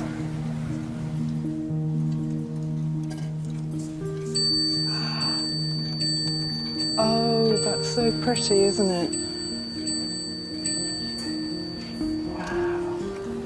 It's a long time since you've heard that. No, I haven't heard that for a very long time. Takes me back to Grandpa's house and hearing it chiming in the sitting room. That is so gorgeous. Thank you both so much. Really, really welcome, actually. It's been a nice project. I'm very impressed. I really thought it was going to end up in the bin. Oh. Which is where my friend thinks it probably should have gone. Julia, you know who you are. You're going to be able to see it. She will, yeah, if she comes to visit, but she won't be allowed to touch it. No. Right, well, I'll wrap it up safely for you, or we'll wrap it up I'll safely. wrap it up. You wrap it. Kirsten, we'll wrap it up very safely. You can take it home with you and put it somewhere very safe. Yeah, very safe indeed. Yeah. Thank you very much, both of you. Thanks. You're very, very welcome. It's been a real pleasure. Thanks. Yeah. I feel ecstatic. I can't believe how beautiful it looks. I can't believe how dainty the repair is. You can barely see where it was ever broken. It's so bright and beautiful. I feel it's nice to have something to pass down that has a link with my family over the generations.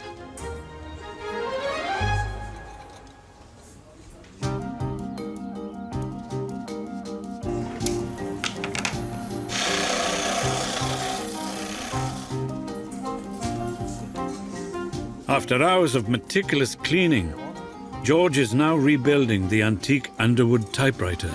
I'm just going to put the carriage on for the first time, and we're hoping we'll get a good result, because I couldn't type on it at all before. So we wiggle it on. We'll gradually go. Here we go. It's looking great. Yeah, I'm very pleased with it. So is this the final stage? This is the last screw to put in from about 50. All different ones. Yeah. It looks a lovely piece of engineering. It is. And are you confident it's going to work? I'm hopeful. It's not worked for 60-odd years, I know that. Do you know what? It's years and years since I used the typewriter. Of course it is, yeah. But they're highly fashionable now. Do you want to have a go? Yeah, go on then. Yeah. Yeah, we're just hoping the impression's going to be good. You've got to give it a little bit of welly.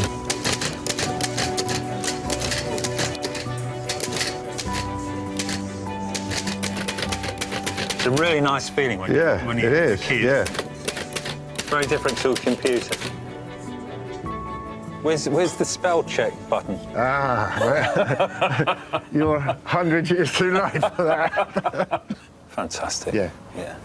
I think you've done an amazing job, George. Thank you. And it's a lovely thing to see. It's taken George's expert touch to breathe new life into the vintage Underwood. It's now as good as new, when it recorded historical memoirs with exclusive royal connections.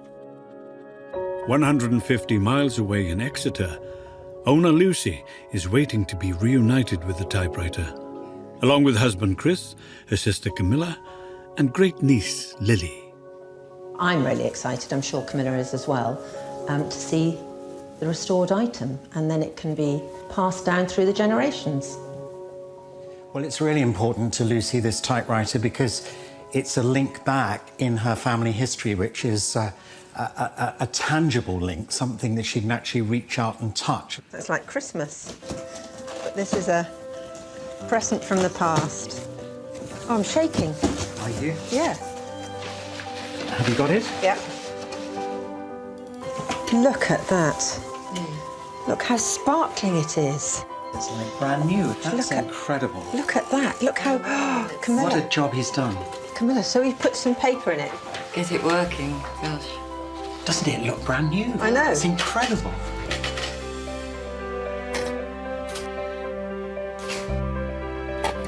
I'm so pleased. It's thrilling, isn't it? Yeah. Really thrilling. And to actually think that my grandparents Used that typewriter and their hands were on here.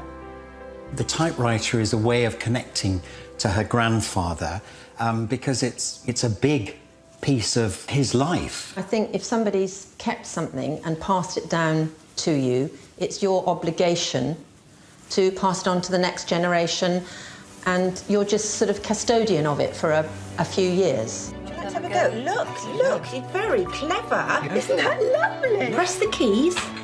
Should we do it together? Do it together. I'm going to pass it on to my son who lives in Australia, Ben, And the extraordinary thing was that my grandfather was very well travelled, but the one place that he regretted that he didn't get to was Australia. So maybe the typewriter will eventually get there, even if he didn't.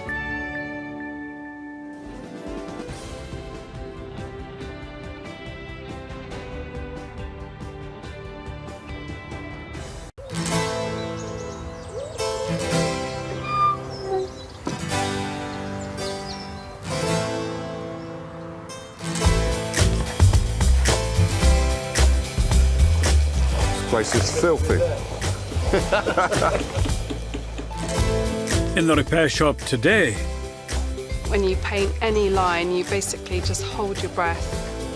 Kirsten immerses herself in a complex repair. And breathe. While Brenton gets his hands on the Victorian must-have gadget. I'm going to have some fun with this. Look at that. These are brilliant.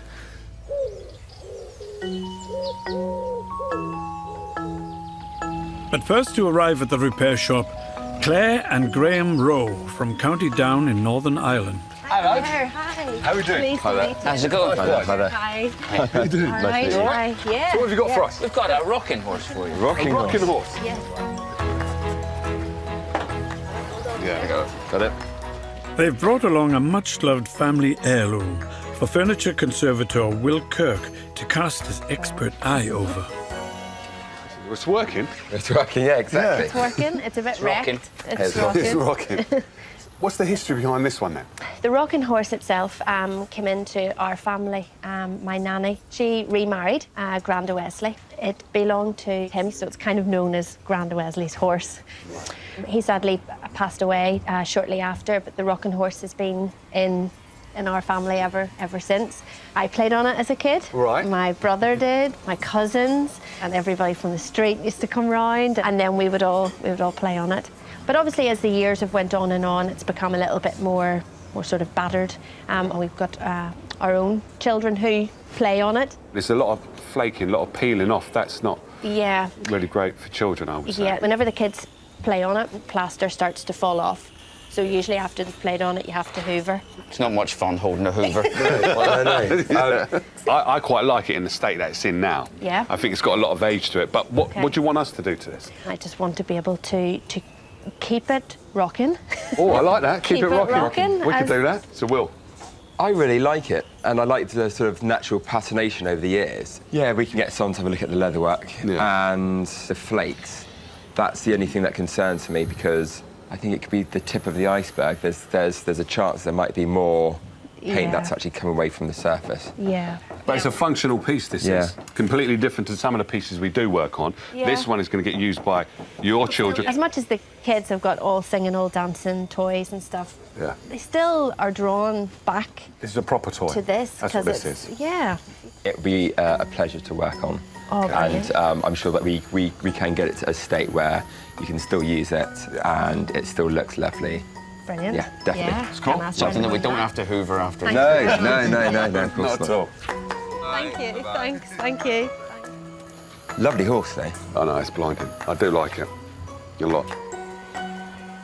I always wonder how many children have played on it before it got into Yeah. your family, and to be able to keep it going for more children to keep playing on it, it's just Be lovely, be wouldn't lovely. it? Yeah. So I really like this horse, but I definitely think before anything, this leatherwork needs to come off. And I think Susie is the right person for that.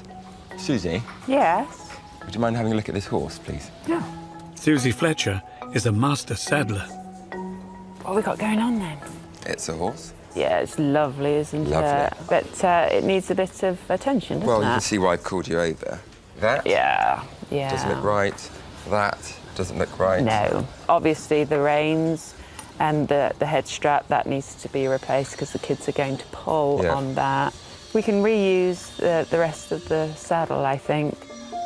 You can get the leatherwork off, then it'll Mm. be easier for me to tackle the horse. You can certainly do that. Yeah. Yep.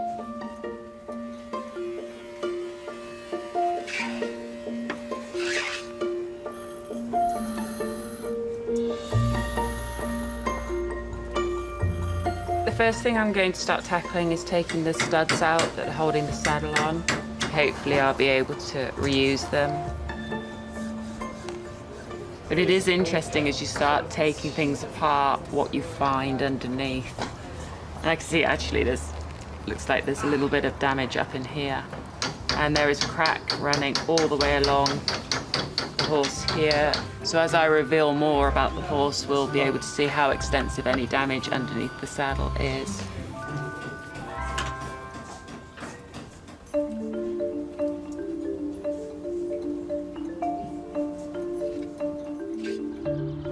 Next to arrive is Janice Pinder with a set of precious keepsakes from her childhood to show ceramics conservator Kirsten Ramsey. Hello. Hi there. I'm Kirsten. Oh, pleased to meet you. Very carefully take these out. Gosh, These that's beautiful. That's one. Okay. Gosh, aren't Second they one. stunning? But sadly, not all of them are in such good shape. And this is the culprit. Oh. So. Okay. Well, firstly, they're absolutely beautiful, aren't they? They are. They're real treasures. I absolutely love them. The day I was born, my nana gave these to me. I was the first grandchild, and they hung on the wall above my cot. Oh, really? Yeah. So is that one of your first memories then? Yeah. Oh, wow. And then in a house move, my mother took great care to wrap them up in tea towels. Yes. And unfortunately, as she got out the car to go in the house, this one dropped on the floor. And that was 57 years ago when it got broken. Goodness gracious me. Have you had these ones on display and just kept Yes. this? Yes, you Yeah, have. I've had the two. They're on display in the hall. And this has just gone in different drawers over the years. I think they're sort of around the 1890s, something like that. Oh, right. They're actually an earthenware, and, you know, they've been glazed. So that's what's so lovely about ceramics. If they're well looked after, they can endure and Yeah. keep that lovely colour. So it looks to me like someone's had a go at repairing this. Guilty. It's a shame it's broken through her face, actually. I mean, it's a shame. Couldn't be in a worse place, No. really, could it? Well, it could. It could be through her eyes, actually. I Oh, always find that really? quite difficult. I know there's bits chipped out the side here as well. I guess Yeah. that's where it hit the ground. Yes, Yeah. probably. Tell me about your grandmother then. She didn't have very much at all financially. She lived in a little two-down terraced house, but she used to like nice things. Right. And she collected blue glassware. I can remember that being in the windowsill, all sparkly and Yeah. polished. I mean, I don't know how old they are. I don't know whether my nana bought them second-hand or she inherited them. Yeah, I'm sure I can make something up for you. If you'd like to leave them with me, yeah. then I will see if I can get that back together for you. And That'd be wonderful. Get it back I to really it. appreciate that. Thank you. Thank you very much. Thank you.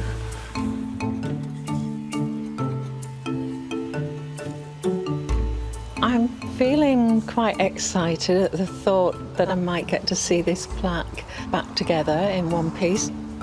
I was really close to my nana. She would be so pleased to think that it meant so much to me. The plaques were made by Royal Dalton and are commonly known as the Blue Children series. There are 24 different scenes in the series, which were reproduced on a wide range of ceramics up until the 1930s. Having the opportunity to have a really good look at Janice's lovely Dalton plaque, she's actually had a go at sticking this together, and that has left this residue of glue along the break edges. So I'm hoping that actually I'm going to be able to pick this adhesive off. But hopefully I can get this cleaned up, get it stuck together and hand paint in that little area there and put some of the gilding back on as well.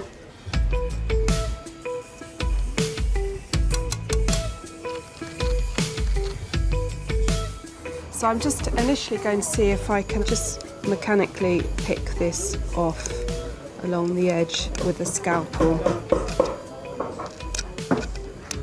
It's not until I remove all this adhesive and I offer the two pieces together I can really see the full extent of the damage. Because this is an earthenware plaque, and earthenware is actually very soft, I don't want to risk damaging it, so I'm just going to try a little bit of acetone on a cotton wool swab and see if that will just soften the adhesive for me.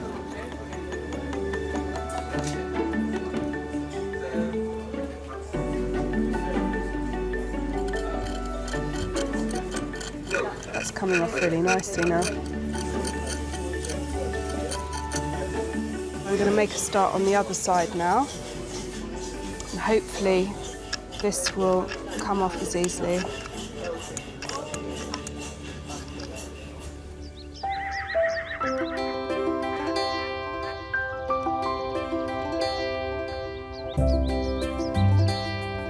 Next to arrive at the workshop, Ronnie and Rita Fell from Merseyside, with a box of childhood memories for the attention of antique photography expert Brenton West.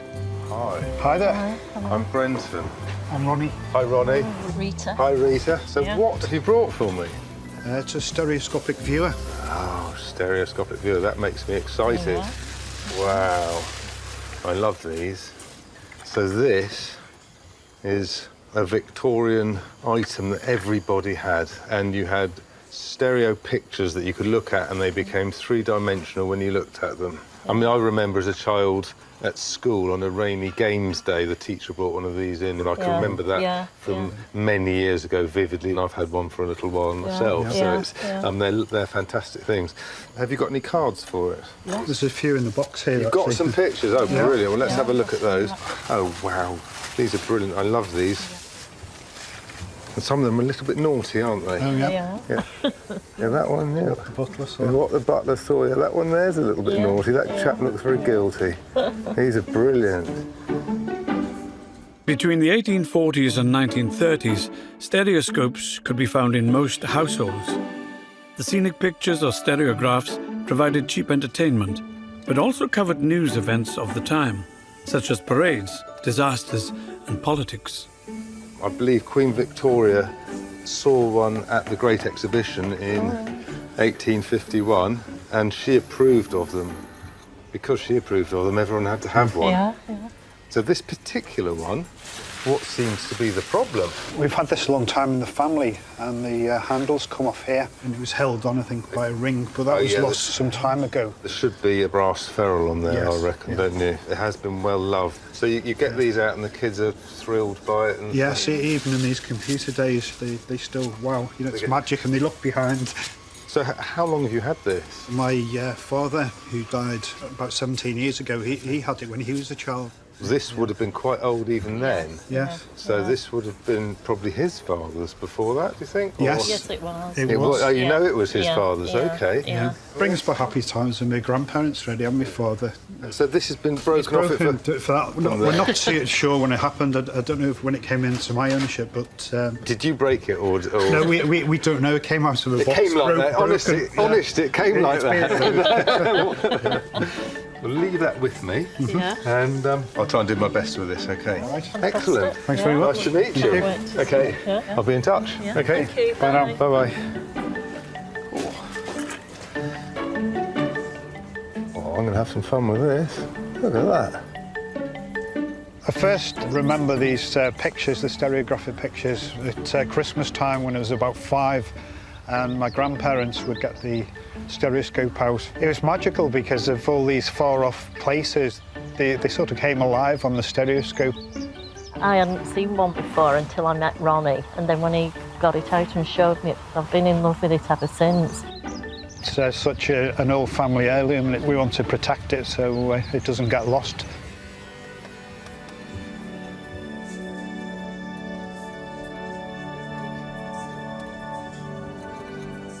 On closer inspection, there's a fair bit to do to this stereoscope. Brass ferrule is missing off the handle.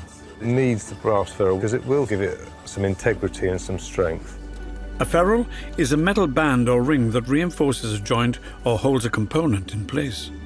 On the bottom of the slider here, someone's put what looks like a carpet tack in there. That has split the wood, and it's not really done the job anyway. These two things are meant to be bent down to make a sort of spring so that this is tighter on here, so it doesn't just fall like that. I've just got to be very careful because it's quite frail in its old age.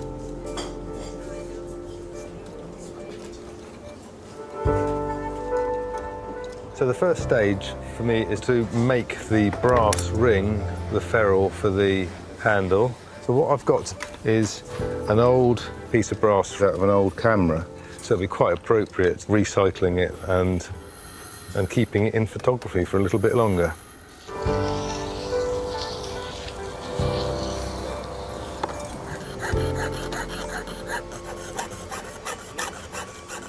So I've cut my brass and I'm just going to bend this into a ring. Bending this round is a bit like making a wedding ring, and I made my own wedding ring and my wife's wedding ring, and it's a really nice skill to have. Nearly good enough. I've just got to make sure those two are really close together for soldering. So the handle will be under control very shortly.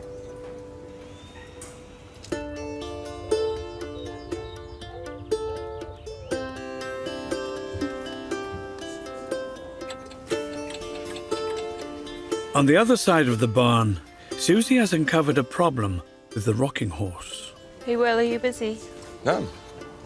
I've got the saddle off, Right. and I'm taking the bridle off. What I'm finding is, as I'm removing the leather, we have a split in the wood down the horse's head here.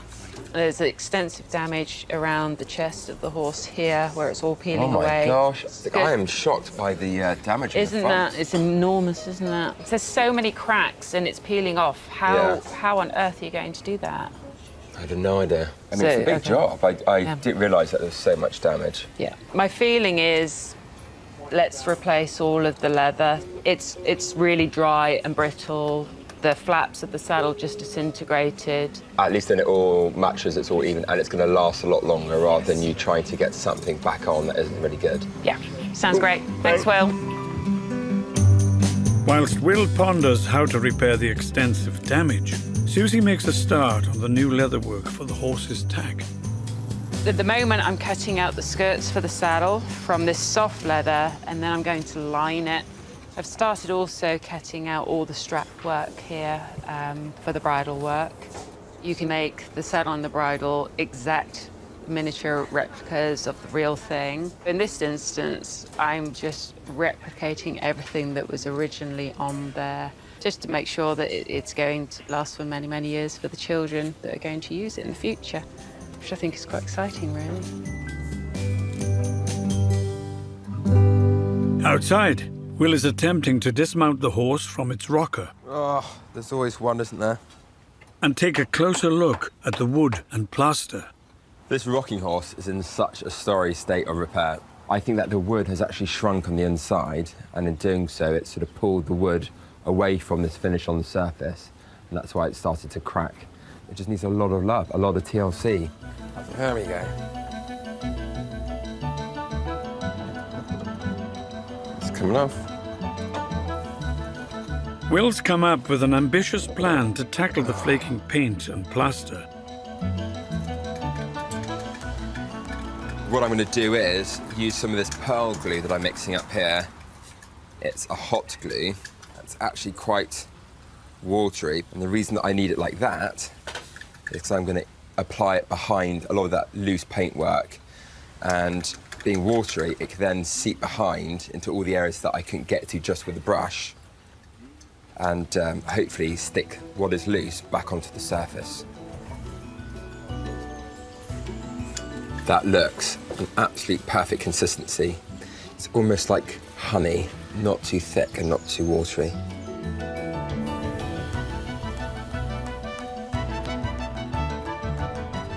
Some of this will flake off and be lost, but if I can save the majority of it, that'll be absolutely perfect.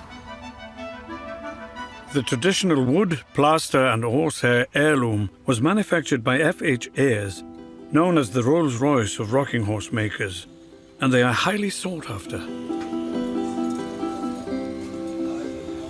No, I'm really glad that I kept my rocking horse all of these years. It's exactly like the one that we're working on here. And no doubt it's in pristine condition. It's not bad. I'll be replacing the bridle and saddle at some point because I like working on them because I'm such a child. I'm hand stitching the skirts of the rocking horse and decided to do it double hand stitching.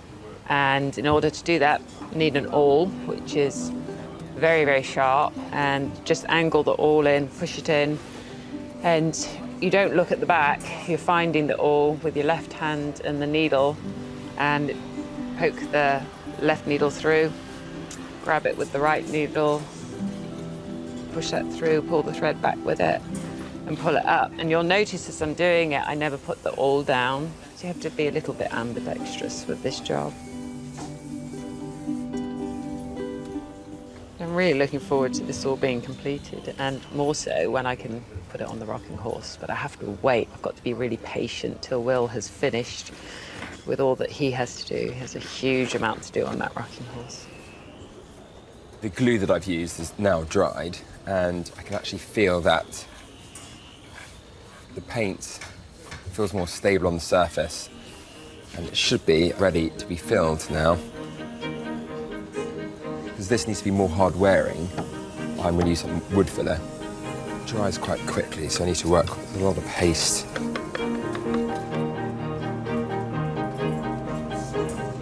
I'm trying not to cover too much of the surrounding area, because I ideally like to keep as much of the original paintwork surrounding the cracks as I can.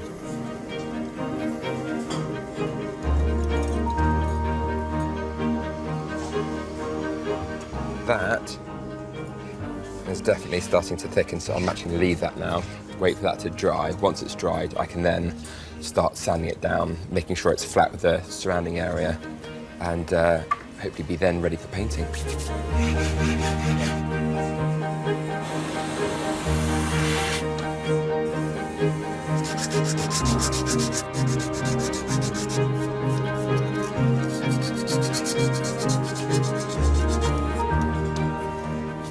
Well, that's going well.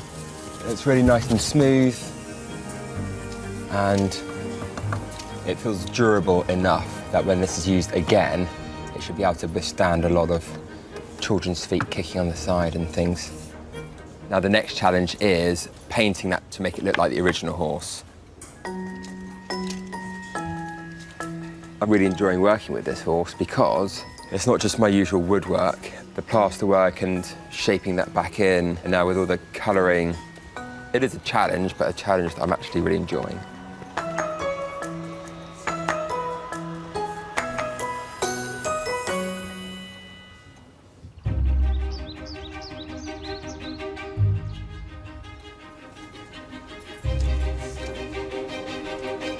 Ceramic expert Kirsten has been entrusted with a cherished Royal Dalton plaque. It has waited patiently in pieces for 57 years for some specialist attention. But it looks like mending it may not be as straightforward as hoped.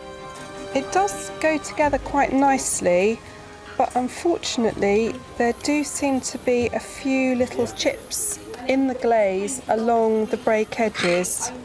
Particularly bad across the shoulder of the young girl. And it's a shame because it means that I'm actually going to have to fill those areas and paint them.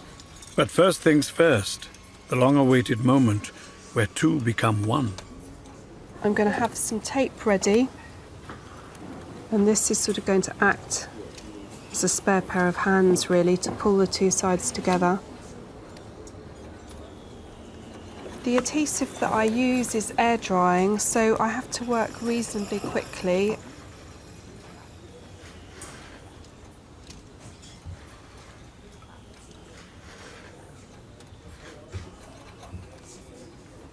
I'm just trying to get a really nice tight join here, and I'm balancing one piece on top of the other using gravity to hold these two pieces together. If the edges aren't held perfectly flush, then the plaque's repair may not stand the test of time. I'm actually applying quite a lot of pressure, pulling these two break edges together, just running my finger over the join, just checking all the way along feels absolutely fine. I'm happy with that. So I'm just going to leave that now to cure. That's it. With the main fracture firmly fused, Kirsten can begin the painstaking task of ensuring any trace of the fix completely vanishes. So I'm going to add some hardener to this filler and to work relatively quickly, and I'm just going to work that along the break edge. So this filler is just going to fill into any sort of tiny chips, and it gives a really lovely sort of smooth surface for me to paint. I've got these large areas that are missing here as well. Just going to pop some filler in there. Although the little girl depicted on the plaque may have been reunited with her body, she is left with an unsightly scar. And to rid her of that, Kirsten is going to have to reach for her trusty palette. It's always tricky when you've got a line going through someone's face, because it's quite easy to make the painting look clumsy, but actually I think it's going to be okay. And it's not just the location of the break that's going to be a challenge. I do find that blue is actually the most difficult colour to colour match. It's just a question of trial and error really with this. That's just straight ultramarine, and that is looking fine actually. The next stage in Kirsten's repair vanishing act is the precarious task of replicating the gilded trim, which is tense, even after decades of experience. When you paint any line, you basically just hold your breath and try and get as smooth a line as possible.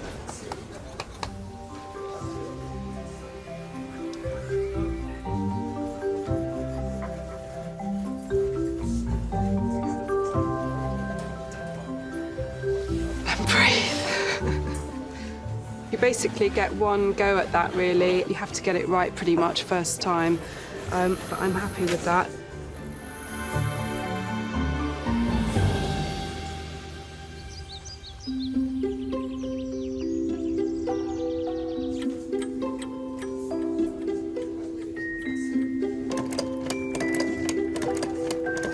On the neighbouring bench, Brenton is forging ahead with a new brass ferrule ring for the stereoscopic viewer. I'm mixing up some borax flux. I just need to paint a little bit on the joint. The borax flux stops the brass oxidating, and it helps the solder to run when it's hot. Oh, that's a nice flame. I've got a little tiny bit of solder in here that I've put on top of the flux. As soon as that melts, then it just fills the gap up. There it goes. Brilliant.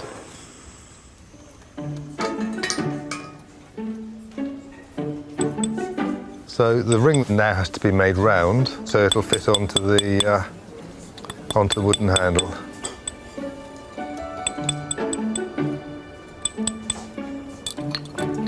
Okay, so that's a really, really tight fit, and now I know that that fits.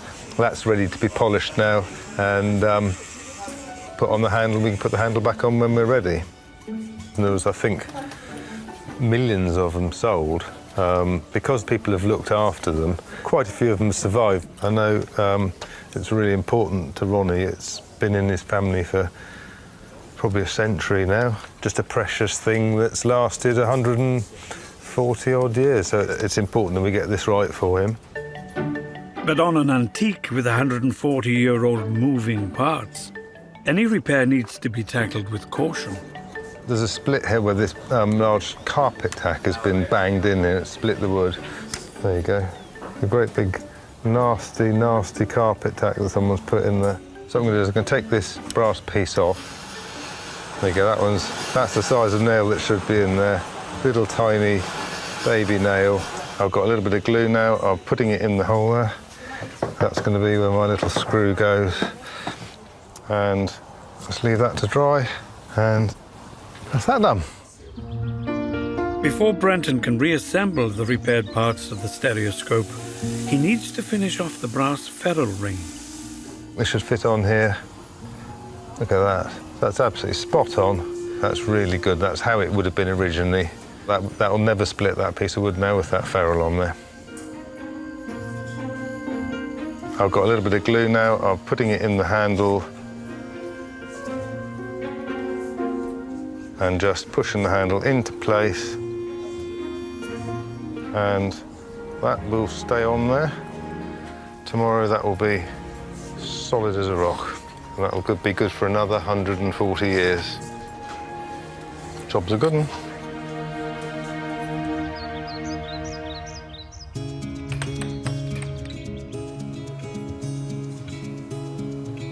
Kirsten is lovingly repairing a Royal Dalton earthenware plaque that holds so many fond memories for the owner. It is part of a series of 3, but since the fateful day it was smashed 57 years ago, it's been kept in a drawer. It'll be really nice to get this finished so that Janet can actually display the 3 plaques together again after all these years. These plaques are really important to me because I've got such a lot of lovely memories that my Nana gave to me. My Nana was the most lovely, kind, caring, selfless lady.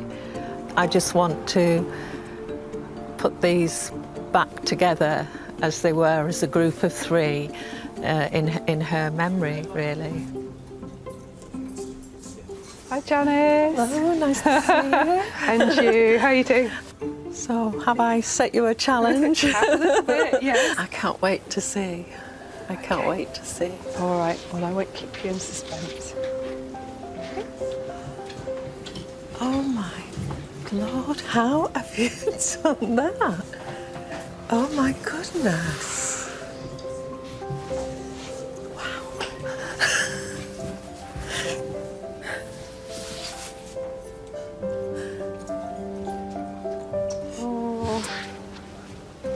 Right. You don't get that emotion. Thank you. You're very welcome. I don't know how you've done that. That's amazing.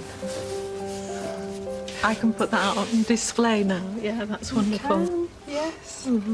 So to have hung on to it for all those years broken, it's obviously something that's very precious. Yeah, it's wrapped up in a lot of memories. I wish I wasn't crying. Yeah, just so pleased. Just wasn't expecting quite that emotional reaction. And yet I don't know why, because she was very important to me, so why would I not? That's the thing about these pieces, you know, we sort of invest a lot in them, really. Emotion. And also they're a vehicle to sort of talk about family and continue that family line, so... Yeah. Anything's possible. Well, we try. Thank you very much. You're very welcome. It's been a great pleasure. Well, I'm going to pop that in a box for you, if that's okay. Yeah, that's lovely, and I shall take it away very carefully. Okay, lovely. Thank you.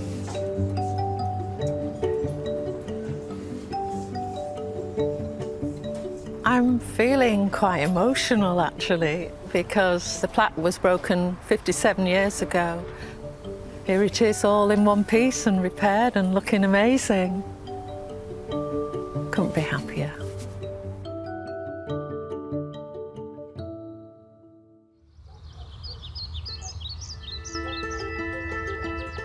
Branton is putting the finishing touches to the stereoscopic viewer.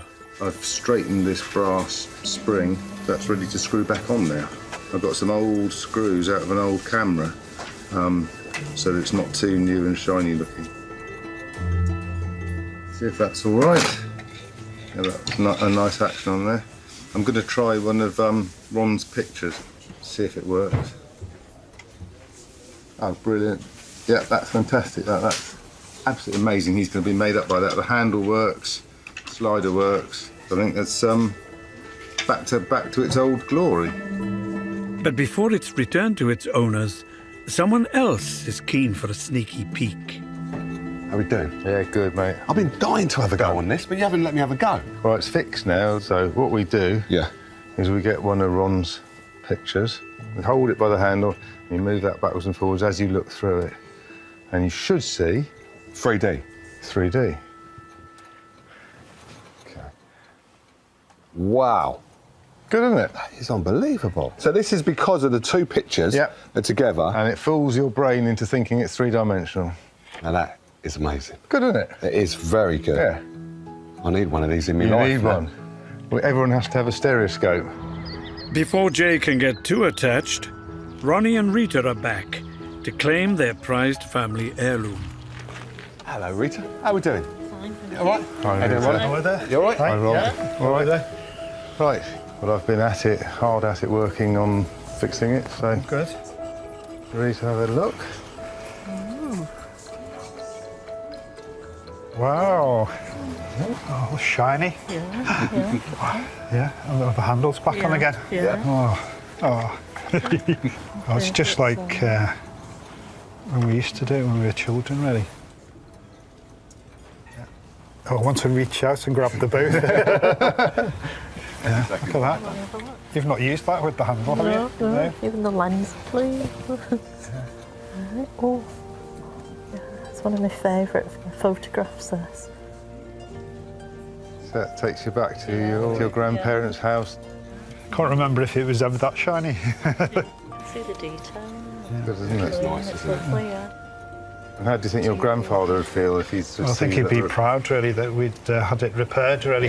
We'll get it out again. And my boys and you know, future generations now will be able to use it, really. We've made a little picture for your collection. All right. An extra picture for you.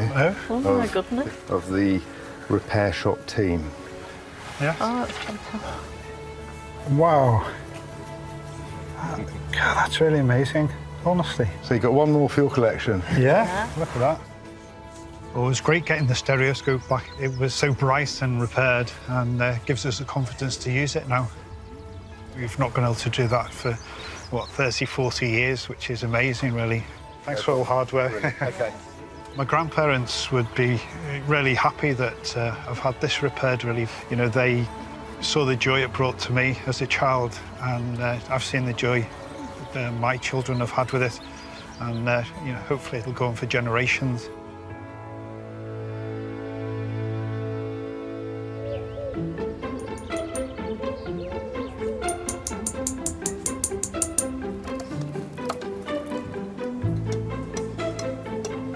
Over on the leatherwork bench, Susie has taken back the reins on the rocking horse restoration.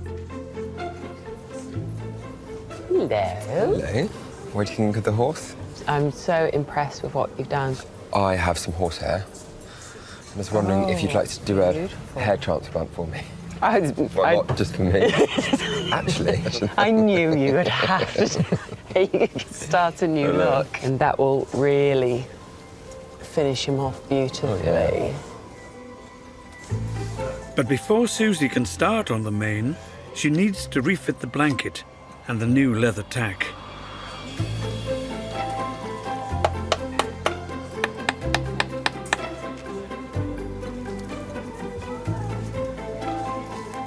So it's beginning to come to life now. Just need to remove this old mane here. There we go. Just going to ease this off. And there's the old mane. We have a channel that actually goes off to one side. If I follow that channel, it's going to encourage the mane to fall over to the one side. Beautiful. It's like stroking a real horse's mane. Just stay here the rest of the day and do this.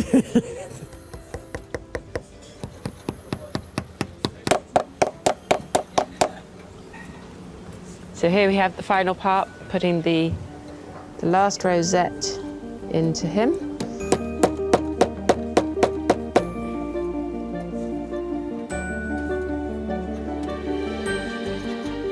When this tired old rocker arrived with flaking paintwork and crumbling plaster, he was ready to be put out to pasture. But with a sensitive restoration and a little grooming, he is certain to win best turned out. Now he is heading back to County Down in Northern Ireland, and owners Claire and Graham. The horse, it was wrecked. Yeah, it wasn't in a very good state at all. It was played with by all the kids in the street, all the kids in the family, and you could tell by looking at it that it was well cherished and well loved. I am so excited. Wow, look at this. This is well Brilliant, wrapped. brilliant. Daughters Melissa and Alexandra are also keen to welcome back their treasured toy. I'm very excited to see the rocking horse. It's very important because it's been through her family and everything, so it's really important to us too. I can see a tail. Oh my goodness, look at that bit. I'm just excited to get on it, really.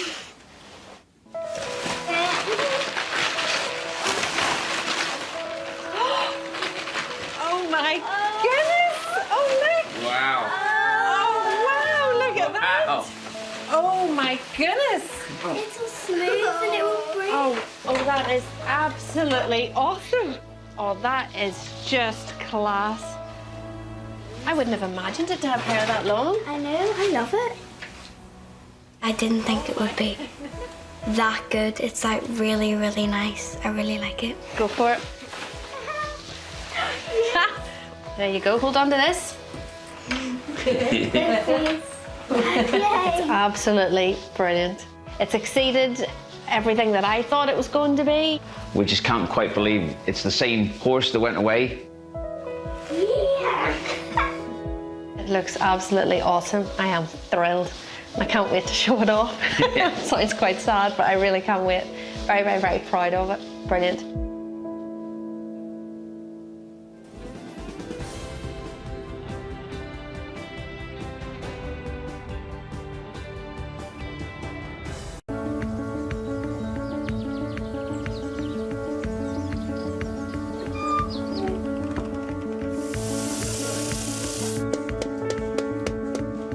In the repair shop today, an unlikely visitor in the shape of a Roman deity. So it takes two of you to fix Hercules, yeah? Cool, blimey. I thought you guys were stronger than this guy. No. What's going on? This is a really, really, really clever fix. And the upholstery gods are smiling on Susie and Sonez. Oh, look at that. That was lucky. End of the bobbin.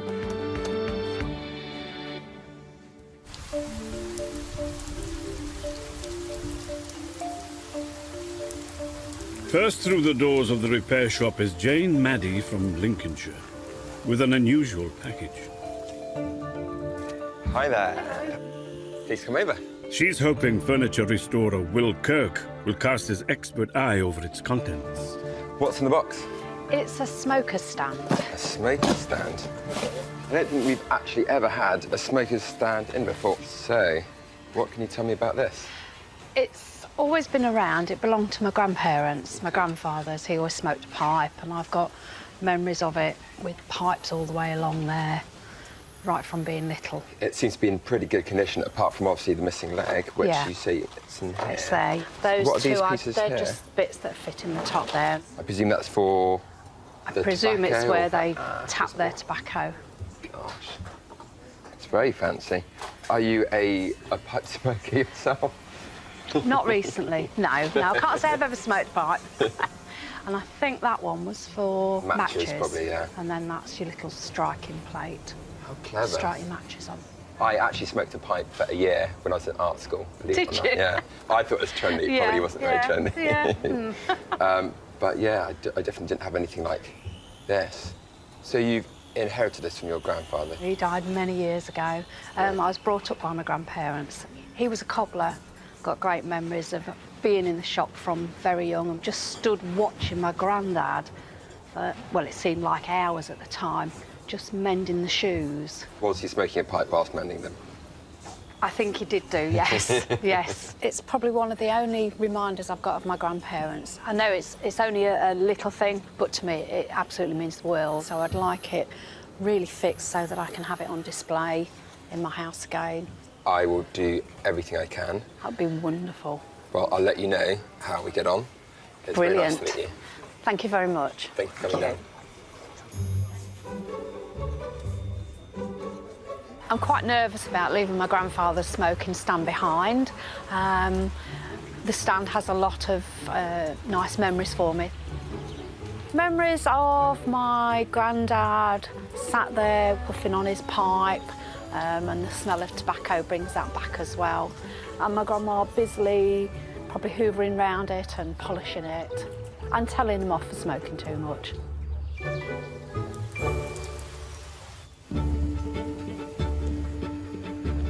How we doing, Will? This is Jane's smoking stand, eh? If I had a pipe right now, I would be resting my pipe upon the top. Well, not literally, but in these holes here. So it's missing a leg, or you've got the leg. So I have the leg here. Yeah. So the leg's broken off, well, the wood's broken off underneath, and then the leg's popped out. So I need to patch that wood back in and glue that back in.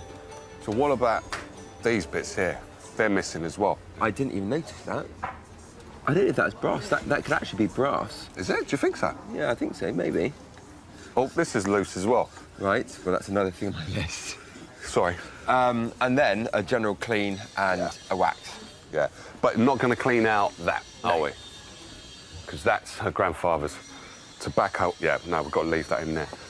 So once you've done this, what you should do is just take it over to Steve and see if he can make those. And I'm sure he's going to help you out with that. Have a good one. Cheers, Jay.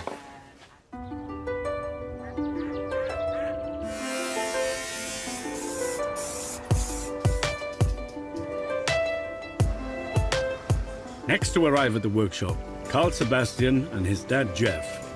They've brought with them a piece of classic 60s furniture for the attention of master saddle maker and leather expert, Susie Fletcher. Hi, I'm Susie. I'm Jeff. Nice to meet you, Jeff. Carl, nice to meet you. Carl, nice to meet you too. My word, what is this? It's a leaf chair. I've never seen anything like it. It's just from my nan's house. So this belongs to your nan? Yeah, it used to. We call her Nonna. Nonna? Yeah, she's Italian. When my granddad passed away, she was downsizing and she didn't have enough room to put it in her new house.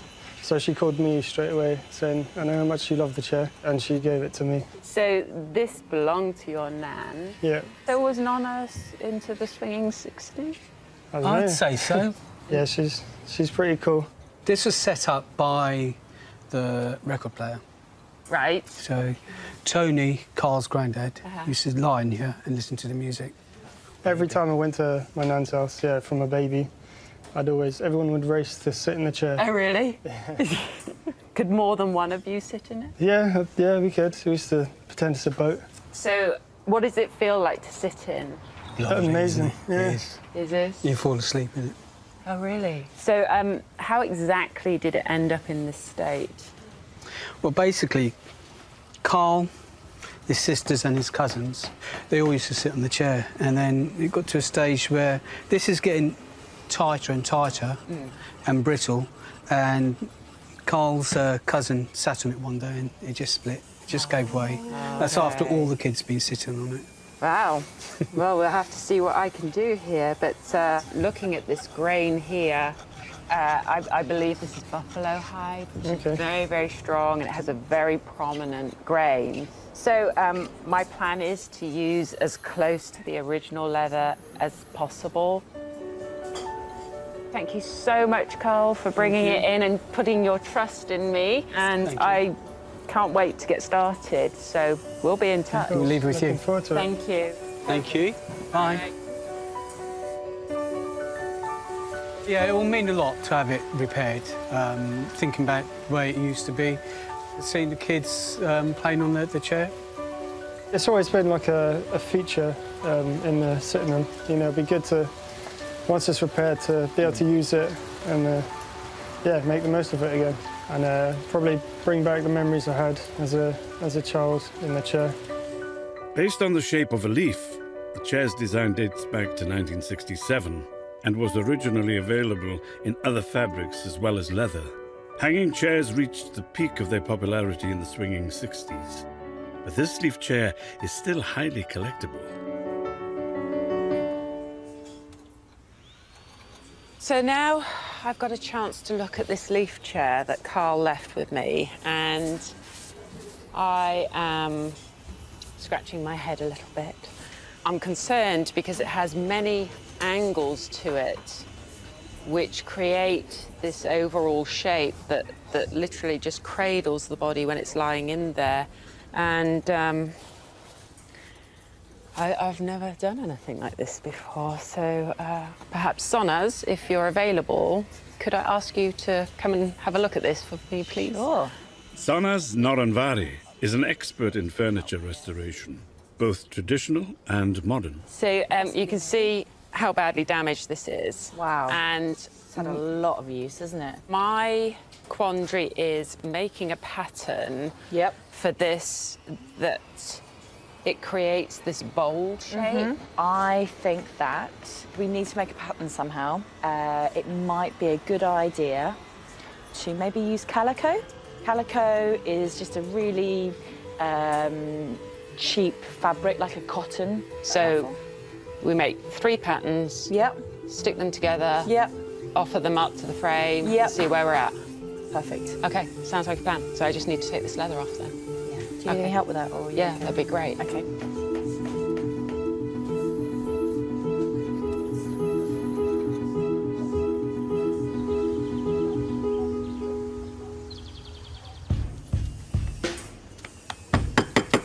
Over in the carpentry corner, Will is getting to grips with the legless smoker stand. Before patching the base with a new piece of wood, he's first cutting away any damaged timber. Sometimes when working on a piece like this, it can be really hard to know how much wood to remove. There's always a risk of going too far, taking out more wood than you need to. It has to be structurally sound, so I think I've gone to the right level here.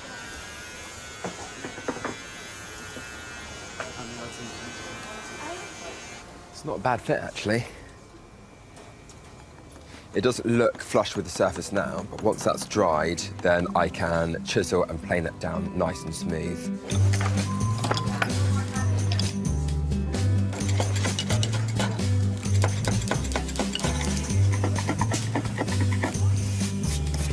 Okay, that's nice and flush now. I'm now going to drill out a new hole for the leg to go back in. So, just trying to work out the direction of the leg and make sure I drill it out the first time, spot on.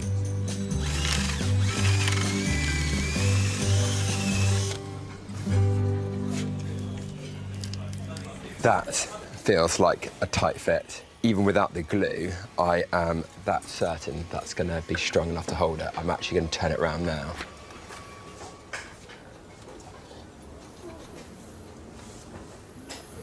Perfect. I'm really pleased with that. Now the smoker stand stands again. Back on 3 legs, it's time for Will to call in a favour from clockmaker Steve. What on earth is that? That, my friend, is a pipe stand. A pipe stand? Yeah. How many pipes could you get in that? 10 pipes for the pipe enthusiast. Right, OK.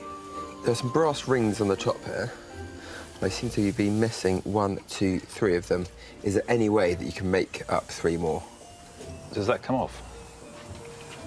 I don't think... Well, no. Well done. That was easy. Yeah. I think it would be a nice touch because Jane won't be expecting that. It'd be like a nice sort of finishing touch. Yeah.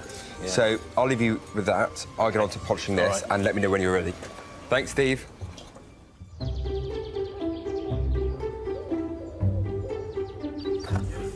Many of the items that arrive at the repair shop are treasured family pieces passed on from one generation to the next. But others have meaning to a wider community. Liz Argent from the Westbury Heritage Society in Wiltshire has a heavenly body in need of some emergency surgery. Hello, I'm Steve. Hello, I'm Liz. Hello. Hi, Liz. I'm Matthew. Hello. Nice to meet you. Liz has brought in a 30-kilo cast-iron statue of the Roman god Hercules to test the strength of Steve and metal conservator Matt Boltwood.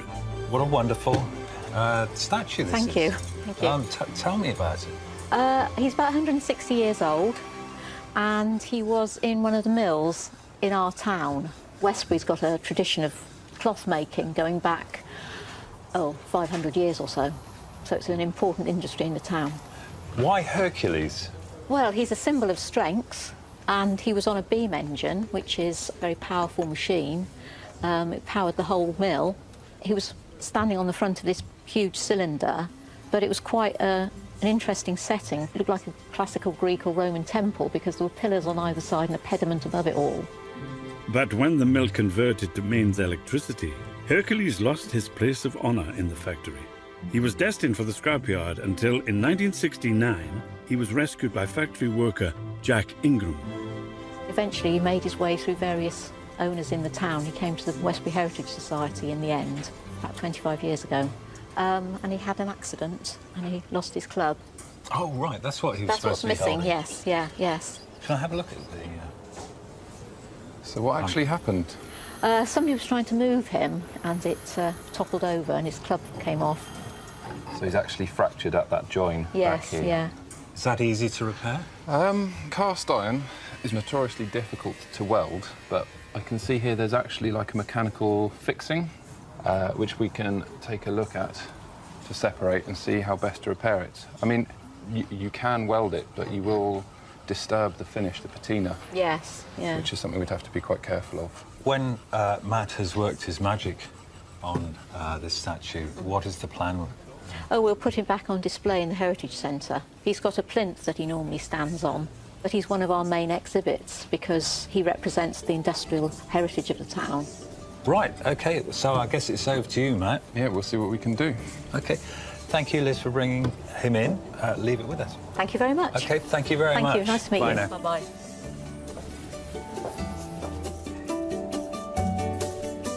I'm really hopeful that Hercules will soon be repaired and back in Westbury.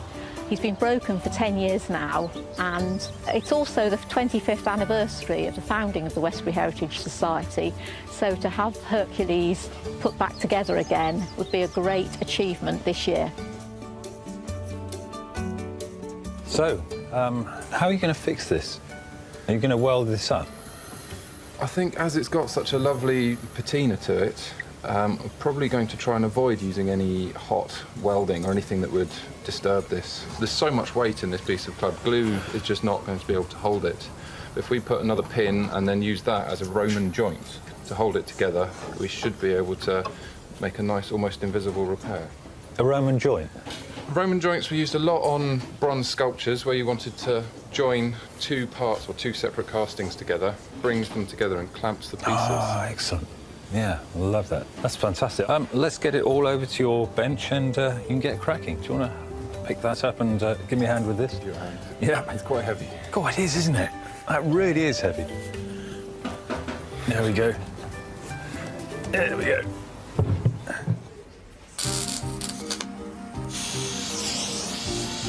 Susie and Sonas have joined forces to repair and restore the classic 1960s leaf chair. Their biggest challenge is to recreate the fitted leather seat. First, they've created a template from calico. Now, Susie's going to see if it will fit the frame of the chair.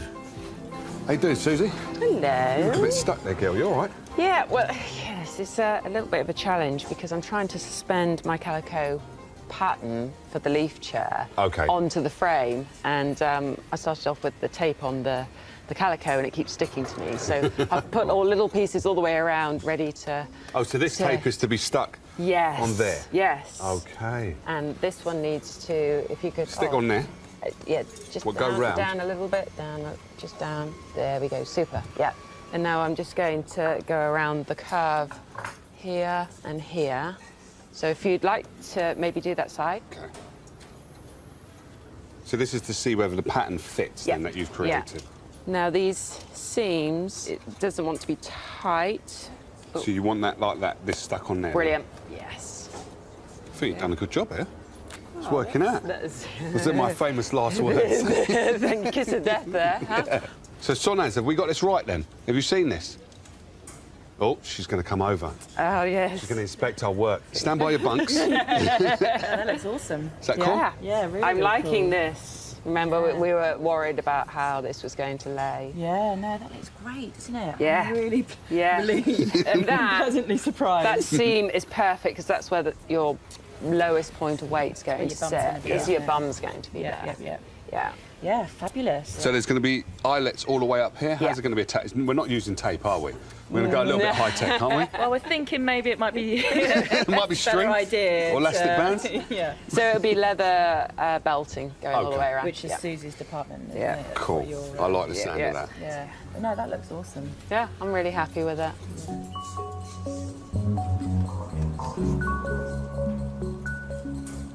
Confident the calico test sample has been a success, Susie can now go hell for leather with the real thing.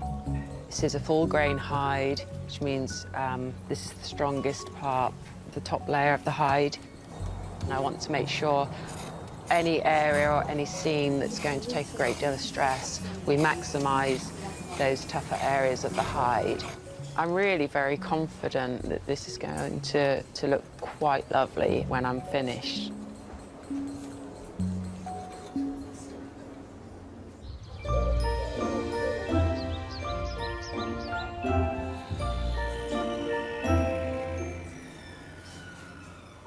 Will has recruited Steve to help with the brasswork on the smoker stand. Before replacing the missing pipe rings, he's giving the old ones a bit of a polish. I think it was obviously very, very well used once upon a time. Someone very proud of their pipe smoking, I think. The smell of old smoke when I'm doing this is incredible. Just put the final touches on. For the new rings to fit perfectly and to match the old ones, Steve has no room for error. 13. I think that'll be right. I'll give that a whirl. So I'm going to turn this out of the solid bar. It does seem a very large piece of brass to be turning just for those 3 pieces, but it's the only way I can do it.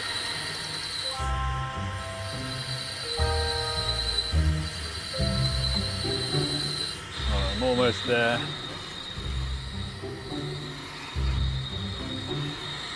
Right, that should be deep enough for 3 of those units. But all Steve's efforts will be wasted if Will doesn't get the woodwork finished on time. So I've actually taken this back off of Steve's bench, glued it back on.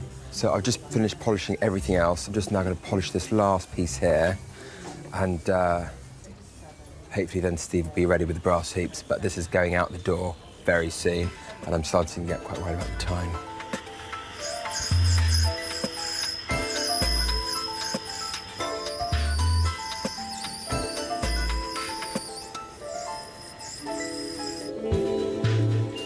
Keep checking. The last thing I want to do is turn it too small. It's very frustrating when you do that. So now that the polish is dried, I don't want this to look too blingy. So I'm just using the soft white wool to take the edge off that shine. I don't want it to look like it's been dipped in honey.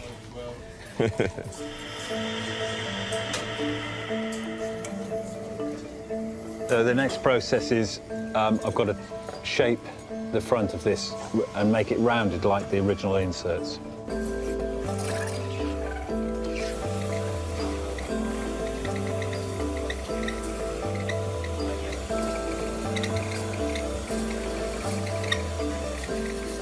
Good, that's done.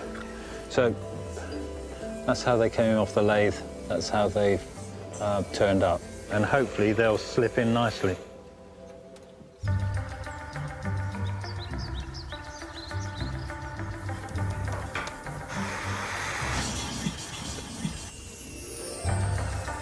On the other side of the workshop, the statue of Hercules is testing the mettle of Conservator Matt. This is quite nerve-wracking because I do only get one go to get this hole in the right place. His plan to reattach Hercules' broken club relies entirely on Matt drilling through the 160-year-old iron in exactly the right place. Nice clean hole through there.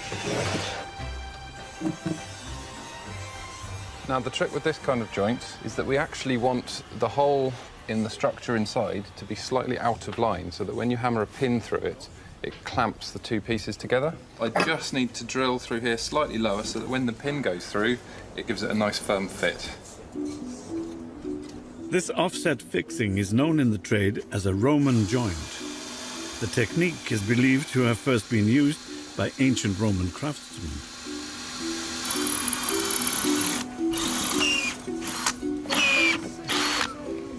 Just biting on that last bit. And we're through. Moment of truth. And that is almost perfect. You can just see half of the edge of the hole inside, so when the pin goes through, that should clamp that up quite nicely. Right, Matt, how are you getting on? Not too bad. Just cutting the pin off that will make the final joint for the club.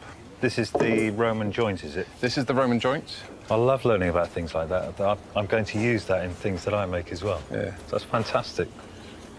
So it takes two of you to fix Hercules, yeah? God blimey. I thought you guys were stronger than this guy. No. What's going on? This is a really, really, really clever fix. So there's nothing I could do to this? You could put the pin in if you want. Do the honours. Can I just ask a question? Is there any danger in it splitting the cast iron? Because if you're pulling it in, if the holes are out of line too much, it would then crack it, wouldn't it? That is a possibility. So we've just got to hope that we've got the right preparation. Now you tell me. You've just put a little bit of pressure on me, haven't you? Yeah. I'm just saying that this isn't plain sailing. This is a very skillful job. If it really doesn't go, stop. Yeah. Okay, because then we can pull it back out. Yeah.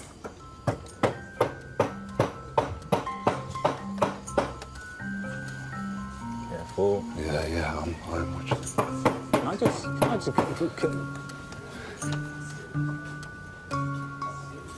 Is that all right? Can't actually see, I'm just checking. He is a little bit off, yeah. So what we could do is knock it back out, yeah? What are you after? One of them. Okay.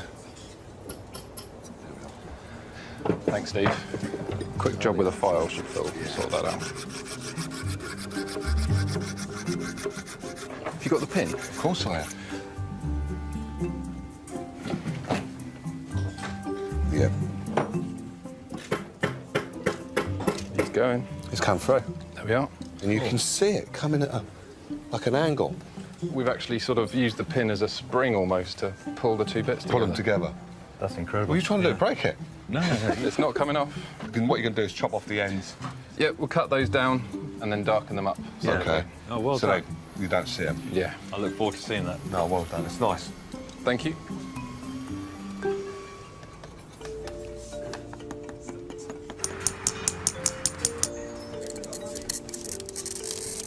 With Jane due back any moment, Will is finishing the repairs to the smoker stand.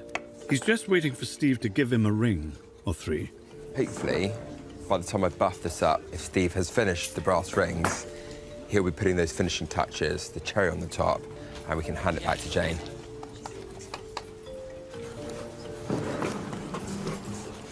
Here they are. Yes. I'll push those in. They look absolutely amazing, Steve. Yeah. Would you like to tap them in? Go on, Steve. I'll hold it to make sure it doesn't move. Ready? Yeah. Oh.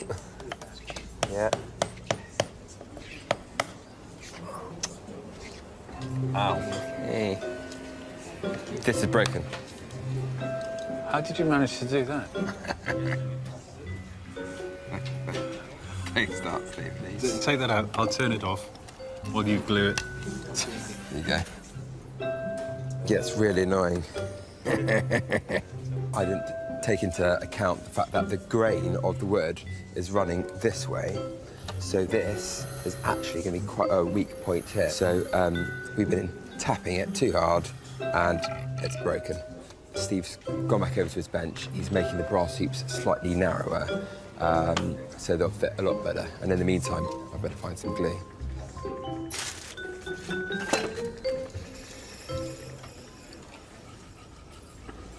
They'll probably be too loose now.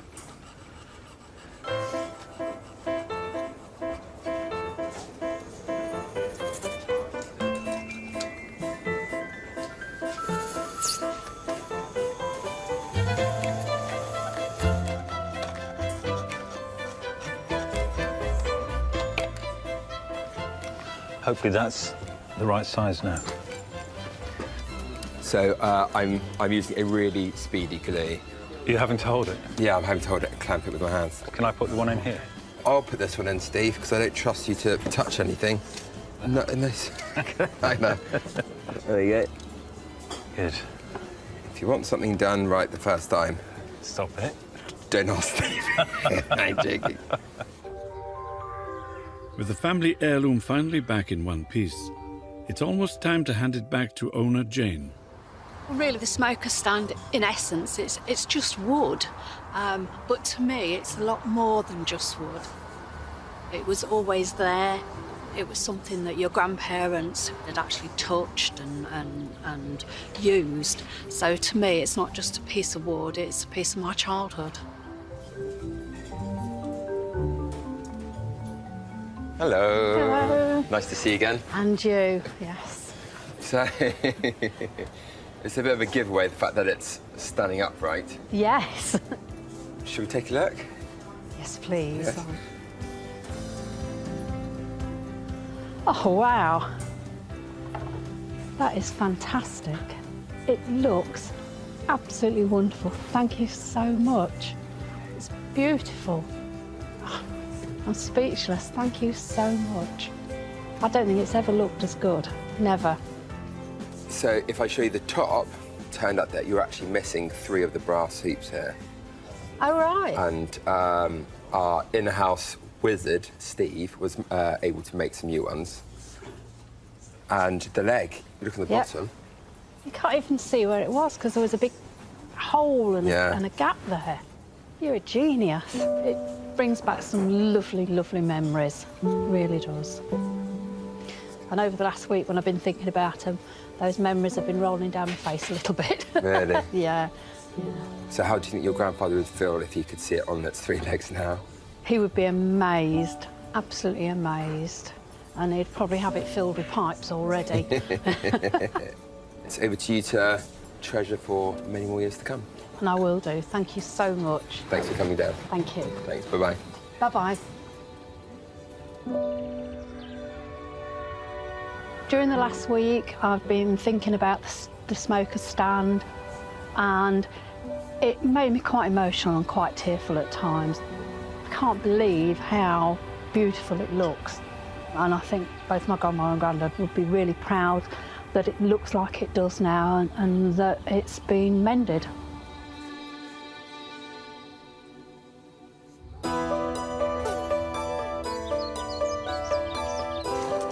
Susie is making headway with the leather work for the leaf chair. The seams are sewn, the excess leather has been trimmed. Now she's calling on the upholstery skills of Sonaz to help piece together the 3 separate sections. This is the exciting bit. Yes. I'm actually going to start sewing from here because this section is far too thick for this machine to go through. Okay. So I'll finish it off by hand. Okay. This width of the foot here is what I'm going to line up to the turn. Yep. So as I'm going along, I'm just going to keep pulling it. Okay. And if you feel like I'm pulling too much, just tell me stop. Okay. Yep. Safe word, stop. Okay. Cool. Okay. So this is the face stitch, which is just before you start, the most crucial stitch. It's going to help form the spine. Yeah. But also it's very visible. So the goal is to make sure it looks really beautiful. And I'm just going to go really, really slow. Okay. Every stitch counts, doesn't it? Yeah, I think we'll just go in like incremental stages and then reposition. Every now and then. That line looks amazing. Is it? Yeah. Because you can see it, I can't. No, you keep going. It looks great. That's why I need your eyes. Yeah. Great. All right. Yes. Should I pull it? Pull this puppy up. Yeah. Oh, look at that. That was lucky. End of the bobbin. I could have sworn How that was lucky a was that? full bobbin that I had on. That's so lucky. Could you imagine if that was somewhere in the middle? Yeah. Tears. No, I would have been quite upset. Absolutely. That's upholstery gods watching. Thank God. Yeah.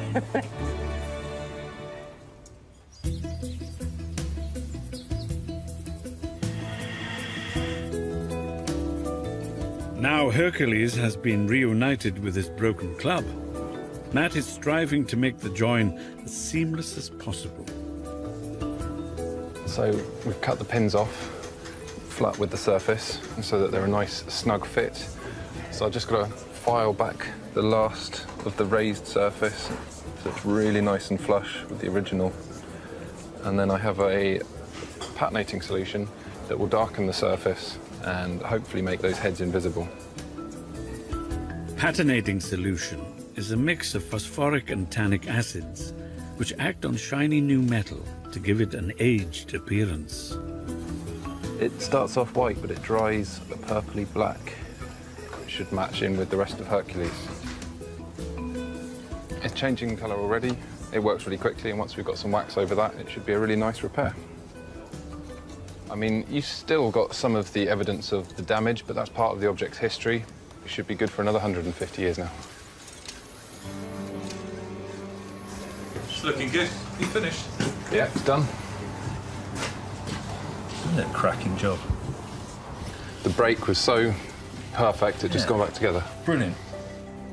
Buffed to perfection, all that remains is to return Hercules to the Wiltshire community, where Heritage Society Secretary Liz is awaiting the finished result. Well, we wanted to get Hercules restored because he's the only thing left of the beam engine from Bitton Mill. It will be a reminder to the people of Westbury of the legacy of the cloth mills in the town. I'm really looking forward to seeing what he looks like. Hello, are you all right? Hello, Word has spread about the strong man's restoration, and a crowd is gathering to witness his return. Among them is Sue Robinson, the daughter of former factory employee Jack Ingram. My father started working at the mill in 1936. He was the maintenance engineer. After Laverton's closed down in 1969, he rescued Hercules because I think he was going to go for scrap.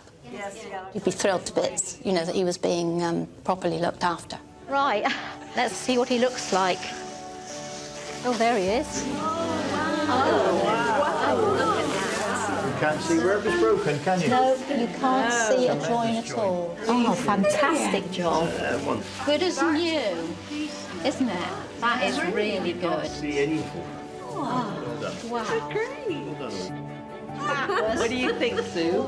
I think he's brilliant. It's absolutely amazing. Yeah. I think we were a little bit concerned how the repair would actually look, but he's as good as new, and we're really pleased about that.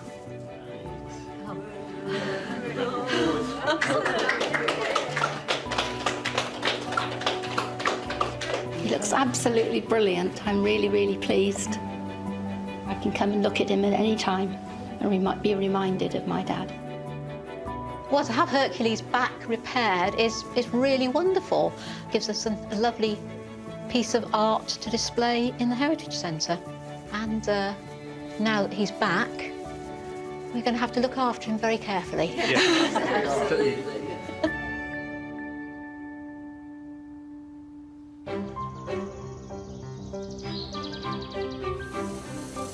Back at the workshop, Susie and Sonaz have carefully cut out the challenging leather pattern for the leaf chair and are moulding it into shape. Now Susie needs to punch holes into the leather so it can be attached to the metal frame. I've turned the leather over and marked the spots where I need to punch holes for the lacing that's actually going to hold the leather onto the frame of the chair. It is at a point like this, as with any item that we're working on, that you've put so much into checking, triple checking, quadruple checking that everything's right, that if you slip up at this stage of the game, that would be a disaster. So here goes.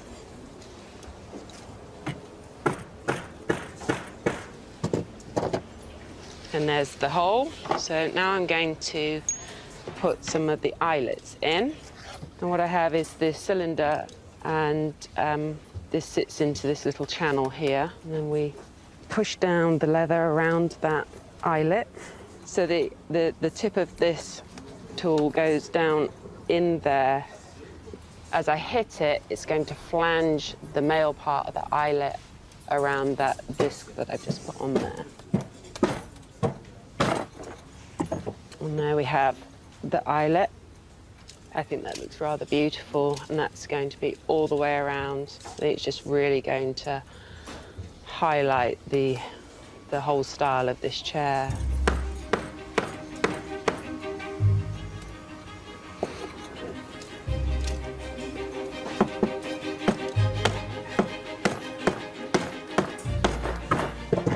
That's 3 done. I've got about 97 more to do, so I better get on with it.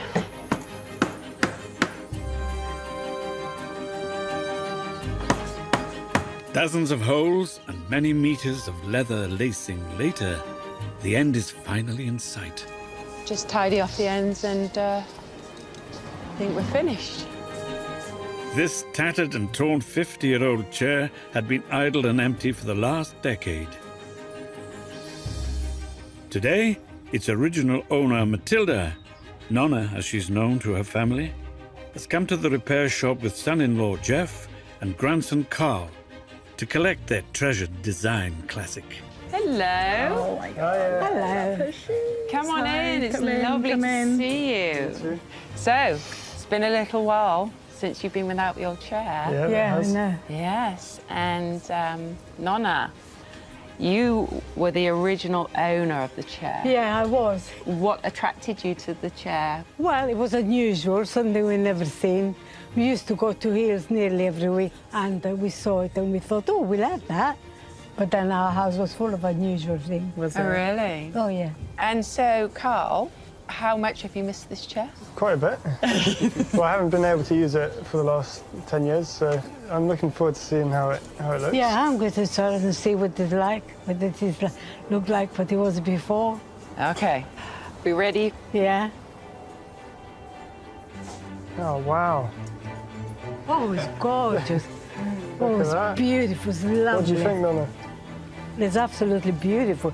Then it's so nice. Oh, love the leather. It's really nice. That's really nice. I'm sorry I can't have it in my house. I'm pleased that you have it and you enjoy. Yeah, thanks, Nonna. Yeah, that's really nice. Yeah, it's beautiful. I'm sitting it, Nonna. Oh, yeah, I don't know whether I can get there. There you are. It's like the old days. Wonderful. Yeah, this is lovely. It's really nice. Is it comfy? Yeah, oh yeah, it's very comfy. I can stay here now. Yeah.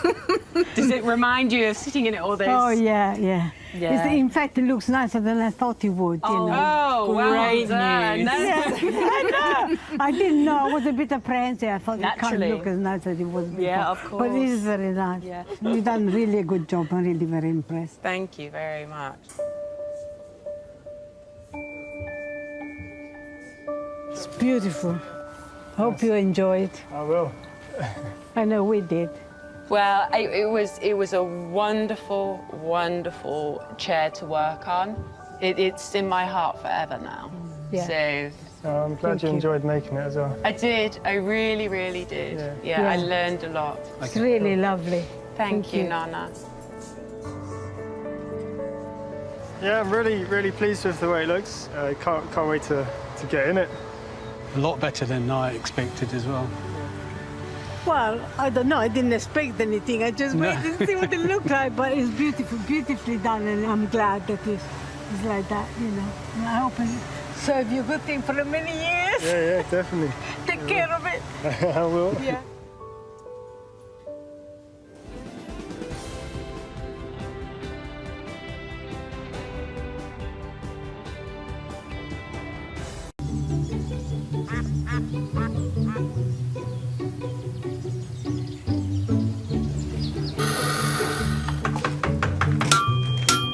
In the repair shop today, the future of a 100-year-old figurine is in Kirsten's hands. Oh, golly. So it's actually come away. While a Victorian keepsake challenges silversmith Brenton. OK, so that's now not coming off at the moment. There's no way that's coming out without breaking it.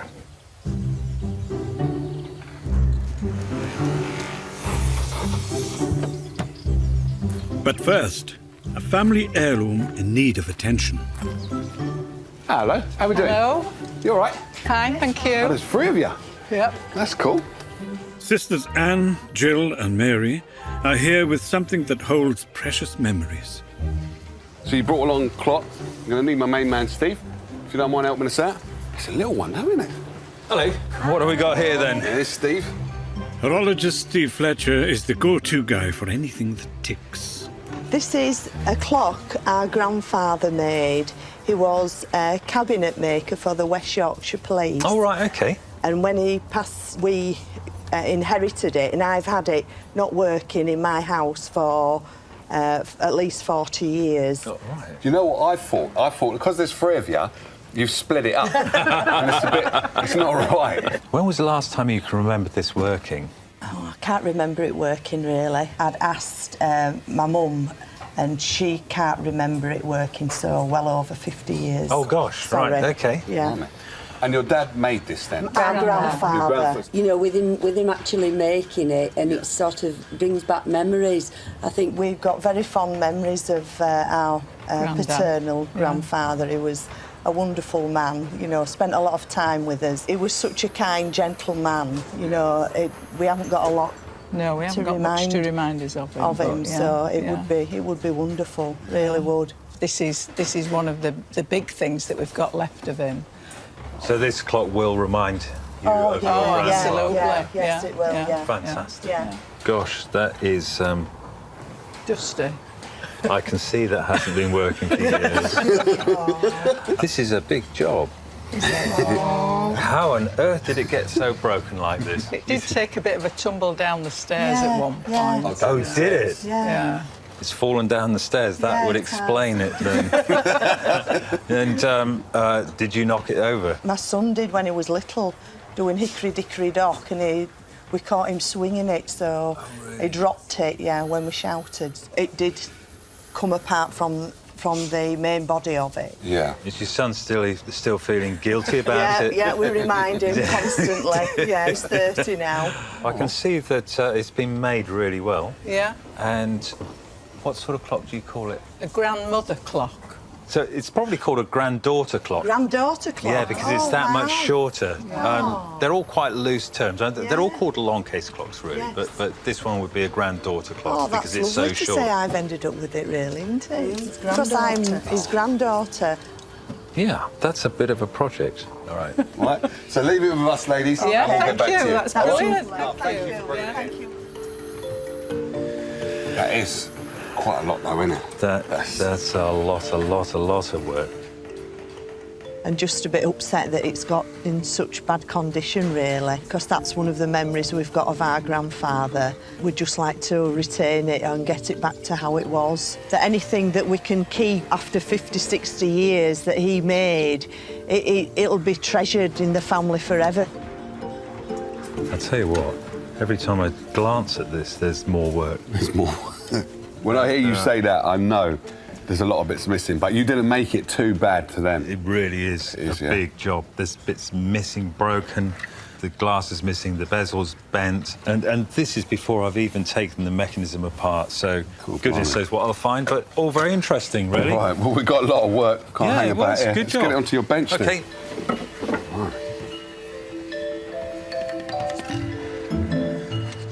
This clock hasn't seen the light of day for decades. The mechanism is absolutely filthy. When it fell down the stairs, it absolutely went with quite a bash because it has broken parts. I can see here this clock needed an overhaul before it fell down the stairs because you can tell in the holes they're absolutely black. So I've got to give it a full overhaul, basically, and do all the repair work, and I don't know what I'm going to find yet.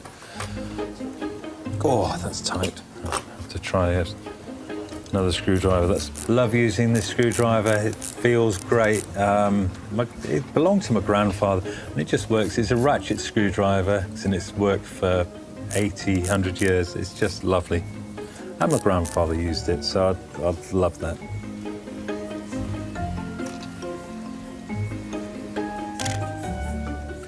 So these pallets are the part of the clock that actually ticks. You've got these pallets here, which on this clock, they're made of semi-precious stones like rubies. So in turn, these pallets go in between the teeth of the escape wheel, which does the tick-tock, tick-tock. And they're slightly chipped on one edge, but I think probably the working part of the escape wheel should be okay on it. So far, I found parts broken that I need to repair and wear as well. So I've got to strip the whole movement down to see just how bad the clock is.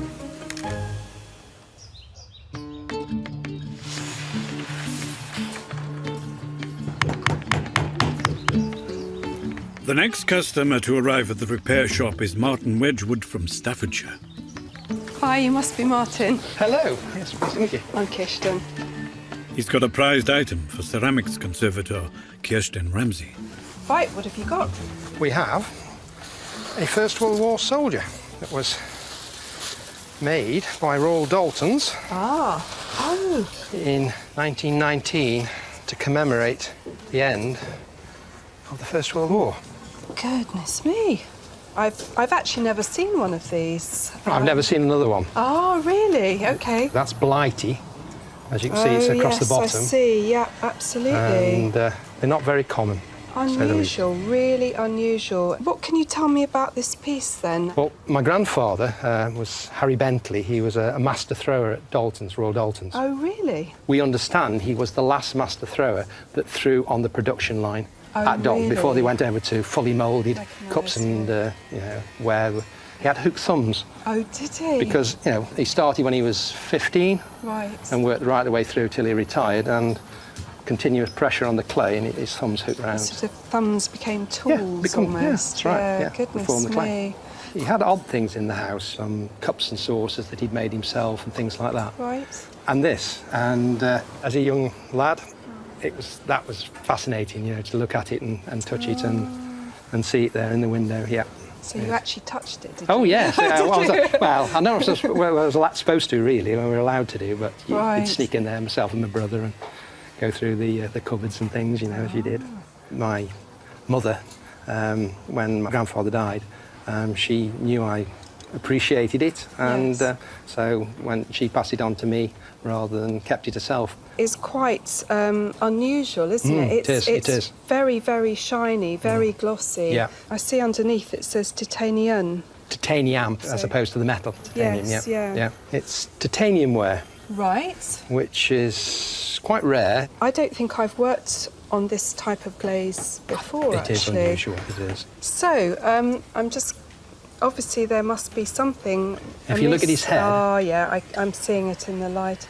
His head's been off, yeah. Apparently, my grandmother, sometime in the 60s, when she was dusting, managed to knock it over, and the head came off, and she stuck it on. As you can see, not particularly well, and there's a little chip on the cap. Yes, yeah. Where it probably hit the hearth or something on the way down. It looks like perhaps it's a sort of animal glue or something. I mean, one of the things she used was egg white. Really? Historically, I remember, that being used to stick things on. So okay. It could be that, but I'm only guessing. I mean, I've seen things stuck together with chewing gum and all sorts, but I've never egg white, so hopefully it'll come off quite easily. It'll be interesting to mimic this glaze. It might be slightly tricky. A challenge. I'll do my best. Yeah. Well, if you'd like to leave it with me, I would indeed, yes. I'll be in touch. Super. Thank you very much. Thank you. See you again soon. The soldier brings back happy memories of my grandma and my granddad. We were very close to them, myself and my brother. I've never actually remember seeing him intact, because my grandma broke him in the 60s when I was a wee lad. And yeah, it's been nice to see him fully repaired and resplendent in his uniform. This is a really interesting piece. In 25 years, I've not worked on a piece of titanium ware, and I've certainly not knowingly worked on anything that was stuck together with egg white. Probably the most challenging thing is going to be mimicking this glaze. It's incredibly shiny and glossy, so that might prove to be quite tricky. I will find out.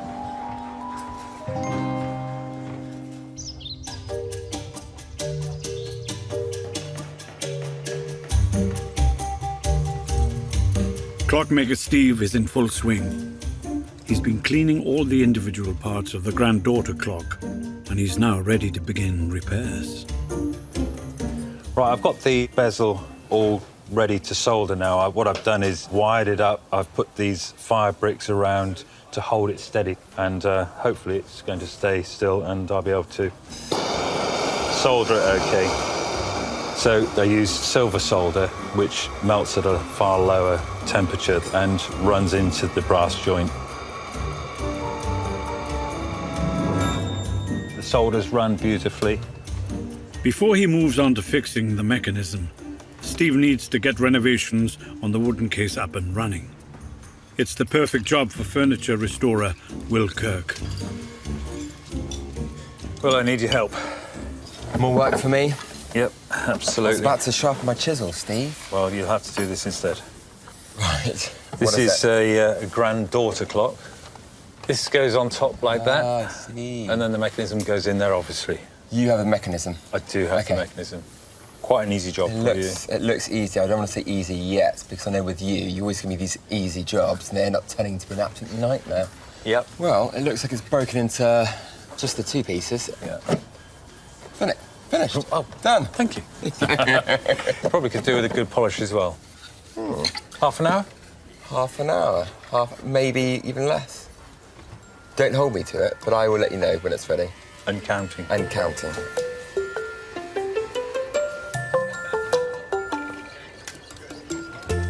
There's some serious damage to the top of this clock. Steve's asked me to glue it back on.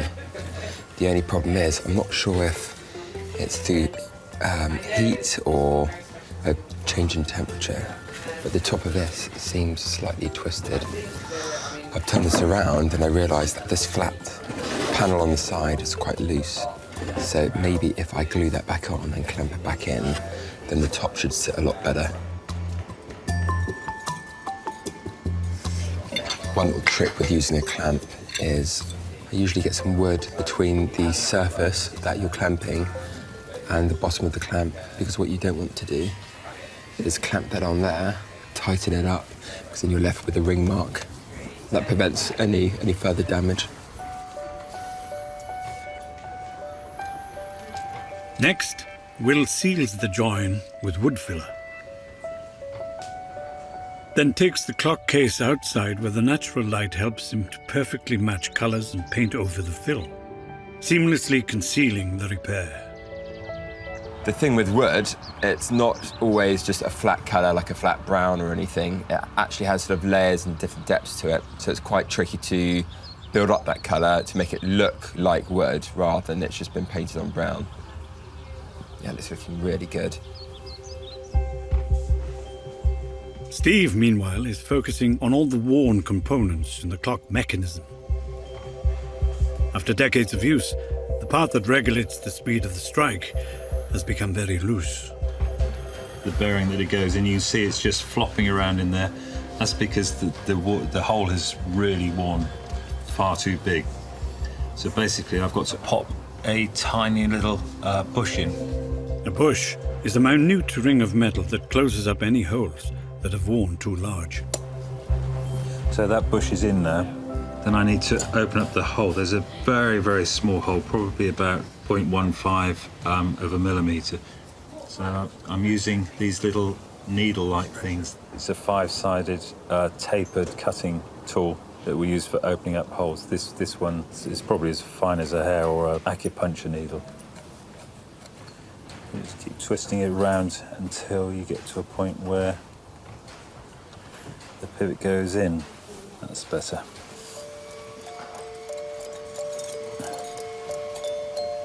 I've done all the bushing to the clock now, so I just need to reassemble the whole clock.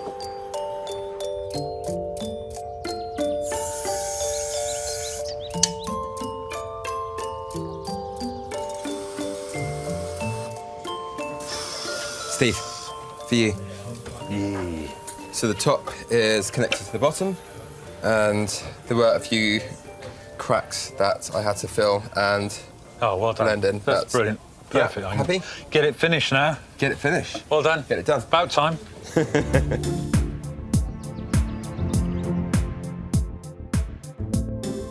The next customer to the repair shop is Jackie Ellis. She has a much-loved possession that needs the attention of silversmith Brenton West. Hello. Hello. How you doing? Very good, thank you. All right. Hi, Brenton. Hello, Hi, pleased to Jackie. meet you. So, what have you got in there for us? I've got my granny's magnifying glass. There we are. And be careful, because it's lethal. Very sharp, is it? OK. So tell me a bit about this then. Well, it belonged to my granny. Yeah. And my childhood memory of it is that she used to read The Sporting Life through it. Yeah. So she's into horses then? She had 3 bets a day. One was based on breeding, one was based on form, and the other was what she called her whimsy bet. Okay. So if something was running called Ginger Nut, she Right. would back it. I can't think why. So then she would write the 3 bets on the back of a fag packet. Yeah. They would be given to me, and I would run to the local tobacconists. And then I think he probably phoned the bets through, but we didn't have a phone. OK. I mean, you know, we're back in ancient history now. Yeah. One day I came back and it'd been pouring with rain and I was absolutely soaked. And I said, Granny, why don't you just go to the bookies in the high street? She looked at me as if I was mad. Yeah. And she said, darling, I would be seen dead in a betting shop. So same to you then? So that, yeah. But she engendered in me a great love of racing, which is still a big part of my life. Did she have a window? Yes, she did. She did. She very rarely ended a week out of pocket. She was good. So this is a lucky magnifying glass then? I think so. And it looks like it's been well loved.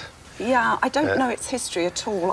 I've often wondered if it was French, because she used to go to the casinos on the south of France. She liked gambling Oh, then? yeah, she did. She liked gin too. OK.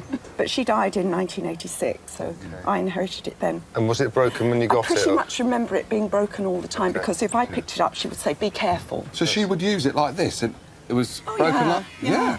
Oh, she was reckless. Because that's really dangerous. It is. Yeah. What they used to do when they made silver objects is to make it out of very, very thin silver and then fill it with pitch, which gave it a weight and a strength. And what happens if it gets knocked and the pitch breaks inside, this silver, as you can see, is very, very thin, and it then loses its strength. So cutlery handles are made the same way. Are you talking pitch as in tar? As in tar, yes, or as in sap from a tree, depends what sort of pitch it is. But it's either tar from a road, without the stones, or pitch that comes out of a pine tree. That sort of pitch, Yeah. I did think that the handle had actually broken, but it just appears to have come apart. When I look closely at it, the component parts are all there. They're just in the wrong place. Has that ever been right off or not? No, not that I know of. We can have a look at that and see if we can make that a bit better for you. Fantastic. Thank you, Jack. Thank you very much indeed. Okay. Nice to meet you, and we'll see you later. Thank you. See you later. Take care. I grew up with it there the whole time because I spent a great deal of time with Granny, because my dad was ill for quite a bit of my childhood and Mum was either hospital visiting or working, so I would be parked with Granny and the magnifying glass was there every day because every day she placed her bets. Whenever I look at it, it takes me back to childhood, and to be able to actually handle it and use it again would be wonderful. How are you going to tackle that one? Right. Remember, I do have plasters, so... That's good, we need the plasters. No, you shouldn't need the plasters. But if I'm careful, I'll be all right. I've got to get the 2 parts of the handle off the glass. Right. Got to clean up all these sharp edges. I've then got to get the pitch out of it. Pitch, right, yeah. Which is the stuff that's keeping this stiff. I've then got to establish what the metal is. I believe it to be silver, although if it's brass, with silver plating on it, you can't heat that up without replating it, because it'll burn all the plating off. Right. So I need to establish that it's solid silver as well.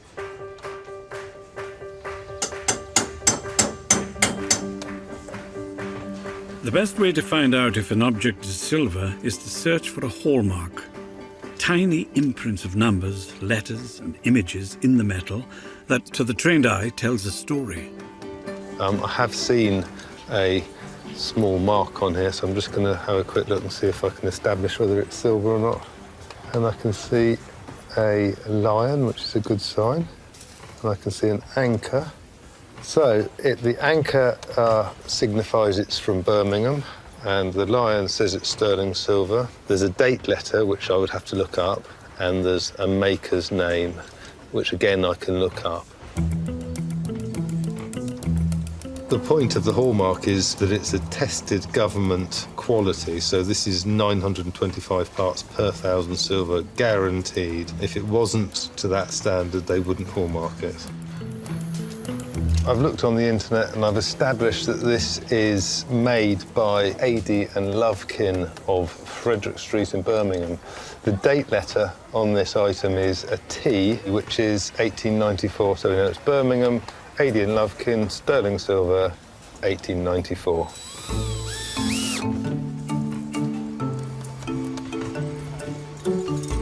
Now that he's ascertained the age of the magnifying glass and what it's made of, Brenton can forge ahead with the restoration.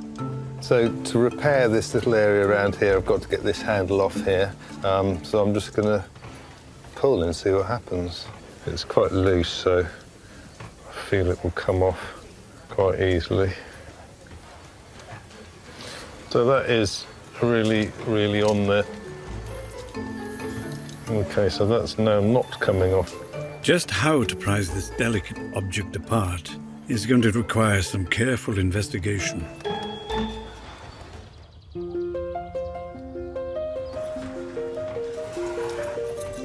Kirsten is restoring a limited edition figurine, created to commemorate the end of the First World War. She needs to reverse a previous 60-year-old repair, allegedly fixed with egg white. Blighty is going to have to lose his head. I'm just going to start off with a little bit of water and see if that's going to soften whatever it is. What we tend to do is actually work our way up through the various chemicals to see which one will soften the adhesive, and you always start with water pretty much. No, that doesn't seem to be softening it at all. I'm actually going to try acetone and see if that will soften it. I'm going to just have a little go now and see if that softened it at all. Unfortunately, the acetone doesn't really seem to be having much effect on this. Whatever it is, it's not budging, so I'm going to have to move on to some paint stripper, and hopefully that will start to dissolve the adhesive. So once I've applied the stripper, I cover the whole piece in some tin foil, and this actually just sort of contains some of the fumes, and it also keeps the active ingredient working on the area that I want it to work on. Also, if the head were just to tumble off, if there was some sort of marvellous, you know, instant miraculous action, it would kind of hold it safely as well. So I'm just going to pop it there and leave it for probably about an hour or so.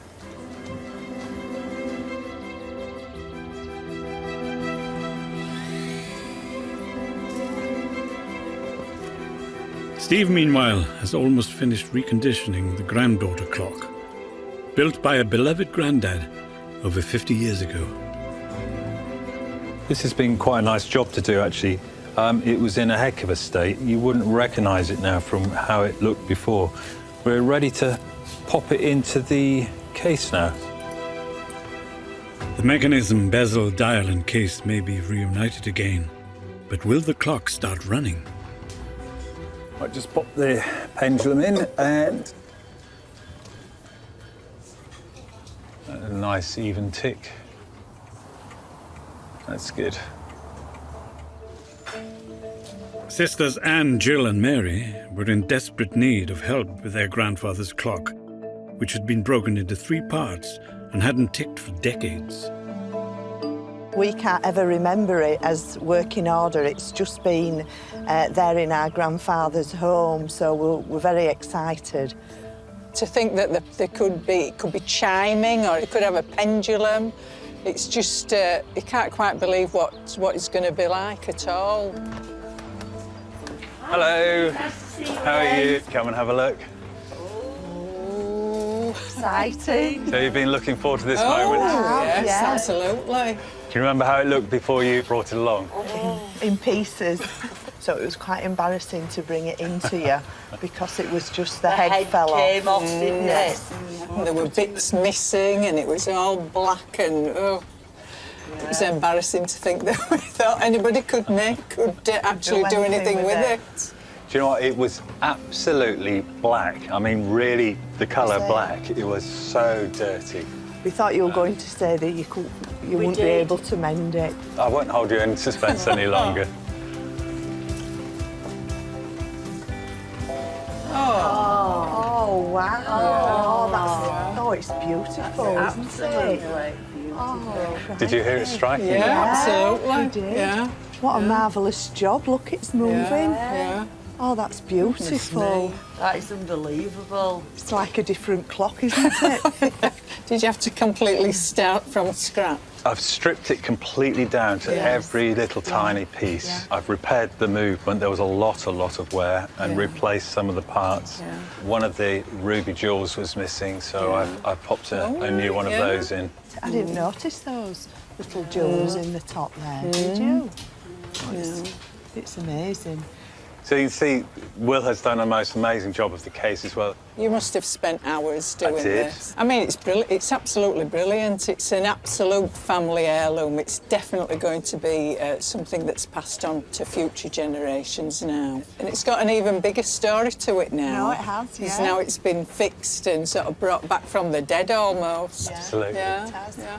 Where is it going to go in your house? Well, before it was in the dining room in the corner, but I think I'll have it in the lounge in a more prominent place now. Can you make a promise to me that you don't put it on the stairs? No, it's not. No, it's not going anywhere near any stairs. No. And her son's not going anywhere near it either. It's been a pleasure to do. Thank you very much. It brings back real memories of Grandad because he was such a lovely man and he was a very clever man. We have pieces of furniture in the house that have been made by him, but the clock was something special. It is, it's amazing. It'll take pride of place in the house and it's a talking point of the family. Everybody will be coming round to have a good look at it.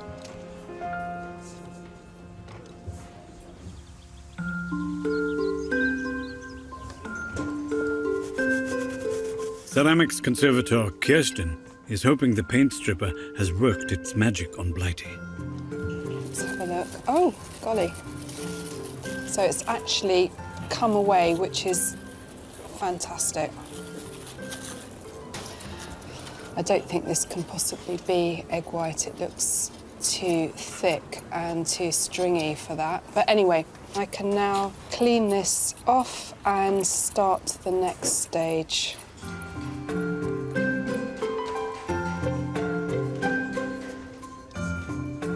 How's the little soldier doing? Not you, him. Blighty. Was it egg white? I definitely don't think it was egg white. So Sure? yeah, the stuff that I kind of excavated out of there definitely wasn't egg white. no. Okay. No.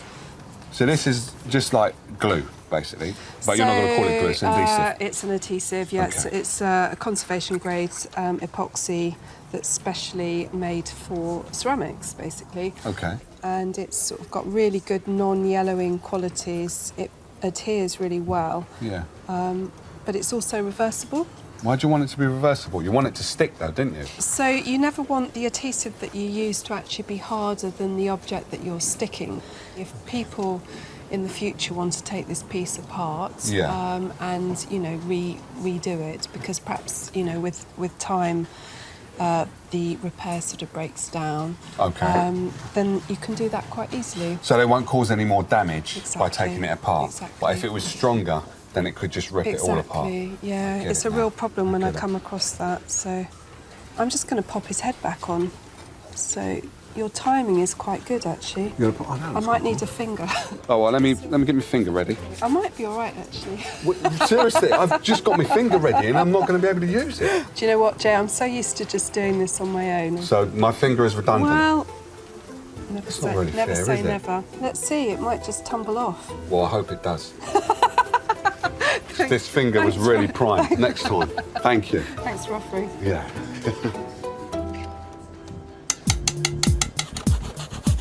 Kirsten might be conquering her repair, but silversmith Brenton is struggling. He had hoped the 120-year-old magnifying glass would come apart easily, but he's having to excavate inside the handle in an attempt to find out why it's refusing to yield.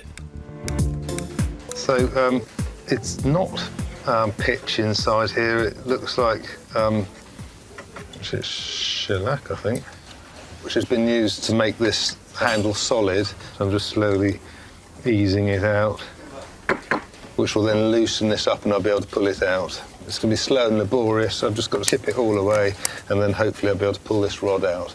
But at the moment, there's no way that's coming out without breaking it.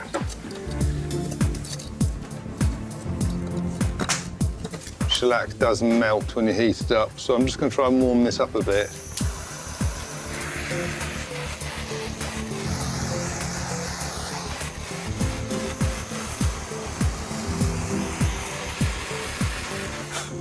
This is really hot now. The shellac inside's all melted, and I'm just going to see if I can get this off. A bit of luck. Just pull off here. There we go. That's got that little thing off. Brilliant. OK, so the melted shellac in there is now no longer gripping onto that, and we can now set about repairing this handle. That was quite hard to get that apart. I'm really pleased we got that apart without completely breaking it. Brenton has to make all the wafer-thin pieces of bent and crumpled silver lie flat enough to fit together in one smooth handle. We're going to try and tidy up all of these joints so they fit together nicely.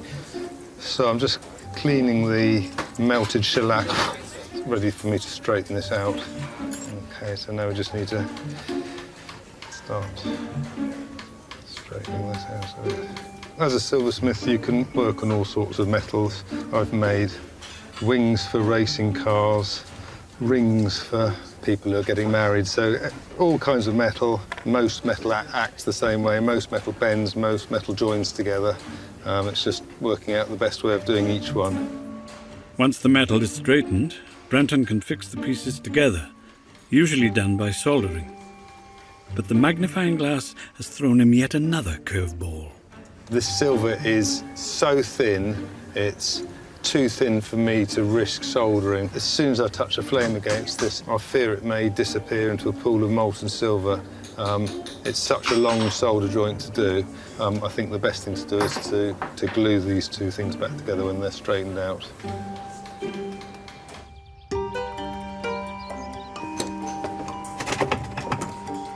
Blighty, the porcelain British soldier, is almost ready for action. His head is firmly back on his shoulders, and Kirsten has mended his chipped cap. Now she must emulate the unusual titanium ware glaze, a special glazing technique that uses titanium oxide to achieve the mottled-coloured high-gloss finish. This has got this titanium glaze on it. It's got a very sort of high shine on it, so I'm going to have to try and mimic that, which might prove tricky.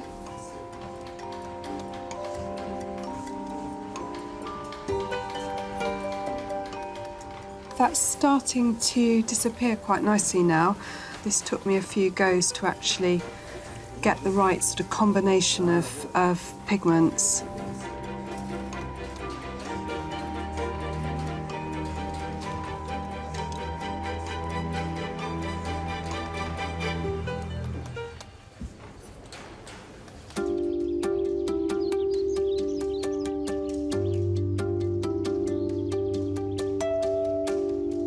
Now Martin is back at the workshop, eager to see his loyal comrade.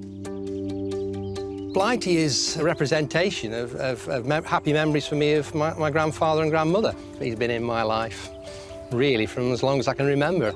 To see him fully repaired, it's strange, really, because, I always remember it being broken, but it was always, a little bit sad that he wasn't perfect. But I'm sure it will be amazing to have it back in wonderful condition again. Oh, Martin. Hello. Hi, come across. Nice to see you again. Yeah, and you. You all right? Apprehensive, but yeah. Oh, apprehensive. Yeah, a little bit nervous. I've taken very good care of Blighty, so I won't keep you in anticipation any longer. Here it is. Oh, it's amazing. That's tremendous. Gosh. And no chip on the cap. Absolutely. I filled that in for you. That's amazing. Did you discover how his head was stuck on? What was used? Do you know, I know you mentioned about the egg white, but Yeah. I don't think what I took off there was egg white. It was actually quite rubbery and quite stringy. An impact adhesive type thing. Yeah, absolutely. And it was quite tough to get apart, actually. I bet it Tougher was. than I thought. And you had fun mixing up the glaze. Yeah, it's so highly glazed. I thought it might be quite difficult to Yes, mimic previously, that. yeah. But hopefully you're happy I with... can't tell. I can't see anything. It's amazing. I mean, even the chip at the cap, at the peak of the cap, is gone. You can't even feel where it was. It's great. Good. Oh, it's amazing. It's tremendous. For just under 100 years old. Well, hopefully it's good Yeah. to go for another 100. Brilliant. That's fantastic. Thank you very much. You're very welcome. It's Much appreciated. It's been an absolute pleasure. Super. I'm sure Yeah. Grandad up in heaven, and we're saying to my grandma that's how she should have done it in the first place. It is amazing. If you're happy, I'll wrap that up for Please, you. yes. And, I'm just going to get it back home in one piece. Yeah, no. The repair exceeds expectations. I expect it to be good, but it's even better. Very, very impressive work. My grandfather was a master thrower. He threw by hand, and he appreciated, the craft that went into making blighty, and it's a lasting memory to his skills and the skills of the craftsmen that made the figure in the first place.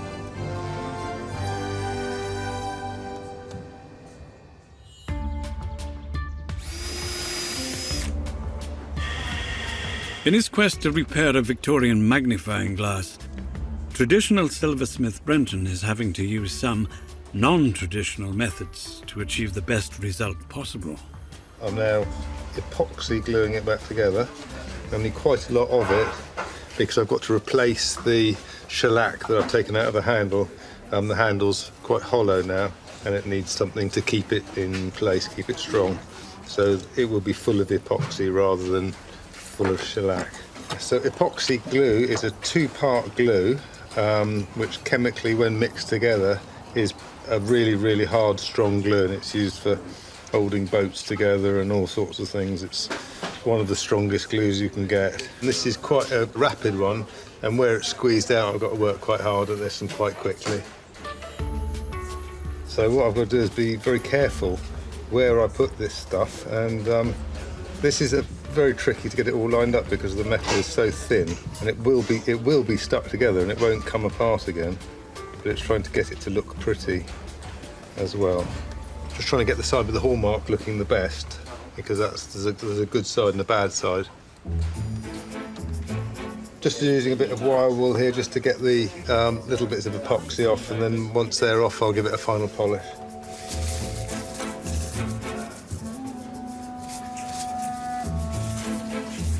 It really has been a long day on this. It's been a really, really, really tough repair because the silver was so torn and so thin, and getting all the little flaps to go back in their place has been really tough, but I'm pretty happy that we've made the best of this item. The handle's back where it should be, and it's ready to go. So, yeah, happy.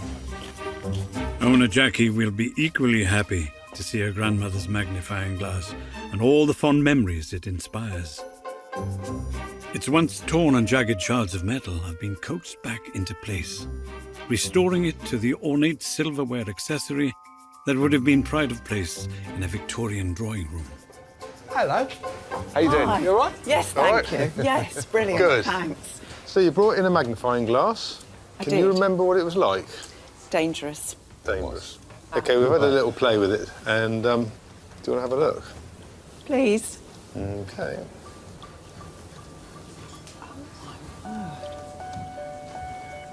Can I touch it? You can. Oh, that's genius. That is fantastic. Oh, thank you. Brilliant. I'm glad you're pleased. God. I think that the great thing about this is that now it can be part of my life again. I can use it and it can be centre stage again. And it just brings back so many memories. Just fantastic, thank you. Right, OK, so I had a little dig around and I found the hallmark on it, and it's just under your thumb there. You'll probably need a magnifying glass to see it, but I don't know where you're going to get one of those. But it was made by Adie and Lovekin in Birmingham in 1894. Gosh, fabulous. 1894? 1894. So it's had a bit of a... It's just got some age to it. Well, Granny was born in 1902, so it would have been... It probably belonged to her parents, Probably, I'm and guessing. then she would have been given it. So they'd have probably bought it new. Oh, that's really interesting. So now you have it in your hands, what kind of memories does it bring back? Well, it was always centre stage. Right. And it will be again, because it's been locked away in a spare room, consigned to oblivion where it can't lacerate any guests. But now it can be back in the centre of life, and it was always in the centre of Granny's table, and it'll be in the centre of my sitting room now. So, brilliant. Thank you. Good, excellent. So thank you for bringing it in. Brilliant. Thank you very Okay. much indeed. I shall be very careful. Thank you. Yeah. Bye-bye. Bye-bye.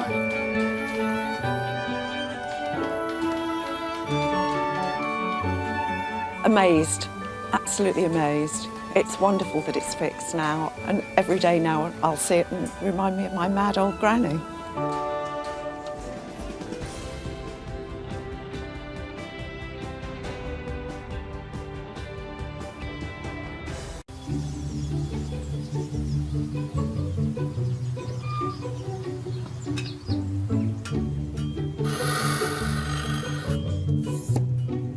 In the repair shop today, a piece of pottery history tests Kirsten's skills to the limit.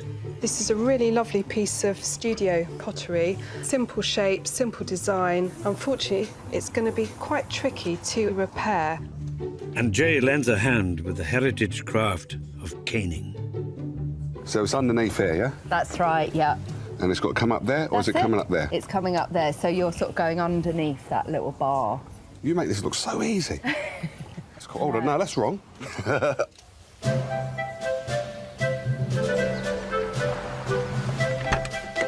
But first, on a covert operation, is Georgina Garrett. Hello, could anybody give me a hand, please? It's a bit heavy. Georgina is hoping the repair shop team will help her surprise her husband, Martin, by restoring a family heirloom with a fascinating past. One large, heavy chest that was really difficult to get in here. OK, chaps. Fantastic. I'll get the door, shall I? Furniture restorer Will Kirk is the man for this job. It's lovely to meet you. Lovely to meet you. This is the Garrett family military campaign chest. Right. It's a serious bit of... It's a very serious piece of equipment, yes. So do you know much about the past and the history behind this piece of furniture? A little bit. We know it's been in the family for 4 generations. In the First World War, Martin's grandfather, Sidney, he was a major in the Royal Engineers. OK. And we believe that it may have travelled with him to France and possibly to Russia as part of his military campaign in the First World War. And then latterly, there's some labels on the front there which mention Martin and his sister's education. He remembers his school reports being taken out of there. That's hilarious. And him being scolded about his poor results, sitting with his father at the desk, so... So quite a bit of history there. Yeah, it's been an important piece in the family for a long time. And the fact that it's actually been used, so it's not All just the a way piece through, of furniture that's just exactly. set in a room, No, the fact that it's been around the world. Always and been it's used, yeah, absolutely. And that's why I'm so keen to see it used again. I think this needs a bit of TLC overall. There is some water damage, which you can probably see. There's just a possibility that that occurred when we think it moved with Martin's great-grandfather in the First World War. It would have gone by sea, so that's just a possibility. If I open up this part, you can see quite clearly there's a major wobble. If I drop this front section down, obviously the chains aren't original, and at some point, somebody in the family has taken the hinges off. Yeah. So it would be absolutely fantastic if we could restore it as a surprise. Okay. My husband's had a couple of strokes. He's made a really, really good recovery. He's written a day journal for the last 35 plus years. He lost the ability to write for a while, but he's just got it back to a degree. Yeah. And to me, I think to be able to give him this back in working order and actually see him able to write his journal again would be absolutely magical. I will do my very best to get it back into shipshape condition and good enough to use for another 100 years. Oh, it'd be fantastic. Thank you very much indeed. Thanks very much. Good luck with it. Cheers, bye-bye. It would mean an enormous amount, not just to me, but particularly to my husband, to see this restored. It's the one piece of furniture that remains from the family, and to see him able to sit and write his diary at it in the manner that it's intended with the secretaire part would just be so exciting.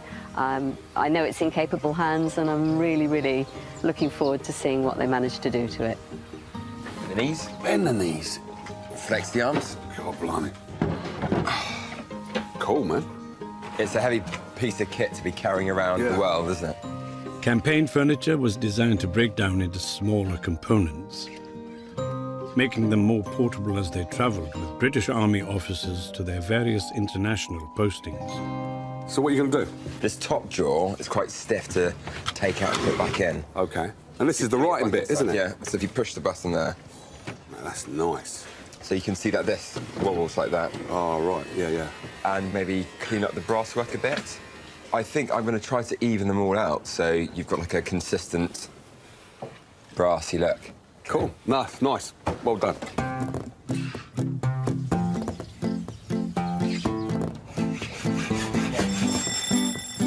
The repair shop experts used forgotten crafts to restore beloved heirlooms. And the next visitor is hoping furniture restorers Sonas Noranvari and Rachel South can do just that. Hi, I'm Sana. Nice to meet you. Hi, I'm Rachel. Hi. Nice to meet you. Nice to meet you. What have we got in the back of your car? Cecile Taylor has brought a couple of well-loved pieces that need the duo's expert attention. This one goes at the back. These are stunning. Just amazing craftsmanship. So it's really special to have two chairs together. Sometimes you only see one on its own. What's the story behind them? So they belong to my great aunt. She lived in South of Holland, and then they came to me quite a few years ago. So can you remember these from your childhood? Yes, the chair's always been the same. Yeah. It was like a brown cord, very 70s. They've been in my family all my life, so it's been part of me for the last 40-odd years. You've got a nice sort of rounded shape at the back here. It's almost sort of a sort of Chinesey look or something, because most of this furniture is from the sort of 1910, 1920s. Really, they began making them all over Europe, and it's sort of to give quite an exotic look to everyday furniture, which I think the canework does as well. So this might have been intact for the last 80, 90, 100 years even. But here you can see that the cane has gone on the inside arm. It's going to go on that area of the chair because that's where your hands are, whereas the outside arms look pretty good. They haven't been damaged sort of hardly at all. They're showing they've been well loved and well used, but yeah, really in need of a bit of repair now. So have you tried to have them fixed before? Yes, I did, but apparently because they're double caned armchairs, it's very specialised. And, you know, I couldn't find anyone who could do it. I can see even on the base here that you can see the old fabric. Yes. I don't know what's underneath here. Well, it certainly feels like it's sprung, but that's something that we can unpick and find out as we go. And you use them in your home currently? Yes, they're in the living room. Both of them are used all the time. And it will be nice to get them restored and then pass them on to my children, so they've got some family history that goes with these chairs as well. Leave it with us, and then we'll be in touch with you when they're finished. See them back in their former glory. OK. Lovely to meet you. Nice to meet Thanks you. For coming. Thank you very much. Thank you. Pleasure. See you soon. Bye. It would be lovely to pass those chairs on to my sons. They're born in the UK, they don't speak any Dutch, but this will be part of their Dutch heritage that they can take with them for, you know, and that they can pass on to their children. They're a little bit nervous, but, you know, I know they're in good hands. And to get that double caning restored is really, yeah, that's going to be very special. And I can't wait to see the skill that's involved and to see them back to the former glory. Rachel will tackle the cane work, while Sonaz refurbishes the upholstery. Beautiful chairs, aren't they? Stunning. Really lovely. They do become like part of your family when you live with the furniture sort of from when you're young and seeing it at your grandparents' house as well. Yeah, It always really... amazes me how much emotion's attached to pieces like this. I know. It's just a chair, but it's a lot more, isn't it, really? So, well, we've got quite a big job on our hands here, I think. Big job, yeah. The double caning is... We've got this panel on the outside here. You're going to take off and replace, or...? Well, looking at it, it looks like it's in pretty good condition, so I'd rather not sort of touch that one. I'm going to concentrate on removing this panel, and the same on this arm here. I mean, it feels quite firm, a little bit soft on the front, but I don't think it'll be a problem to remake the foam back. In terms of fabrics, certainly if they're going to be used every day, we want to get that longevity out of them. Fabric that's pretty hard wearing and maybe easy to keep clean and stand the test of time. So, should we crack on? Yeah.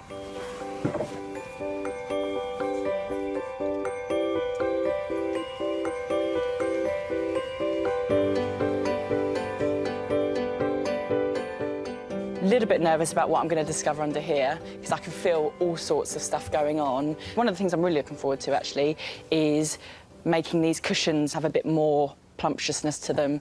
Plumptiousness is plumptiousness is a word that I use when I want to describe to other people how comfortable I want the cushions to look.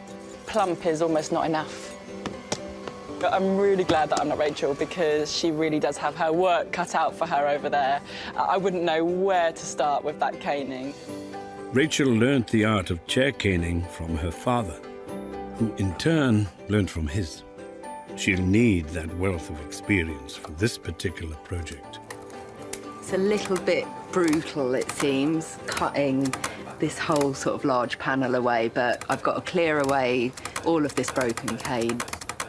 I've got this remaining panel on the outside arm and I really don't want to put my scissors through it or anything like that, so I'm really being as careful as I can. And I can see there's actually a little treasure between these two panels. This is probably 90 years worth of human skin, I think, and definitely some pet hairs, maybe. That's great.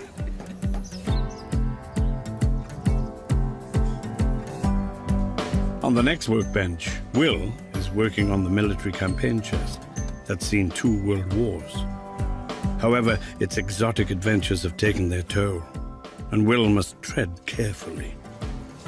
So what I'm doing here is I'm cleaning the surface, and you can actually see all the dirt that's coming off there. One good thing to do is to keep on checking the rag, because that black is surface dirt, but once it starts to go slightly brown, then there's more of a chance you're actually removing the varnish or the polish that's on the surface, and you really want to stop there before it goes too far.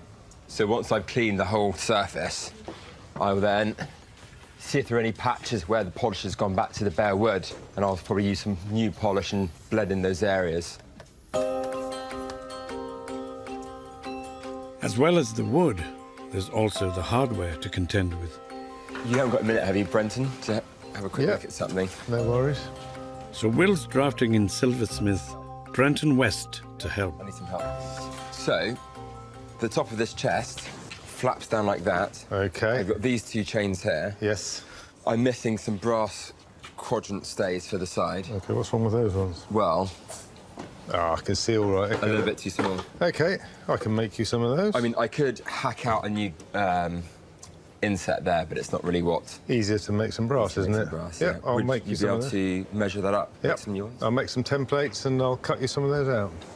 Top man. No I knew problem. You could do that. Lovely. OK, leave it with me. Thanks a lot. OK. Looks like you've done a lot of work here. You're taking the drawers out. Well done. I've just found something out, and that's why I'm coughing. Oh, is it? I thought that this was made of camphor wood. Right. was actually made of teak. This is teak, yeah? Teak, and I realised that whenever I work with teak, it makes me cough. Are you allergic to teak? No. Seriously. Seriously? Yeah. You're a wood guy that's allergic to teak? Yeah. Anyway, I have started on it, and I've cleaned the top, I'm cleaning the base. So the brass seems to be at, like, different levels of sheen and different levels of rust. But it's going to be worth it, and I think if I do a really good job on the polishing, it'd be nice to have really nice brass work to set it off like a cherry on the top.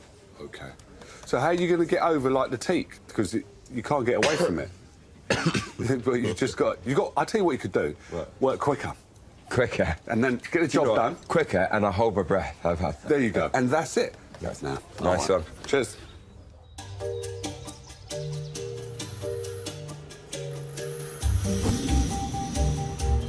Next into the repair shop is Louise Pallister. Hi. You must be Louise. Come through. She's hoping ceramics conservator Kirsten can help her with one of her late mother's favourite possessions. I have a Hornsey vase, which was my mum's vase. It was in our family all my childhood. It's a really beautiful vase. I always loved it. Gosh, it's quite a sort of modern-looking piece, actually, isn't it? Yeah, it's really gorgeous. I always think it's really elegant, and I think that's why she liked it. She was brought up during the war, and she's always... I remember her saying to me it was kind of dark and drab and everything was a bit miserable. Yeah. And when she got married in the 50s, she wanted things that were new and bright and modern. As people And do. that was one of the things I think she probably saved up for, and it was one of the sort of key things in our house. I always associate it with my childhood memories because it was often on the mantelpiece. Right. And it was never damaged through the whole time that it was in our family. When my mum moved out, I asked if I could have the vase. She said yes, and I took it back to my home. But I was moving, and it must have shifted in transit, and that's what took the chunk out of it. I was horrified. Absolutely. And I just couldn't bring myself to tell her because I just felt so guilty because I knew it was something that she really treasured. And she never asked about it, no. And now she's gone, it would just mean a lot to me to have it fixed, and I would get it back on display. Right, OK. I mean, that must have been absolutely dreadful if she... Oh, and looked she'd be so after all those disappointed as well. years, Yeah. I just felt so guilty. Yeah. So how long ago did you move? How long has it been broken? It's probably over 10 years now. Oh, really? I just put it away, always hoping I would be able to find someone to mend it. I'm glad you kept all the pieces, though. I mean, that's really, really helpful. So have you tried to have it repaired in the past? I've looked into it, but when I looked into ceramic restorers, people seem to be doing real antiques, very sort of old-fashioned things, and I didn't know who would be interested or be able to take on something that's really quite modern. So this sort of thing is quite tricky to repair. That's not to say that I can't do it. Yeah. You've got that lovely sort of flat surface that reflects the light, and that does actually make it quite difficult to sort of do a completely invisible restoration. I'm slightly concerned about this sort of crack here. I think that it's probably been cracked and water's gone under the glaze. Oh, I see. Which has caused That's caused the staining. mark. Yeah. So in terms of once this is repaired, you know, what are you going to do with it then? Have you got? I'd love to have it back on display. Would you? Because it's been in a box for years, Yeah. with guilt written all over it. Yeah, And I just love to have it back out again. I'd be thrilled to see it mended. I'll do the best job I can. Thanks very much. I've kept hold of that vase for years because I felt so bad about it, but it's a beautiful piece as well. I really wanted it to be mended. And every now and again, you know, when you move things around, you think, gosh, there's that vase. It's such a shame that it's always away, and it would be so lovely to have it out on display. And really, I'd be thrilled if it was mended. I would feel like my mum would be really pleased, and then I would feel slightly less guilty for having managed to get it damaged as soon as I got hold of it. So this is a really lovely piece of studio pottery. Simple shape, simple design. Unfortunately, it's going to be quite tricky to repair, but I'm excited to work on it. I've not worked on a piece of Hornsey before, so I'm going to do the best that I can for Louise. The vase was made in 1963 by the Hornsey Pottery in East Yorkshire. Established in 1949, it became one of the biggest and most influential producers of pottery and tableware in Britain, with an emphasis on stylish, contemporary design. I've got a couple of pieces that Louise brought in. That one goes in there, and then this large piece fits in very nicely. I also noticed that there are a couple of cracks. There's a crack running down here from where this was broken originally. I'm going to try and run some adhesive into that to stabilise it so that it doesn't run any further and doesn't get any worse.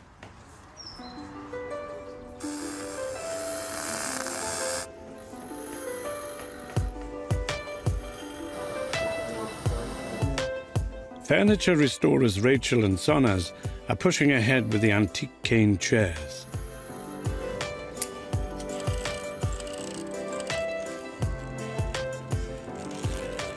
Sonas is peeling back the layers of old upholstery to reveal the 100-year-old original framework. What's interesting, actually, I've just noticed these springs, they all look in relatively good condition and firm, which is really surprising in a chair this age. The fact that we don't have to replace these does make my life a lot easier. Over at Rachel's bench, she's done the prep and is all set to begin weaving the intricate pattern. The material, the cane, is actually the bark of the rattan palm, and it grows in Indonesia. I've soaked it for a few minutes, and it gives it a slight elasticity, and it also means that as the whole panel's drying, it's all going to tighten up, so I'm going to get this lovely tight panel, drum tight, hopefully. Usually on cane furniture, the holes that you weave into go all the way through the frame, so it's possible to loop the cane underneath the frame.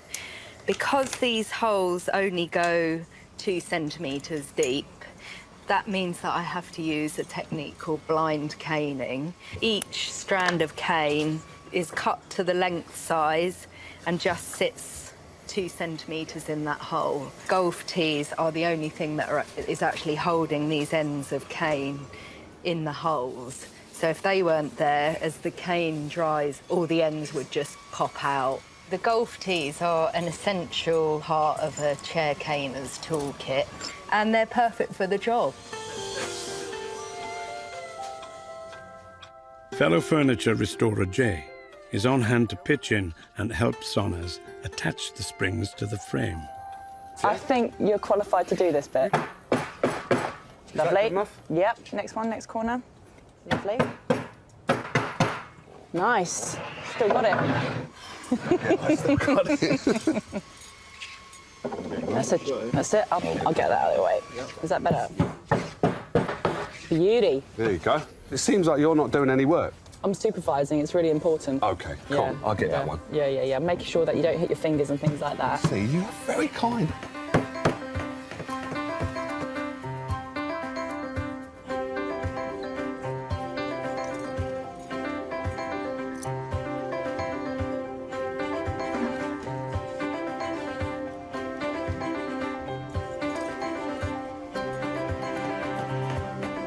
I'm just trying this spring-based unit in because I don't want the padding of the upholstery to be too tight up against the caning, and especially not against Rachel's new caning. So it's pretty essential that I get this padding exactly right.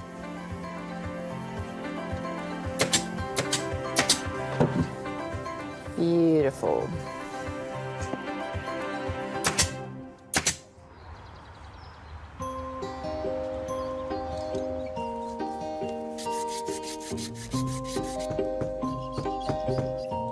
Ceramics expert Kirsten is restoring a stylish example of 1960s pottery.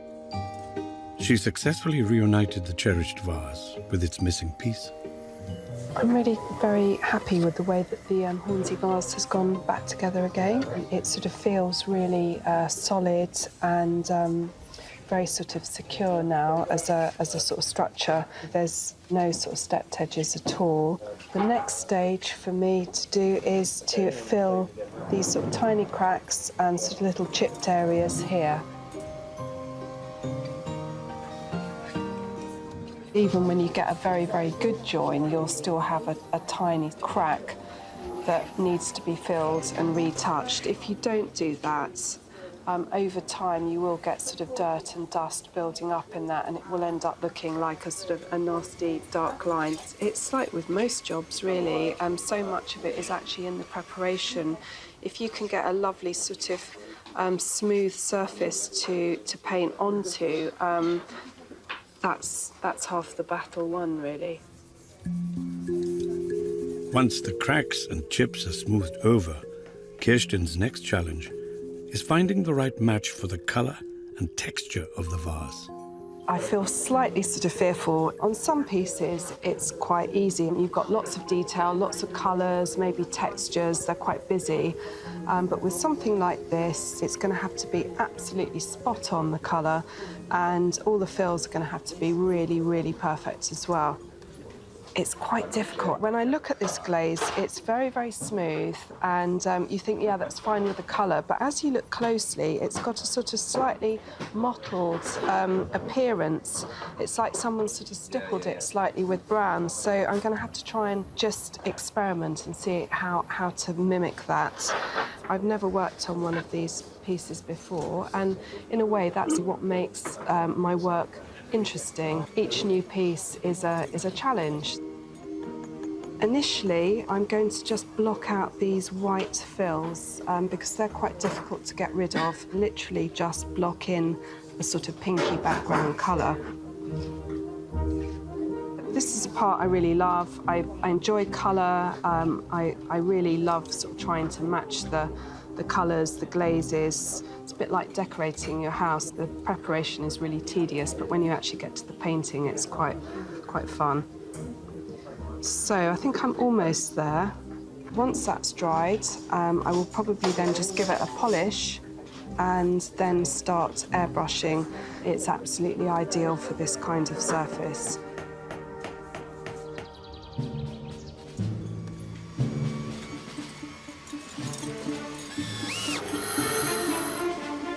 Furniture restorer Will is transforming a military campaign chest.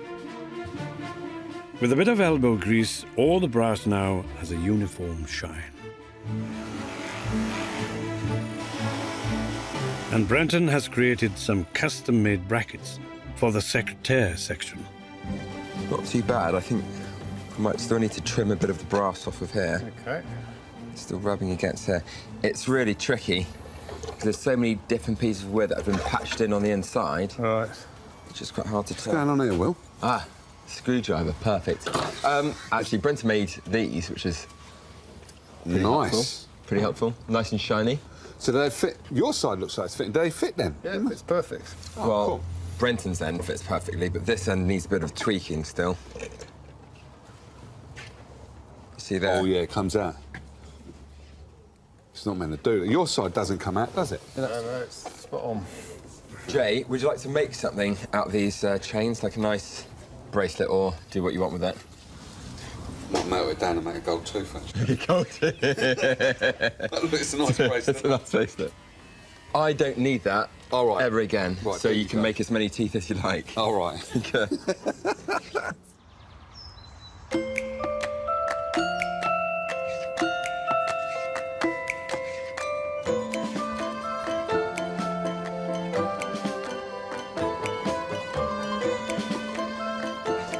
Meanwhile, on the two Dutch cane chairs, Sonaz is rebuilding the century-old spring cushions. While Rachel weaves the elaborate cane panels.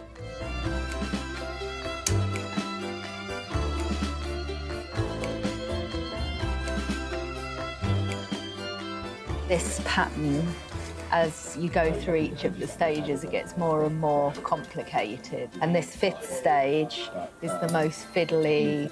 Got to make sure that the cane's nice and damp so it doesn't snap, because it's really getting tight, the pattern now. A lot of people say that it is quite therapeutic. I think it's also quite therapeutic to watch as well when I see other people doing it. How you doing, Rachel? Hi, I'm fine, thanks. I had a chance to see what you've done. You've nearly finished now, haven't you? Well, yeah, you've actually come at a really good time because I'm just starting the last diagonal. So I've got my 2 verticals, 2 horizontals. Cool. And then I've got my first diagonal, and then the last diagonal going in stage 6. So can I have a go with this then? Yeah, please, it'd be great, yeah. So what I'm doing is I'm going under the horizontals and then over the verticals. All right. So it's the opposite to what the previous diagonal's done. OK. Cool. I've got it. All right. So it's underneath here, yeah? That's right, yeah. And it's got to come up there, or is it coming up there? It's coming up there, so you're sort of going underneath that little bar. God blimey. You make this look so easy. Oh, I nearly lost it down there. Jay, that's looking really good. I was just about to say, am I doing it right, yeah? Yeah, yeah, that's looking great. And that one there. Under the bar. It's cool. Hold on, no, that's wrong. Oh, yeah, look, it has split, but, you know, you can just flatten the cane out and that should be fine. See, that's why you're a professional. You made a mistake look perfect. Well done. I like it. I do.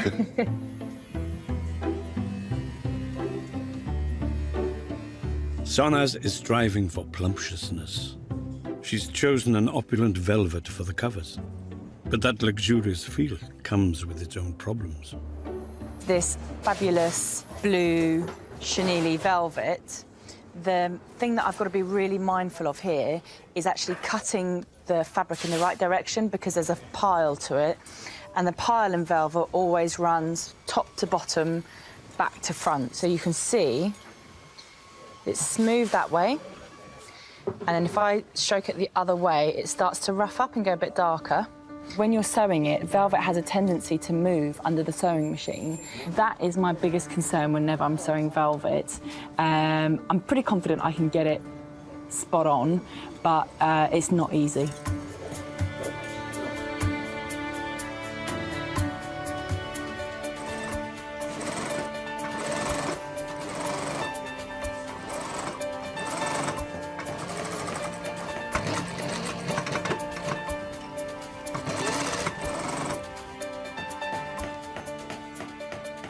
It's been a really big job. Quite a lot of weaving, quite a lot of caning, but I've really enjoyed doing it.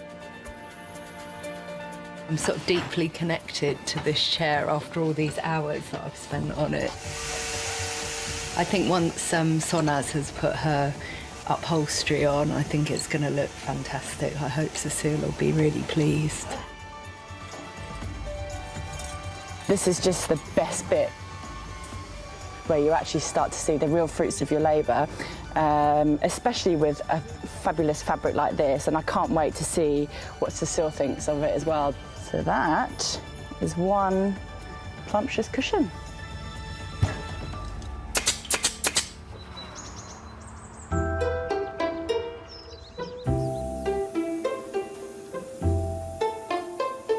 Across the workshop, Kirsten is adding some finishing touches to the stylish 60s vase. The final stage here is to try and recreate some of the sort of fine lines that are in this. And to do that, I'm actually just going to use a chinograph pen. And I'm just going to freehand just draw on a few of these tiny lines, not very many, just to sort of break up the line. But it's just sort of mimicking what's actually there on the original. So really it's sort of about distraction techniques. You're distracting the eye from the actual repair, as well as trying to copy what's already there. It's been quite a challenge working on this vase. It has given me one or two headaches, but it's been a lovely piece to work on. But yeah, it's ready to go back.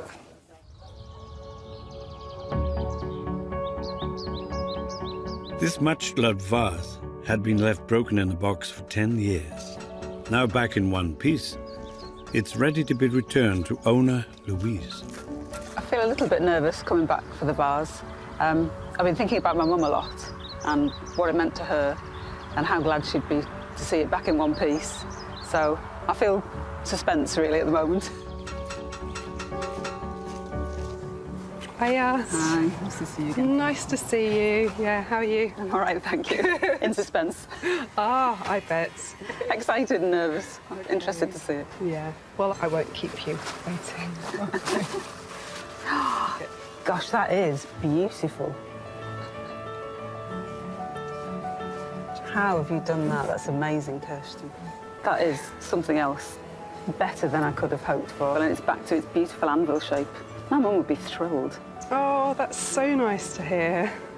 That's just gorgeous. I mean, it always was a beautiful vase, but to see it back as it should be, that's quite amazing.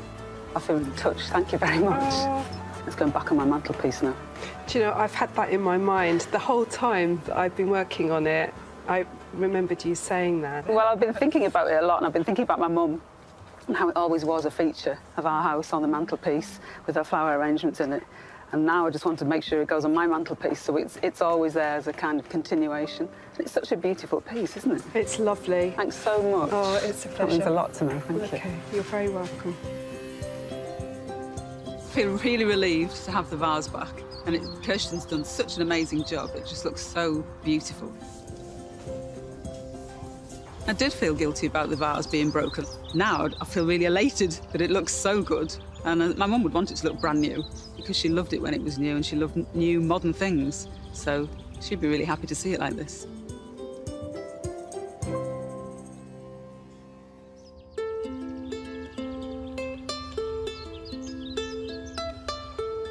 Refurbishing the cane chairs has been a huge undertaking for Rachel and Sonas. But finally, the end is in sight. Just one last push to get these beautiful heirlooms looking as they did when they first sat in Cecile's grandmother's house. Like magic, makes a button. Pretty cool, isn't it? This is all the new cane that I've woven, and I'm going to begin to dye it down to match this back colour here. I did a little bit of colour matching, so I think I've got a colour that's going to blend. Hopefully, the whole thing's going to look like a whole piece.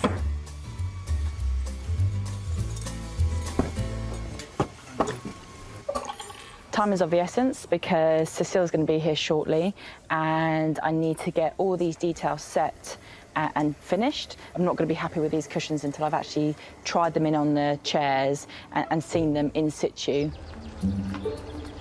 Cecile is back to pick up the beloved heirlooms that are such an important link to her Dutch ancestors.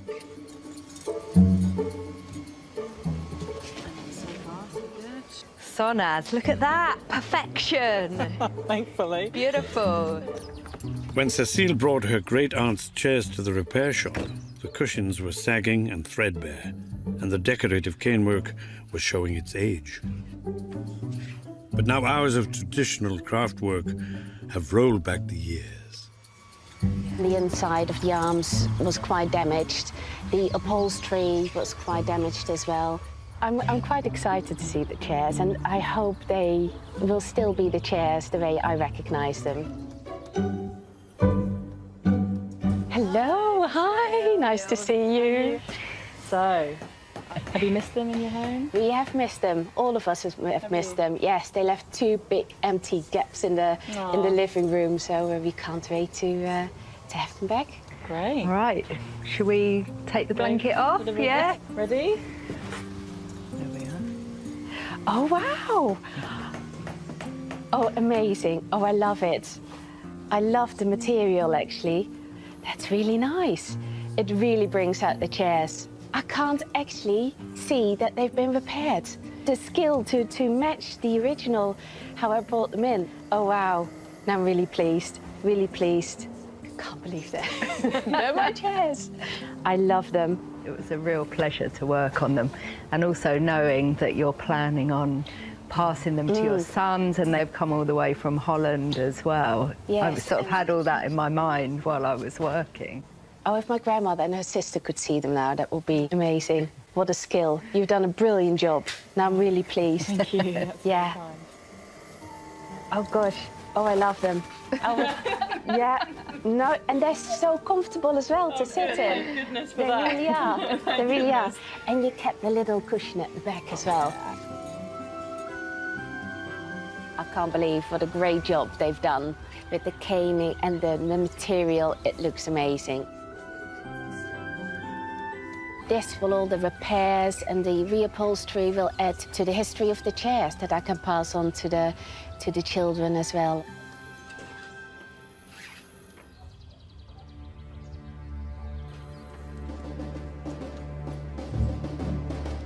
At long last, the military campaign chest not only looks the part, but is now fully functional.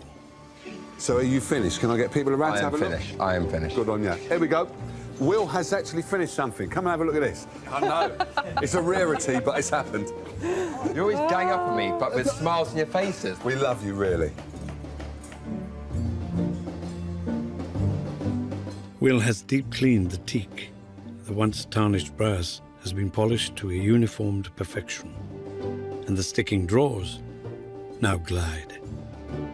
But most importantly, the fold-down writing desk now locks into place. Oh, nice. Oh, they're pretty. Yeah. Well done. Thanks a lot, guys. Oh, that's back to work. Now all that remains to be done is to deliver the surprise to its owner, Georgina's husband, Martin.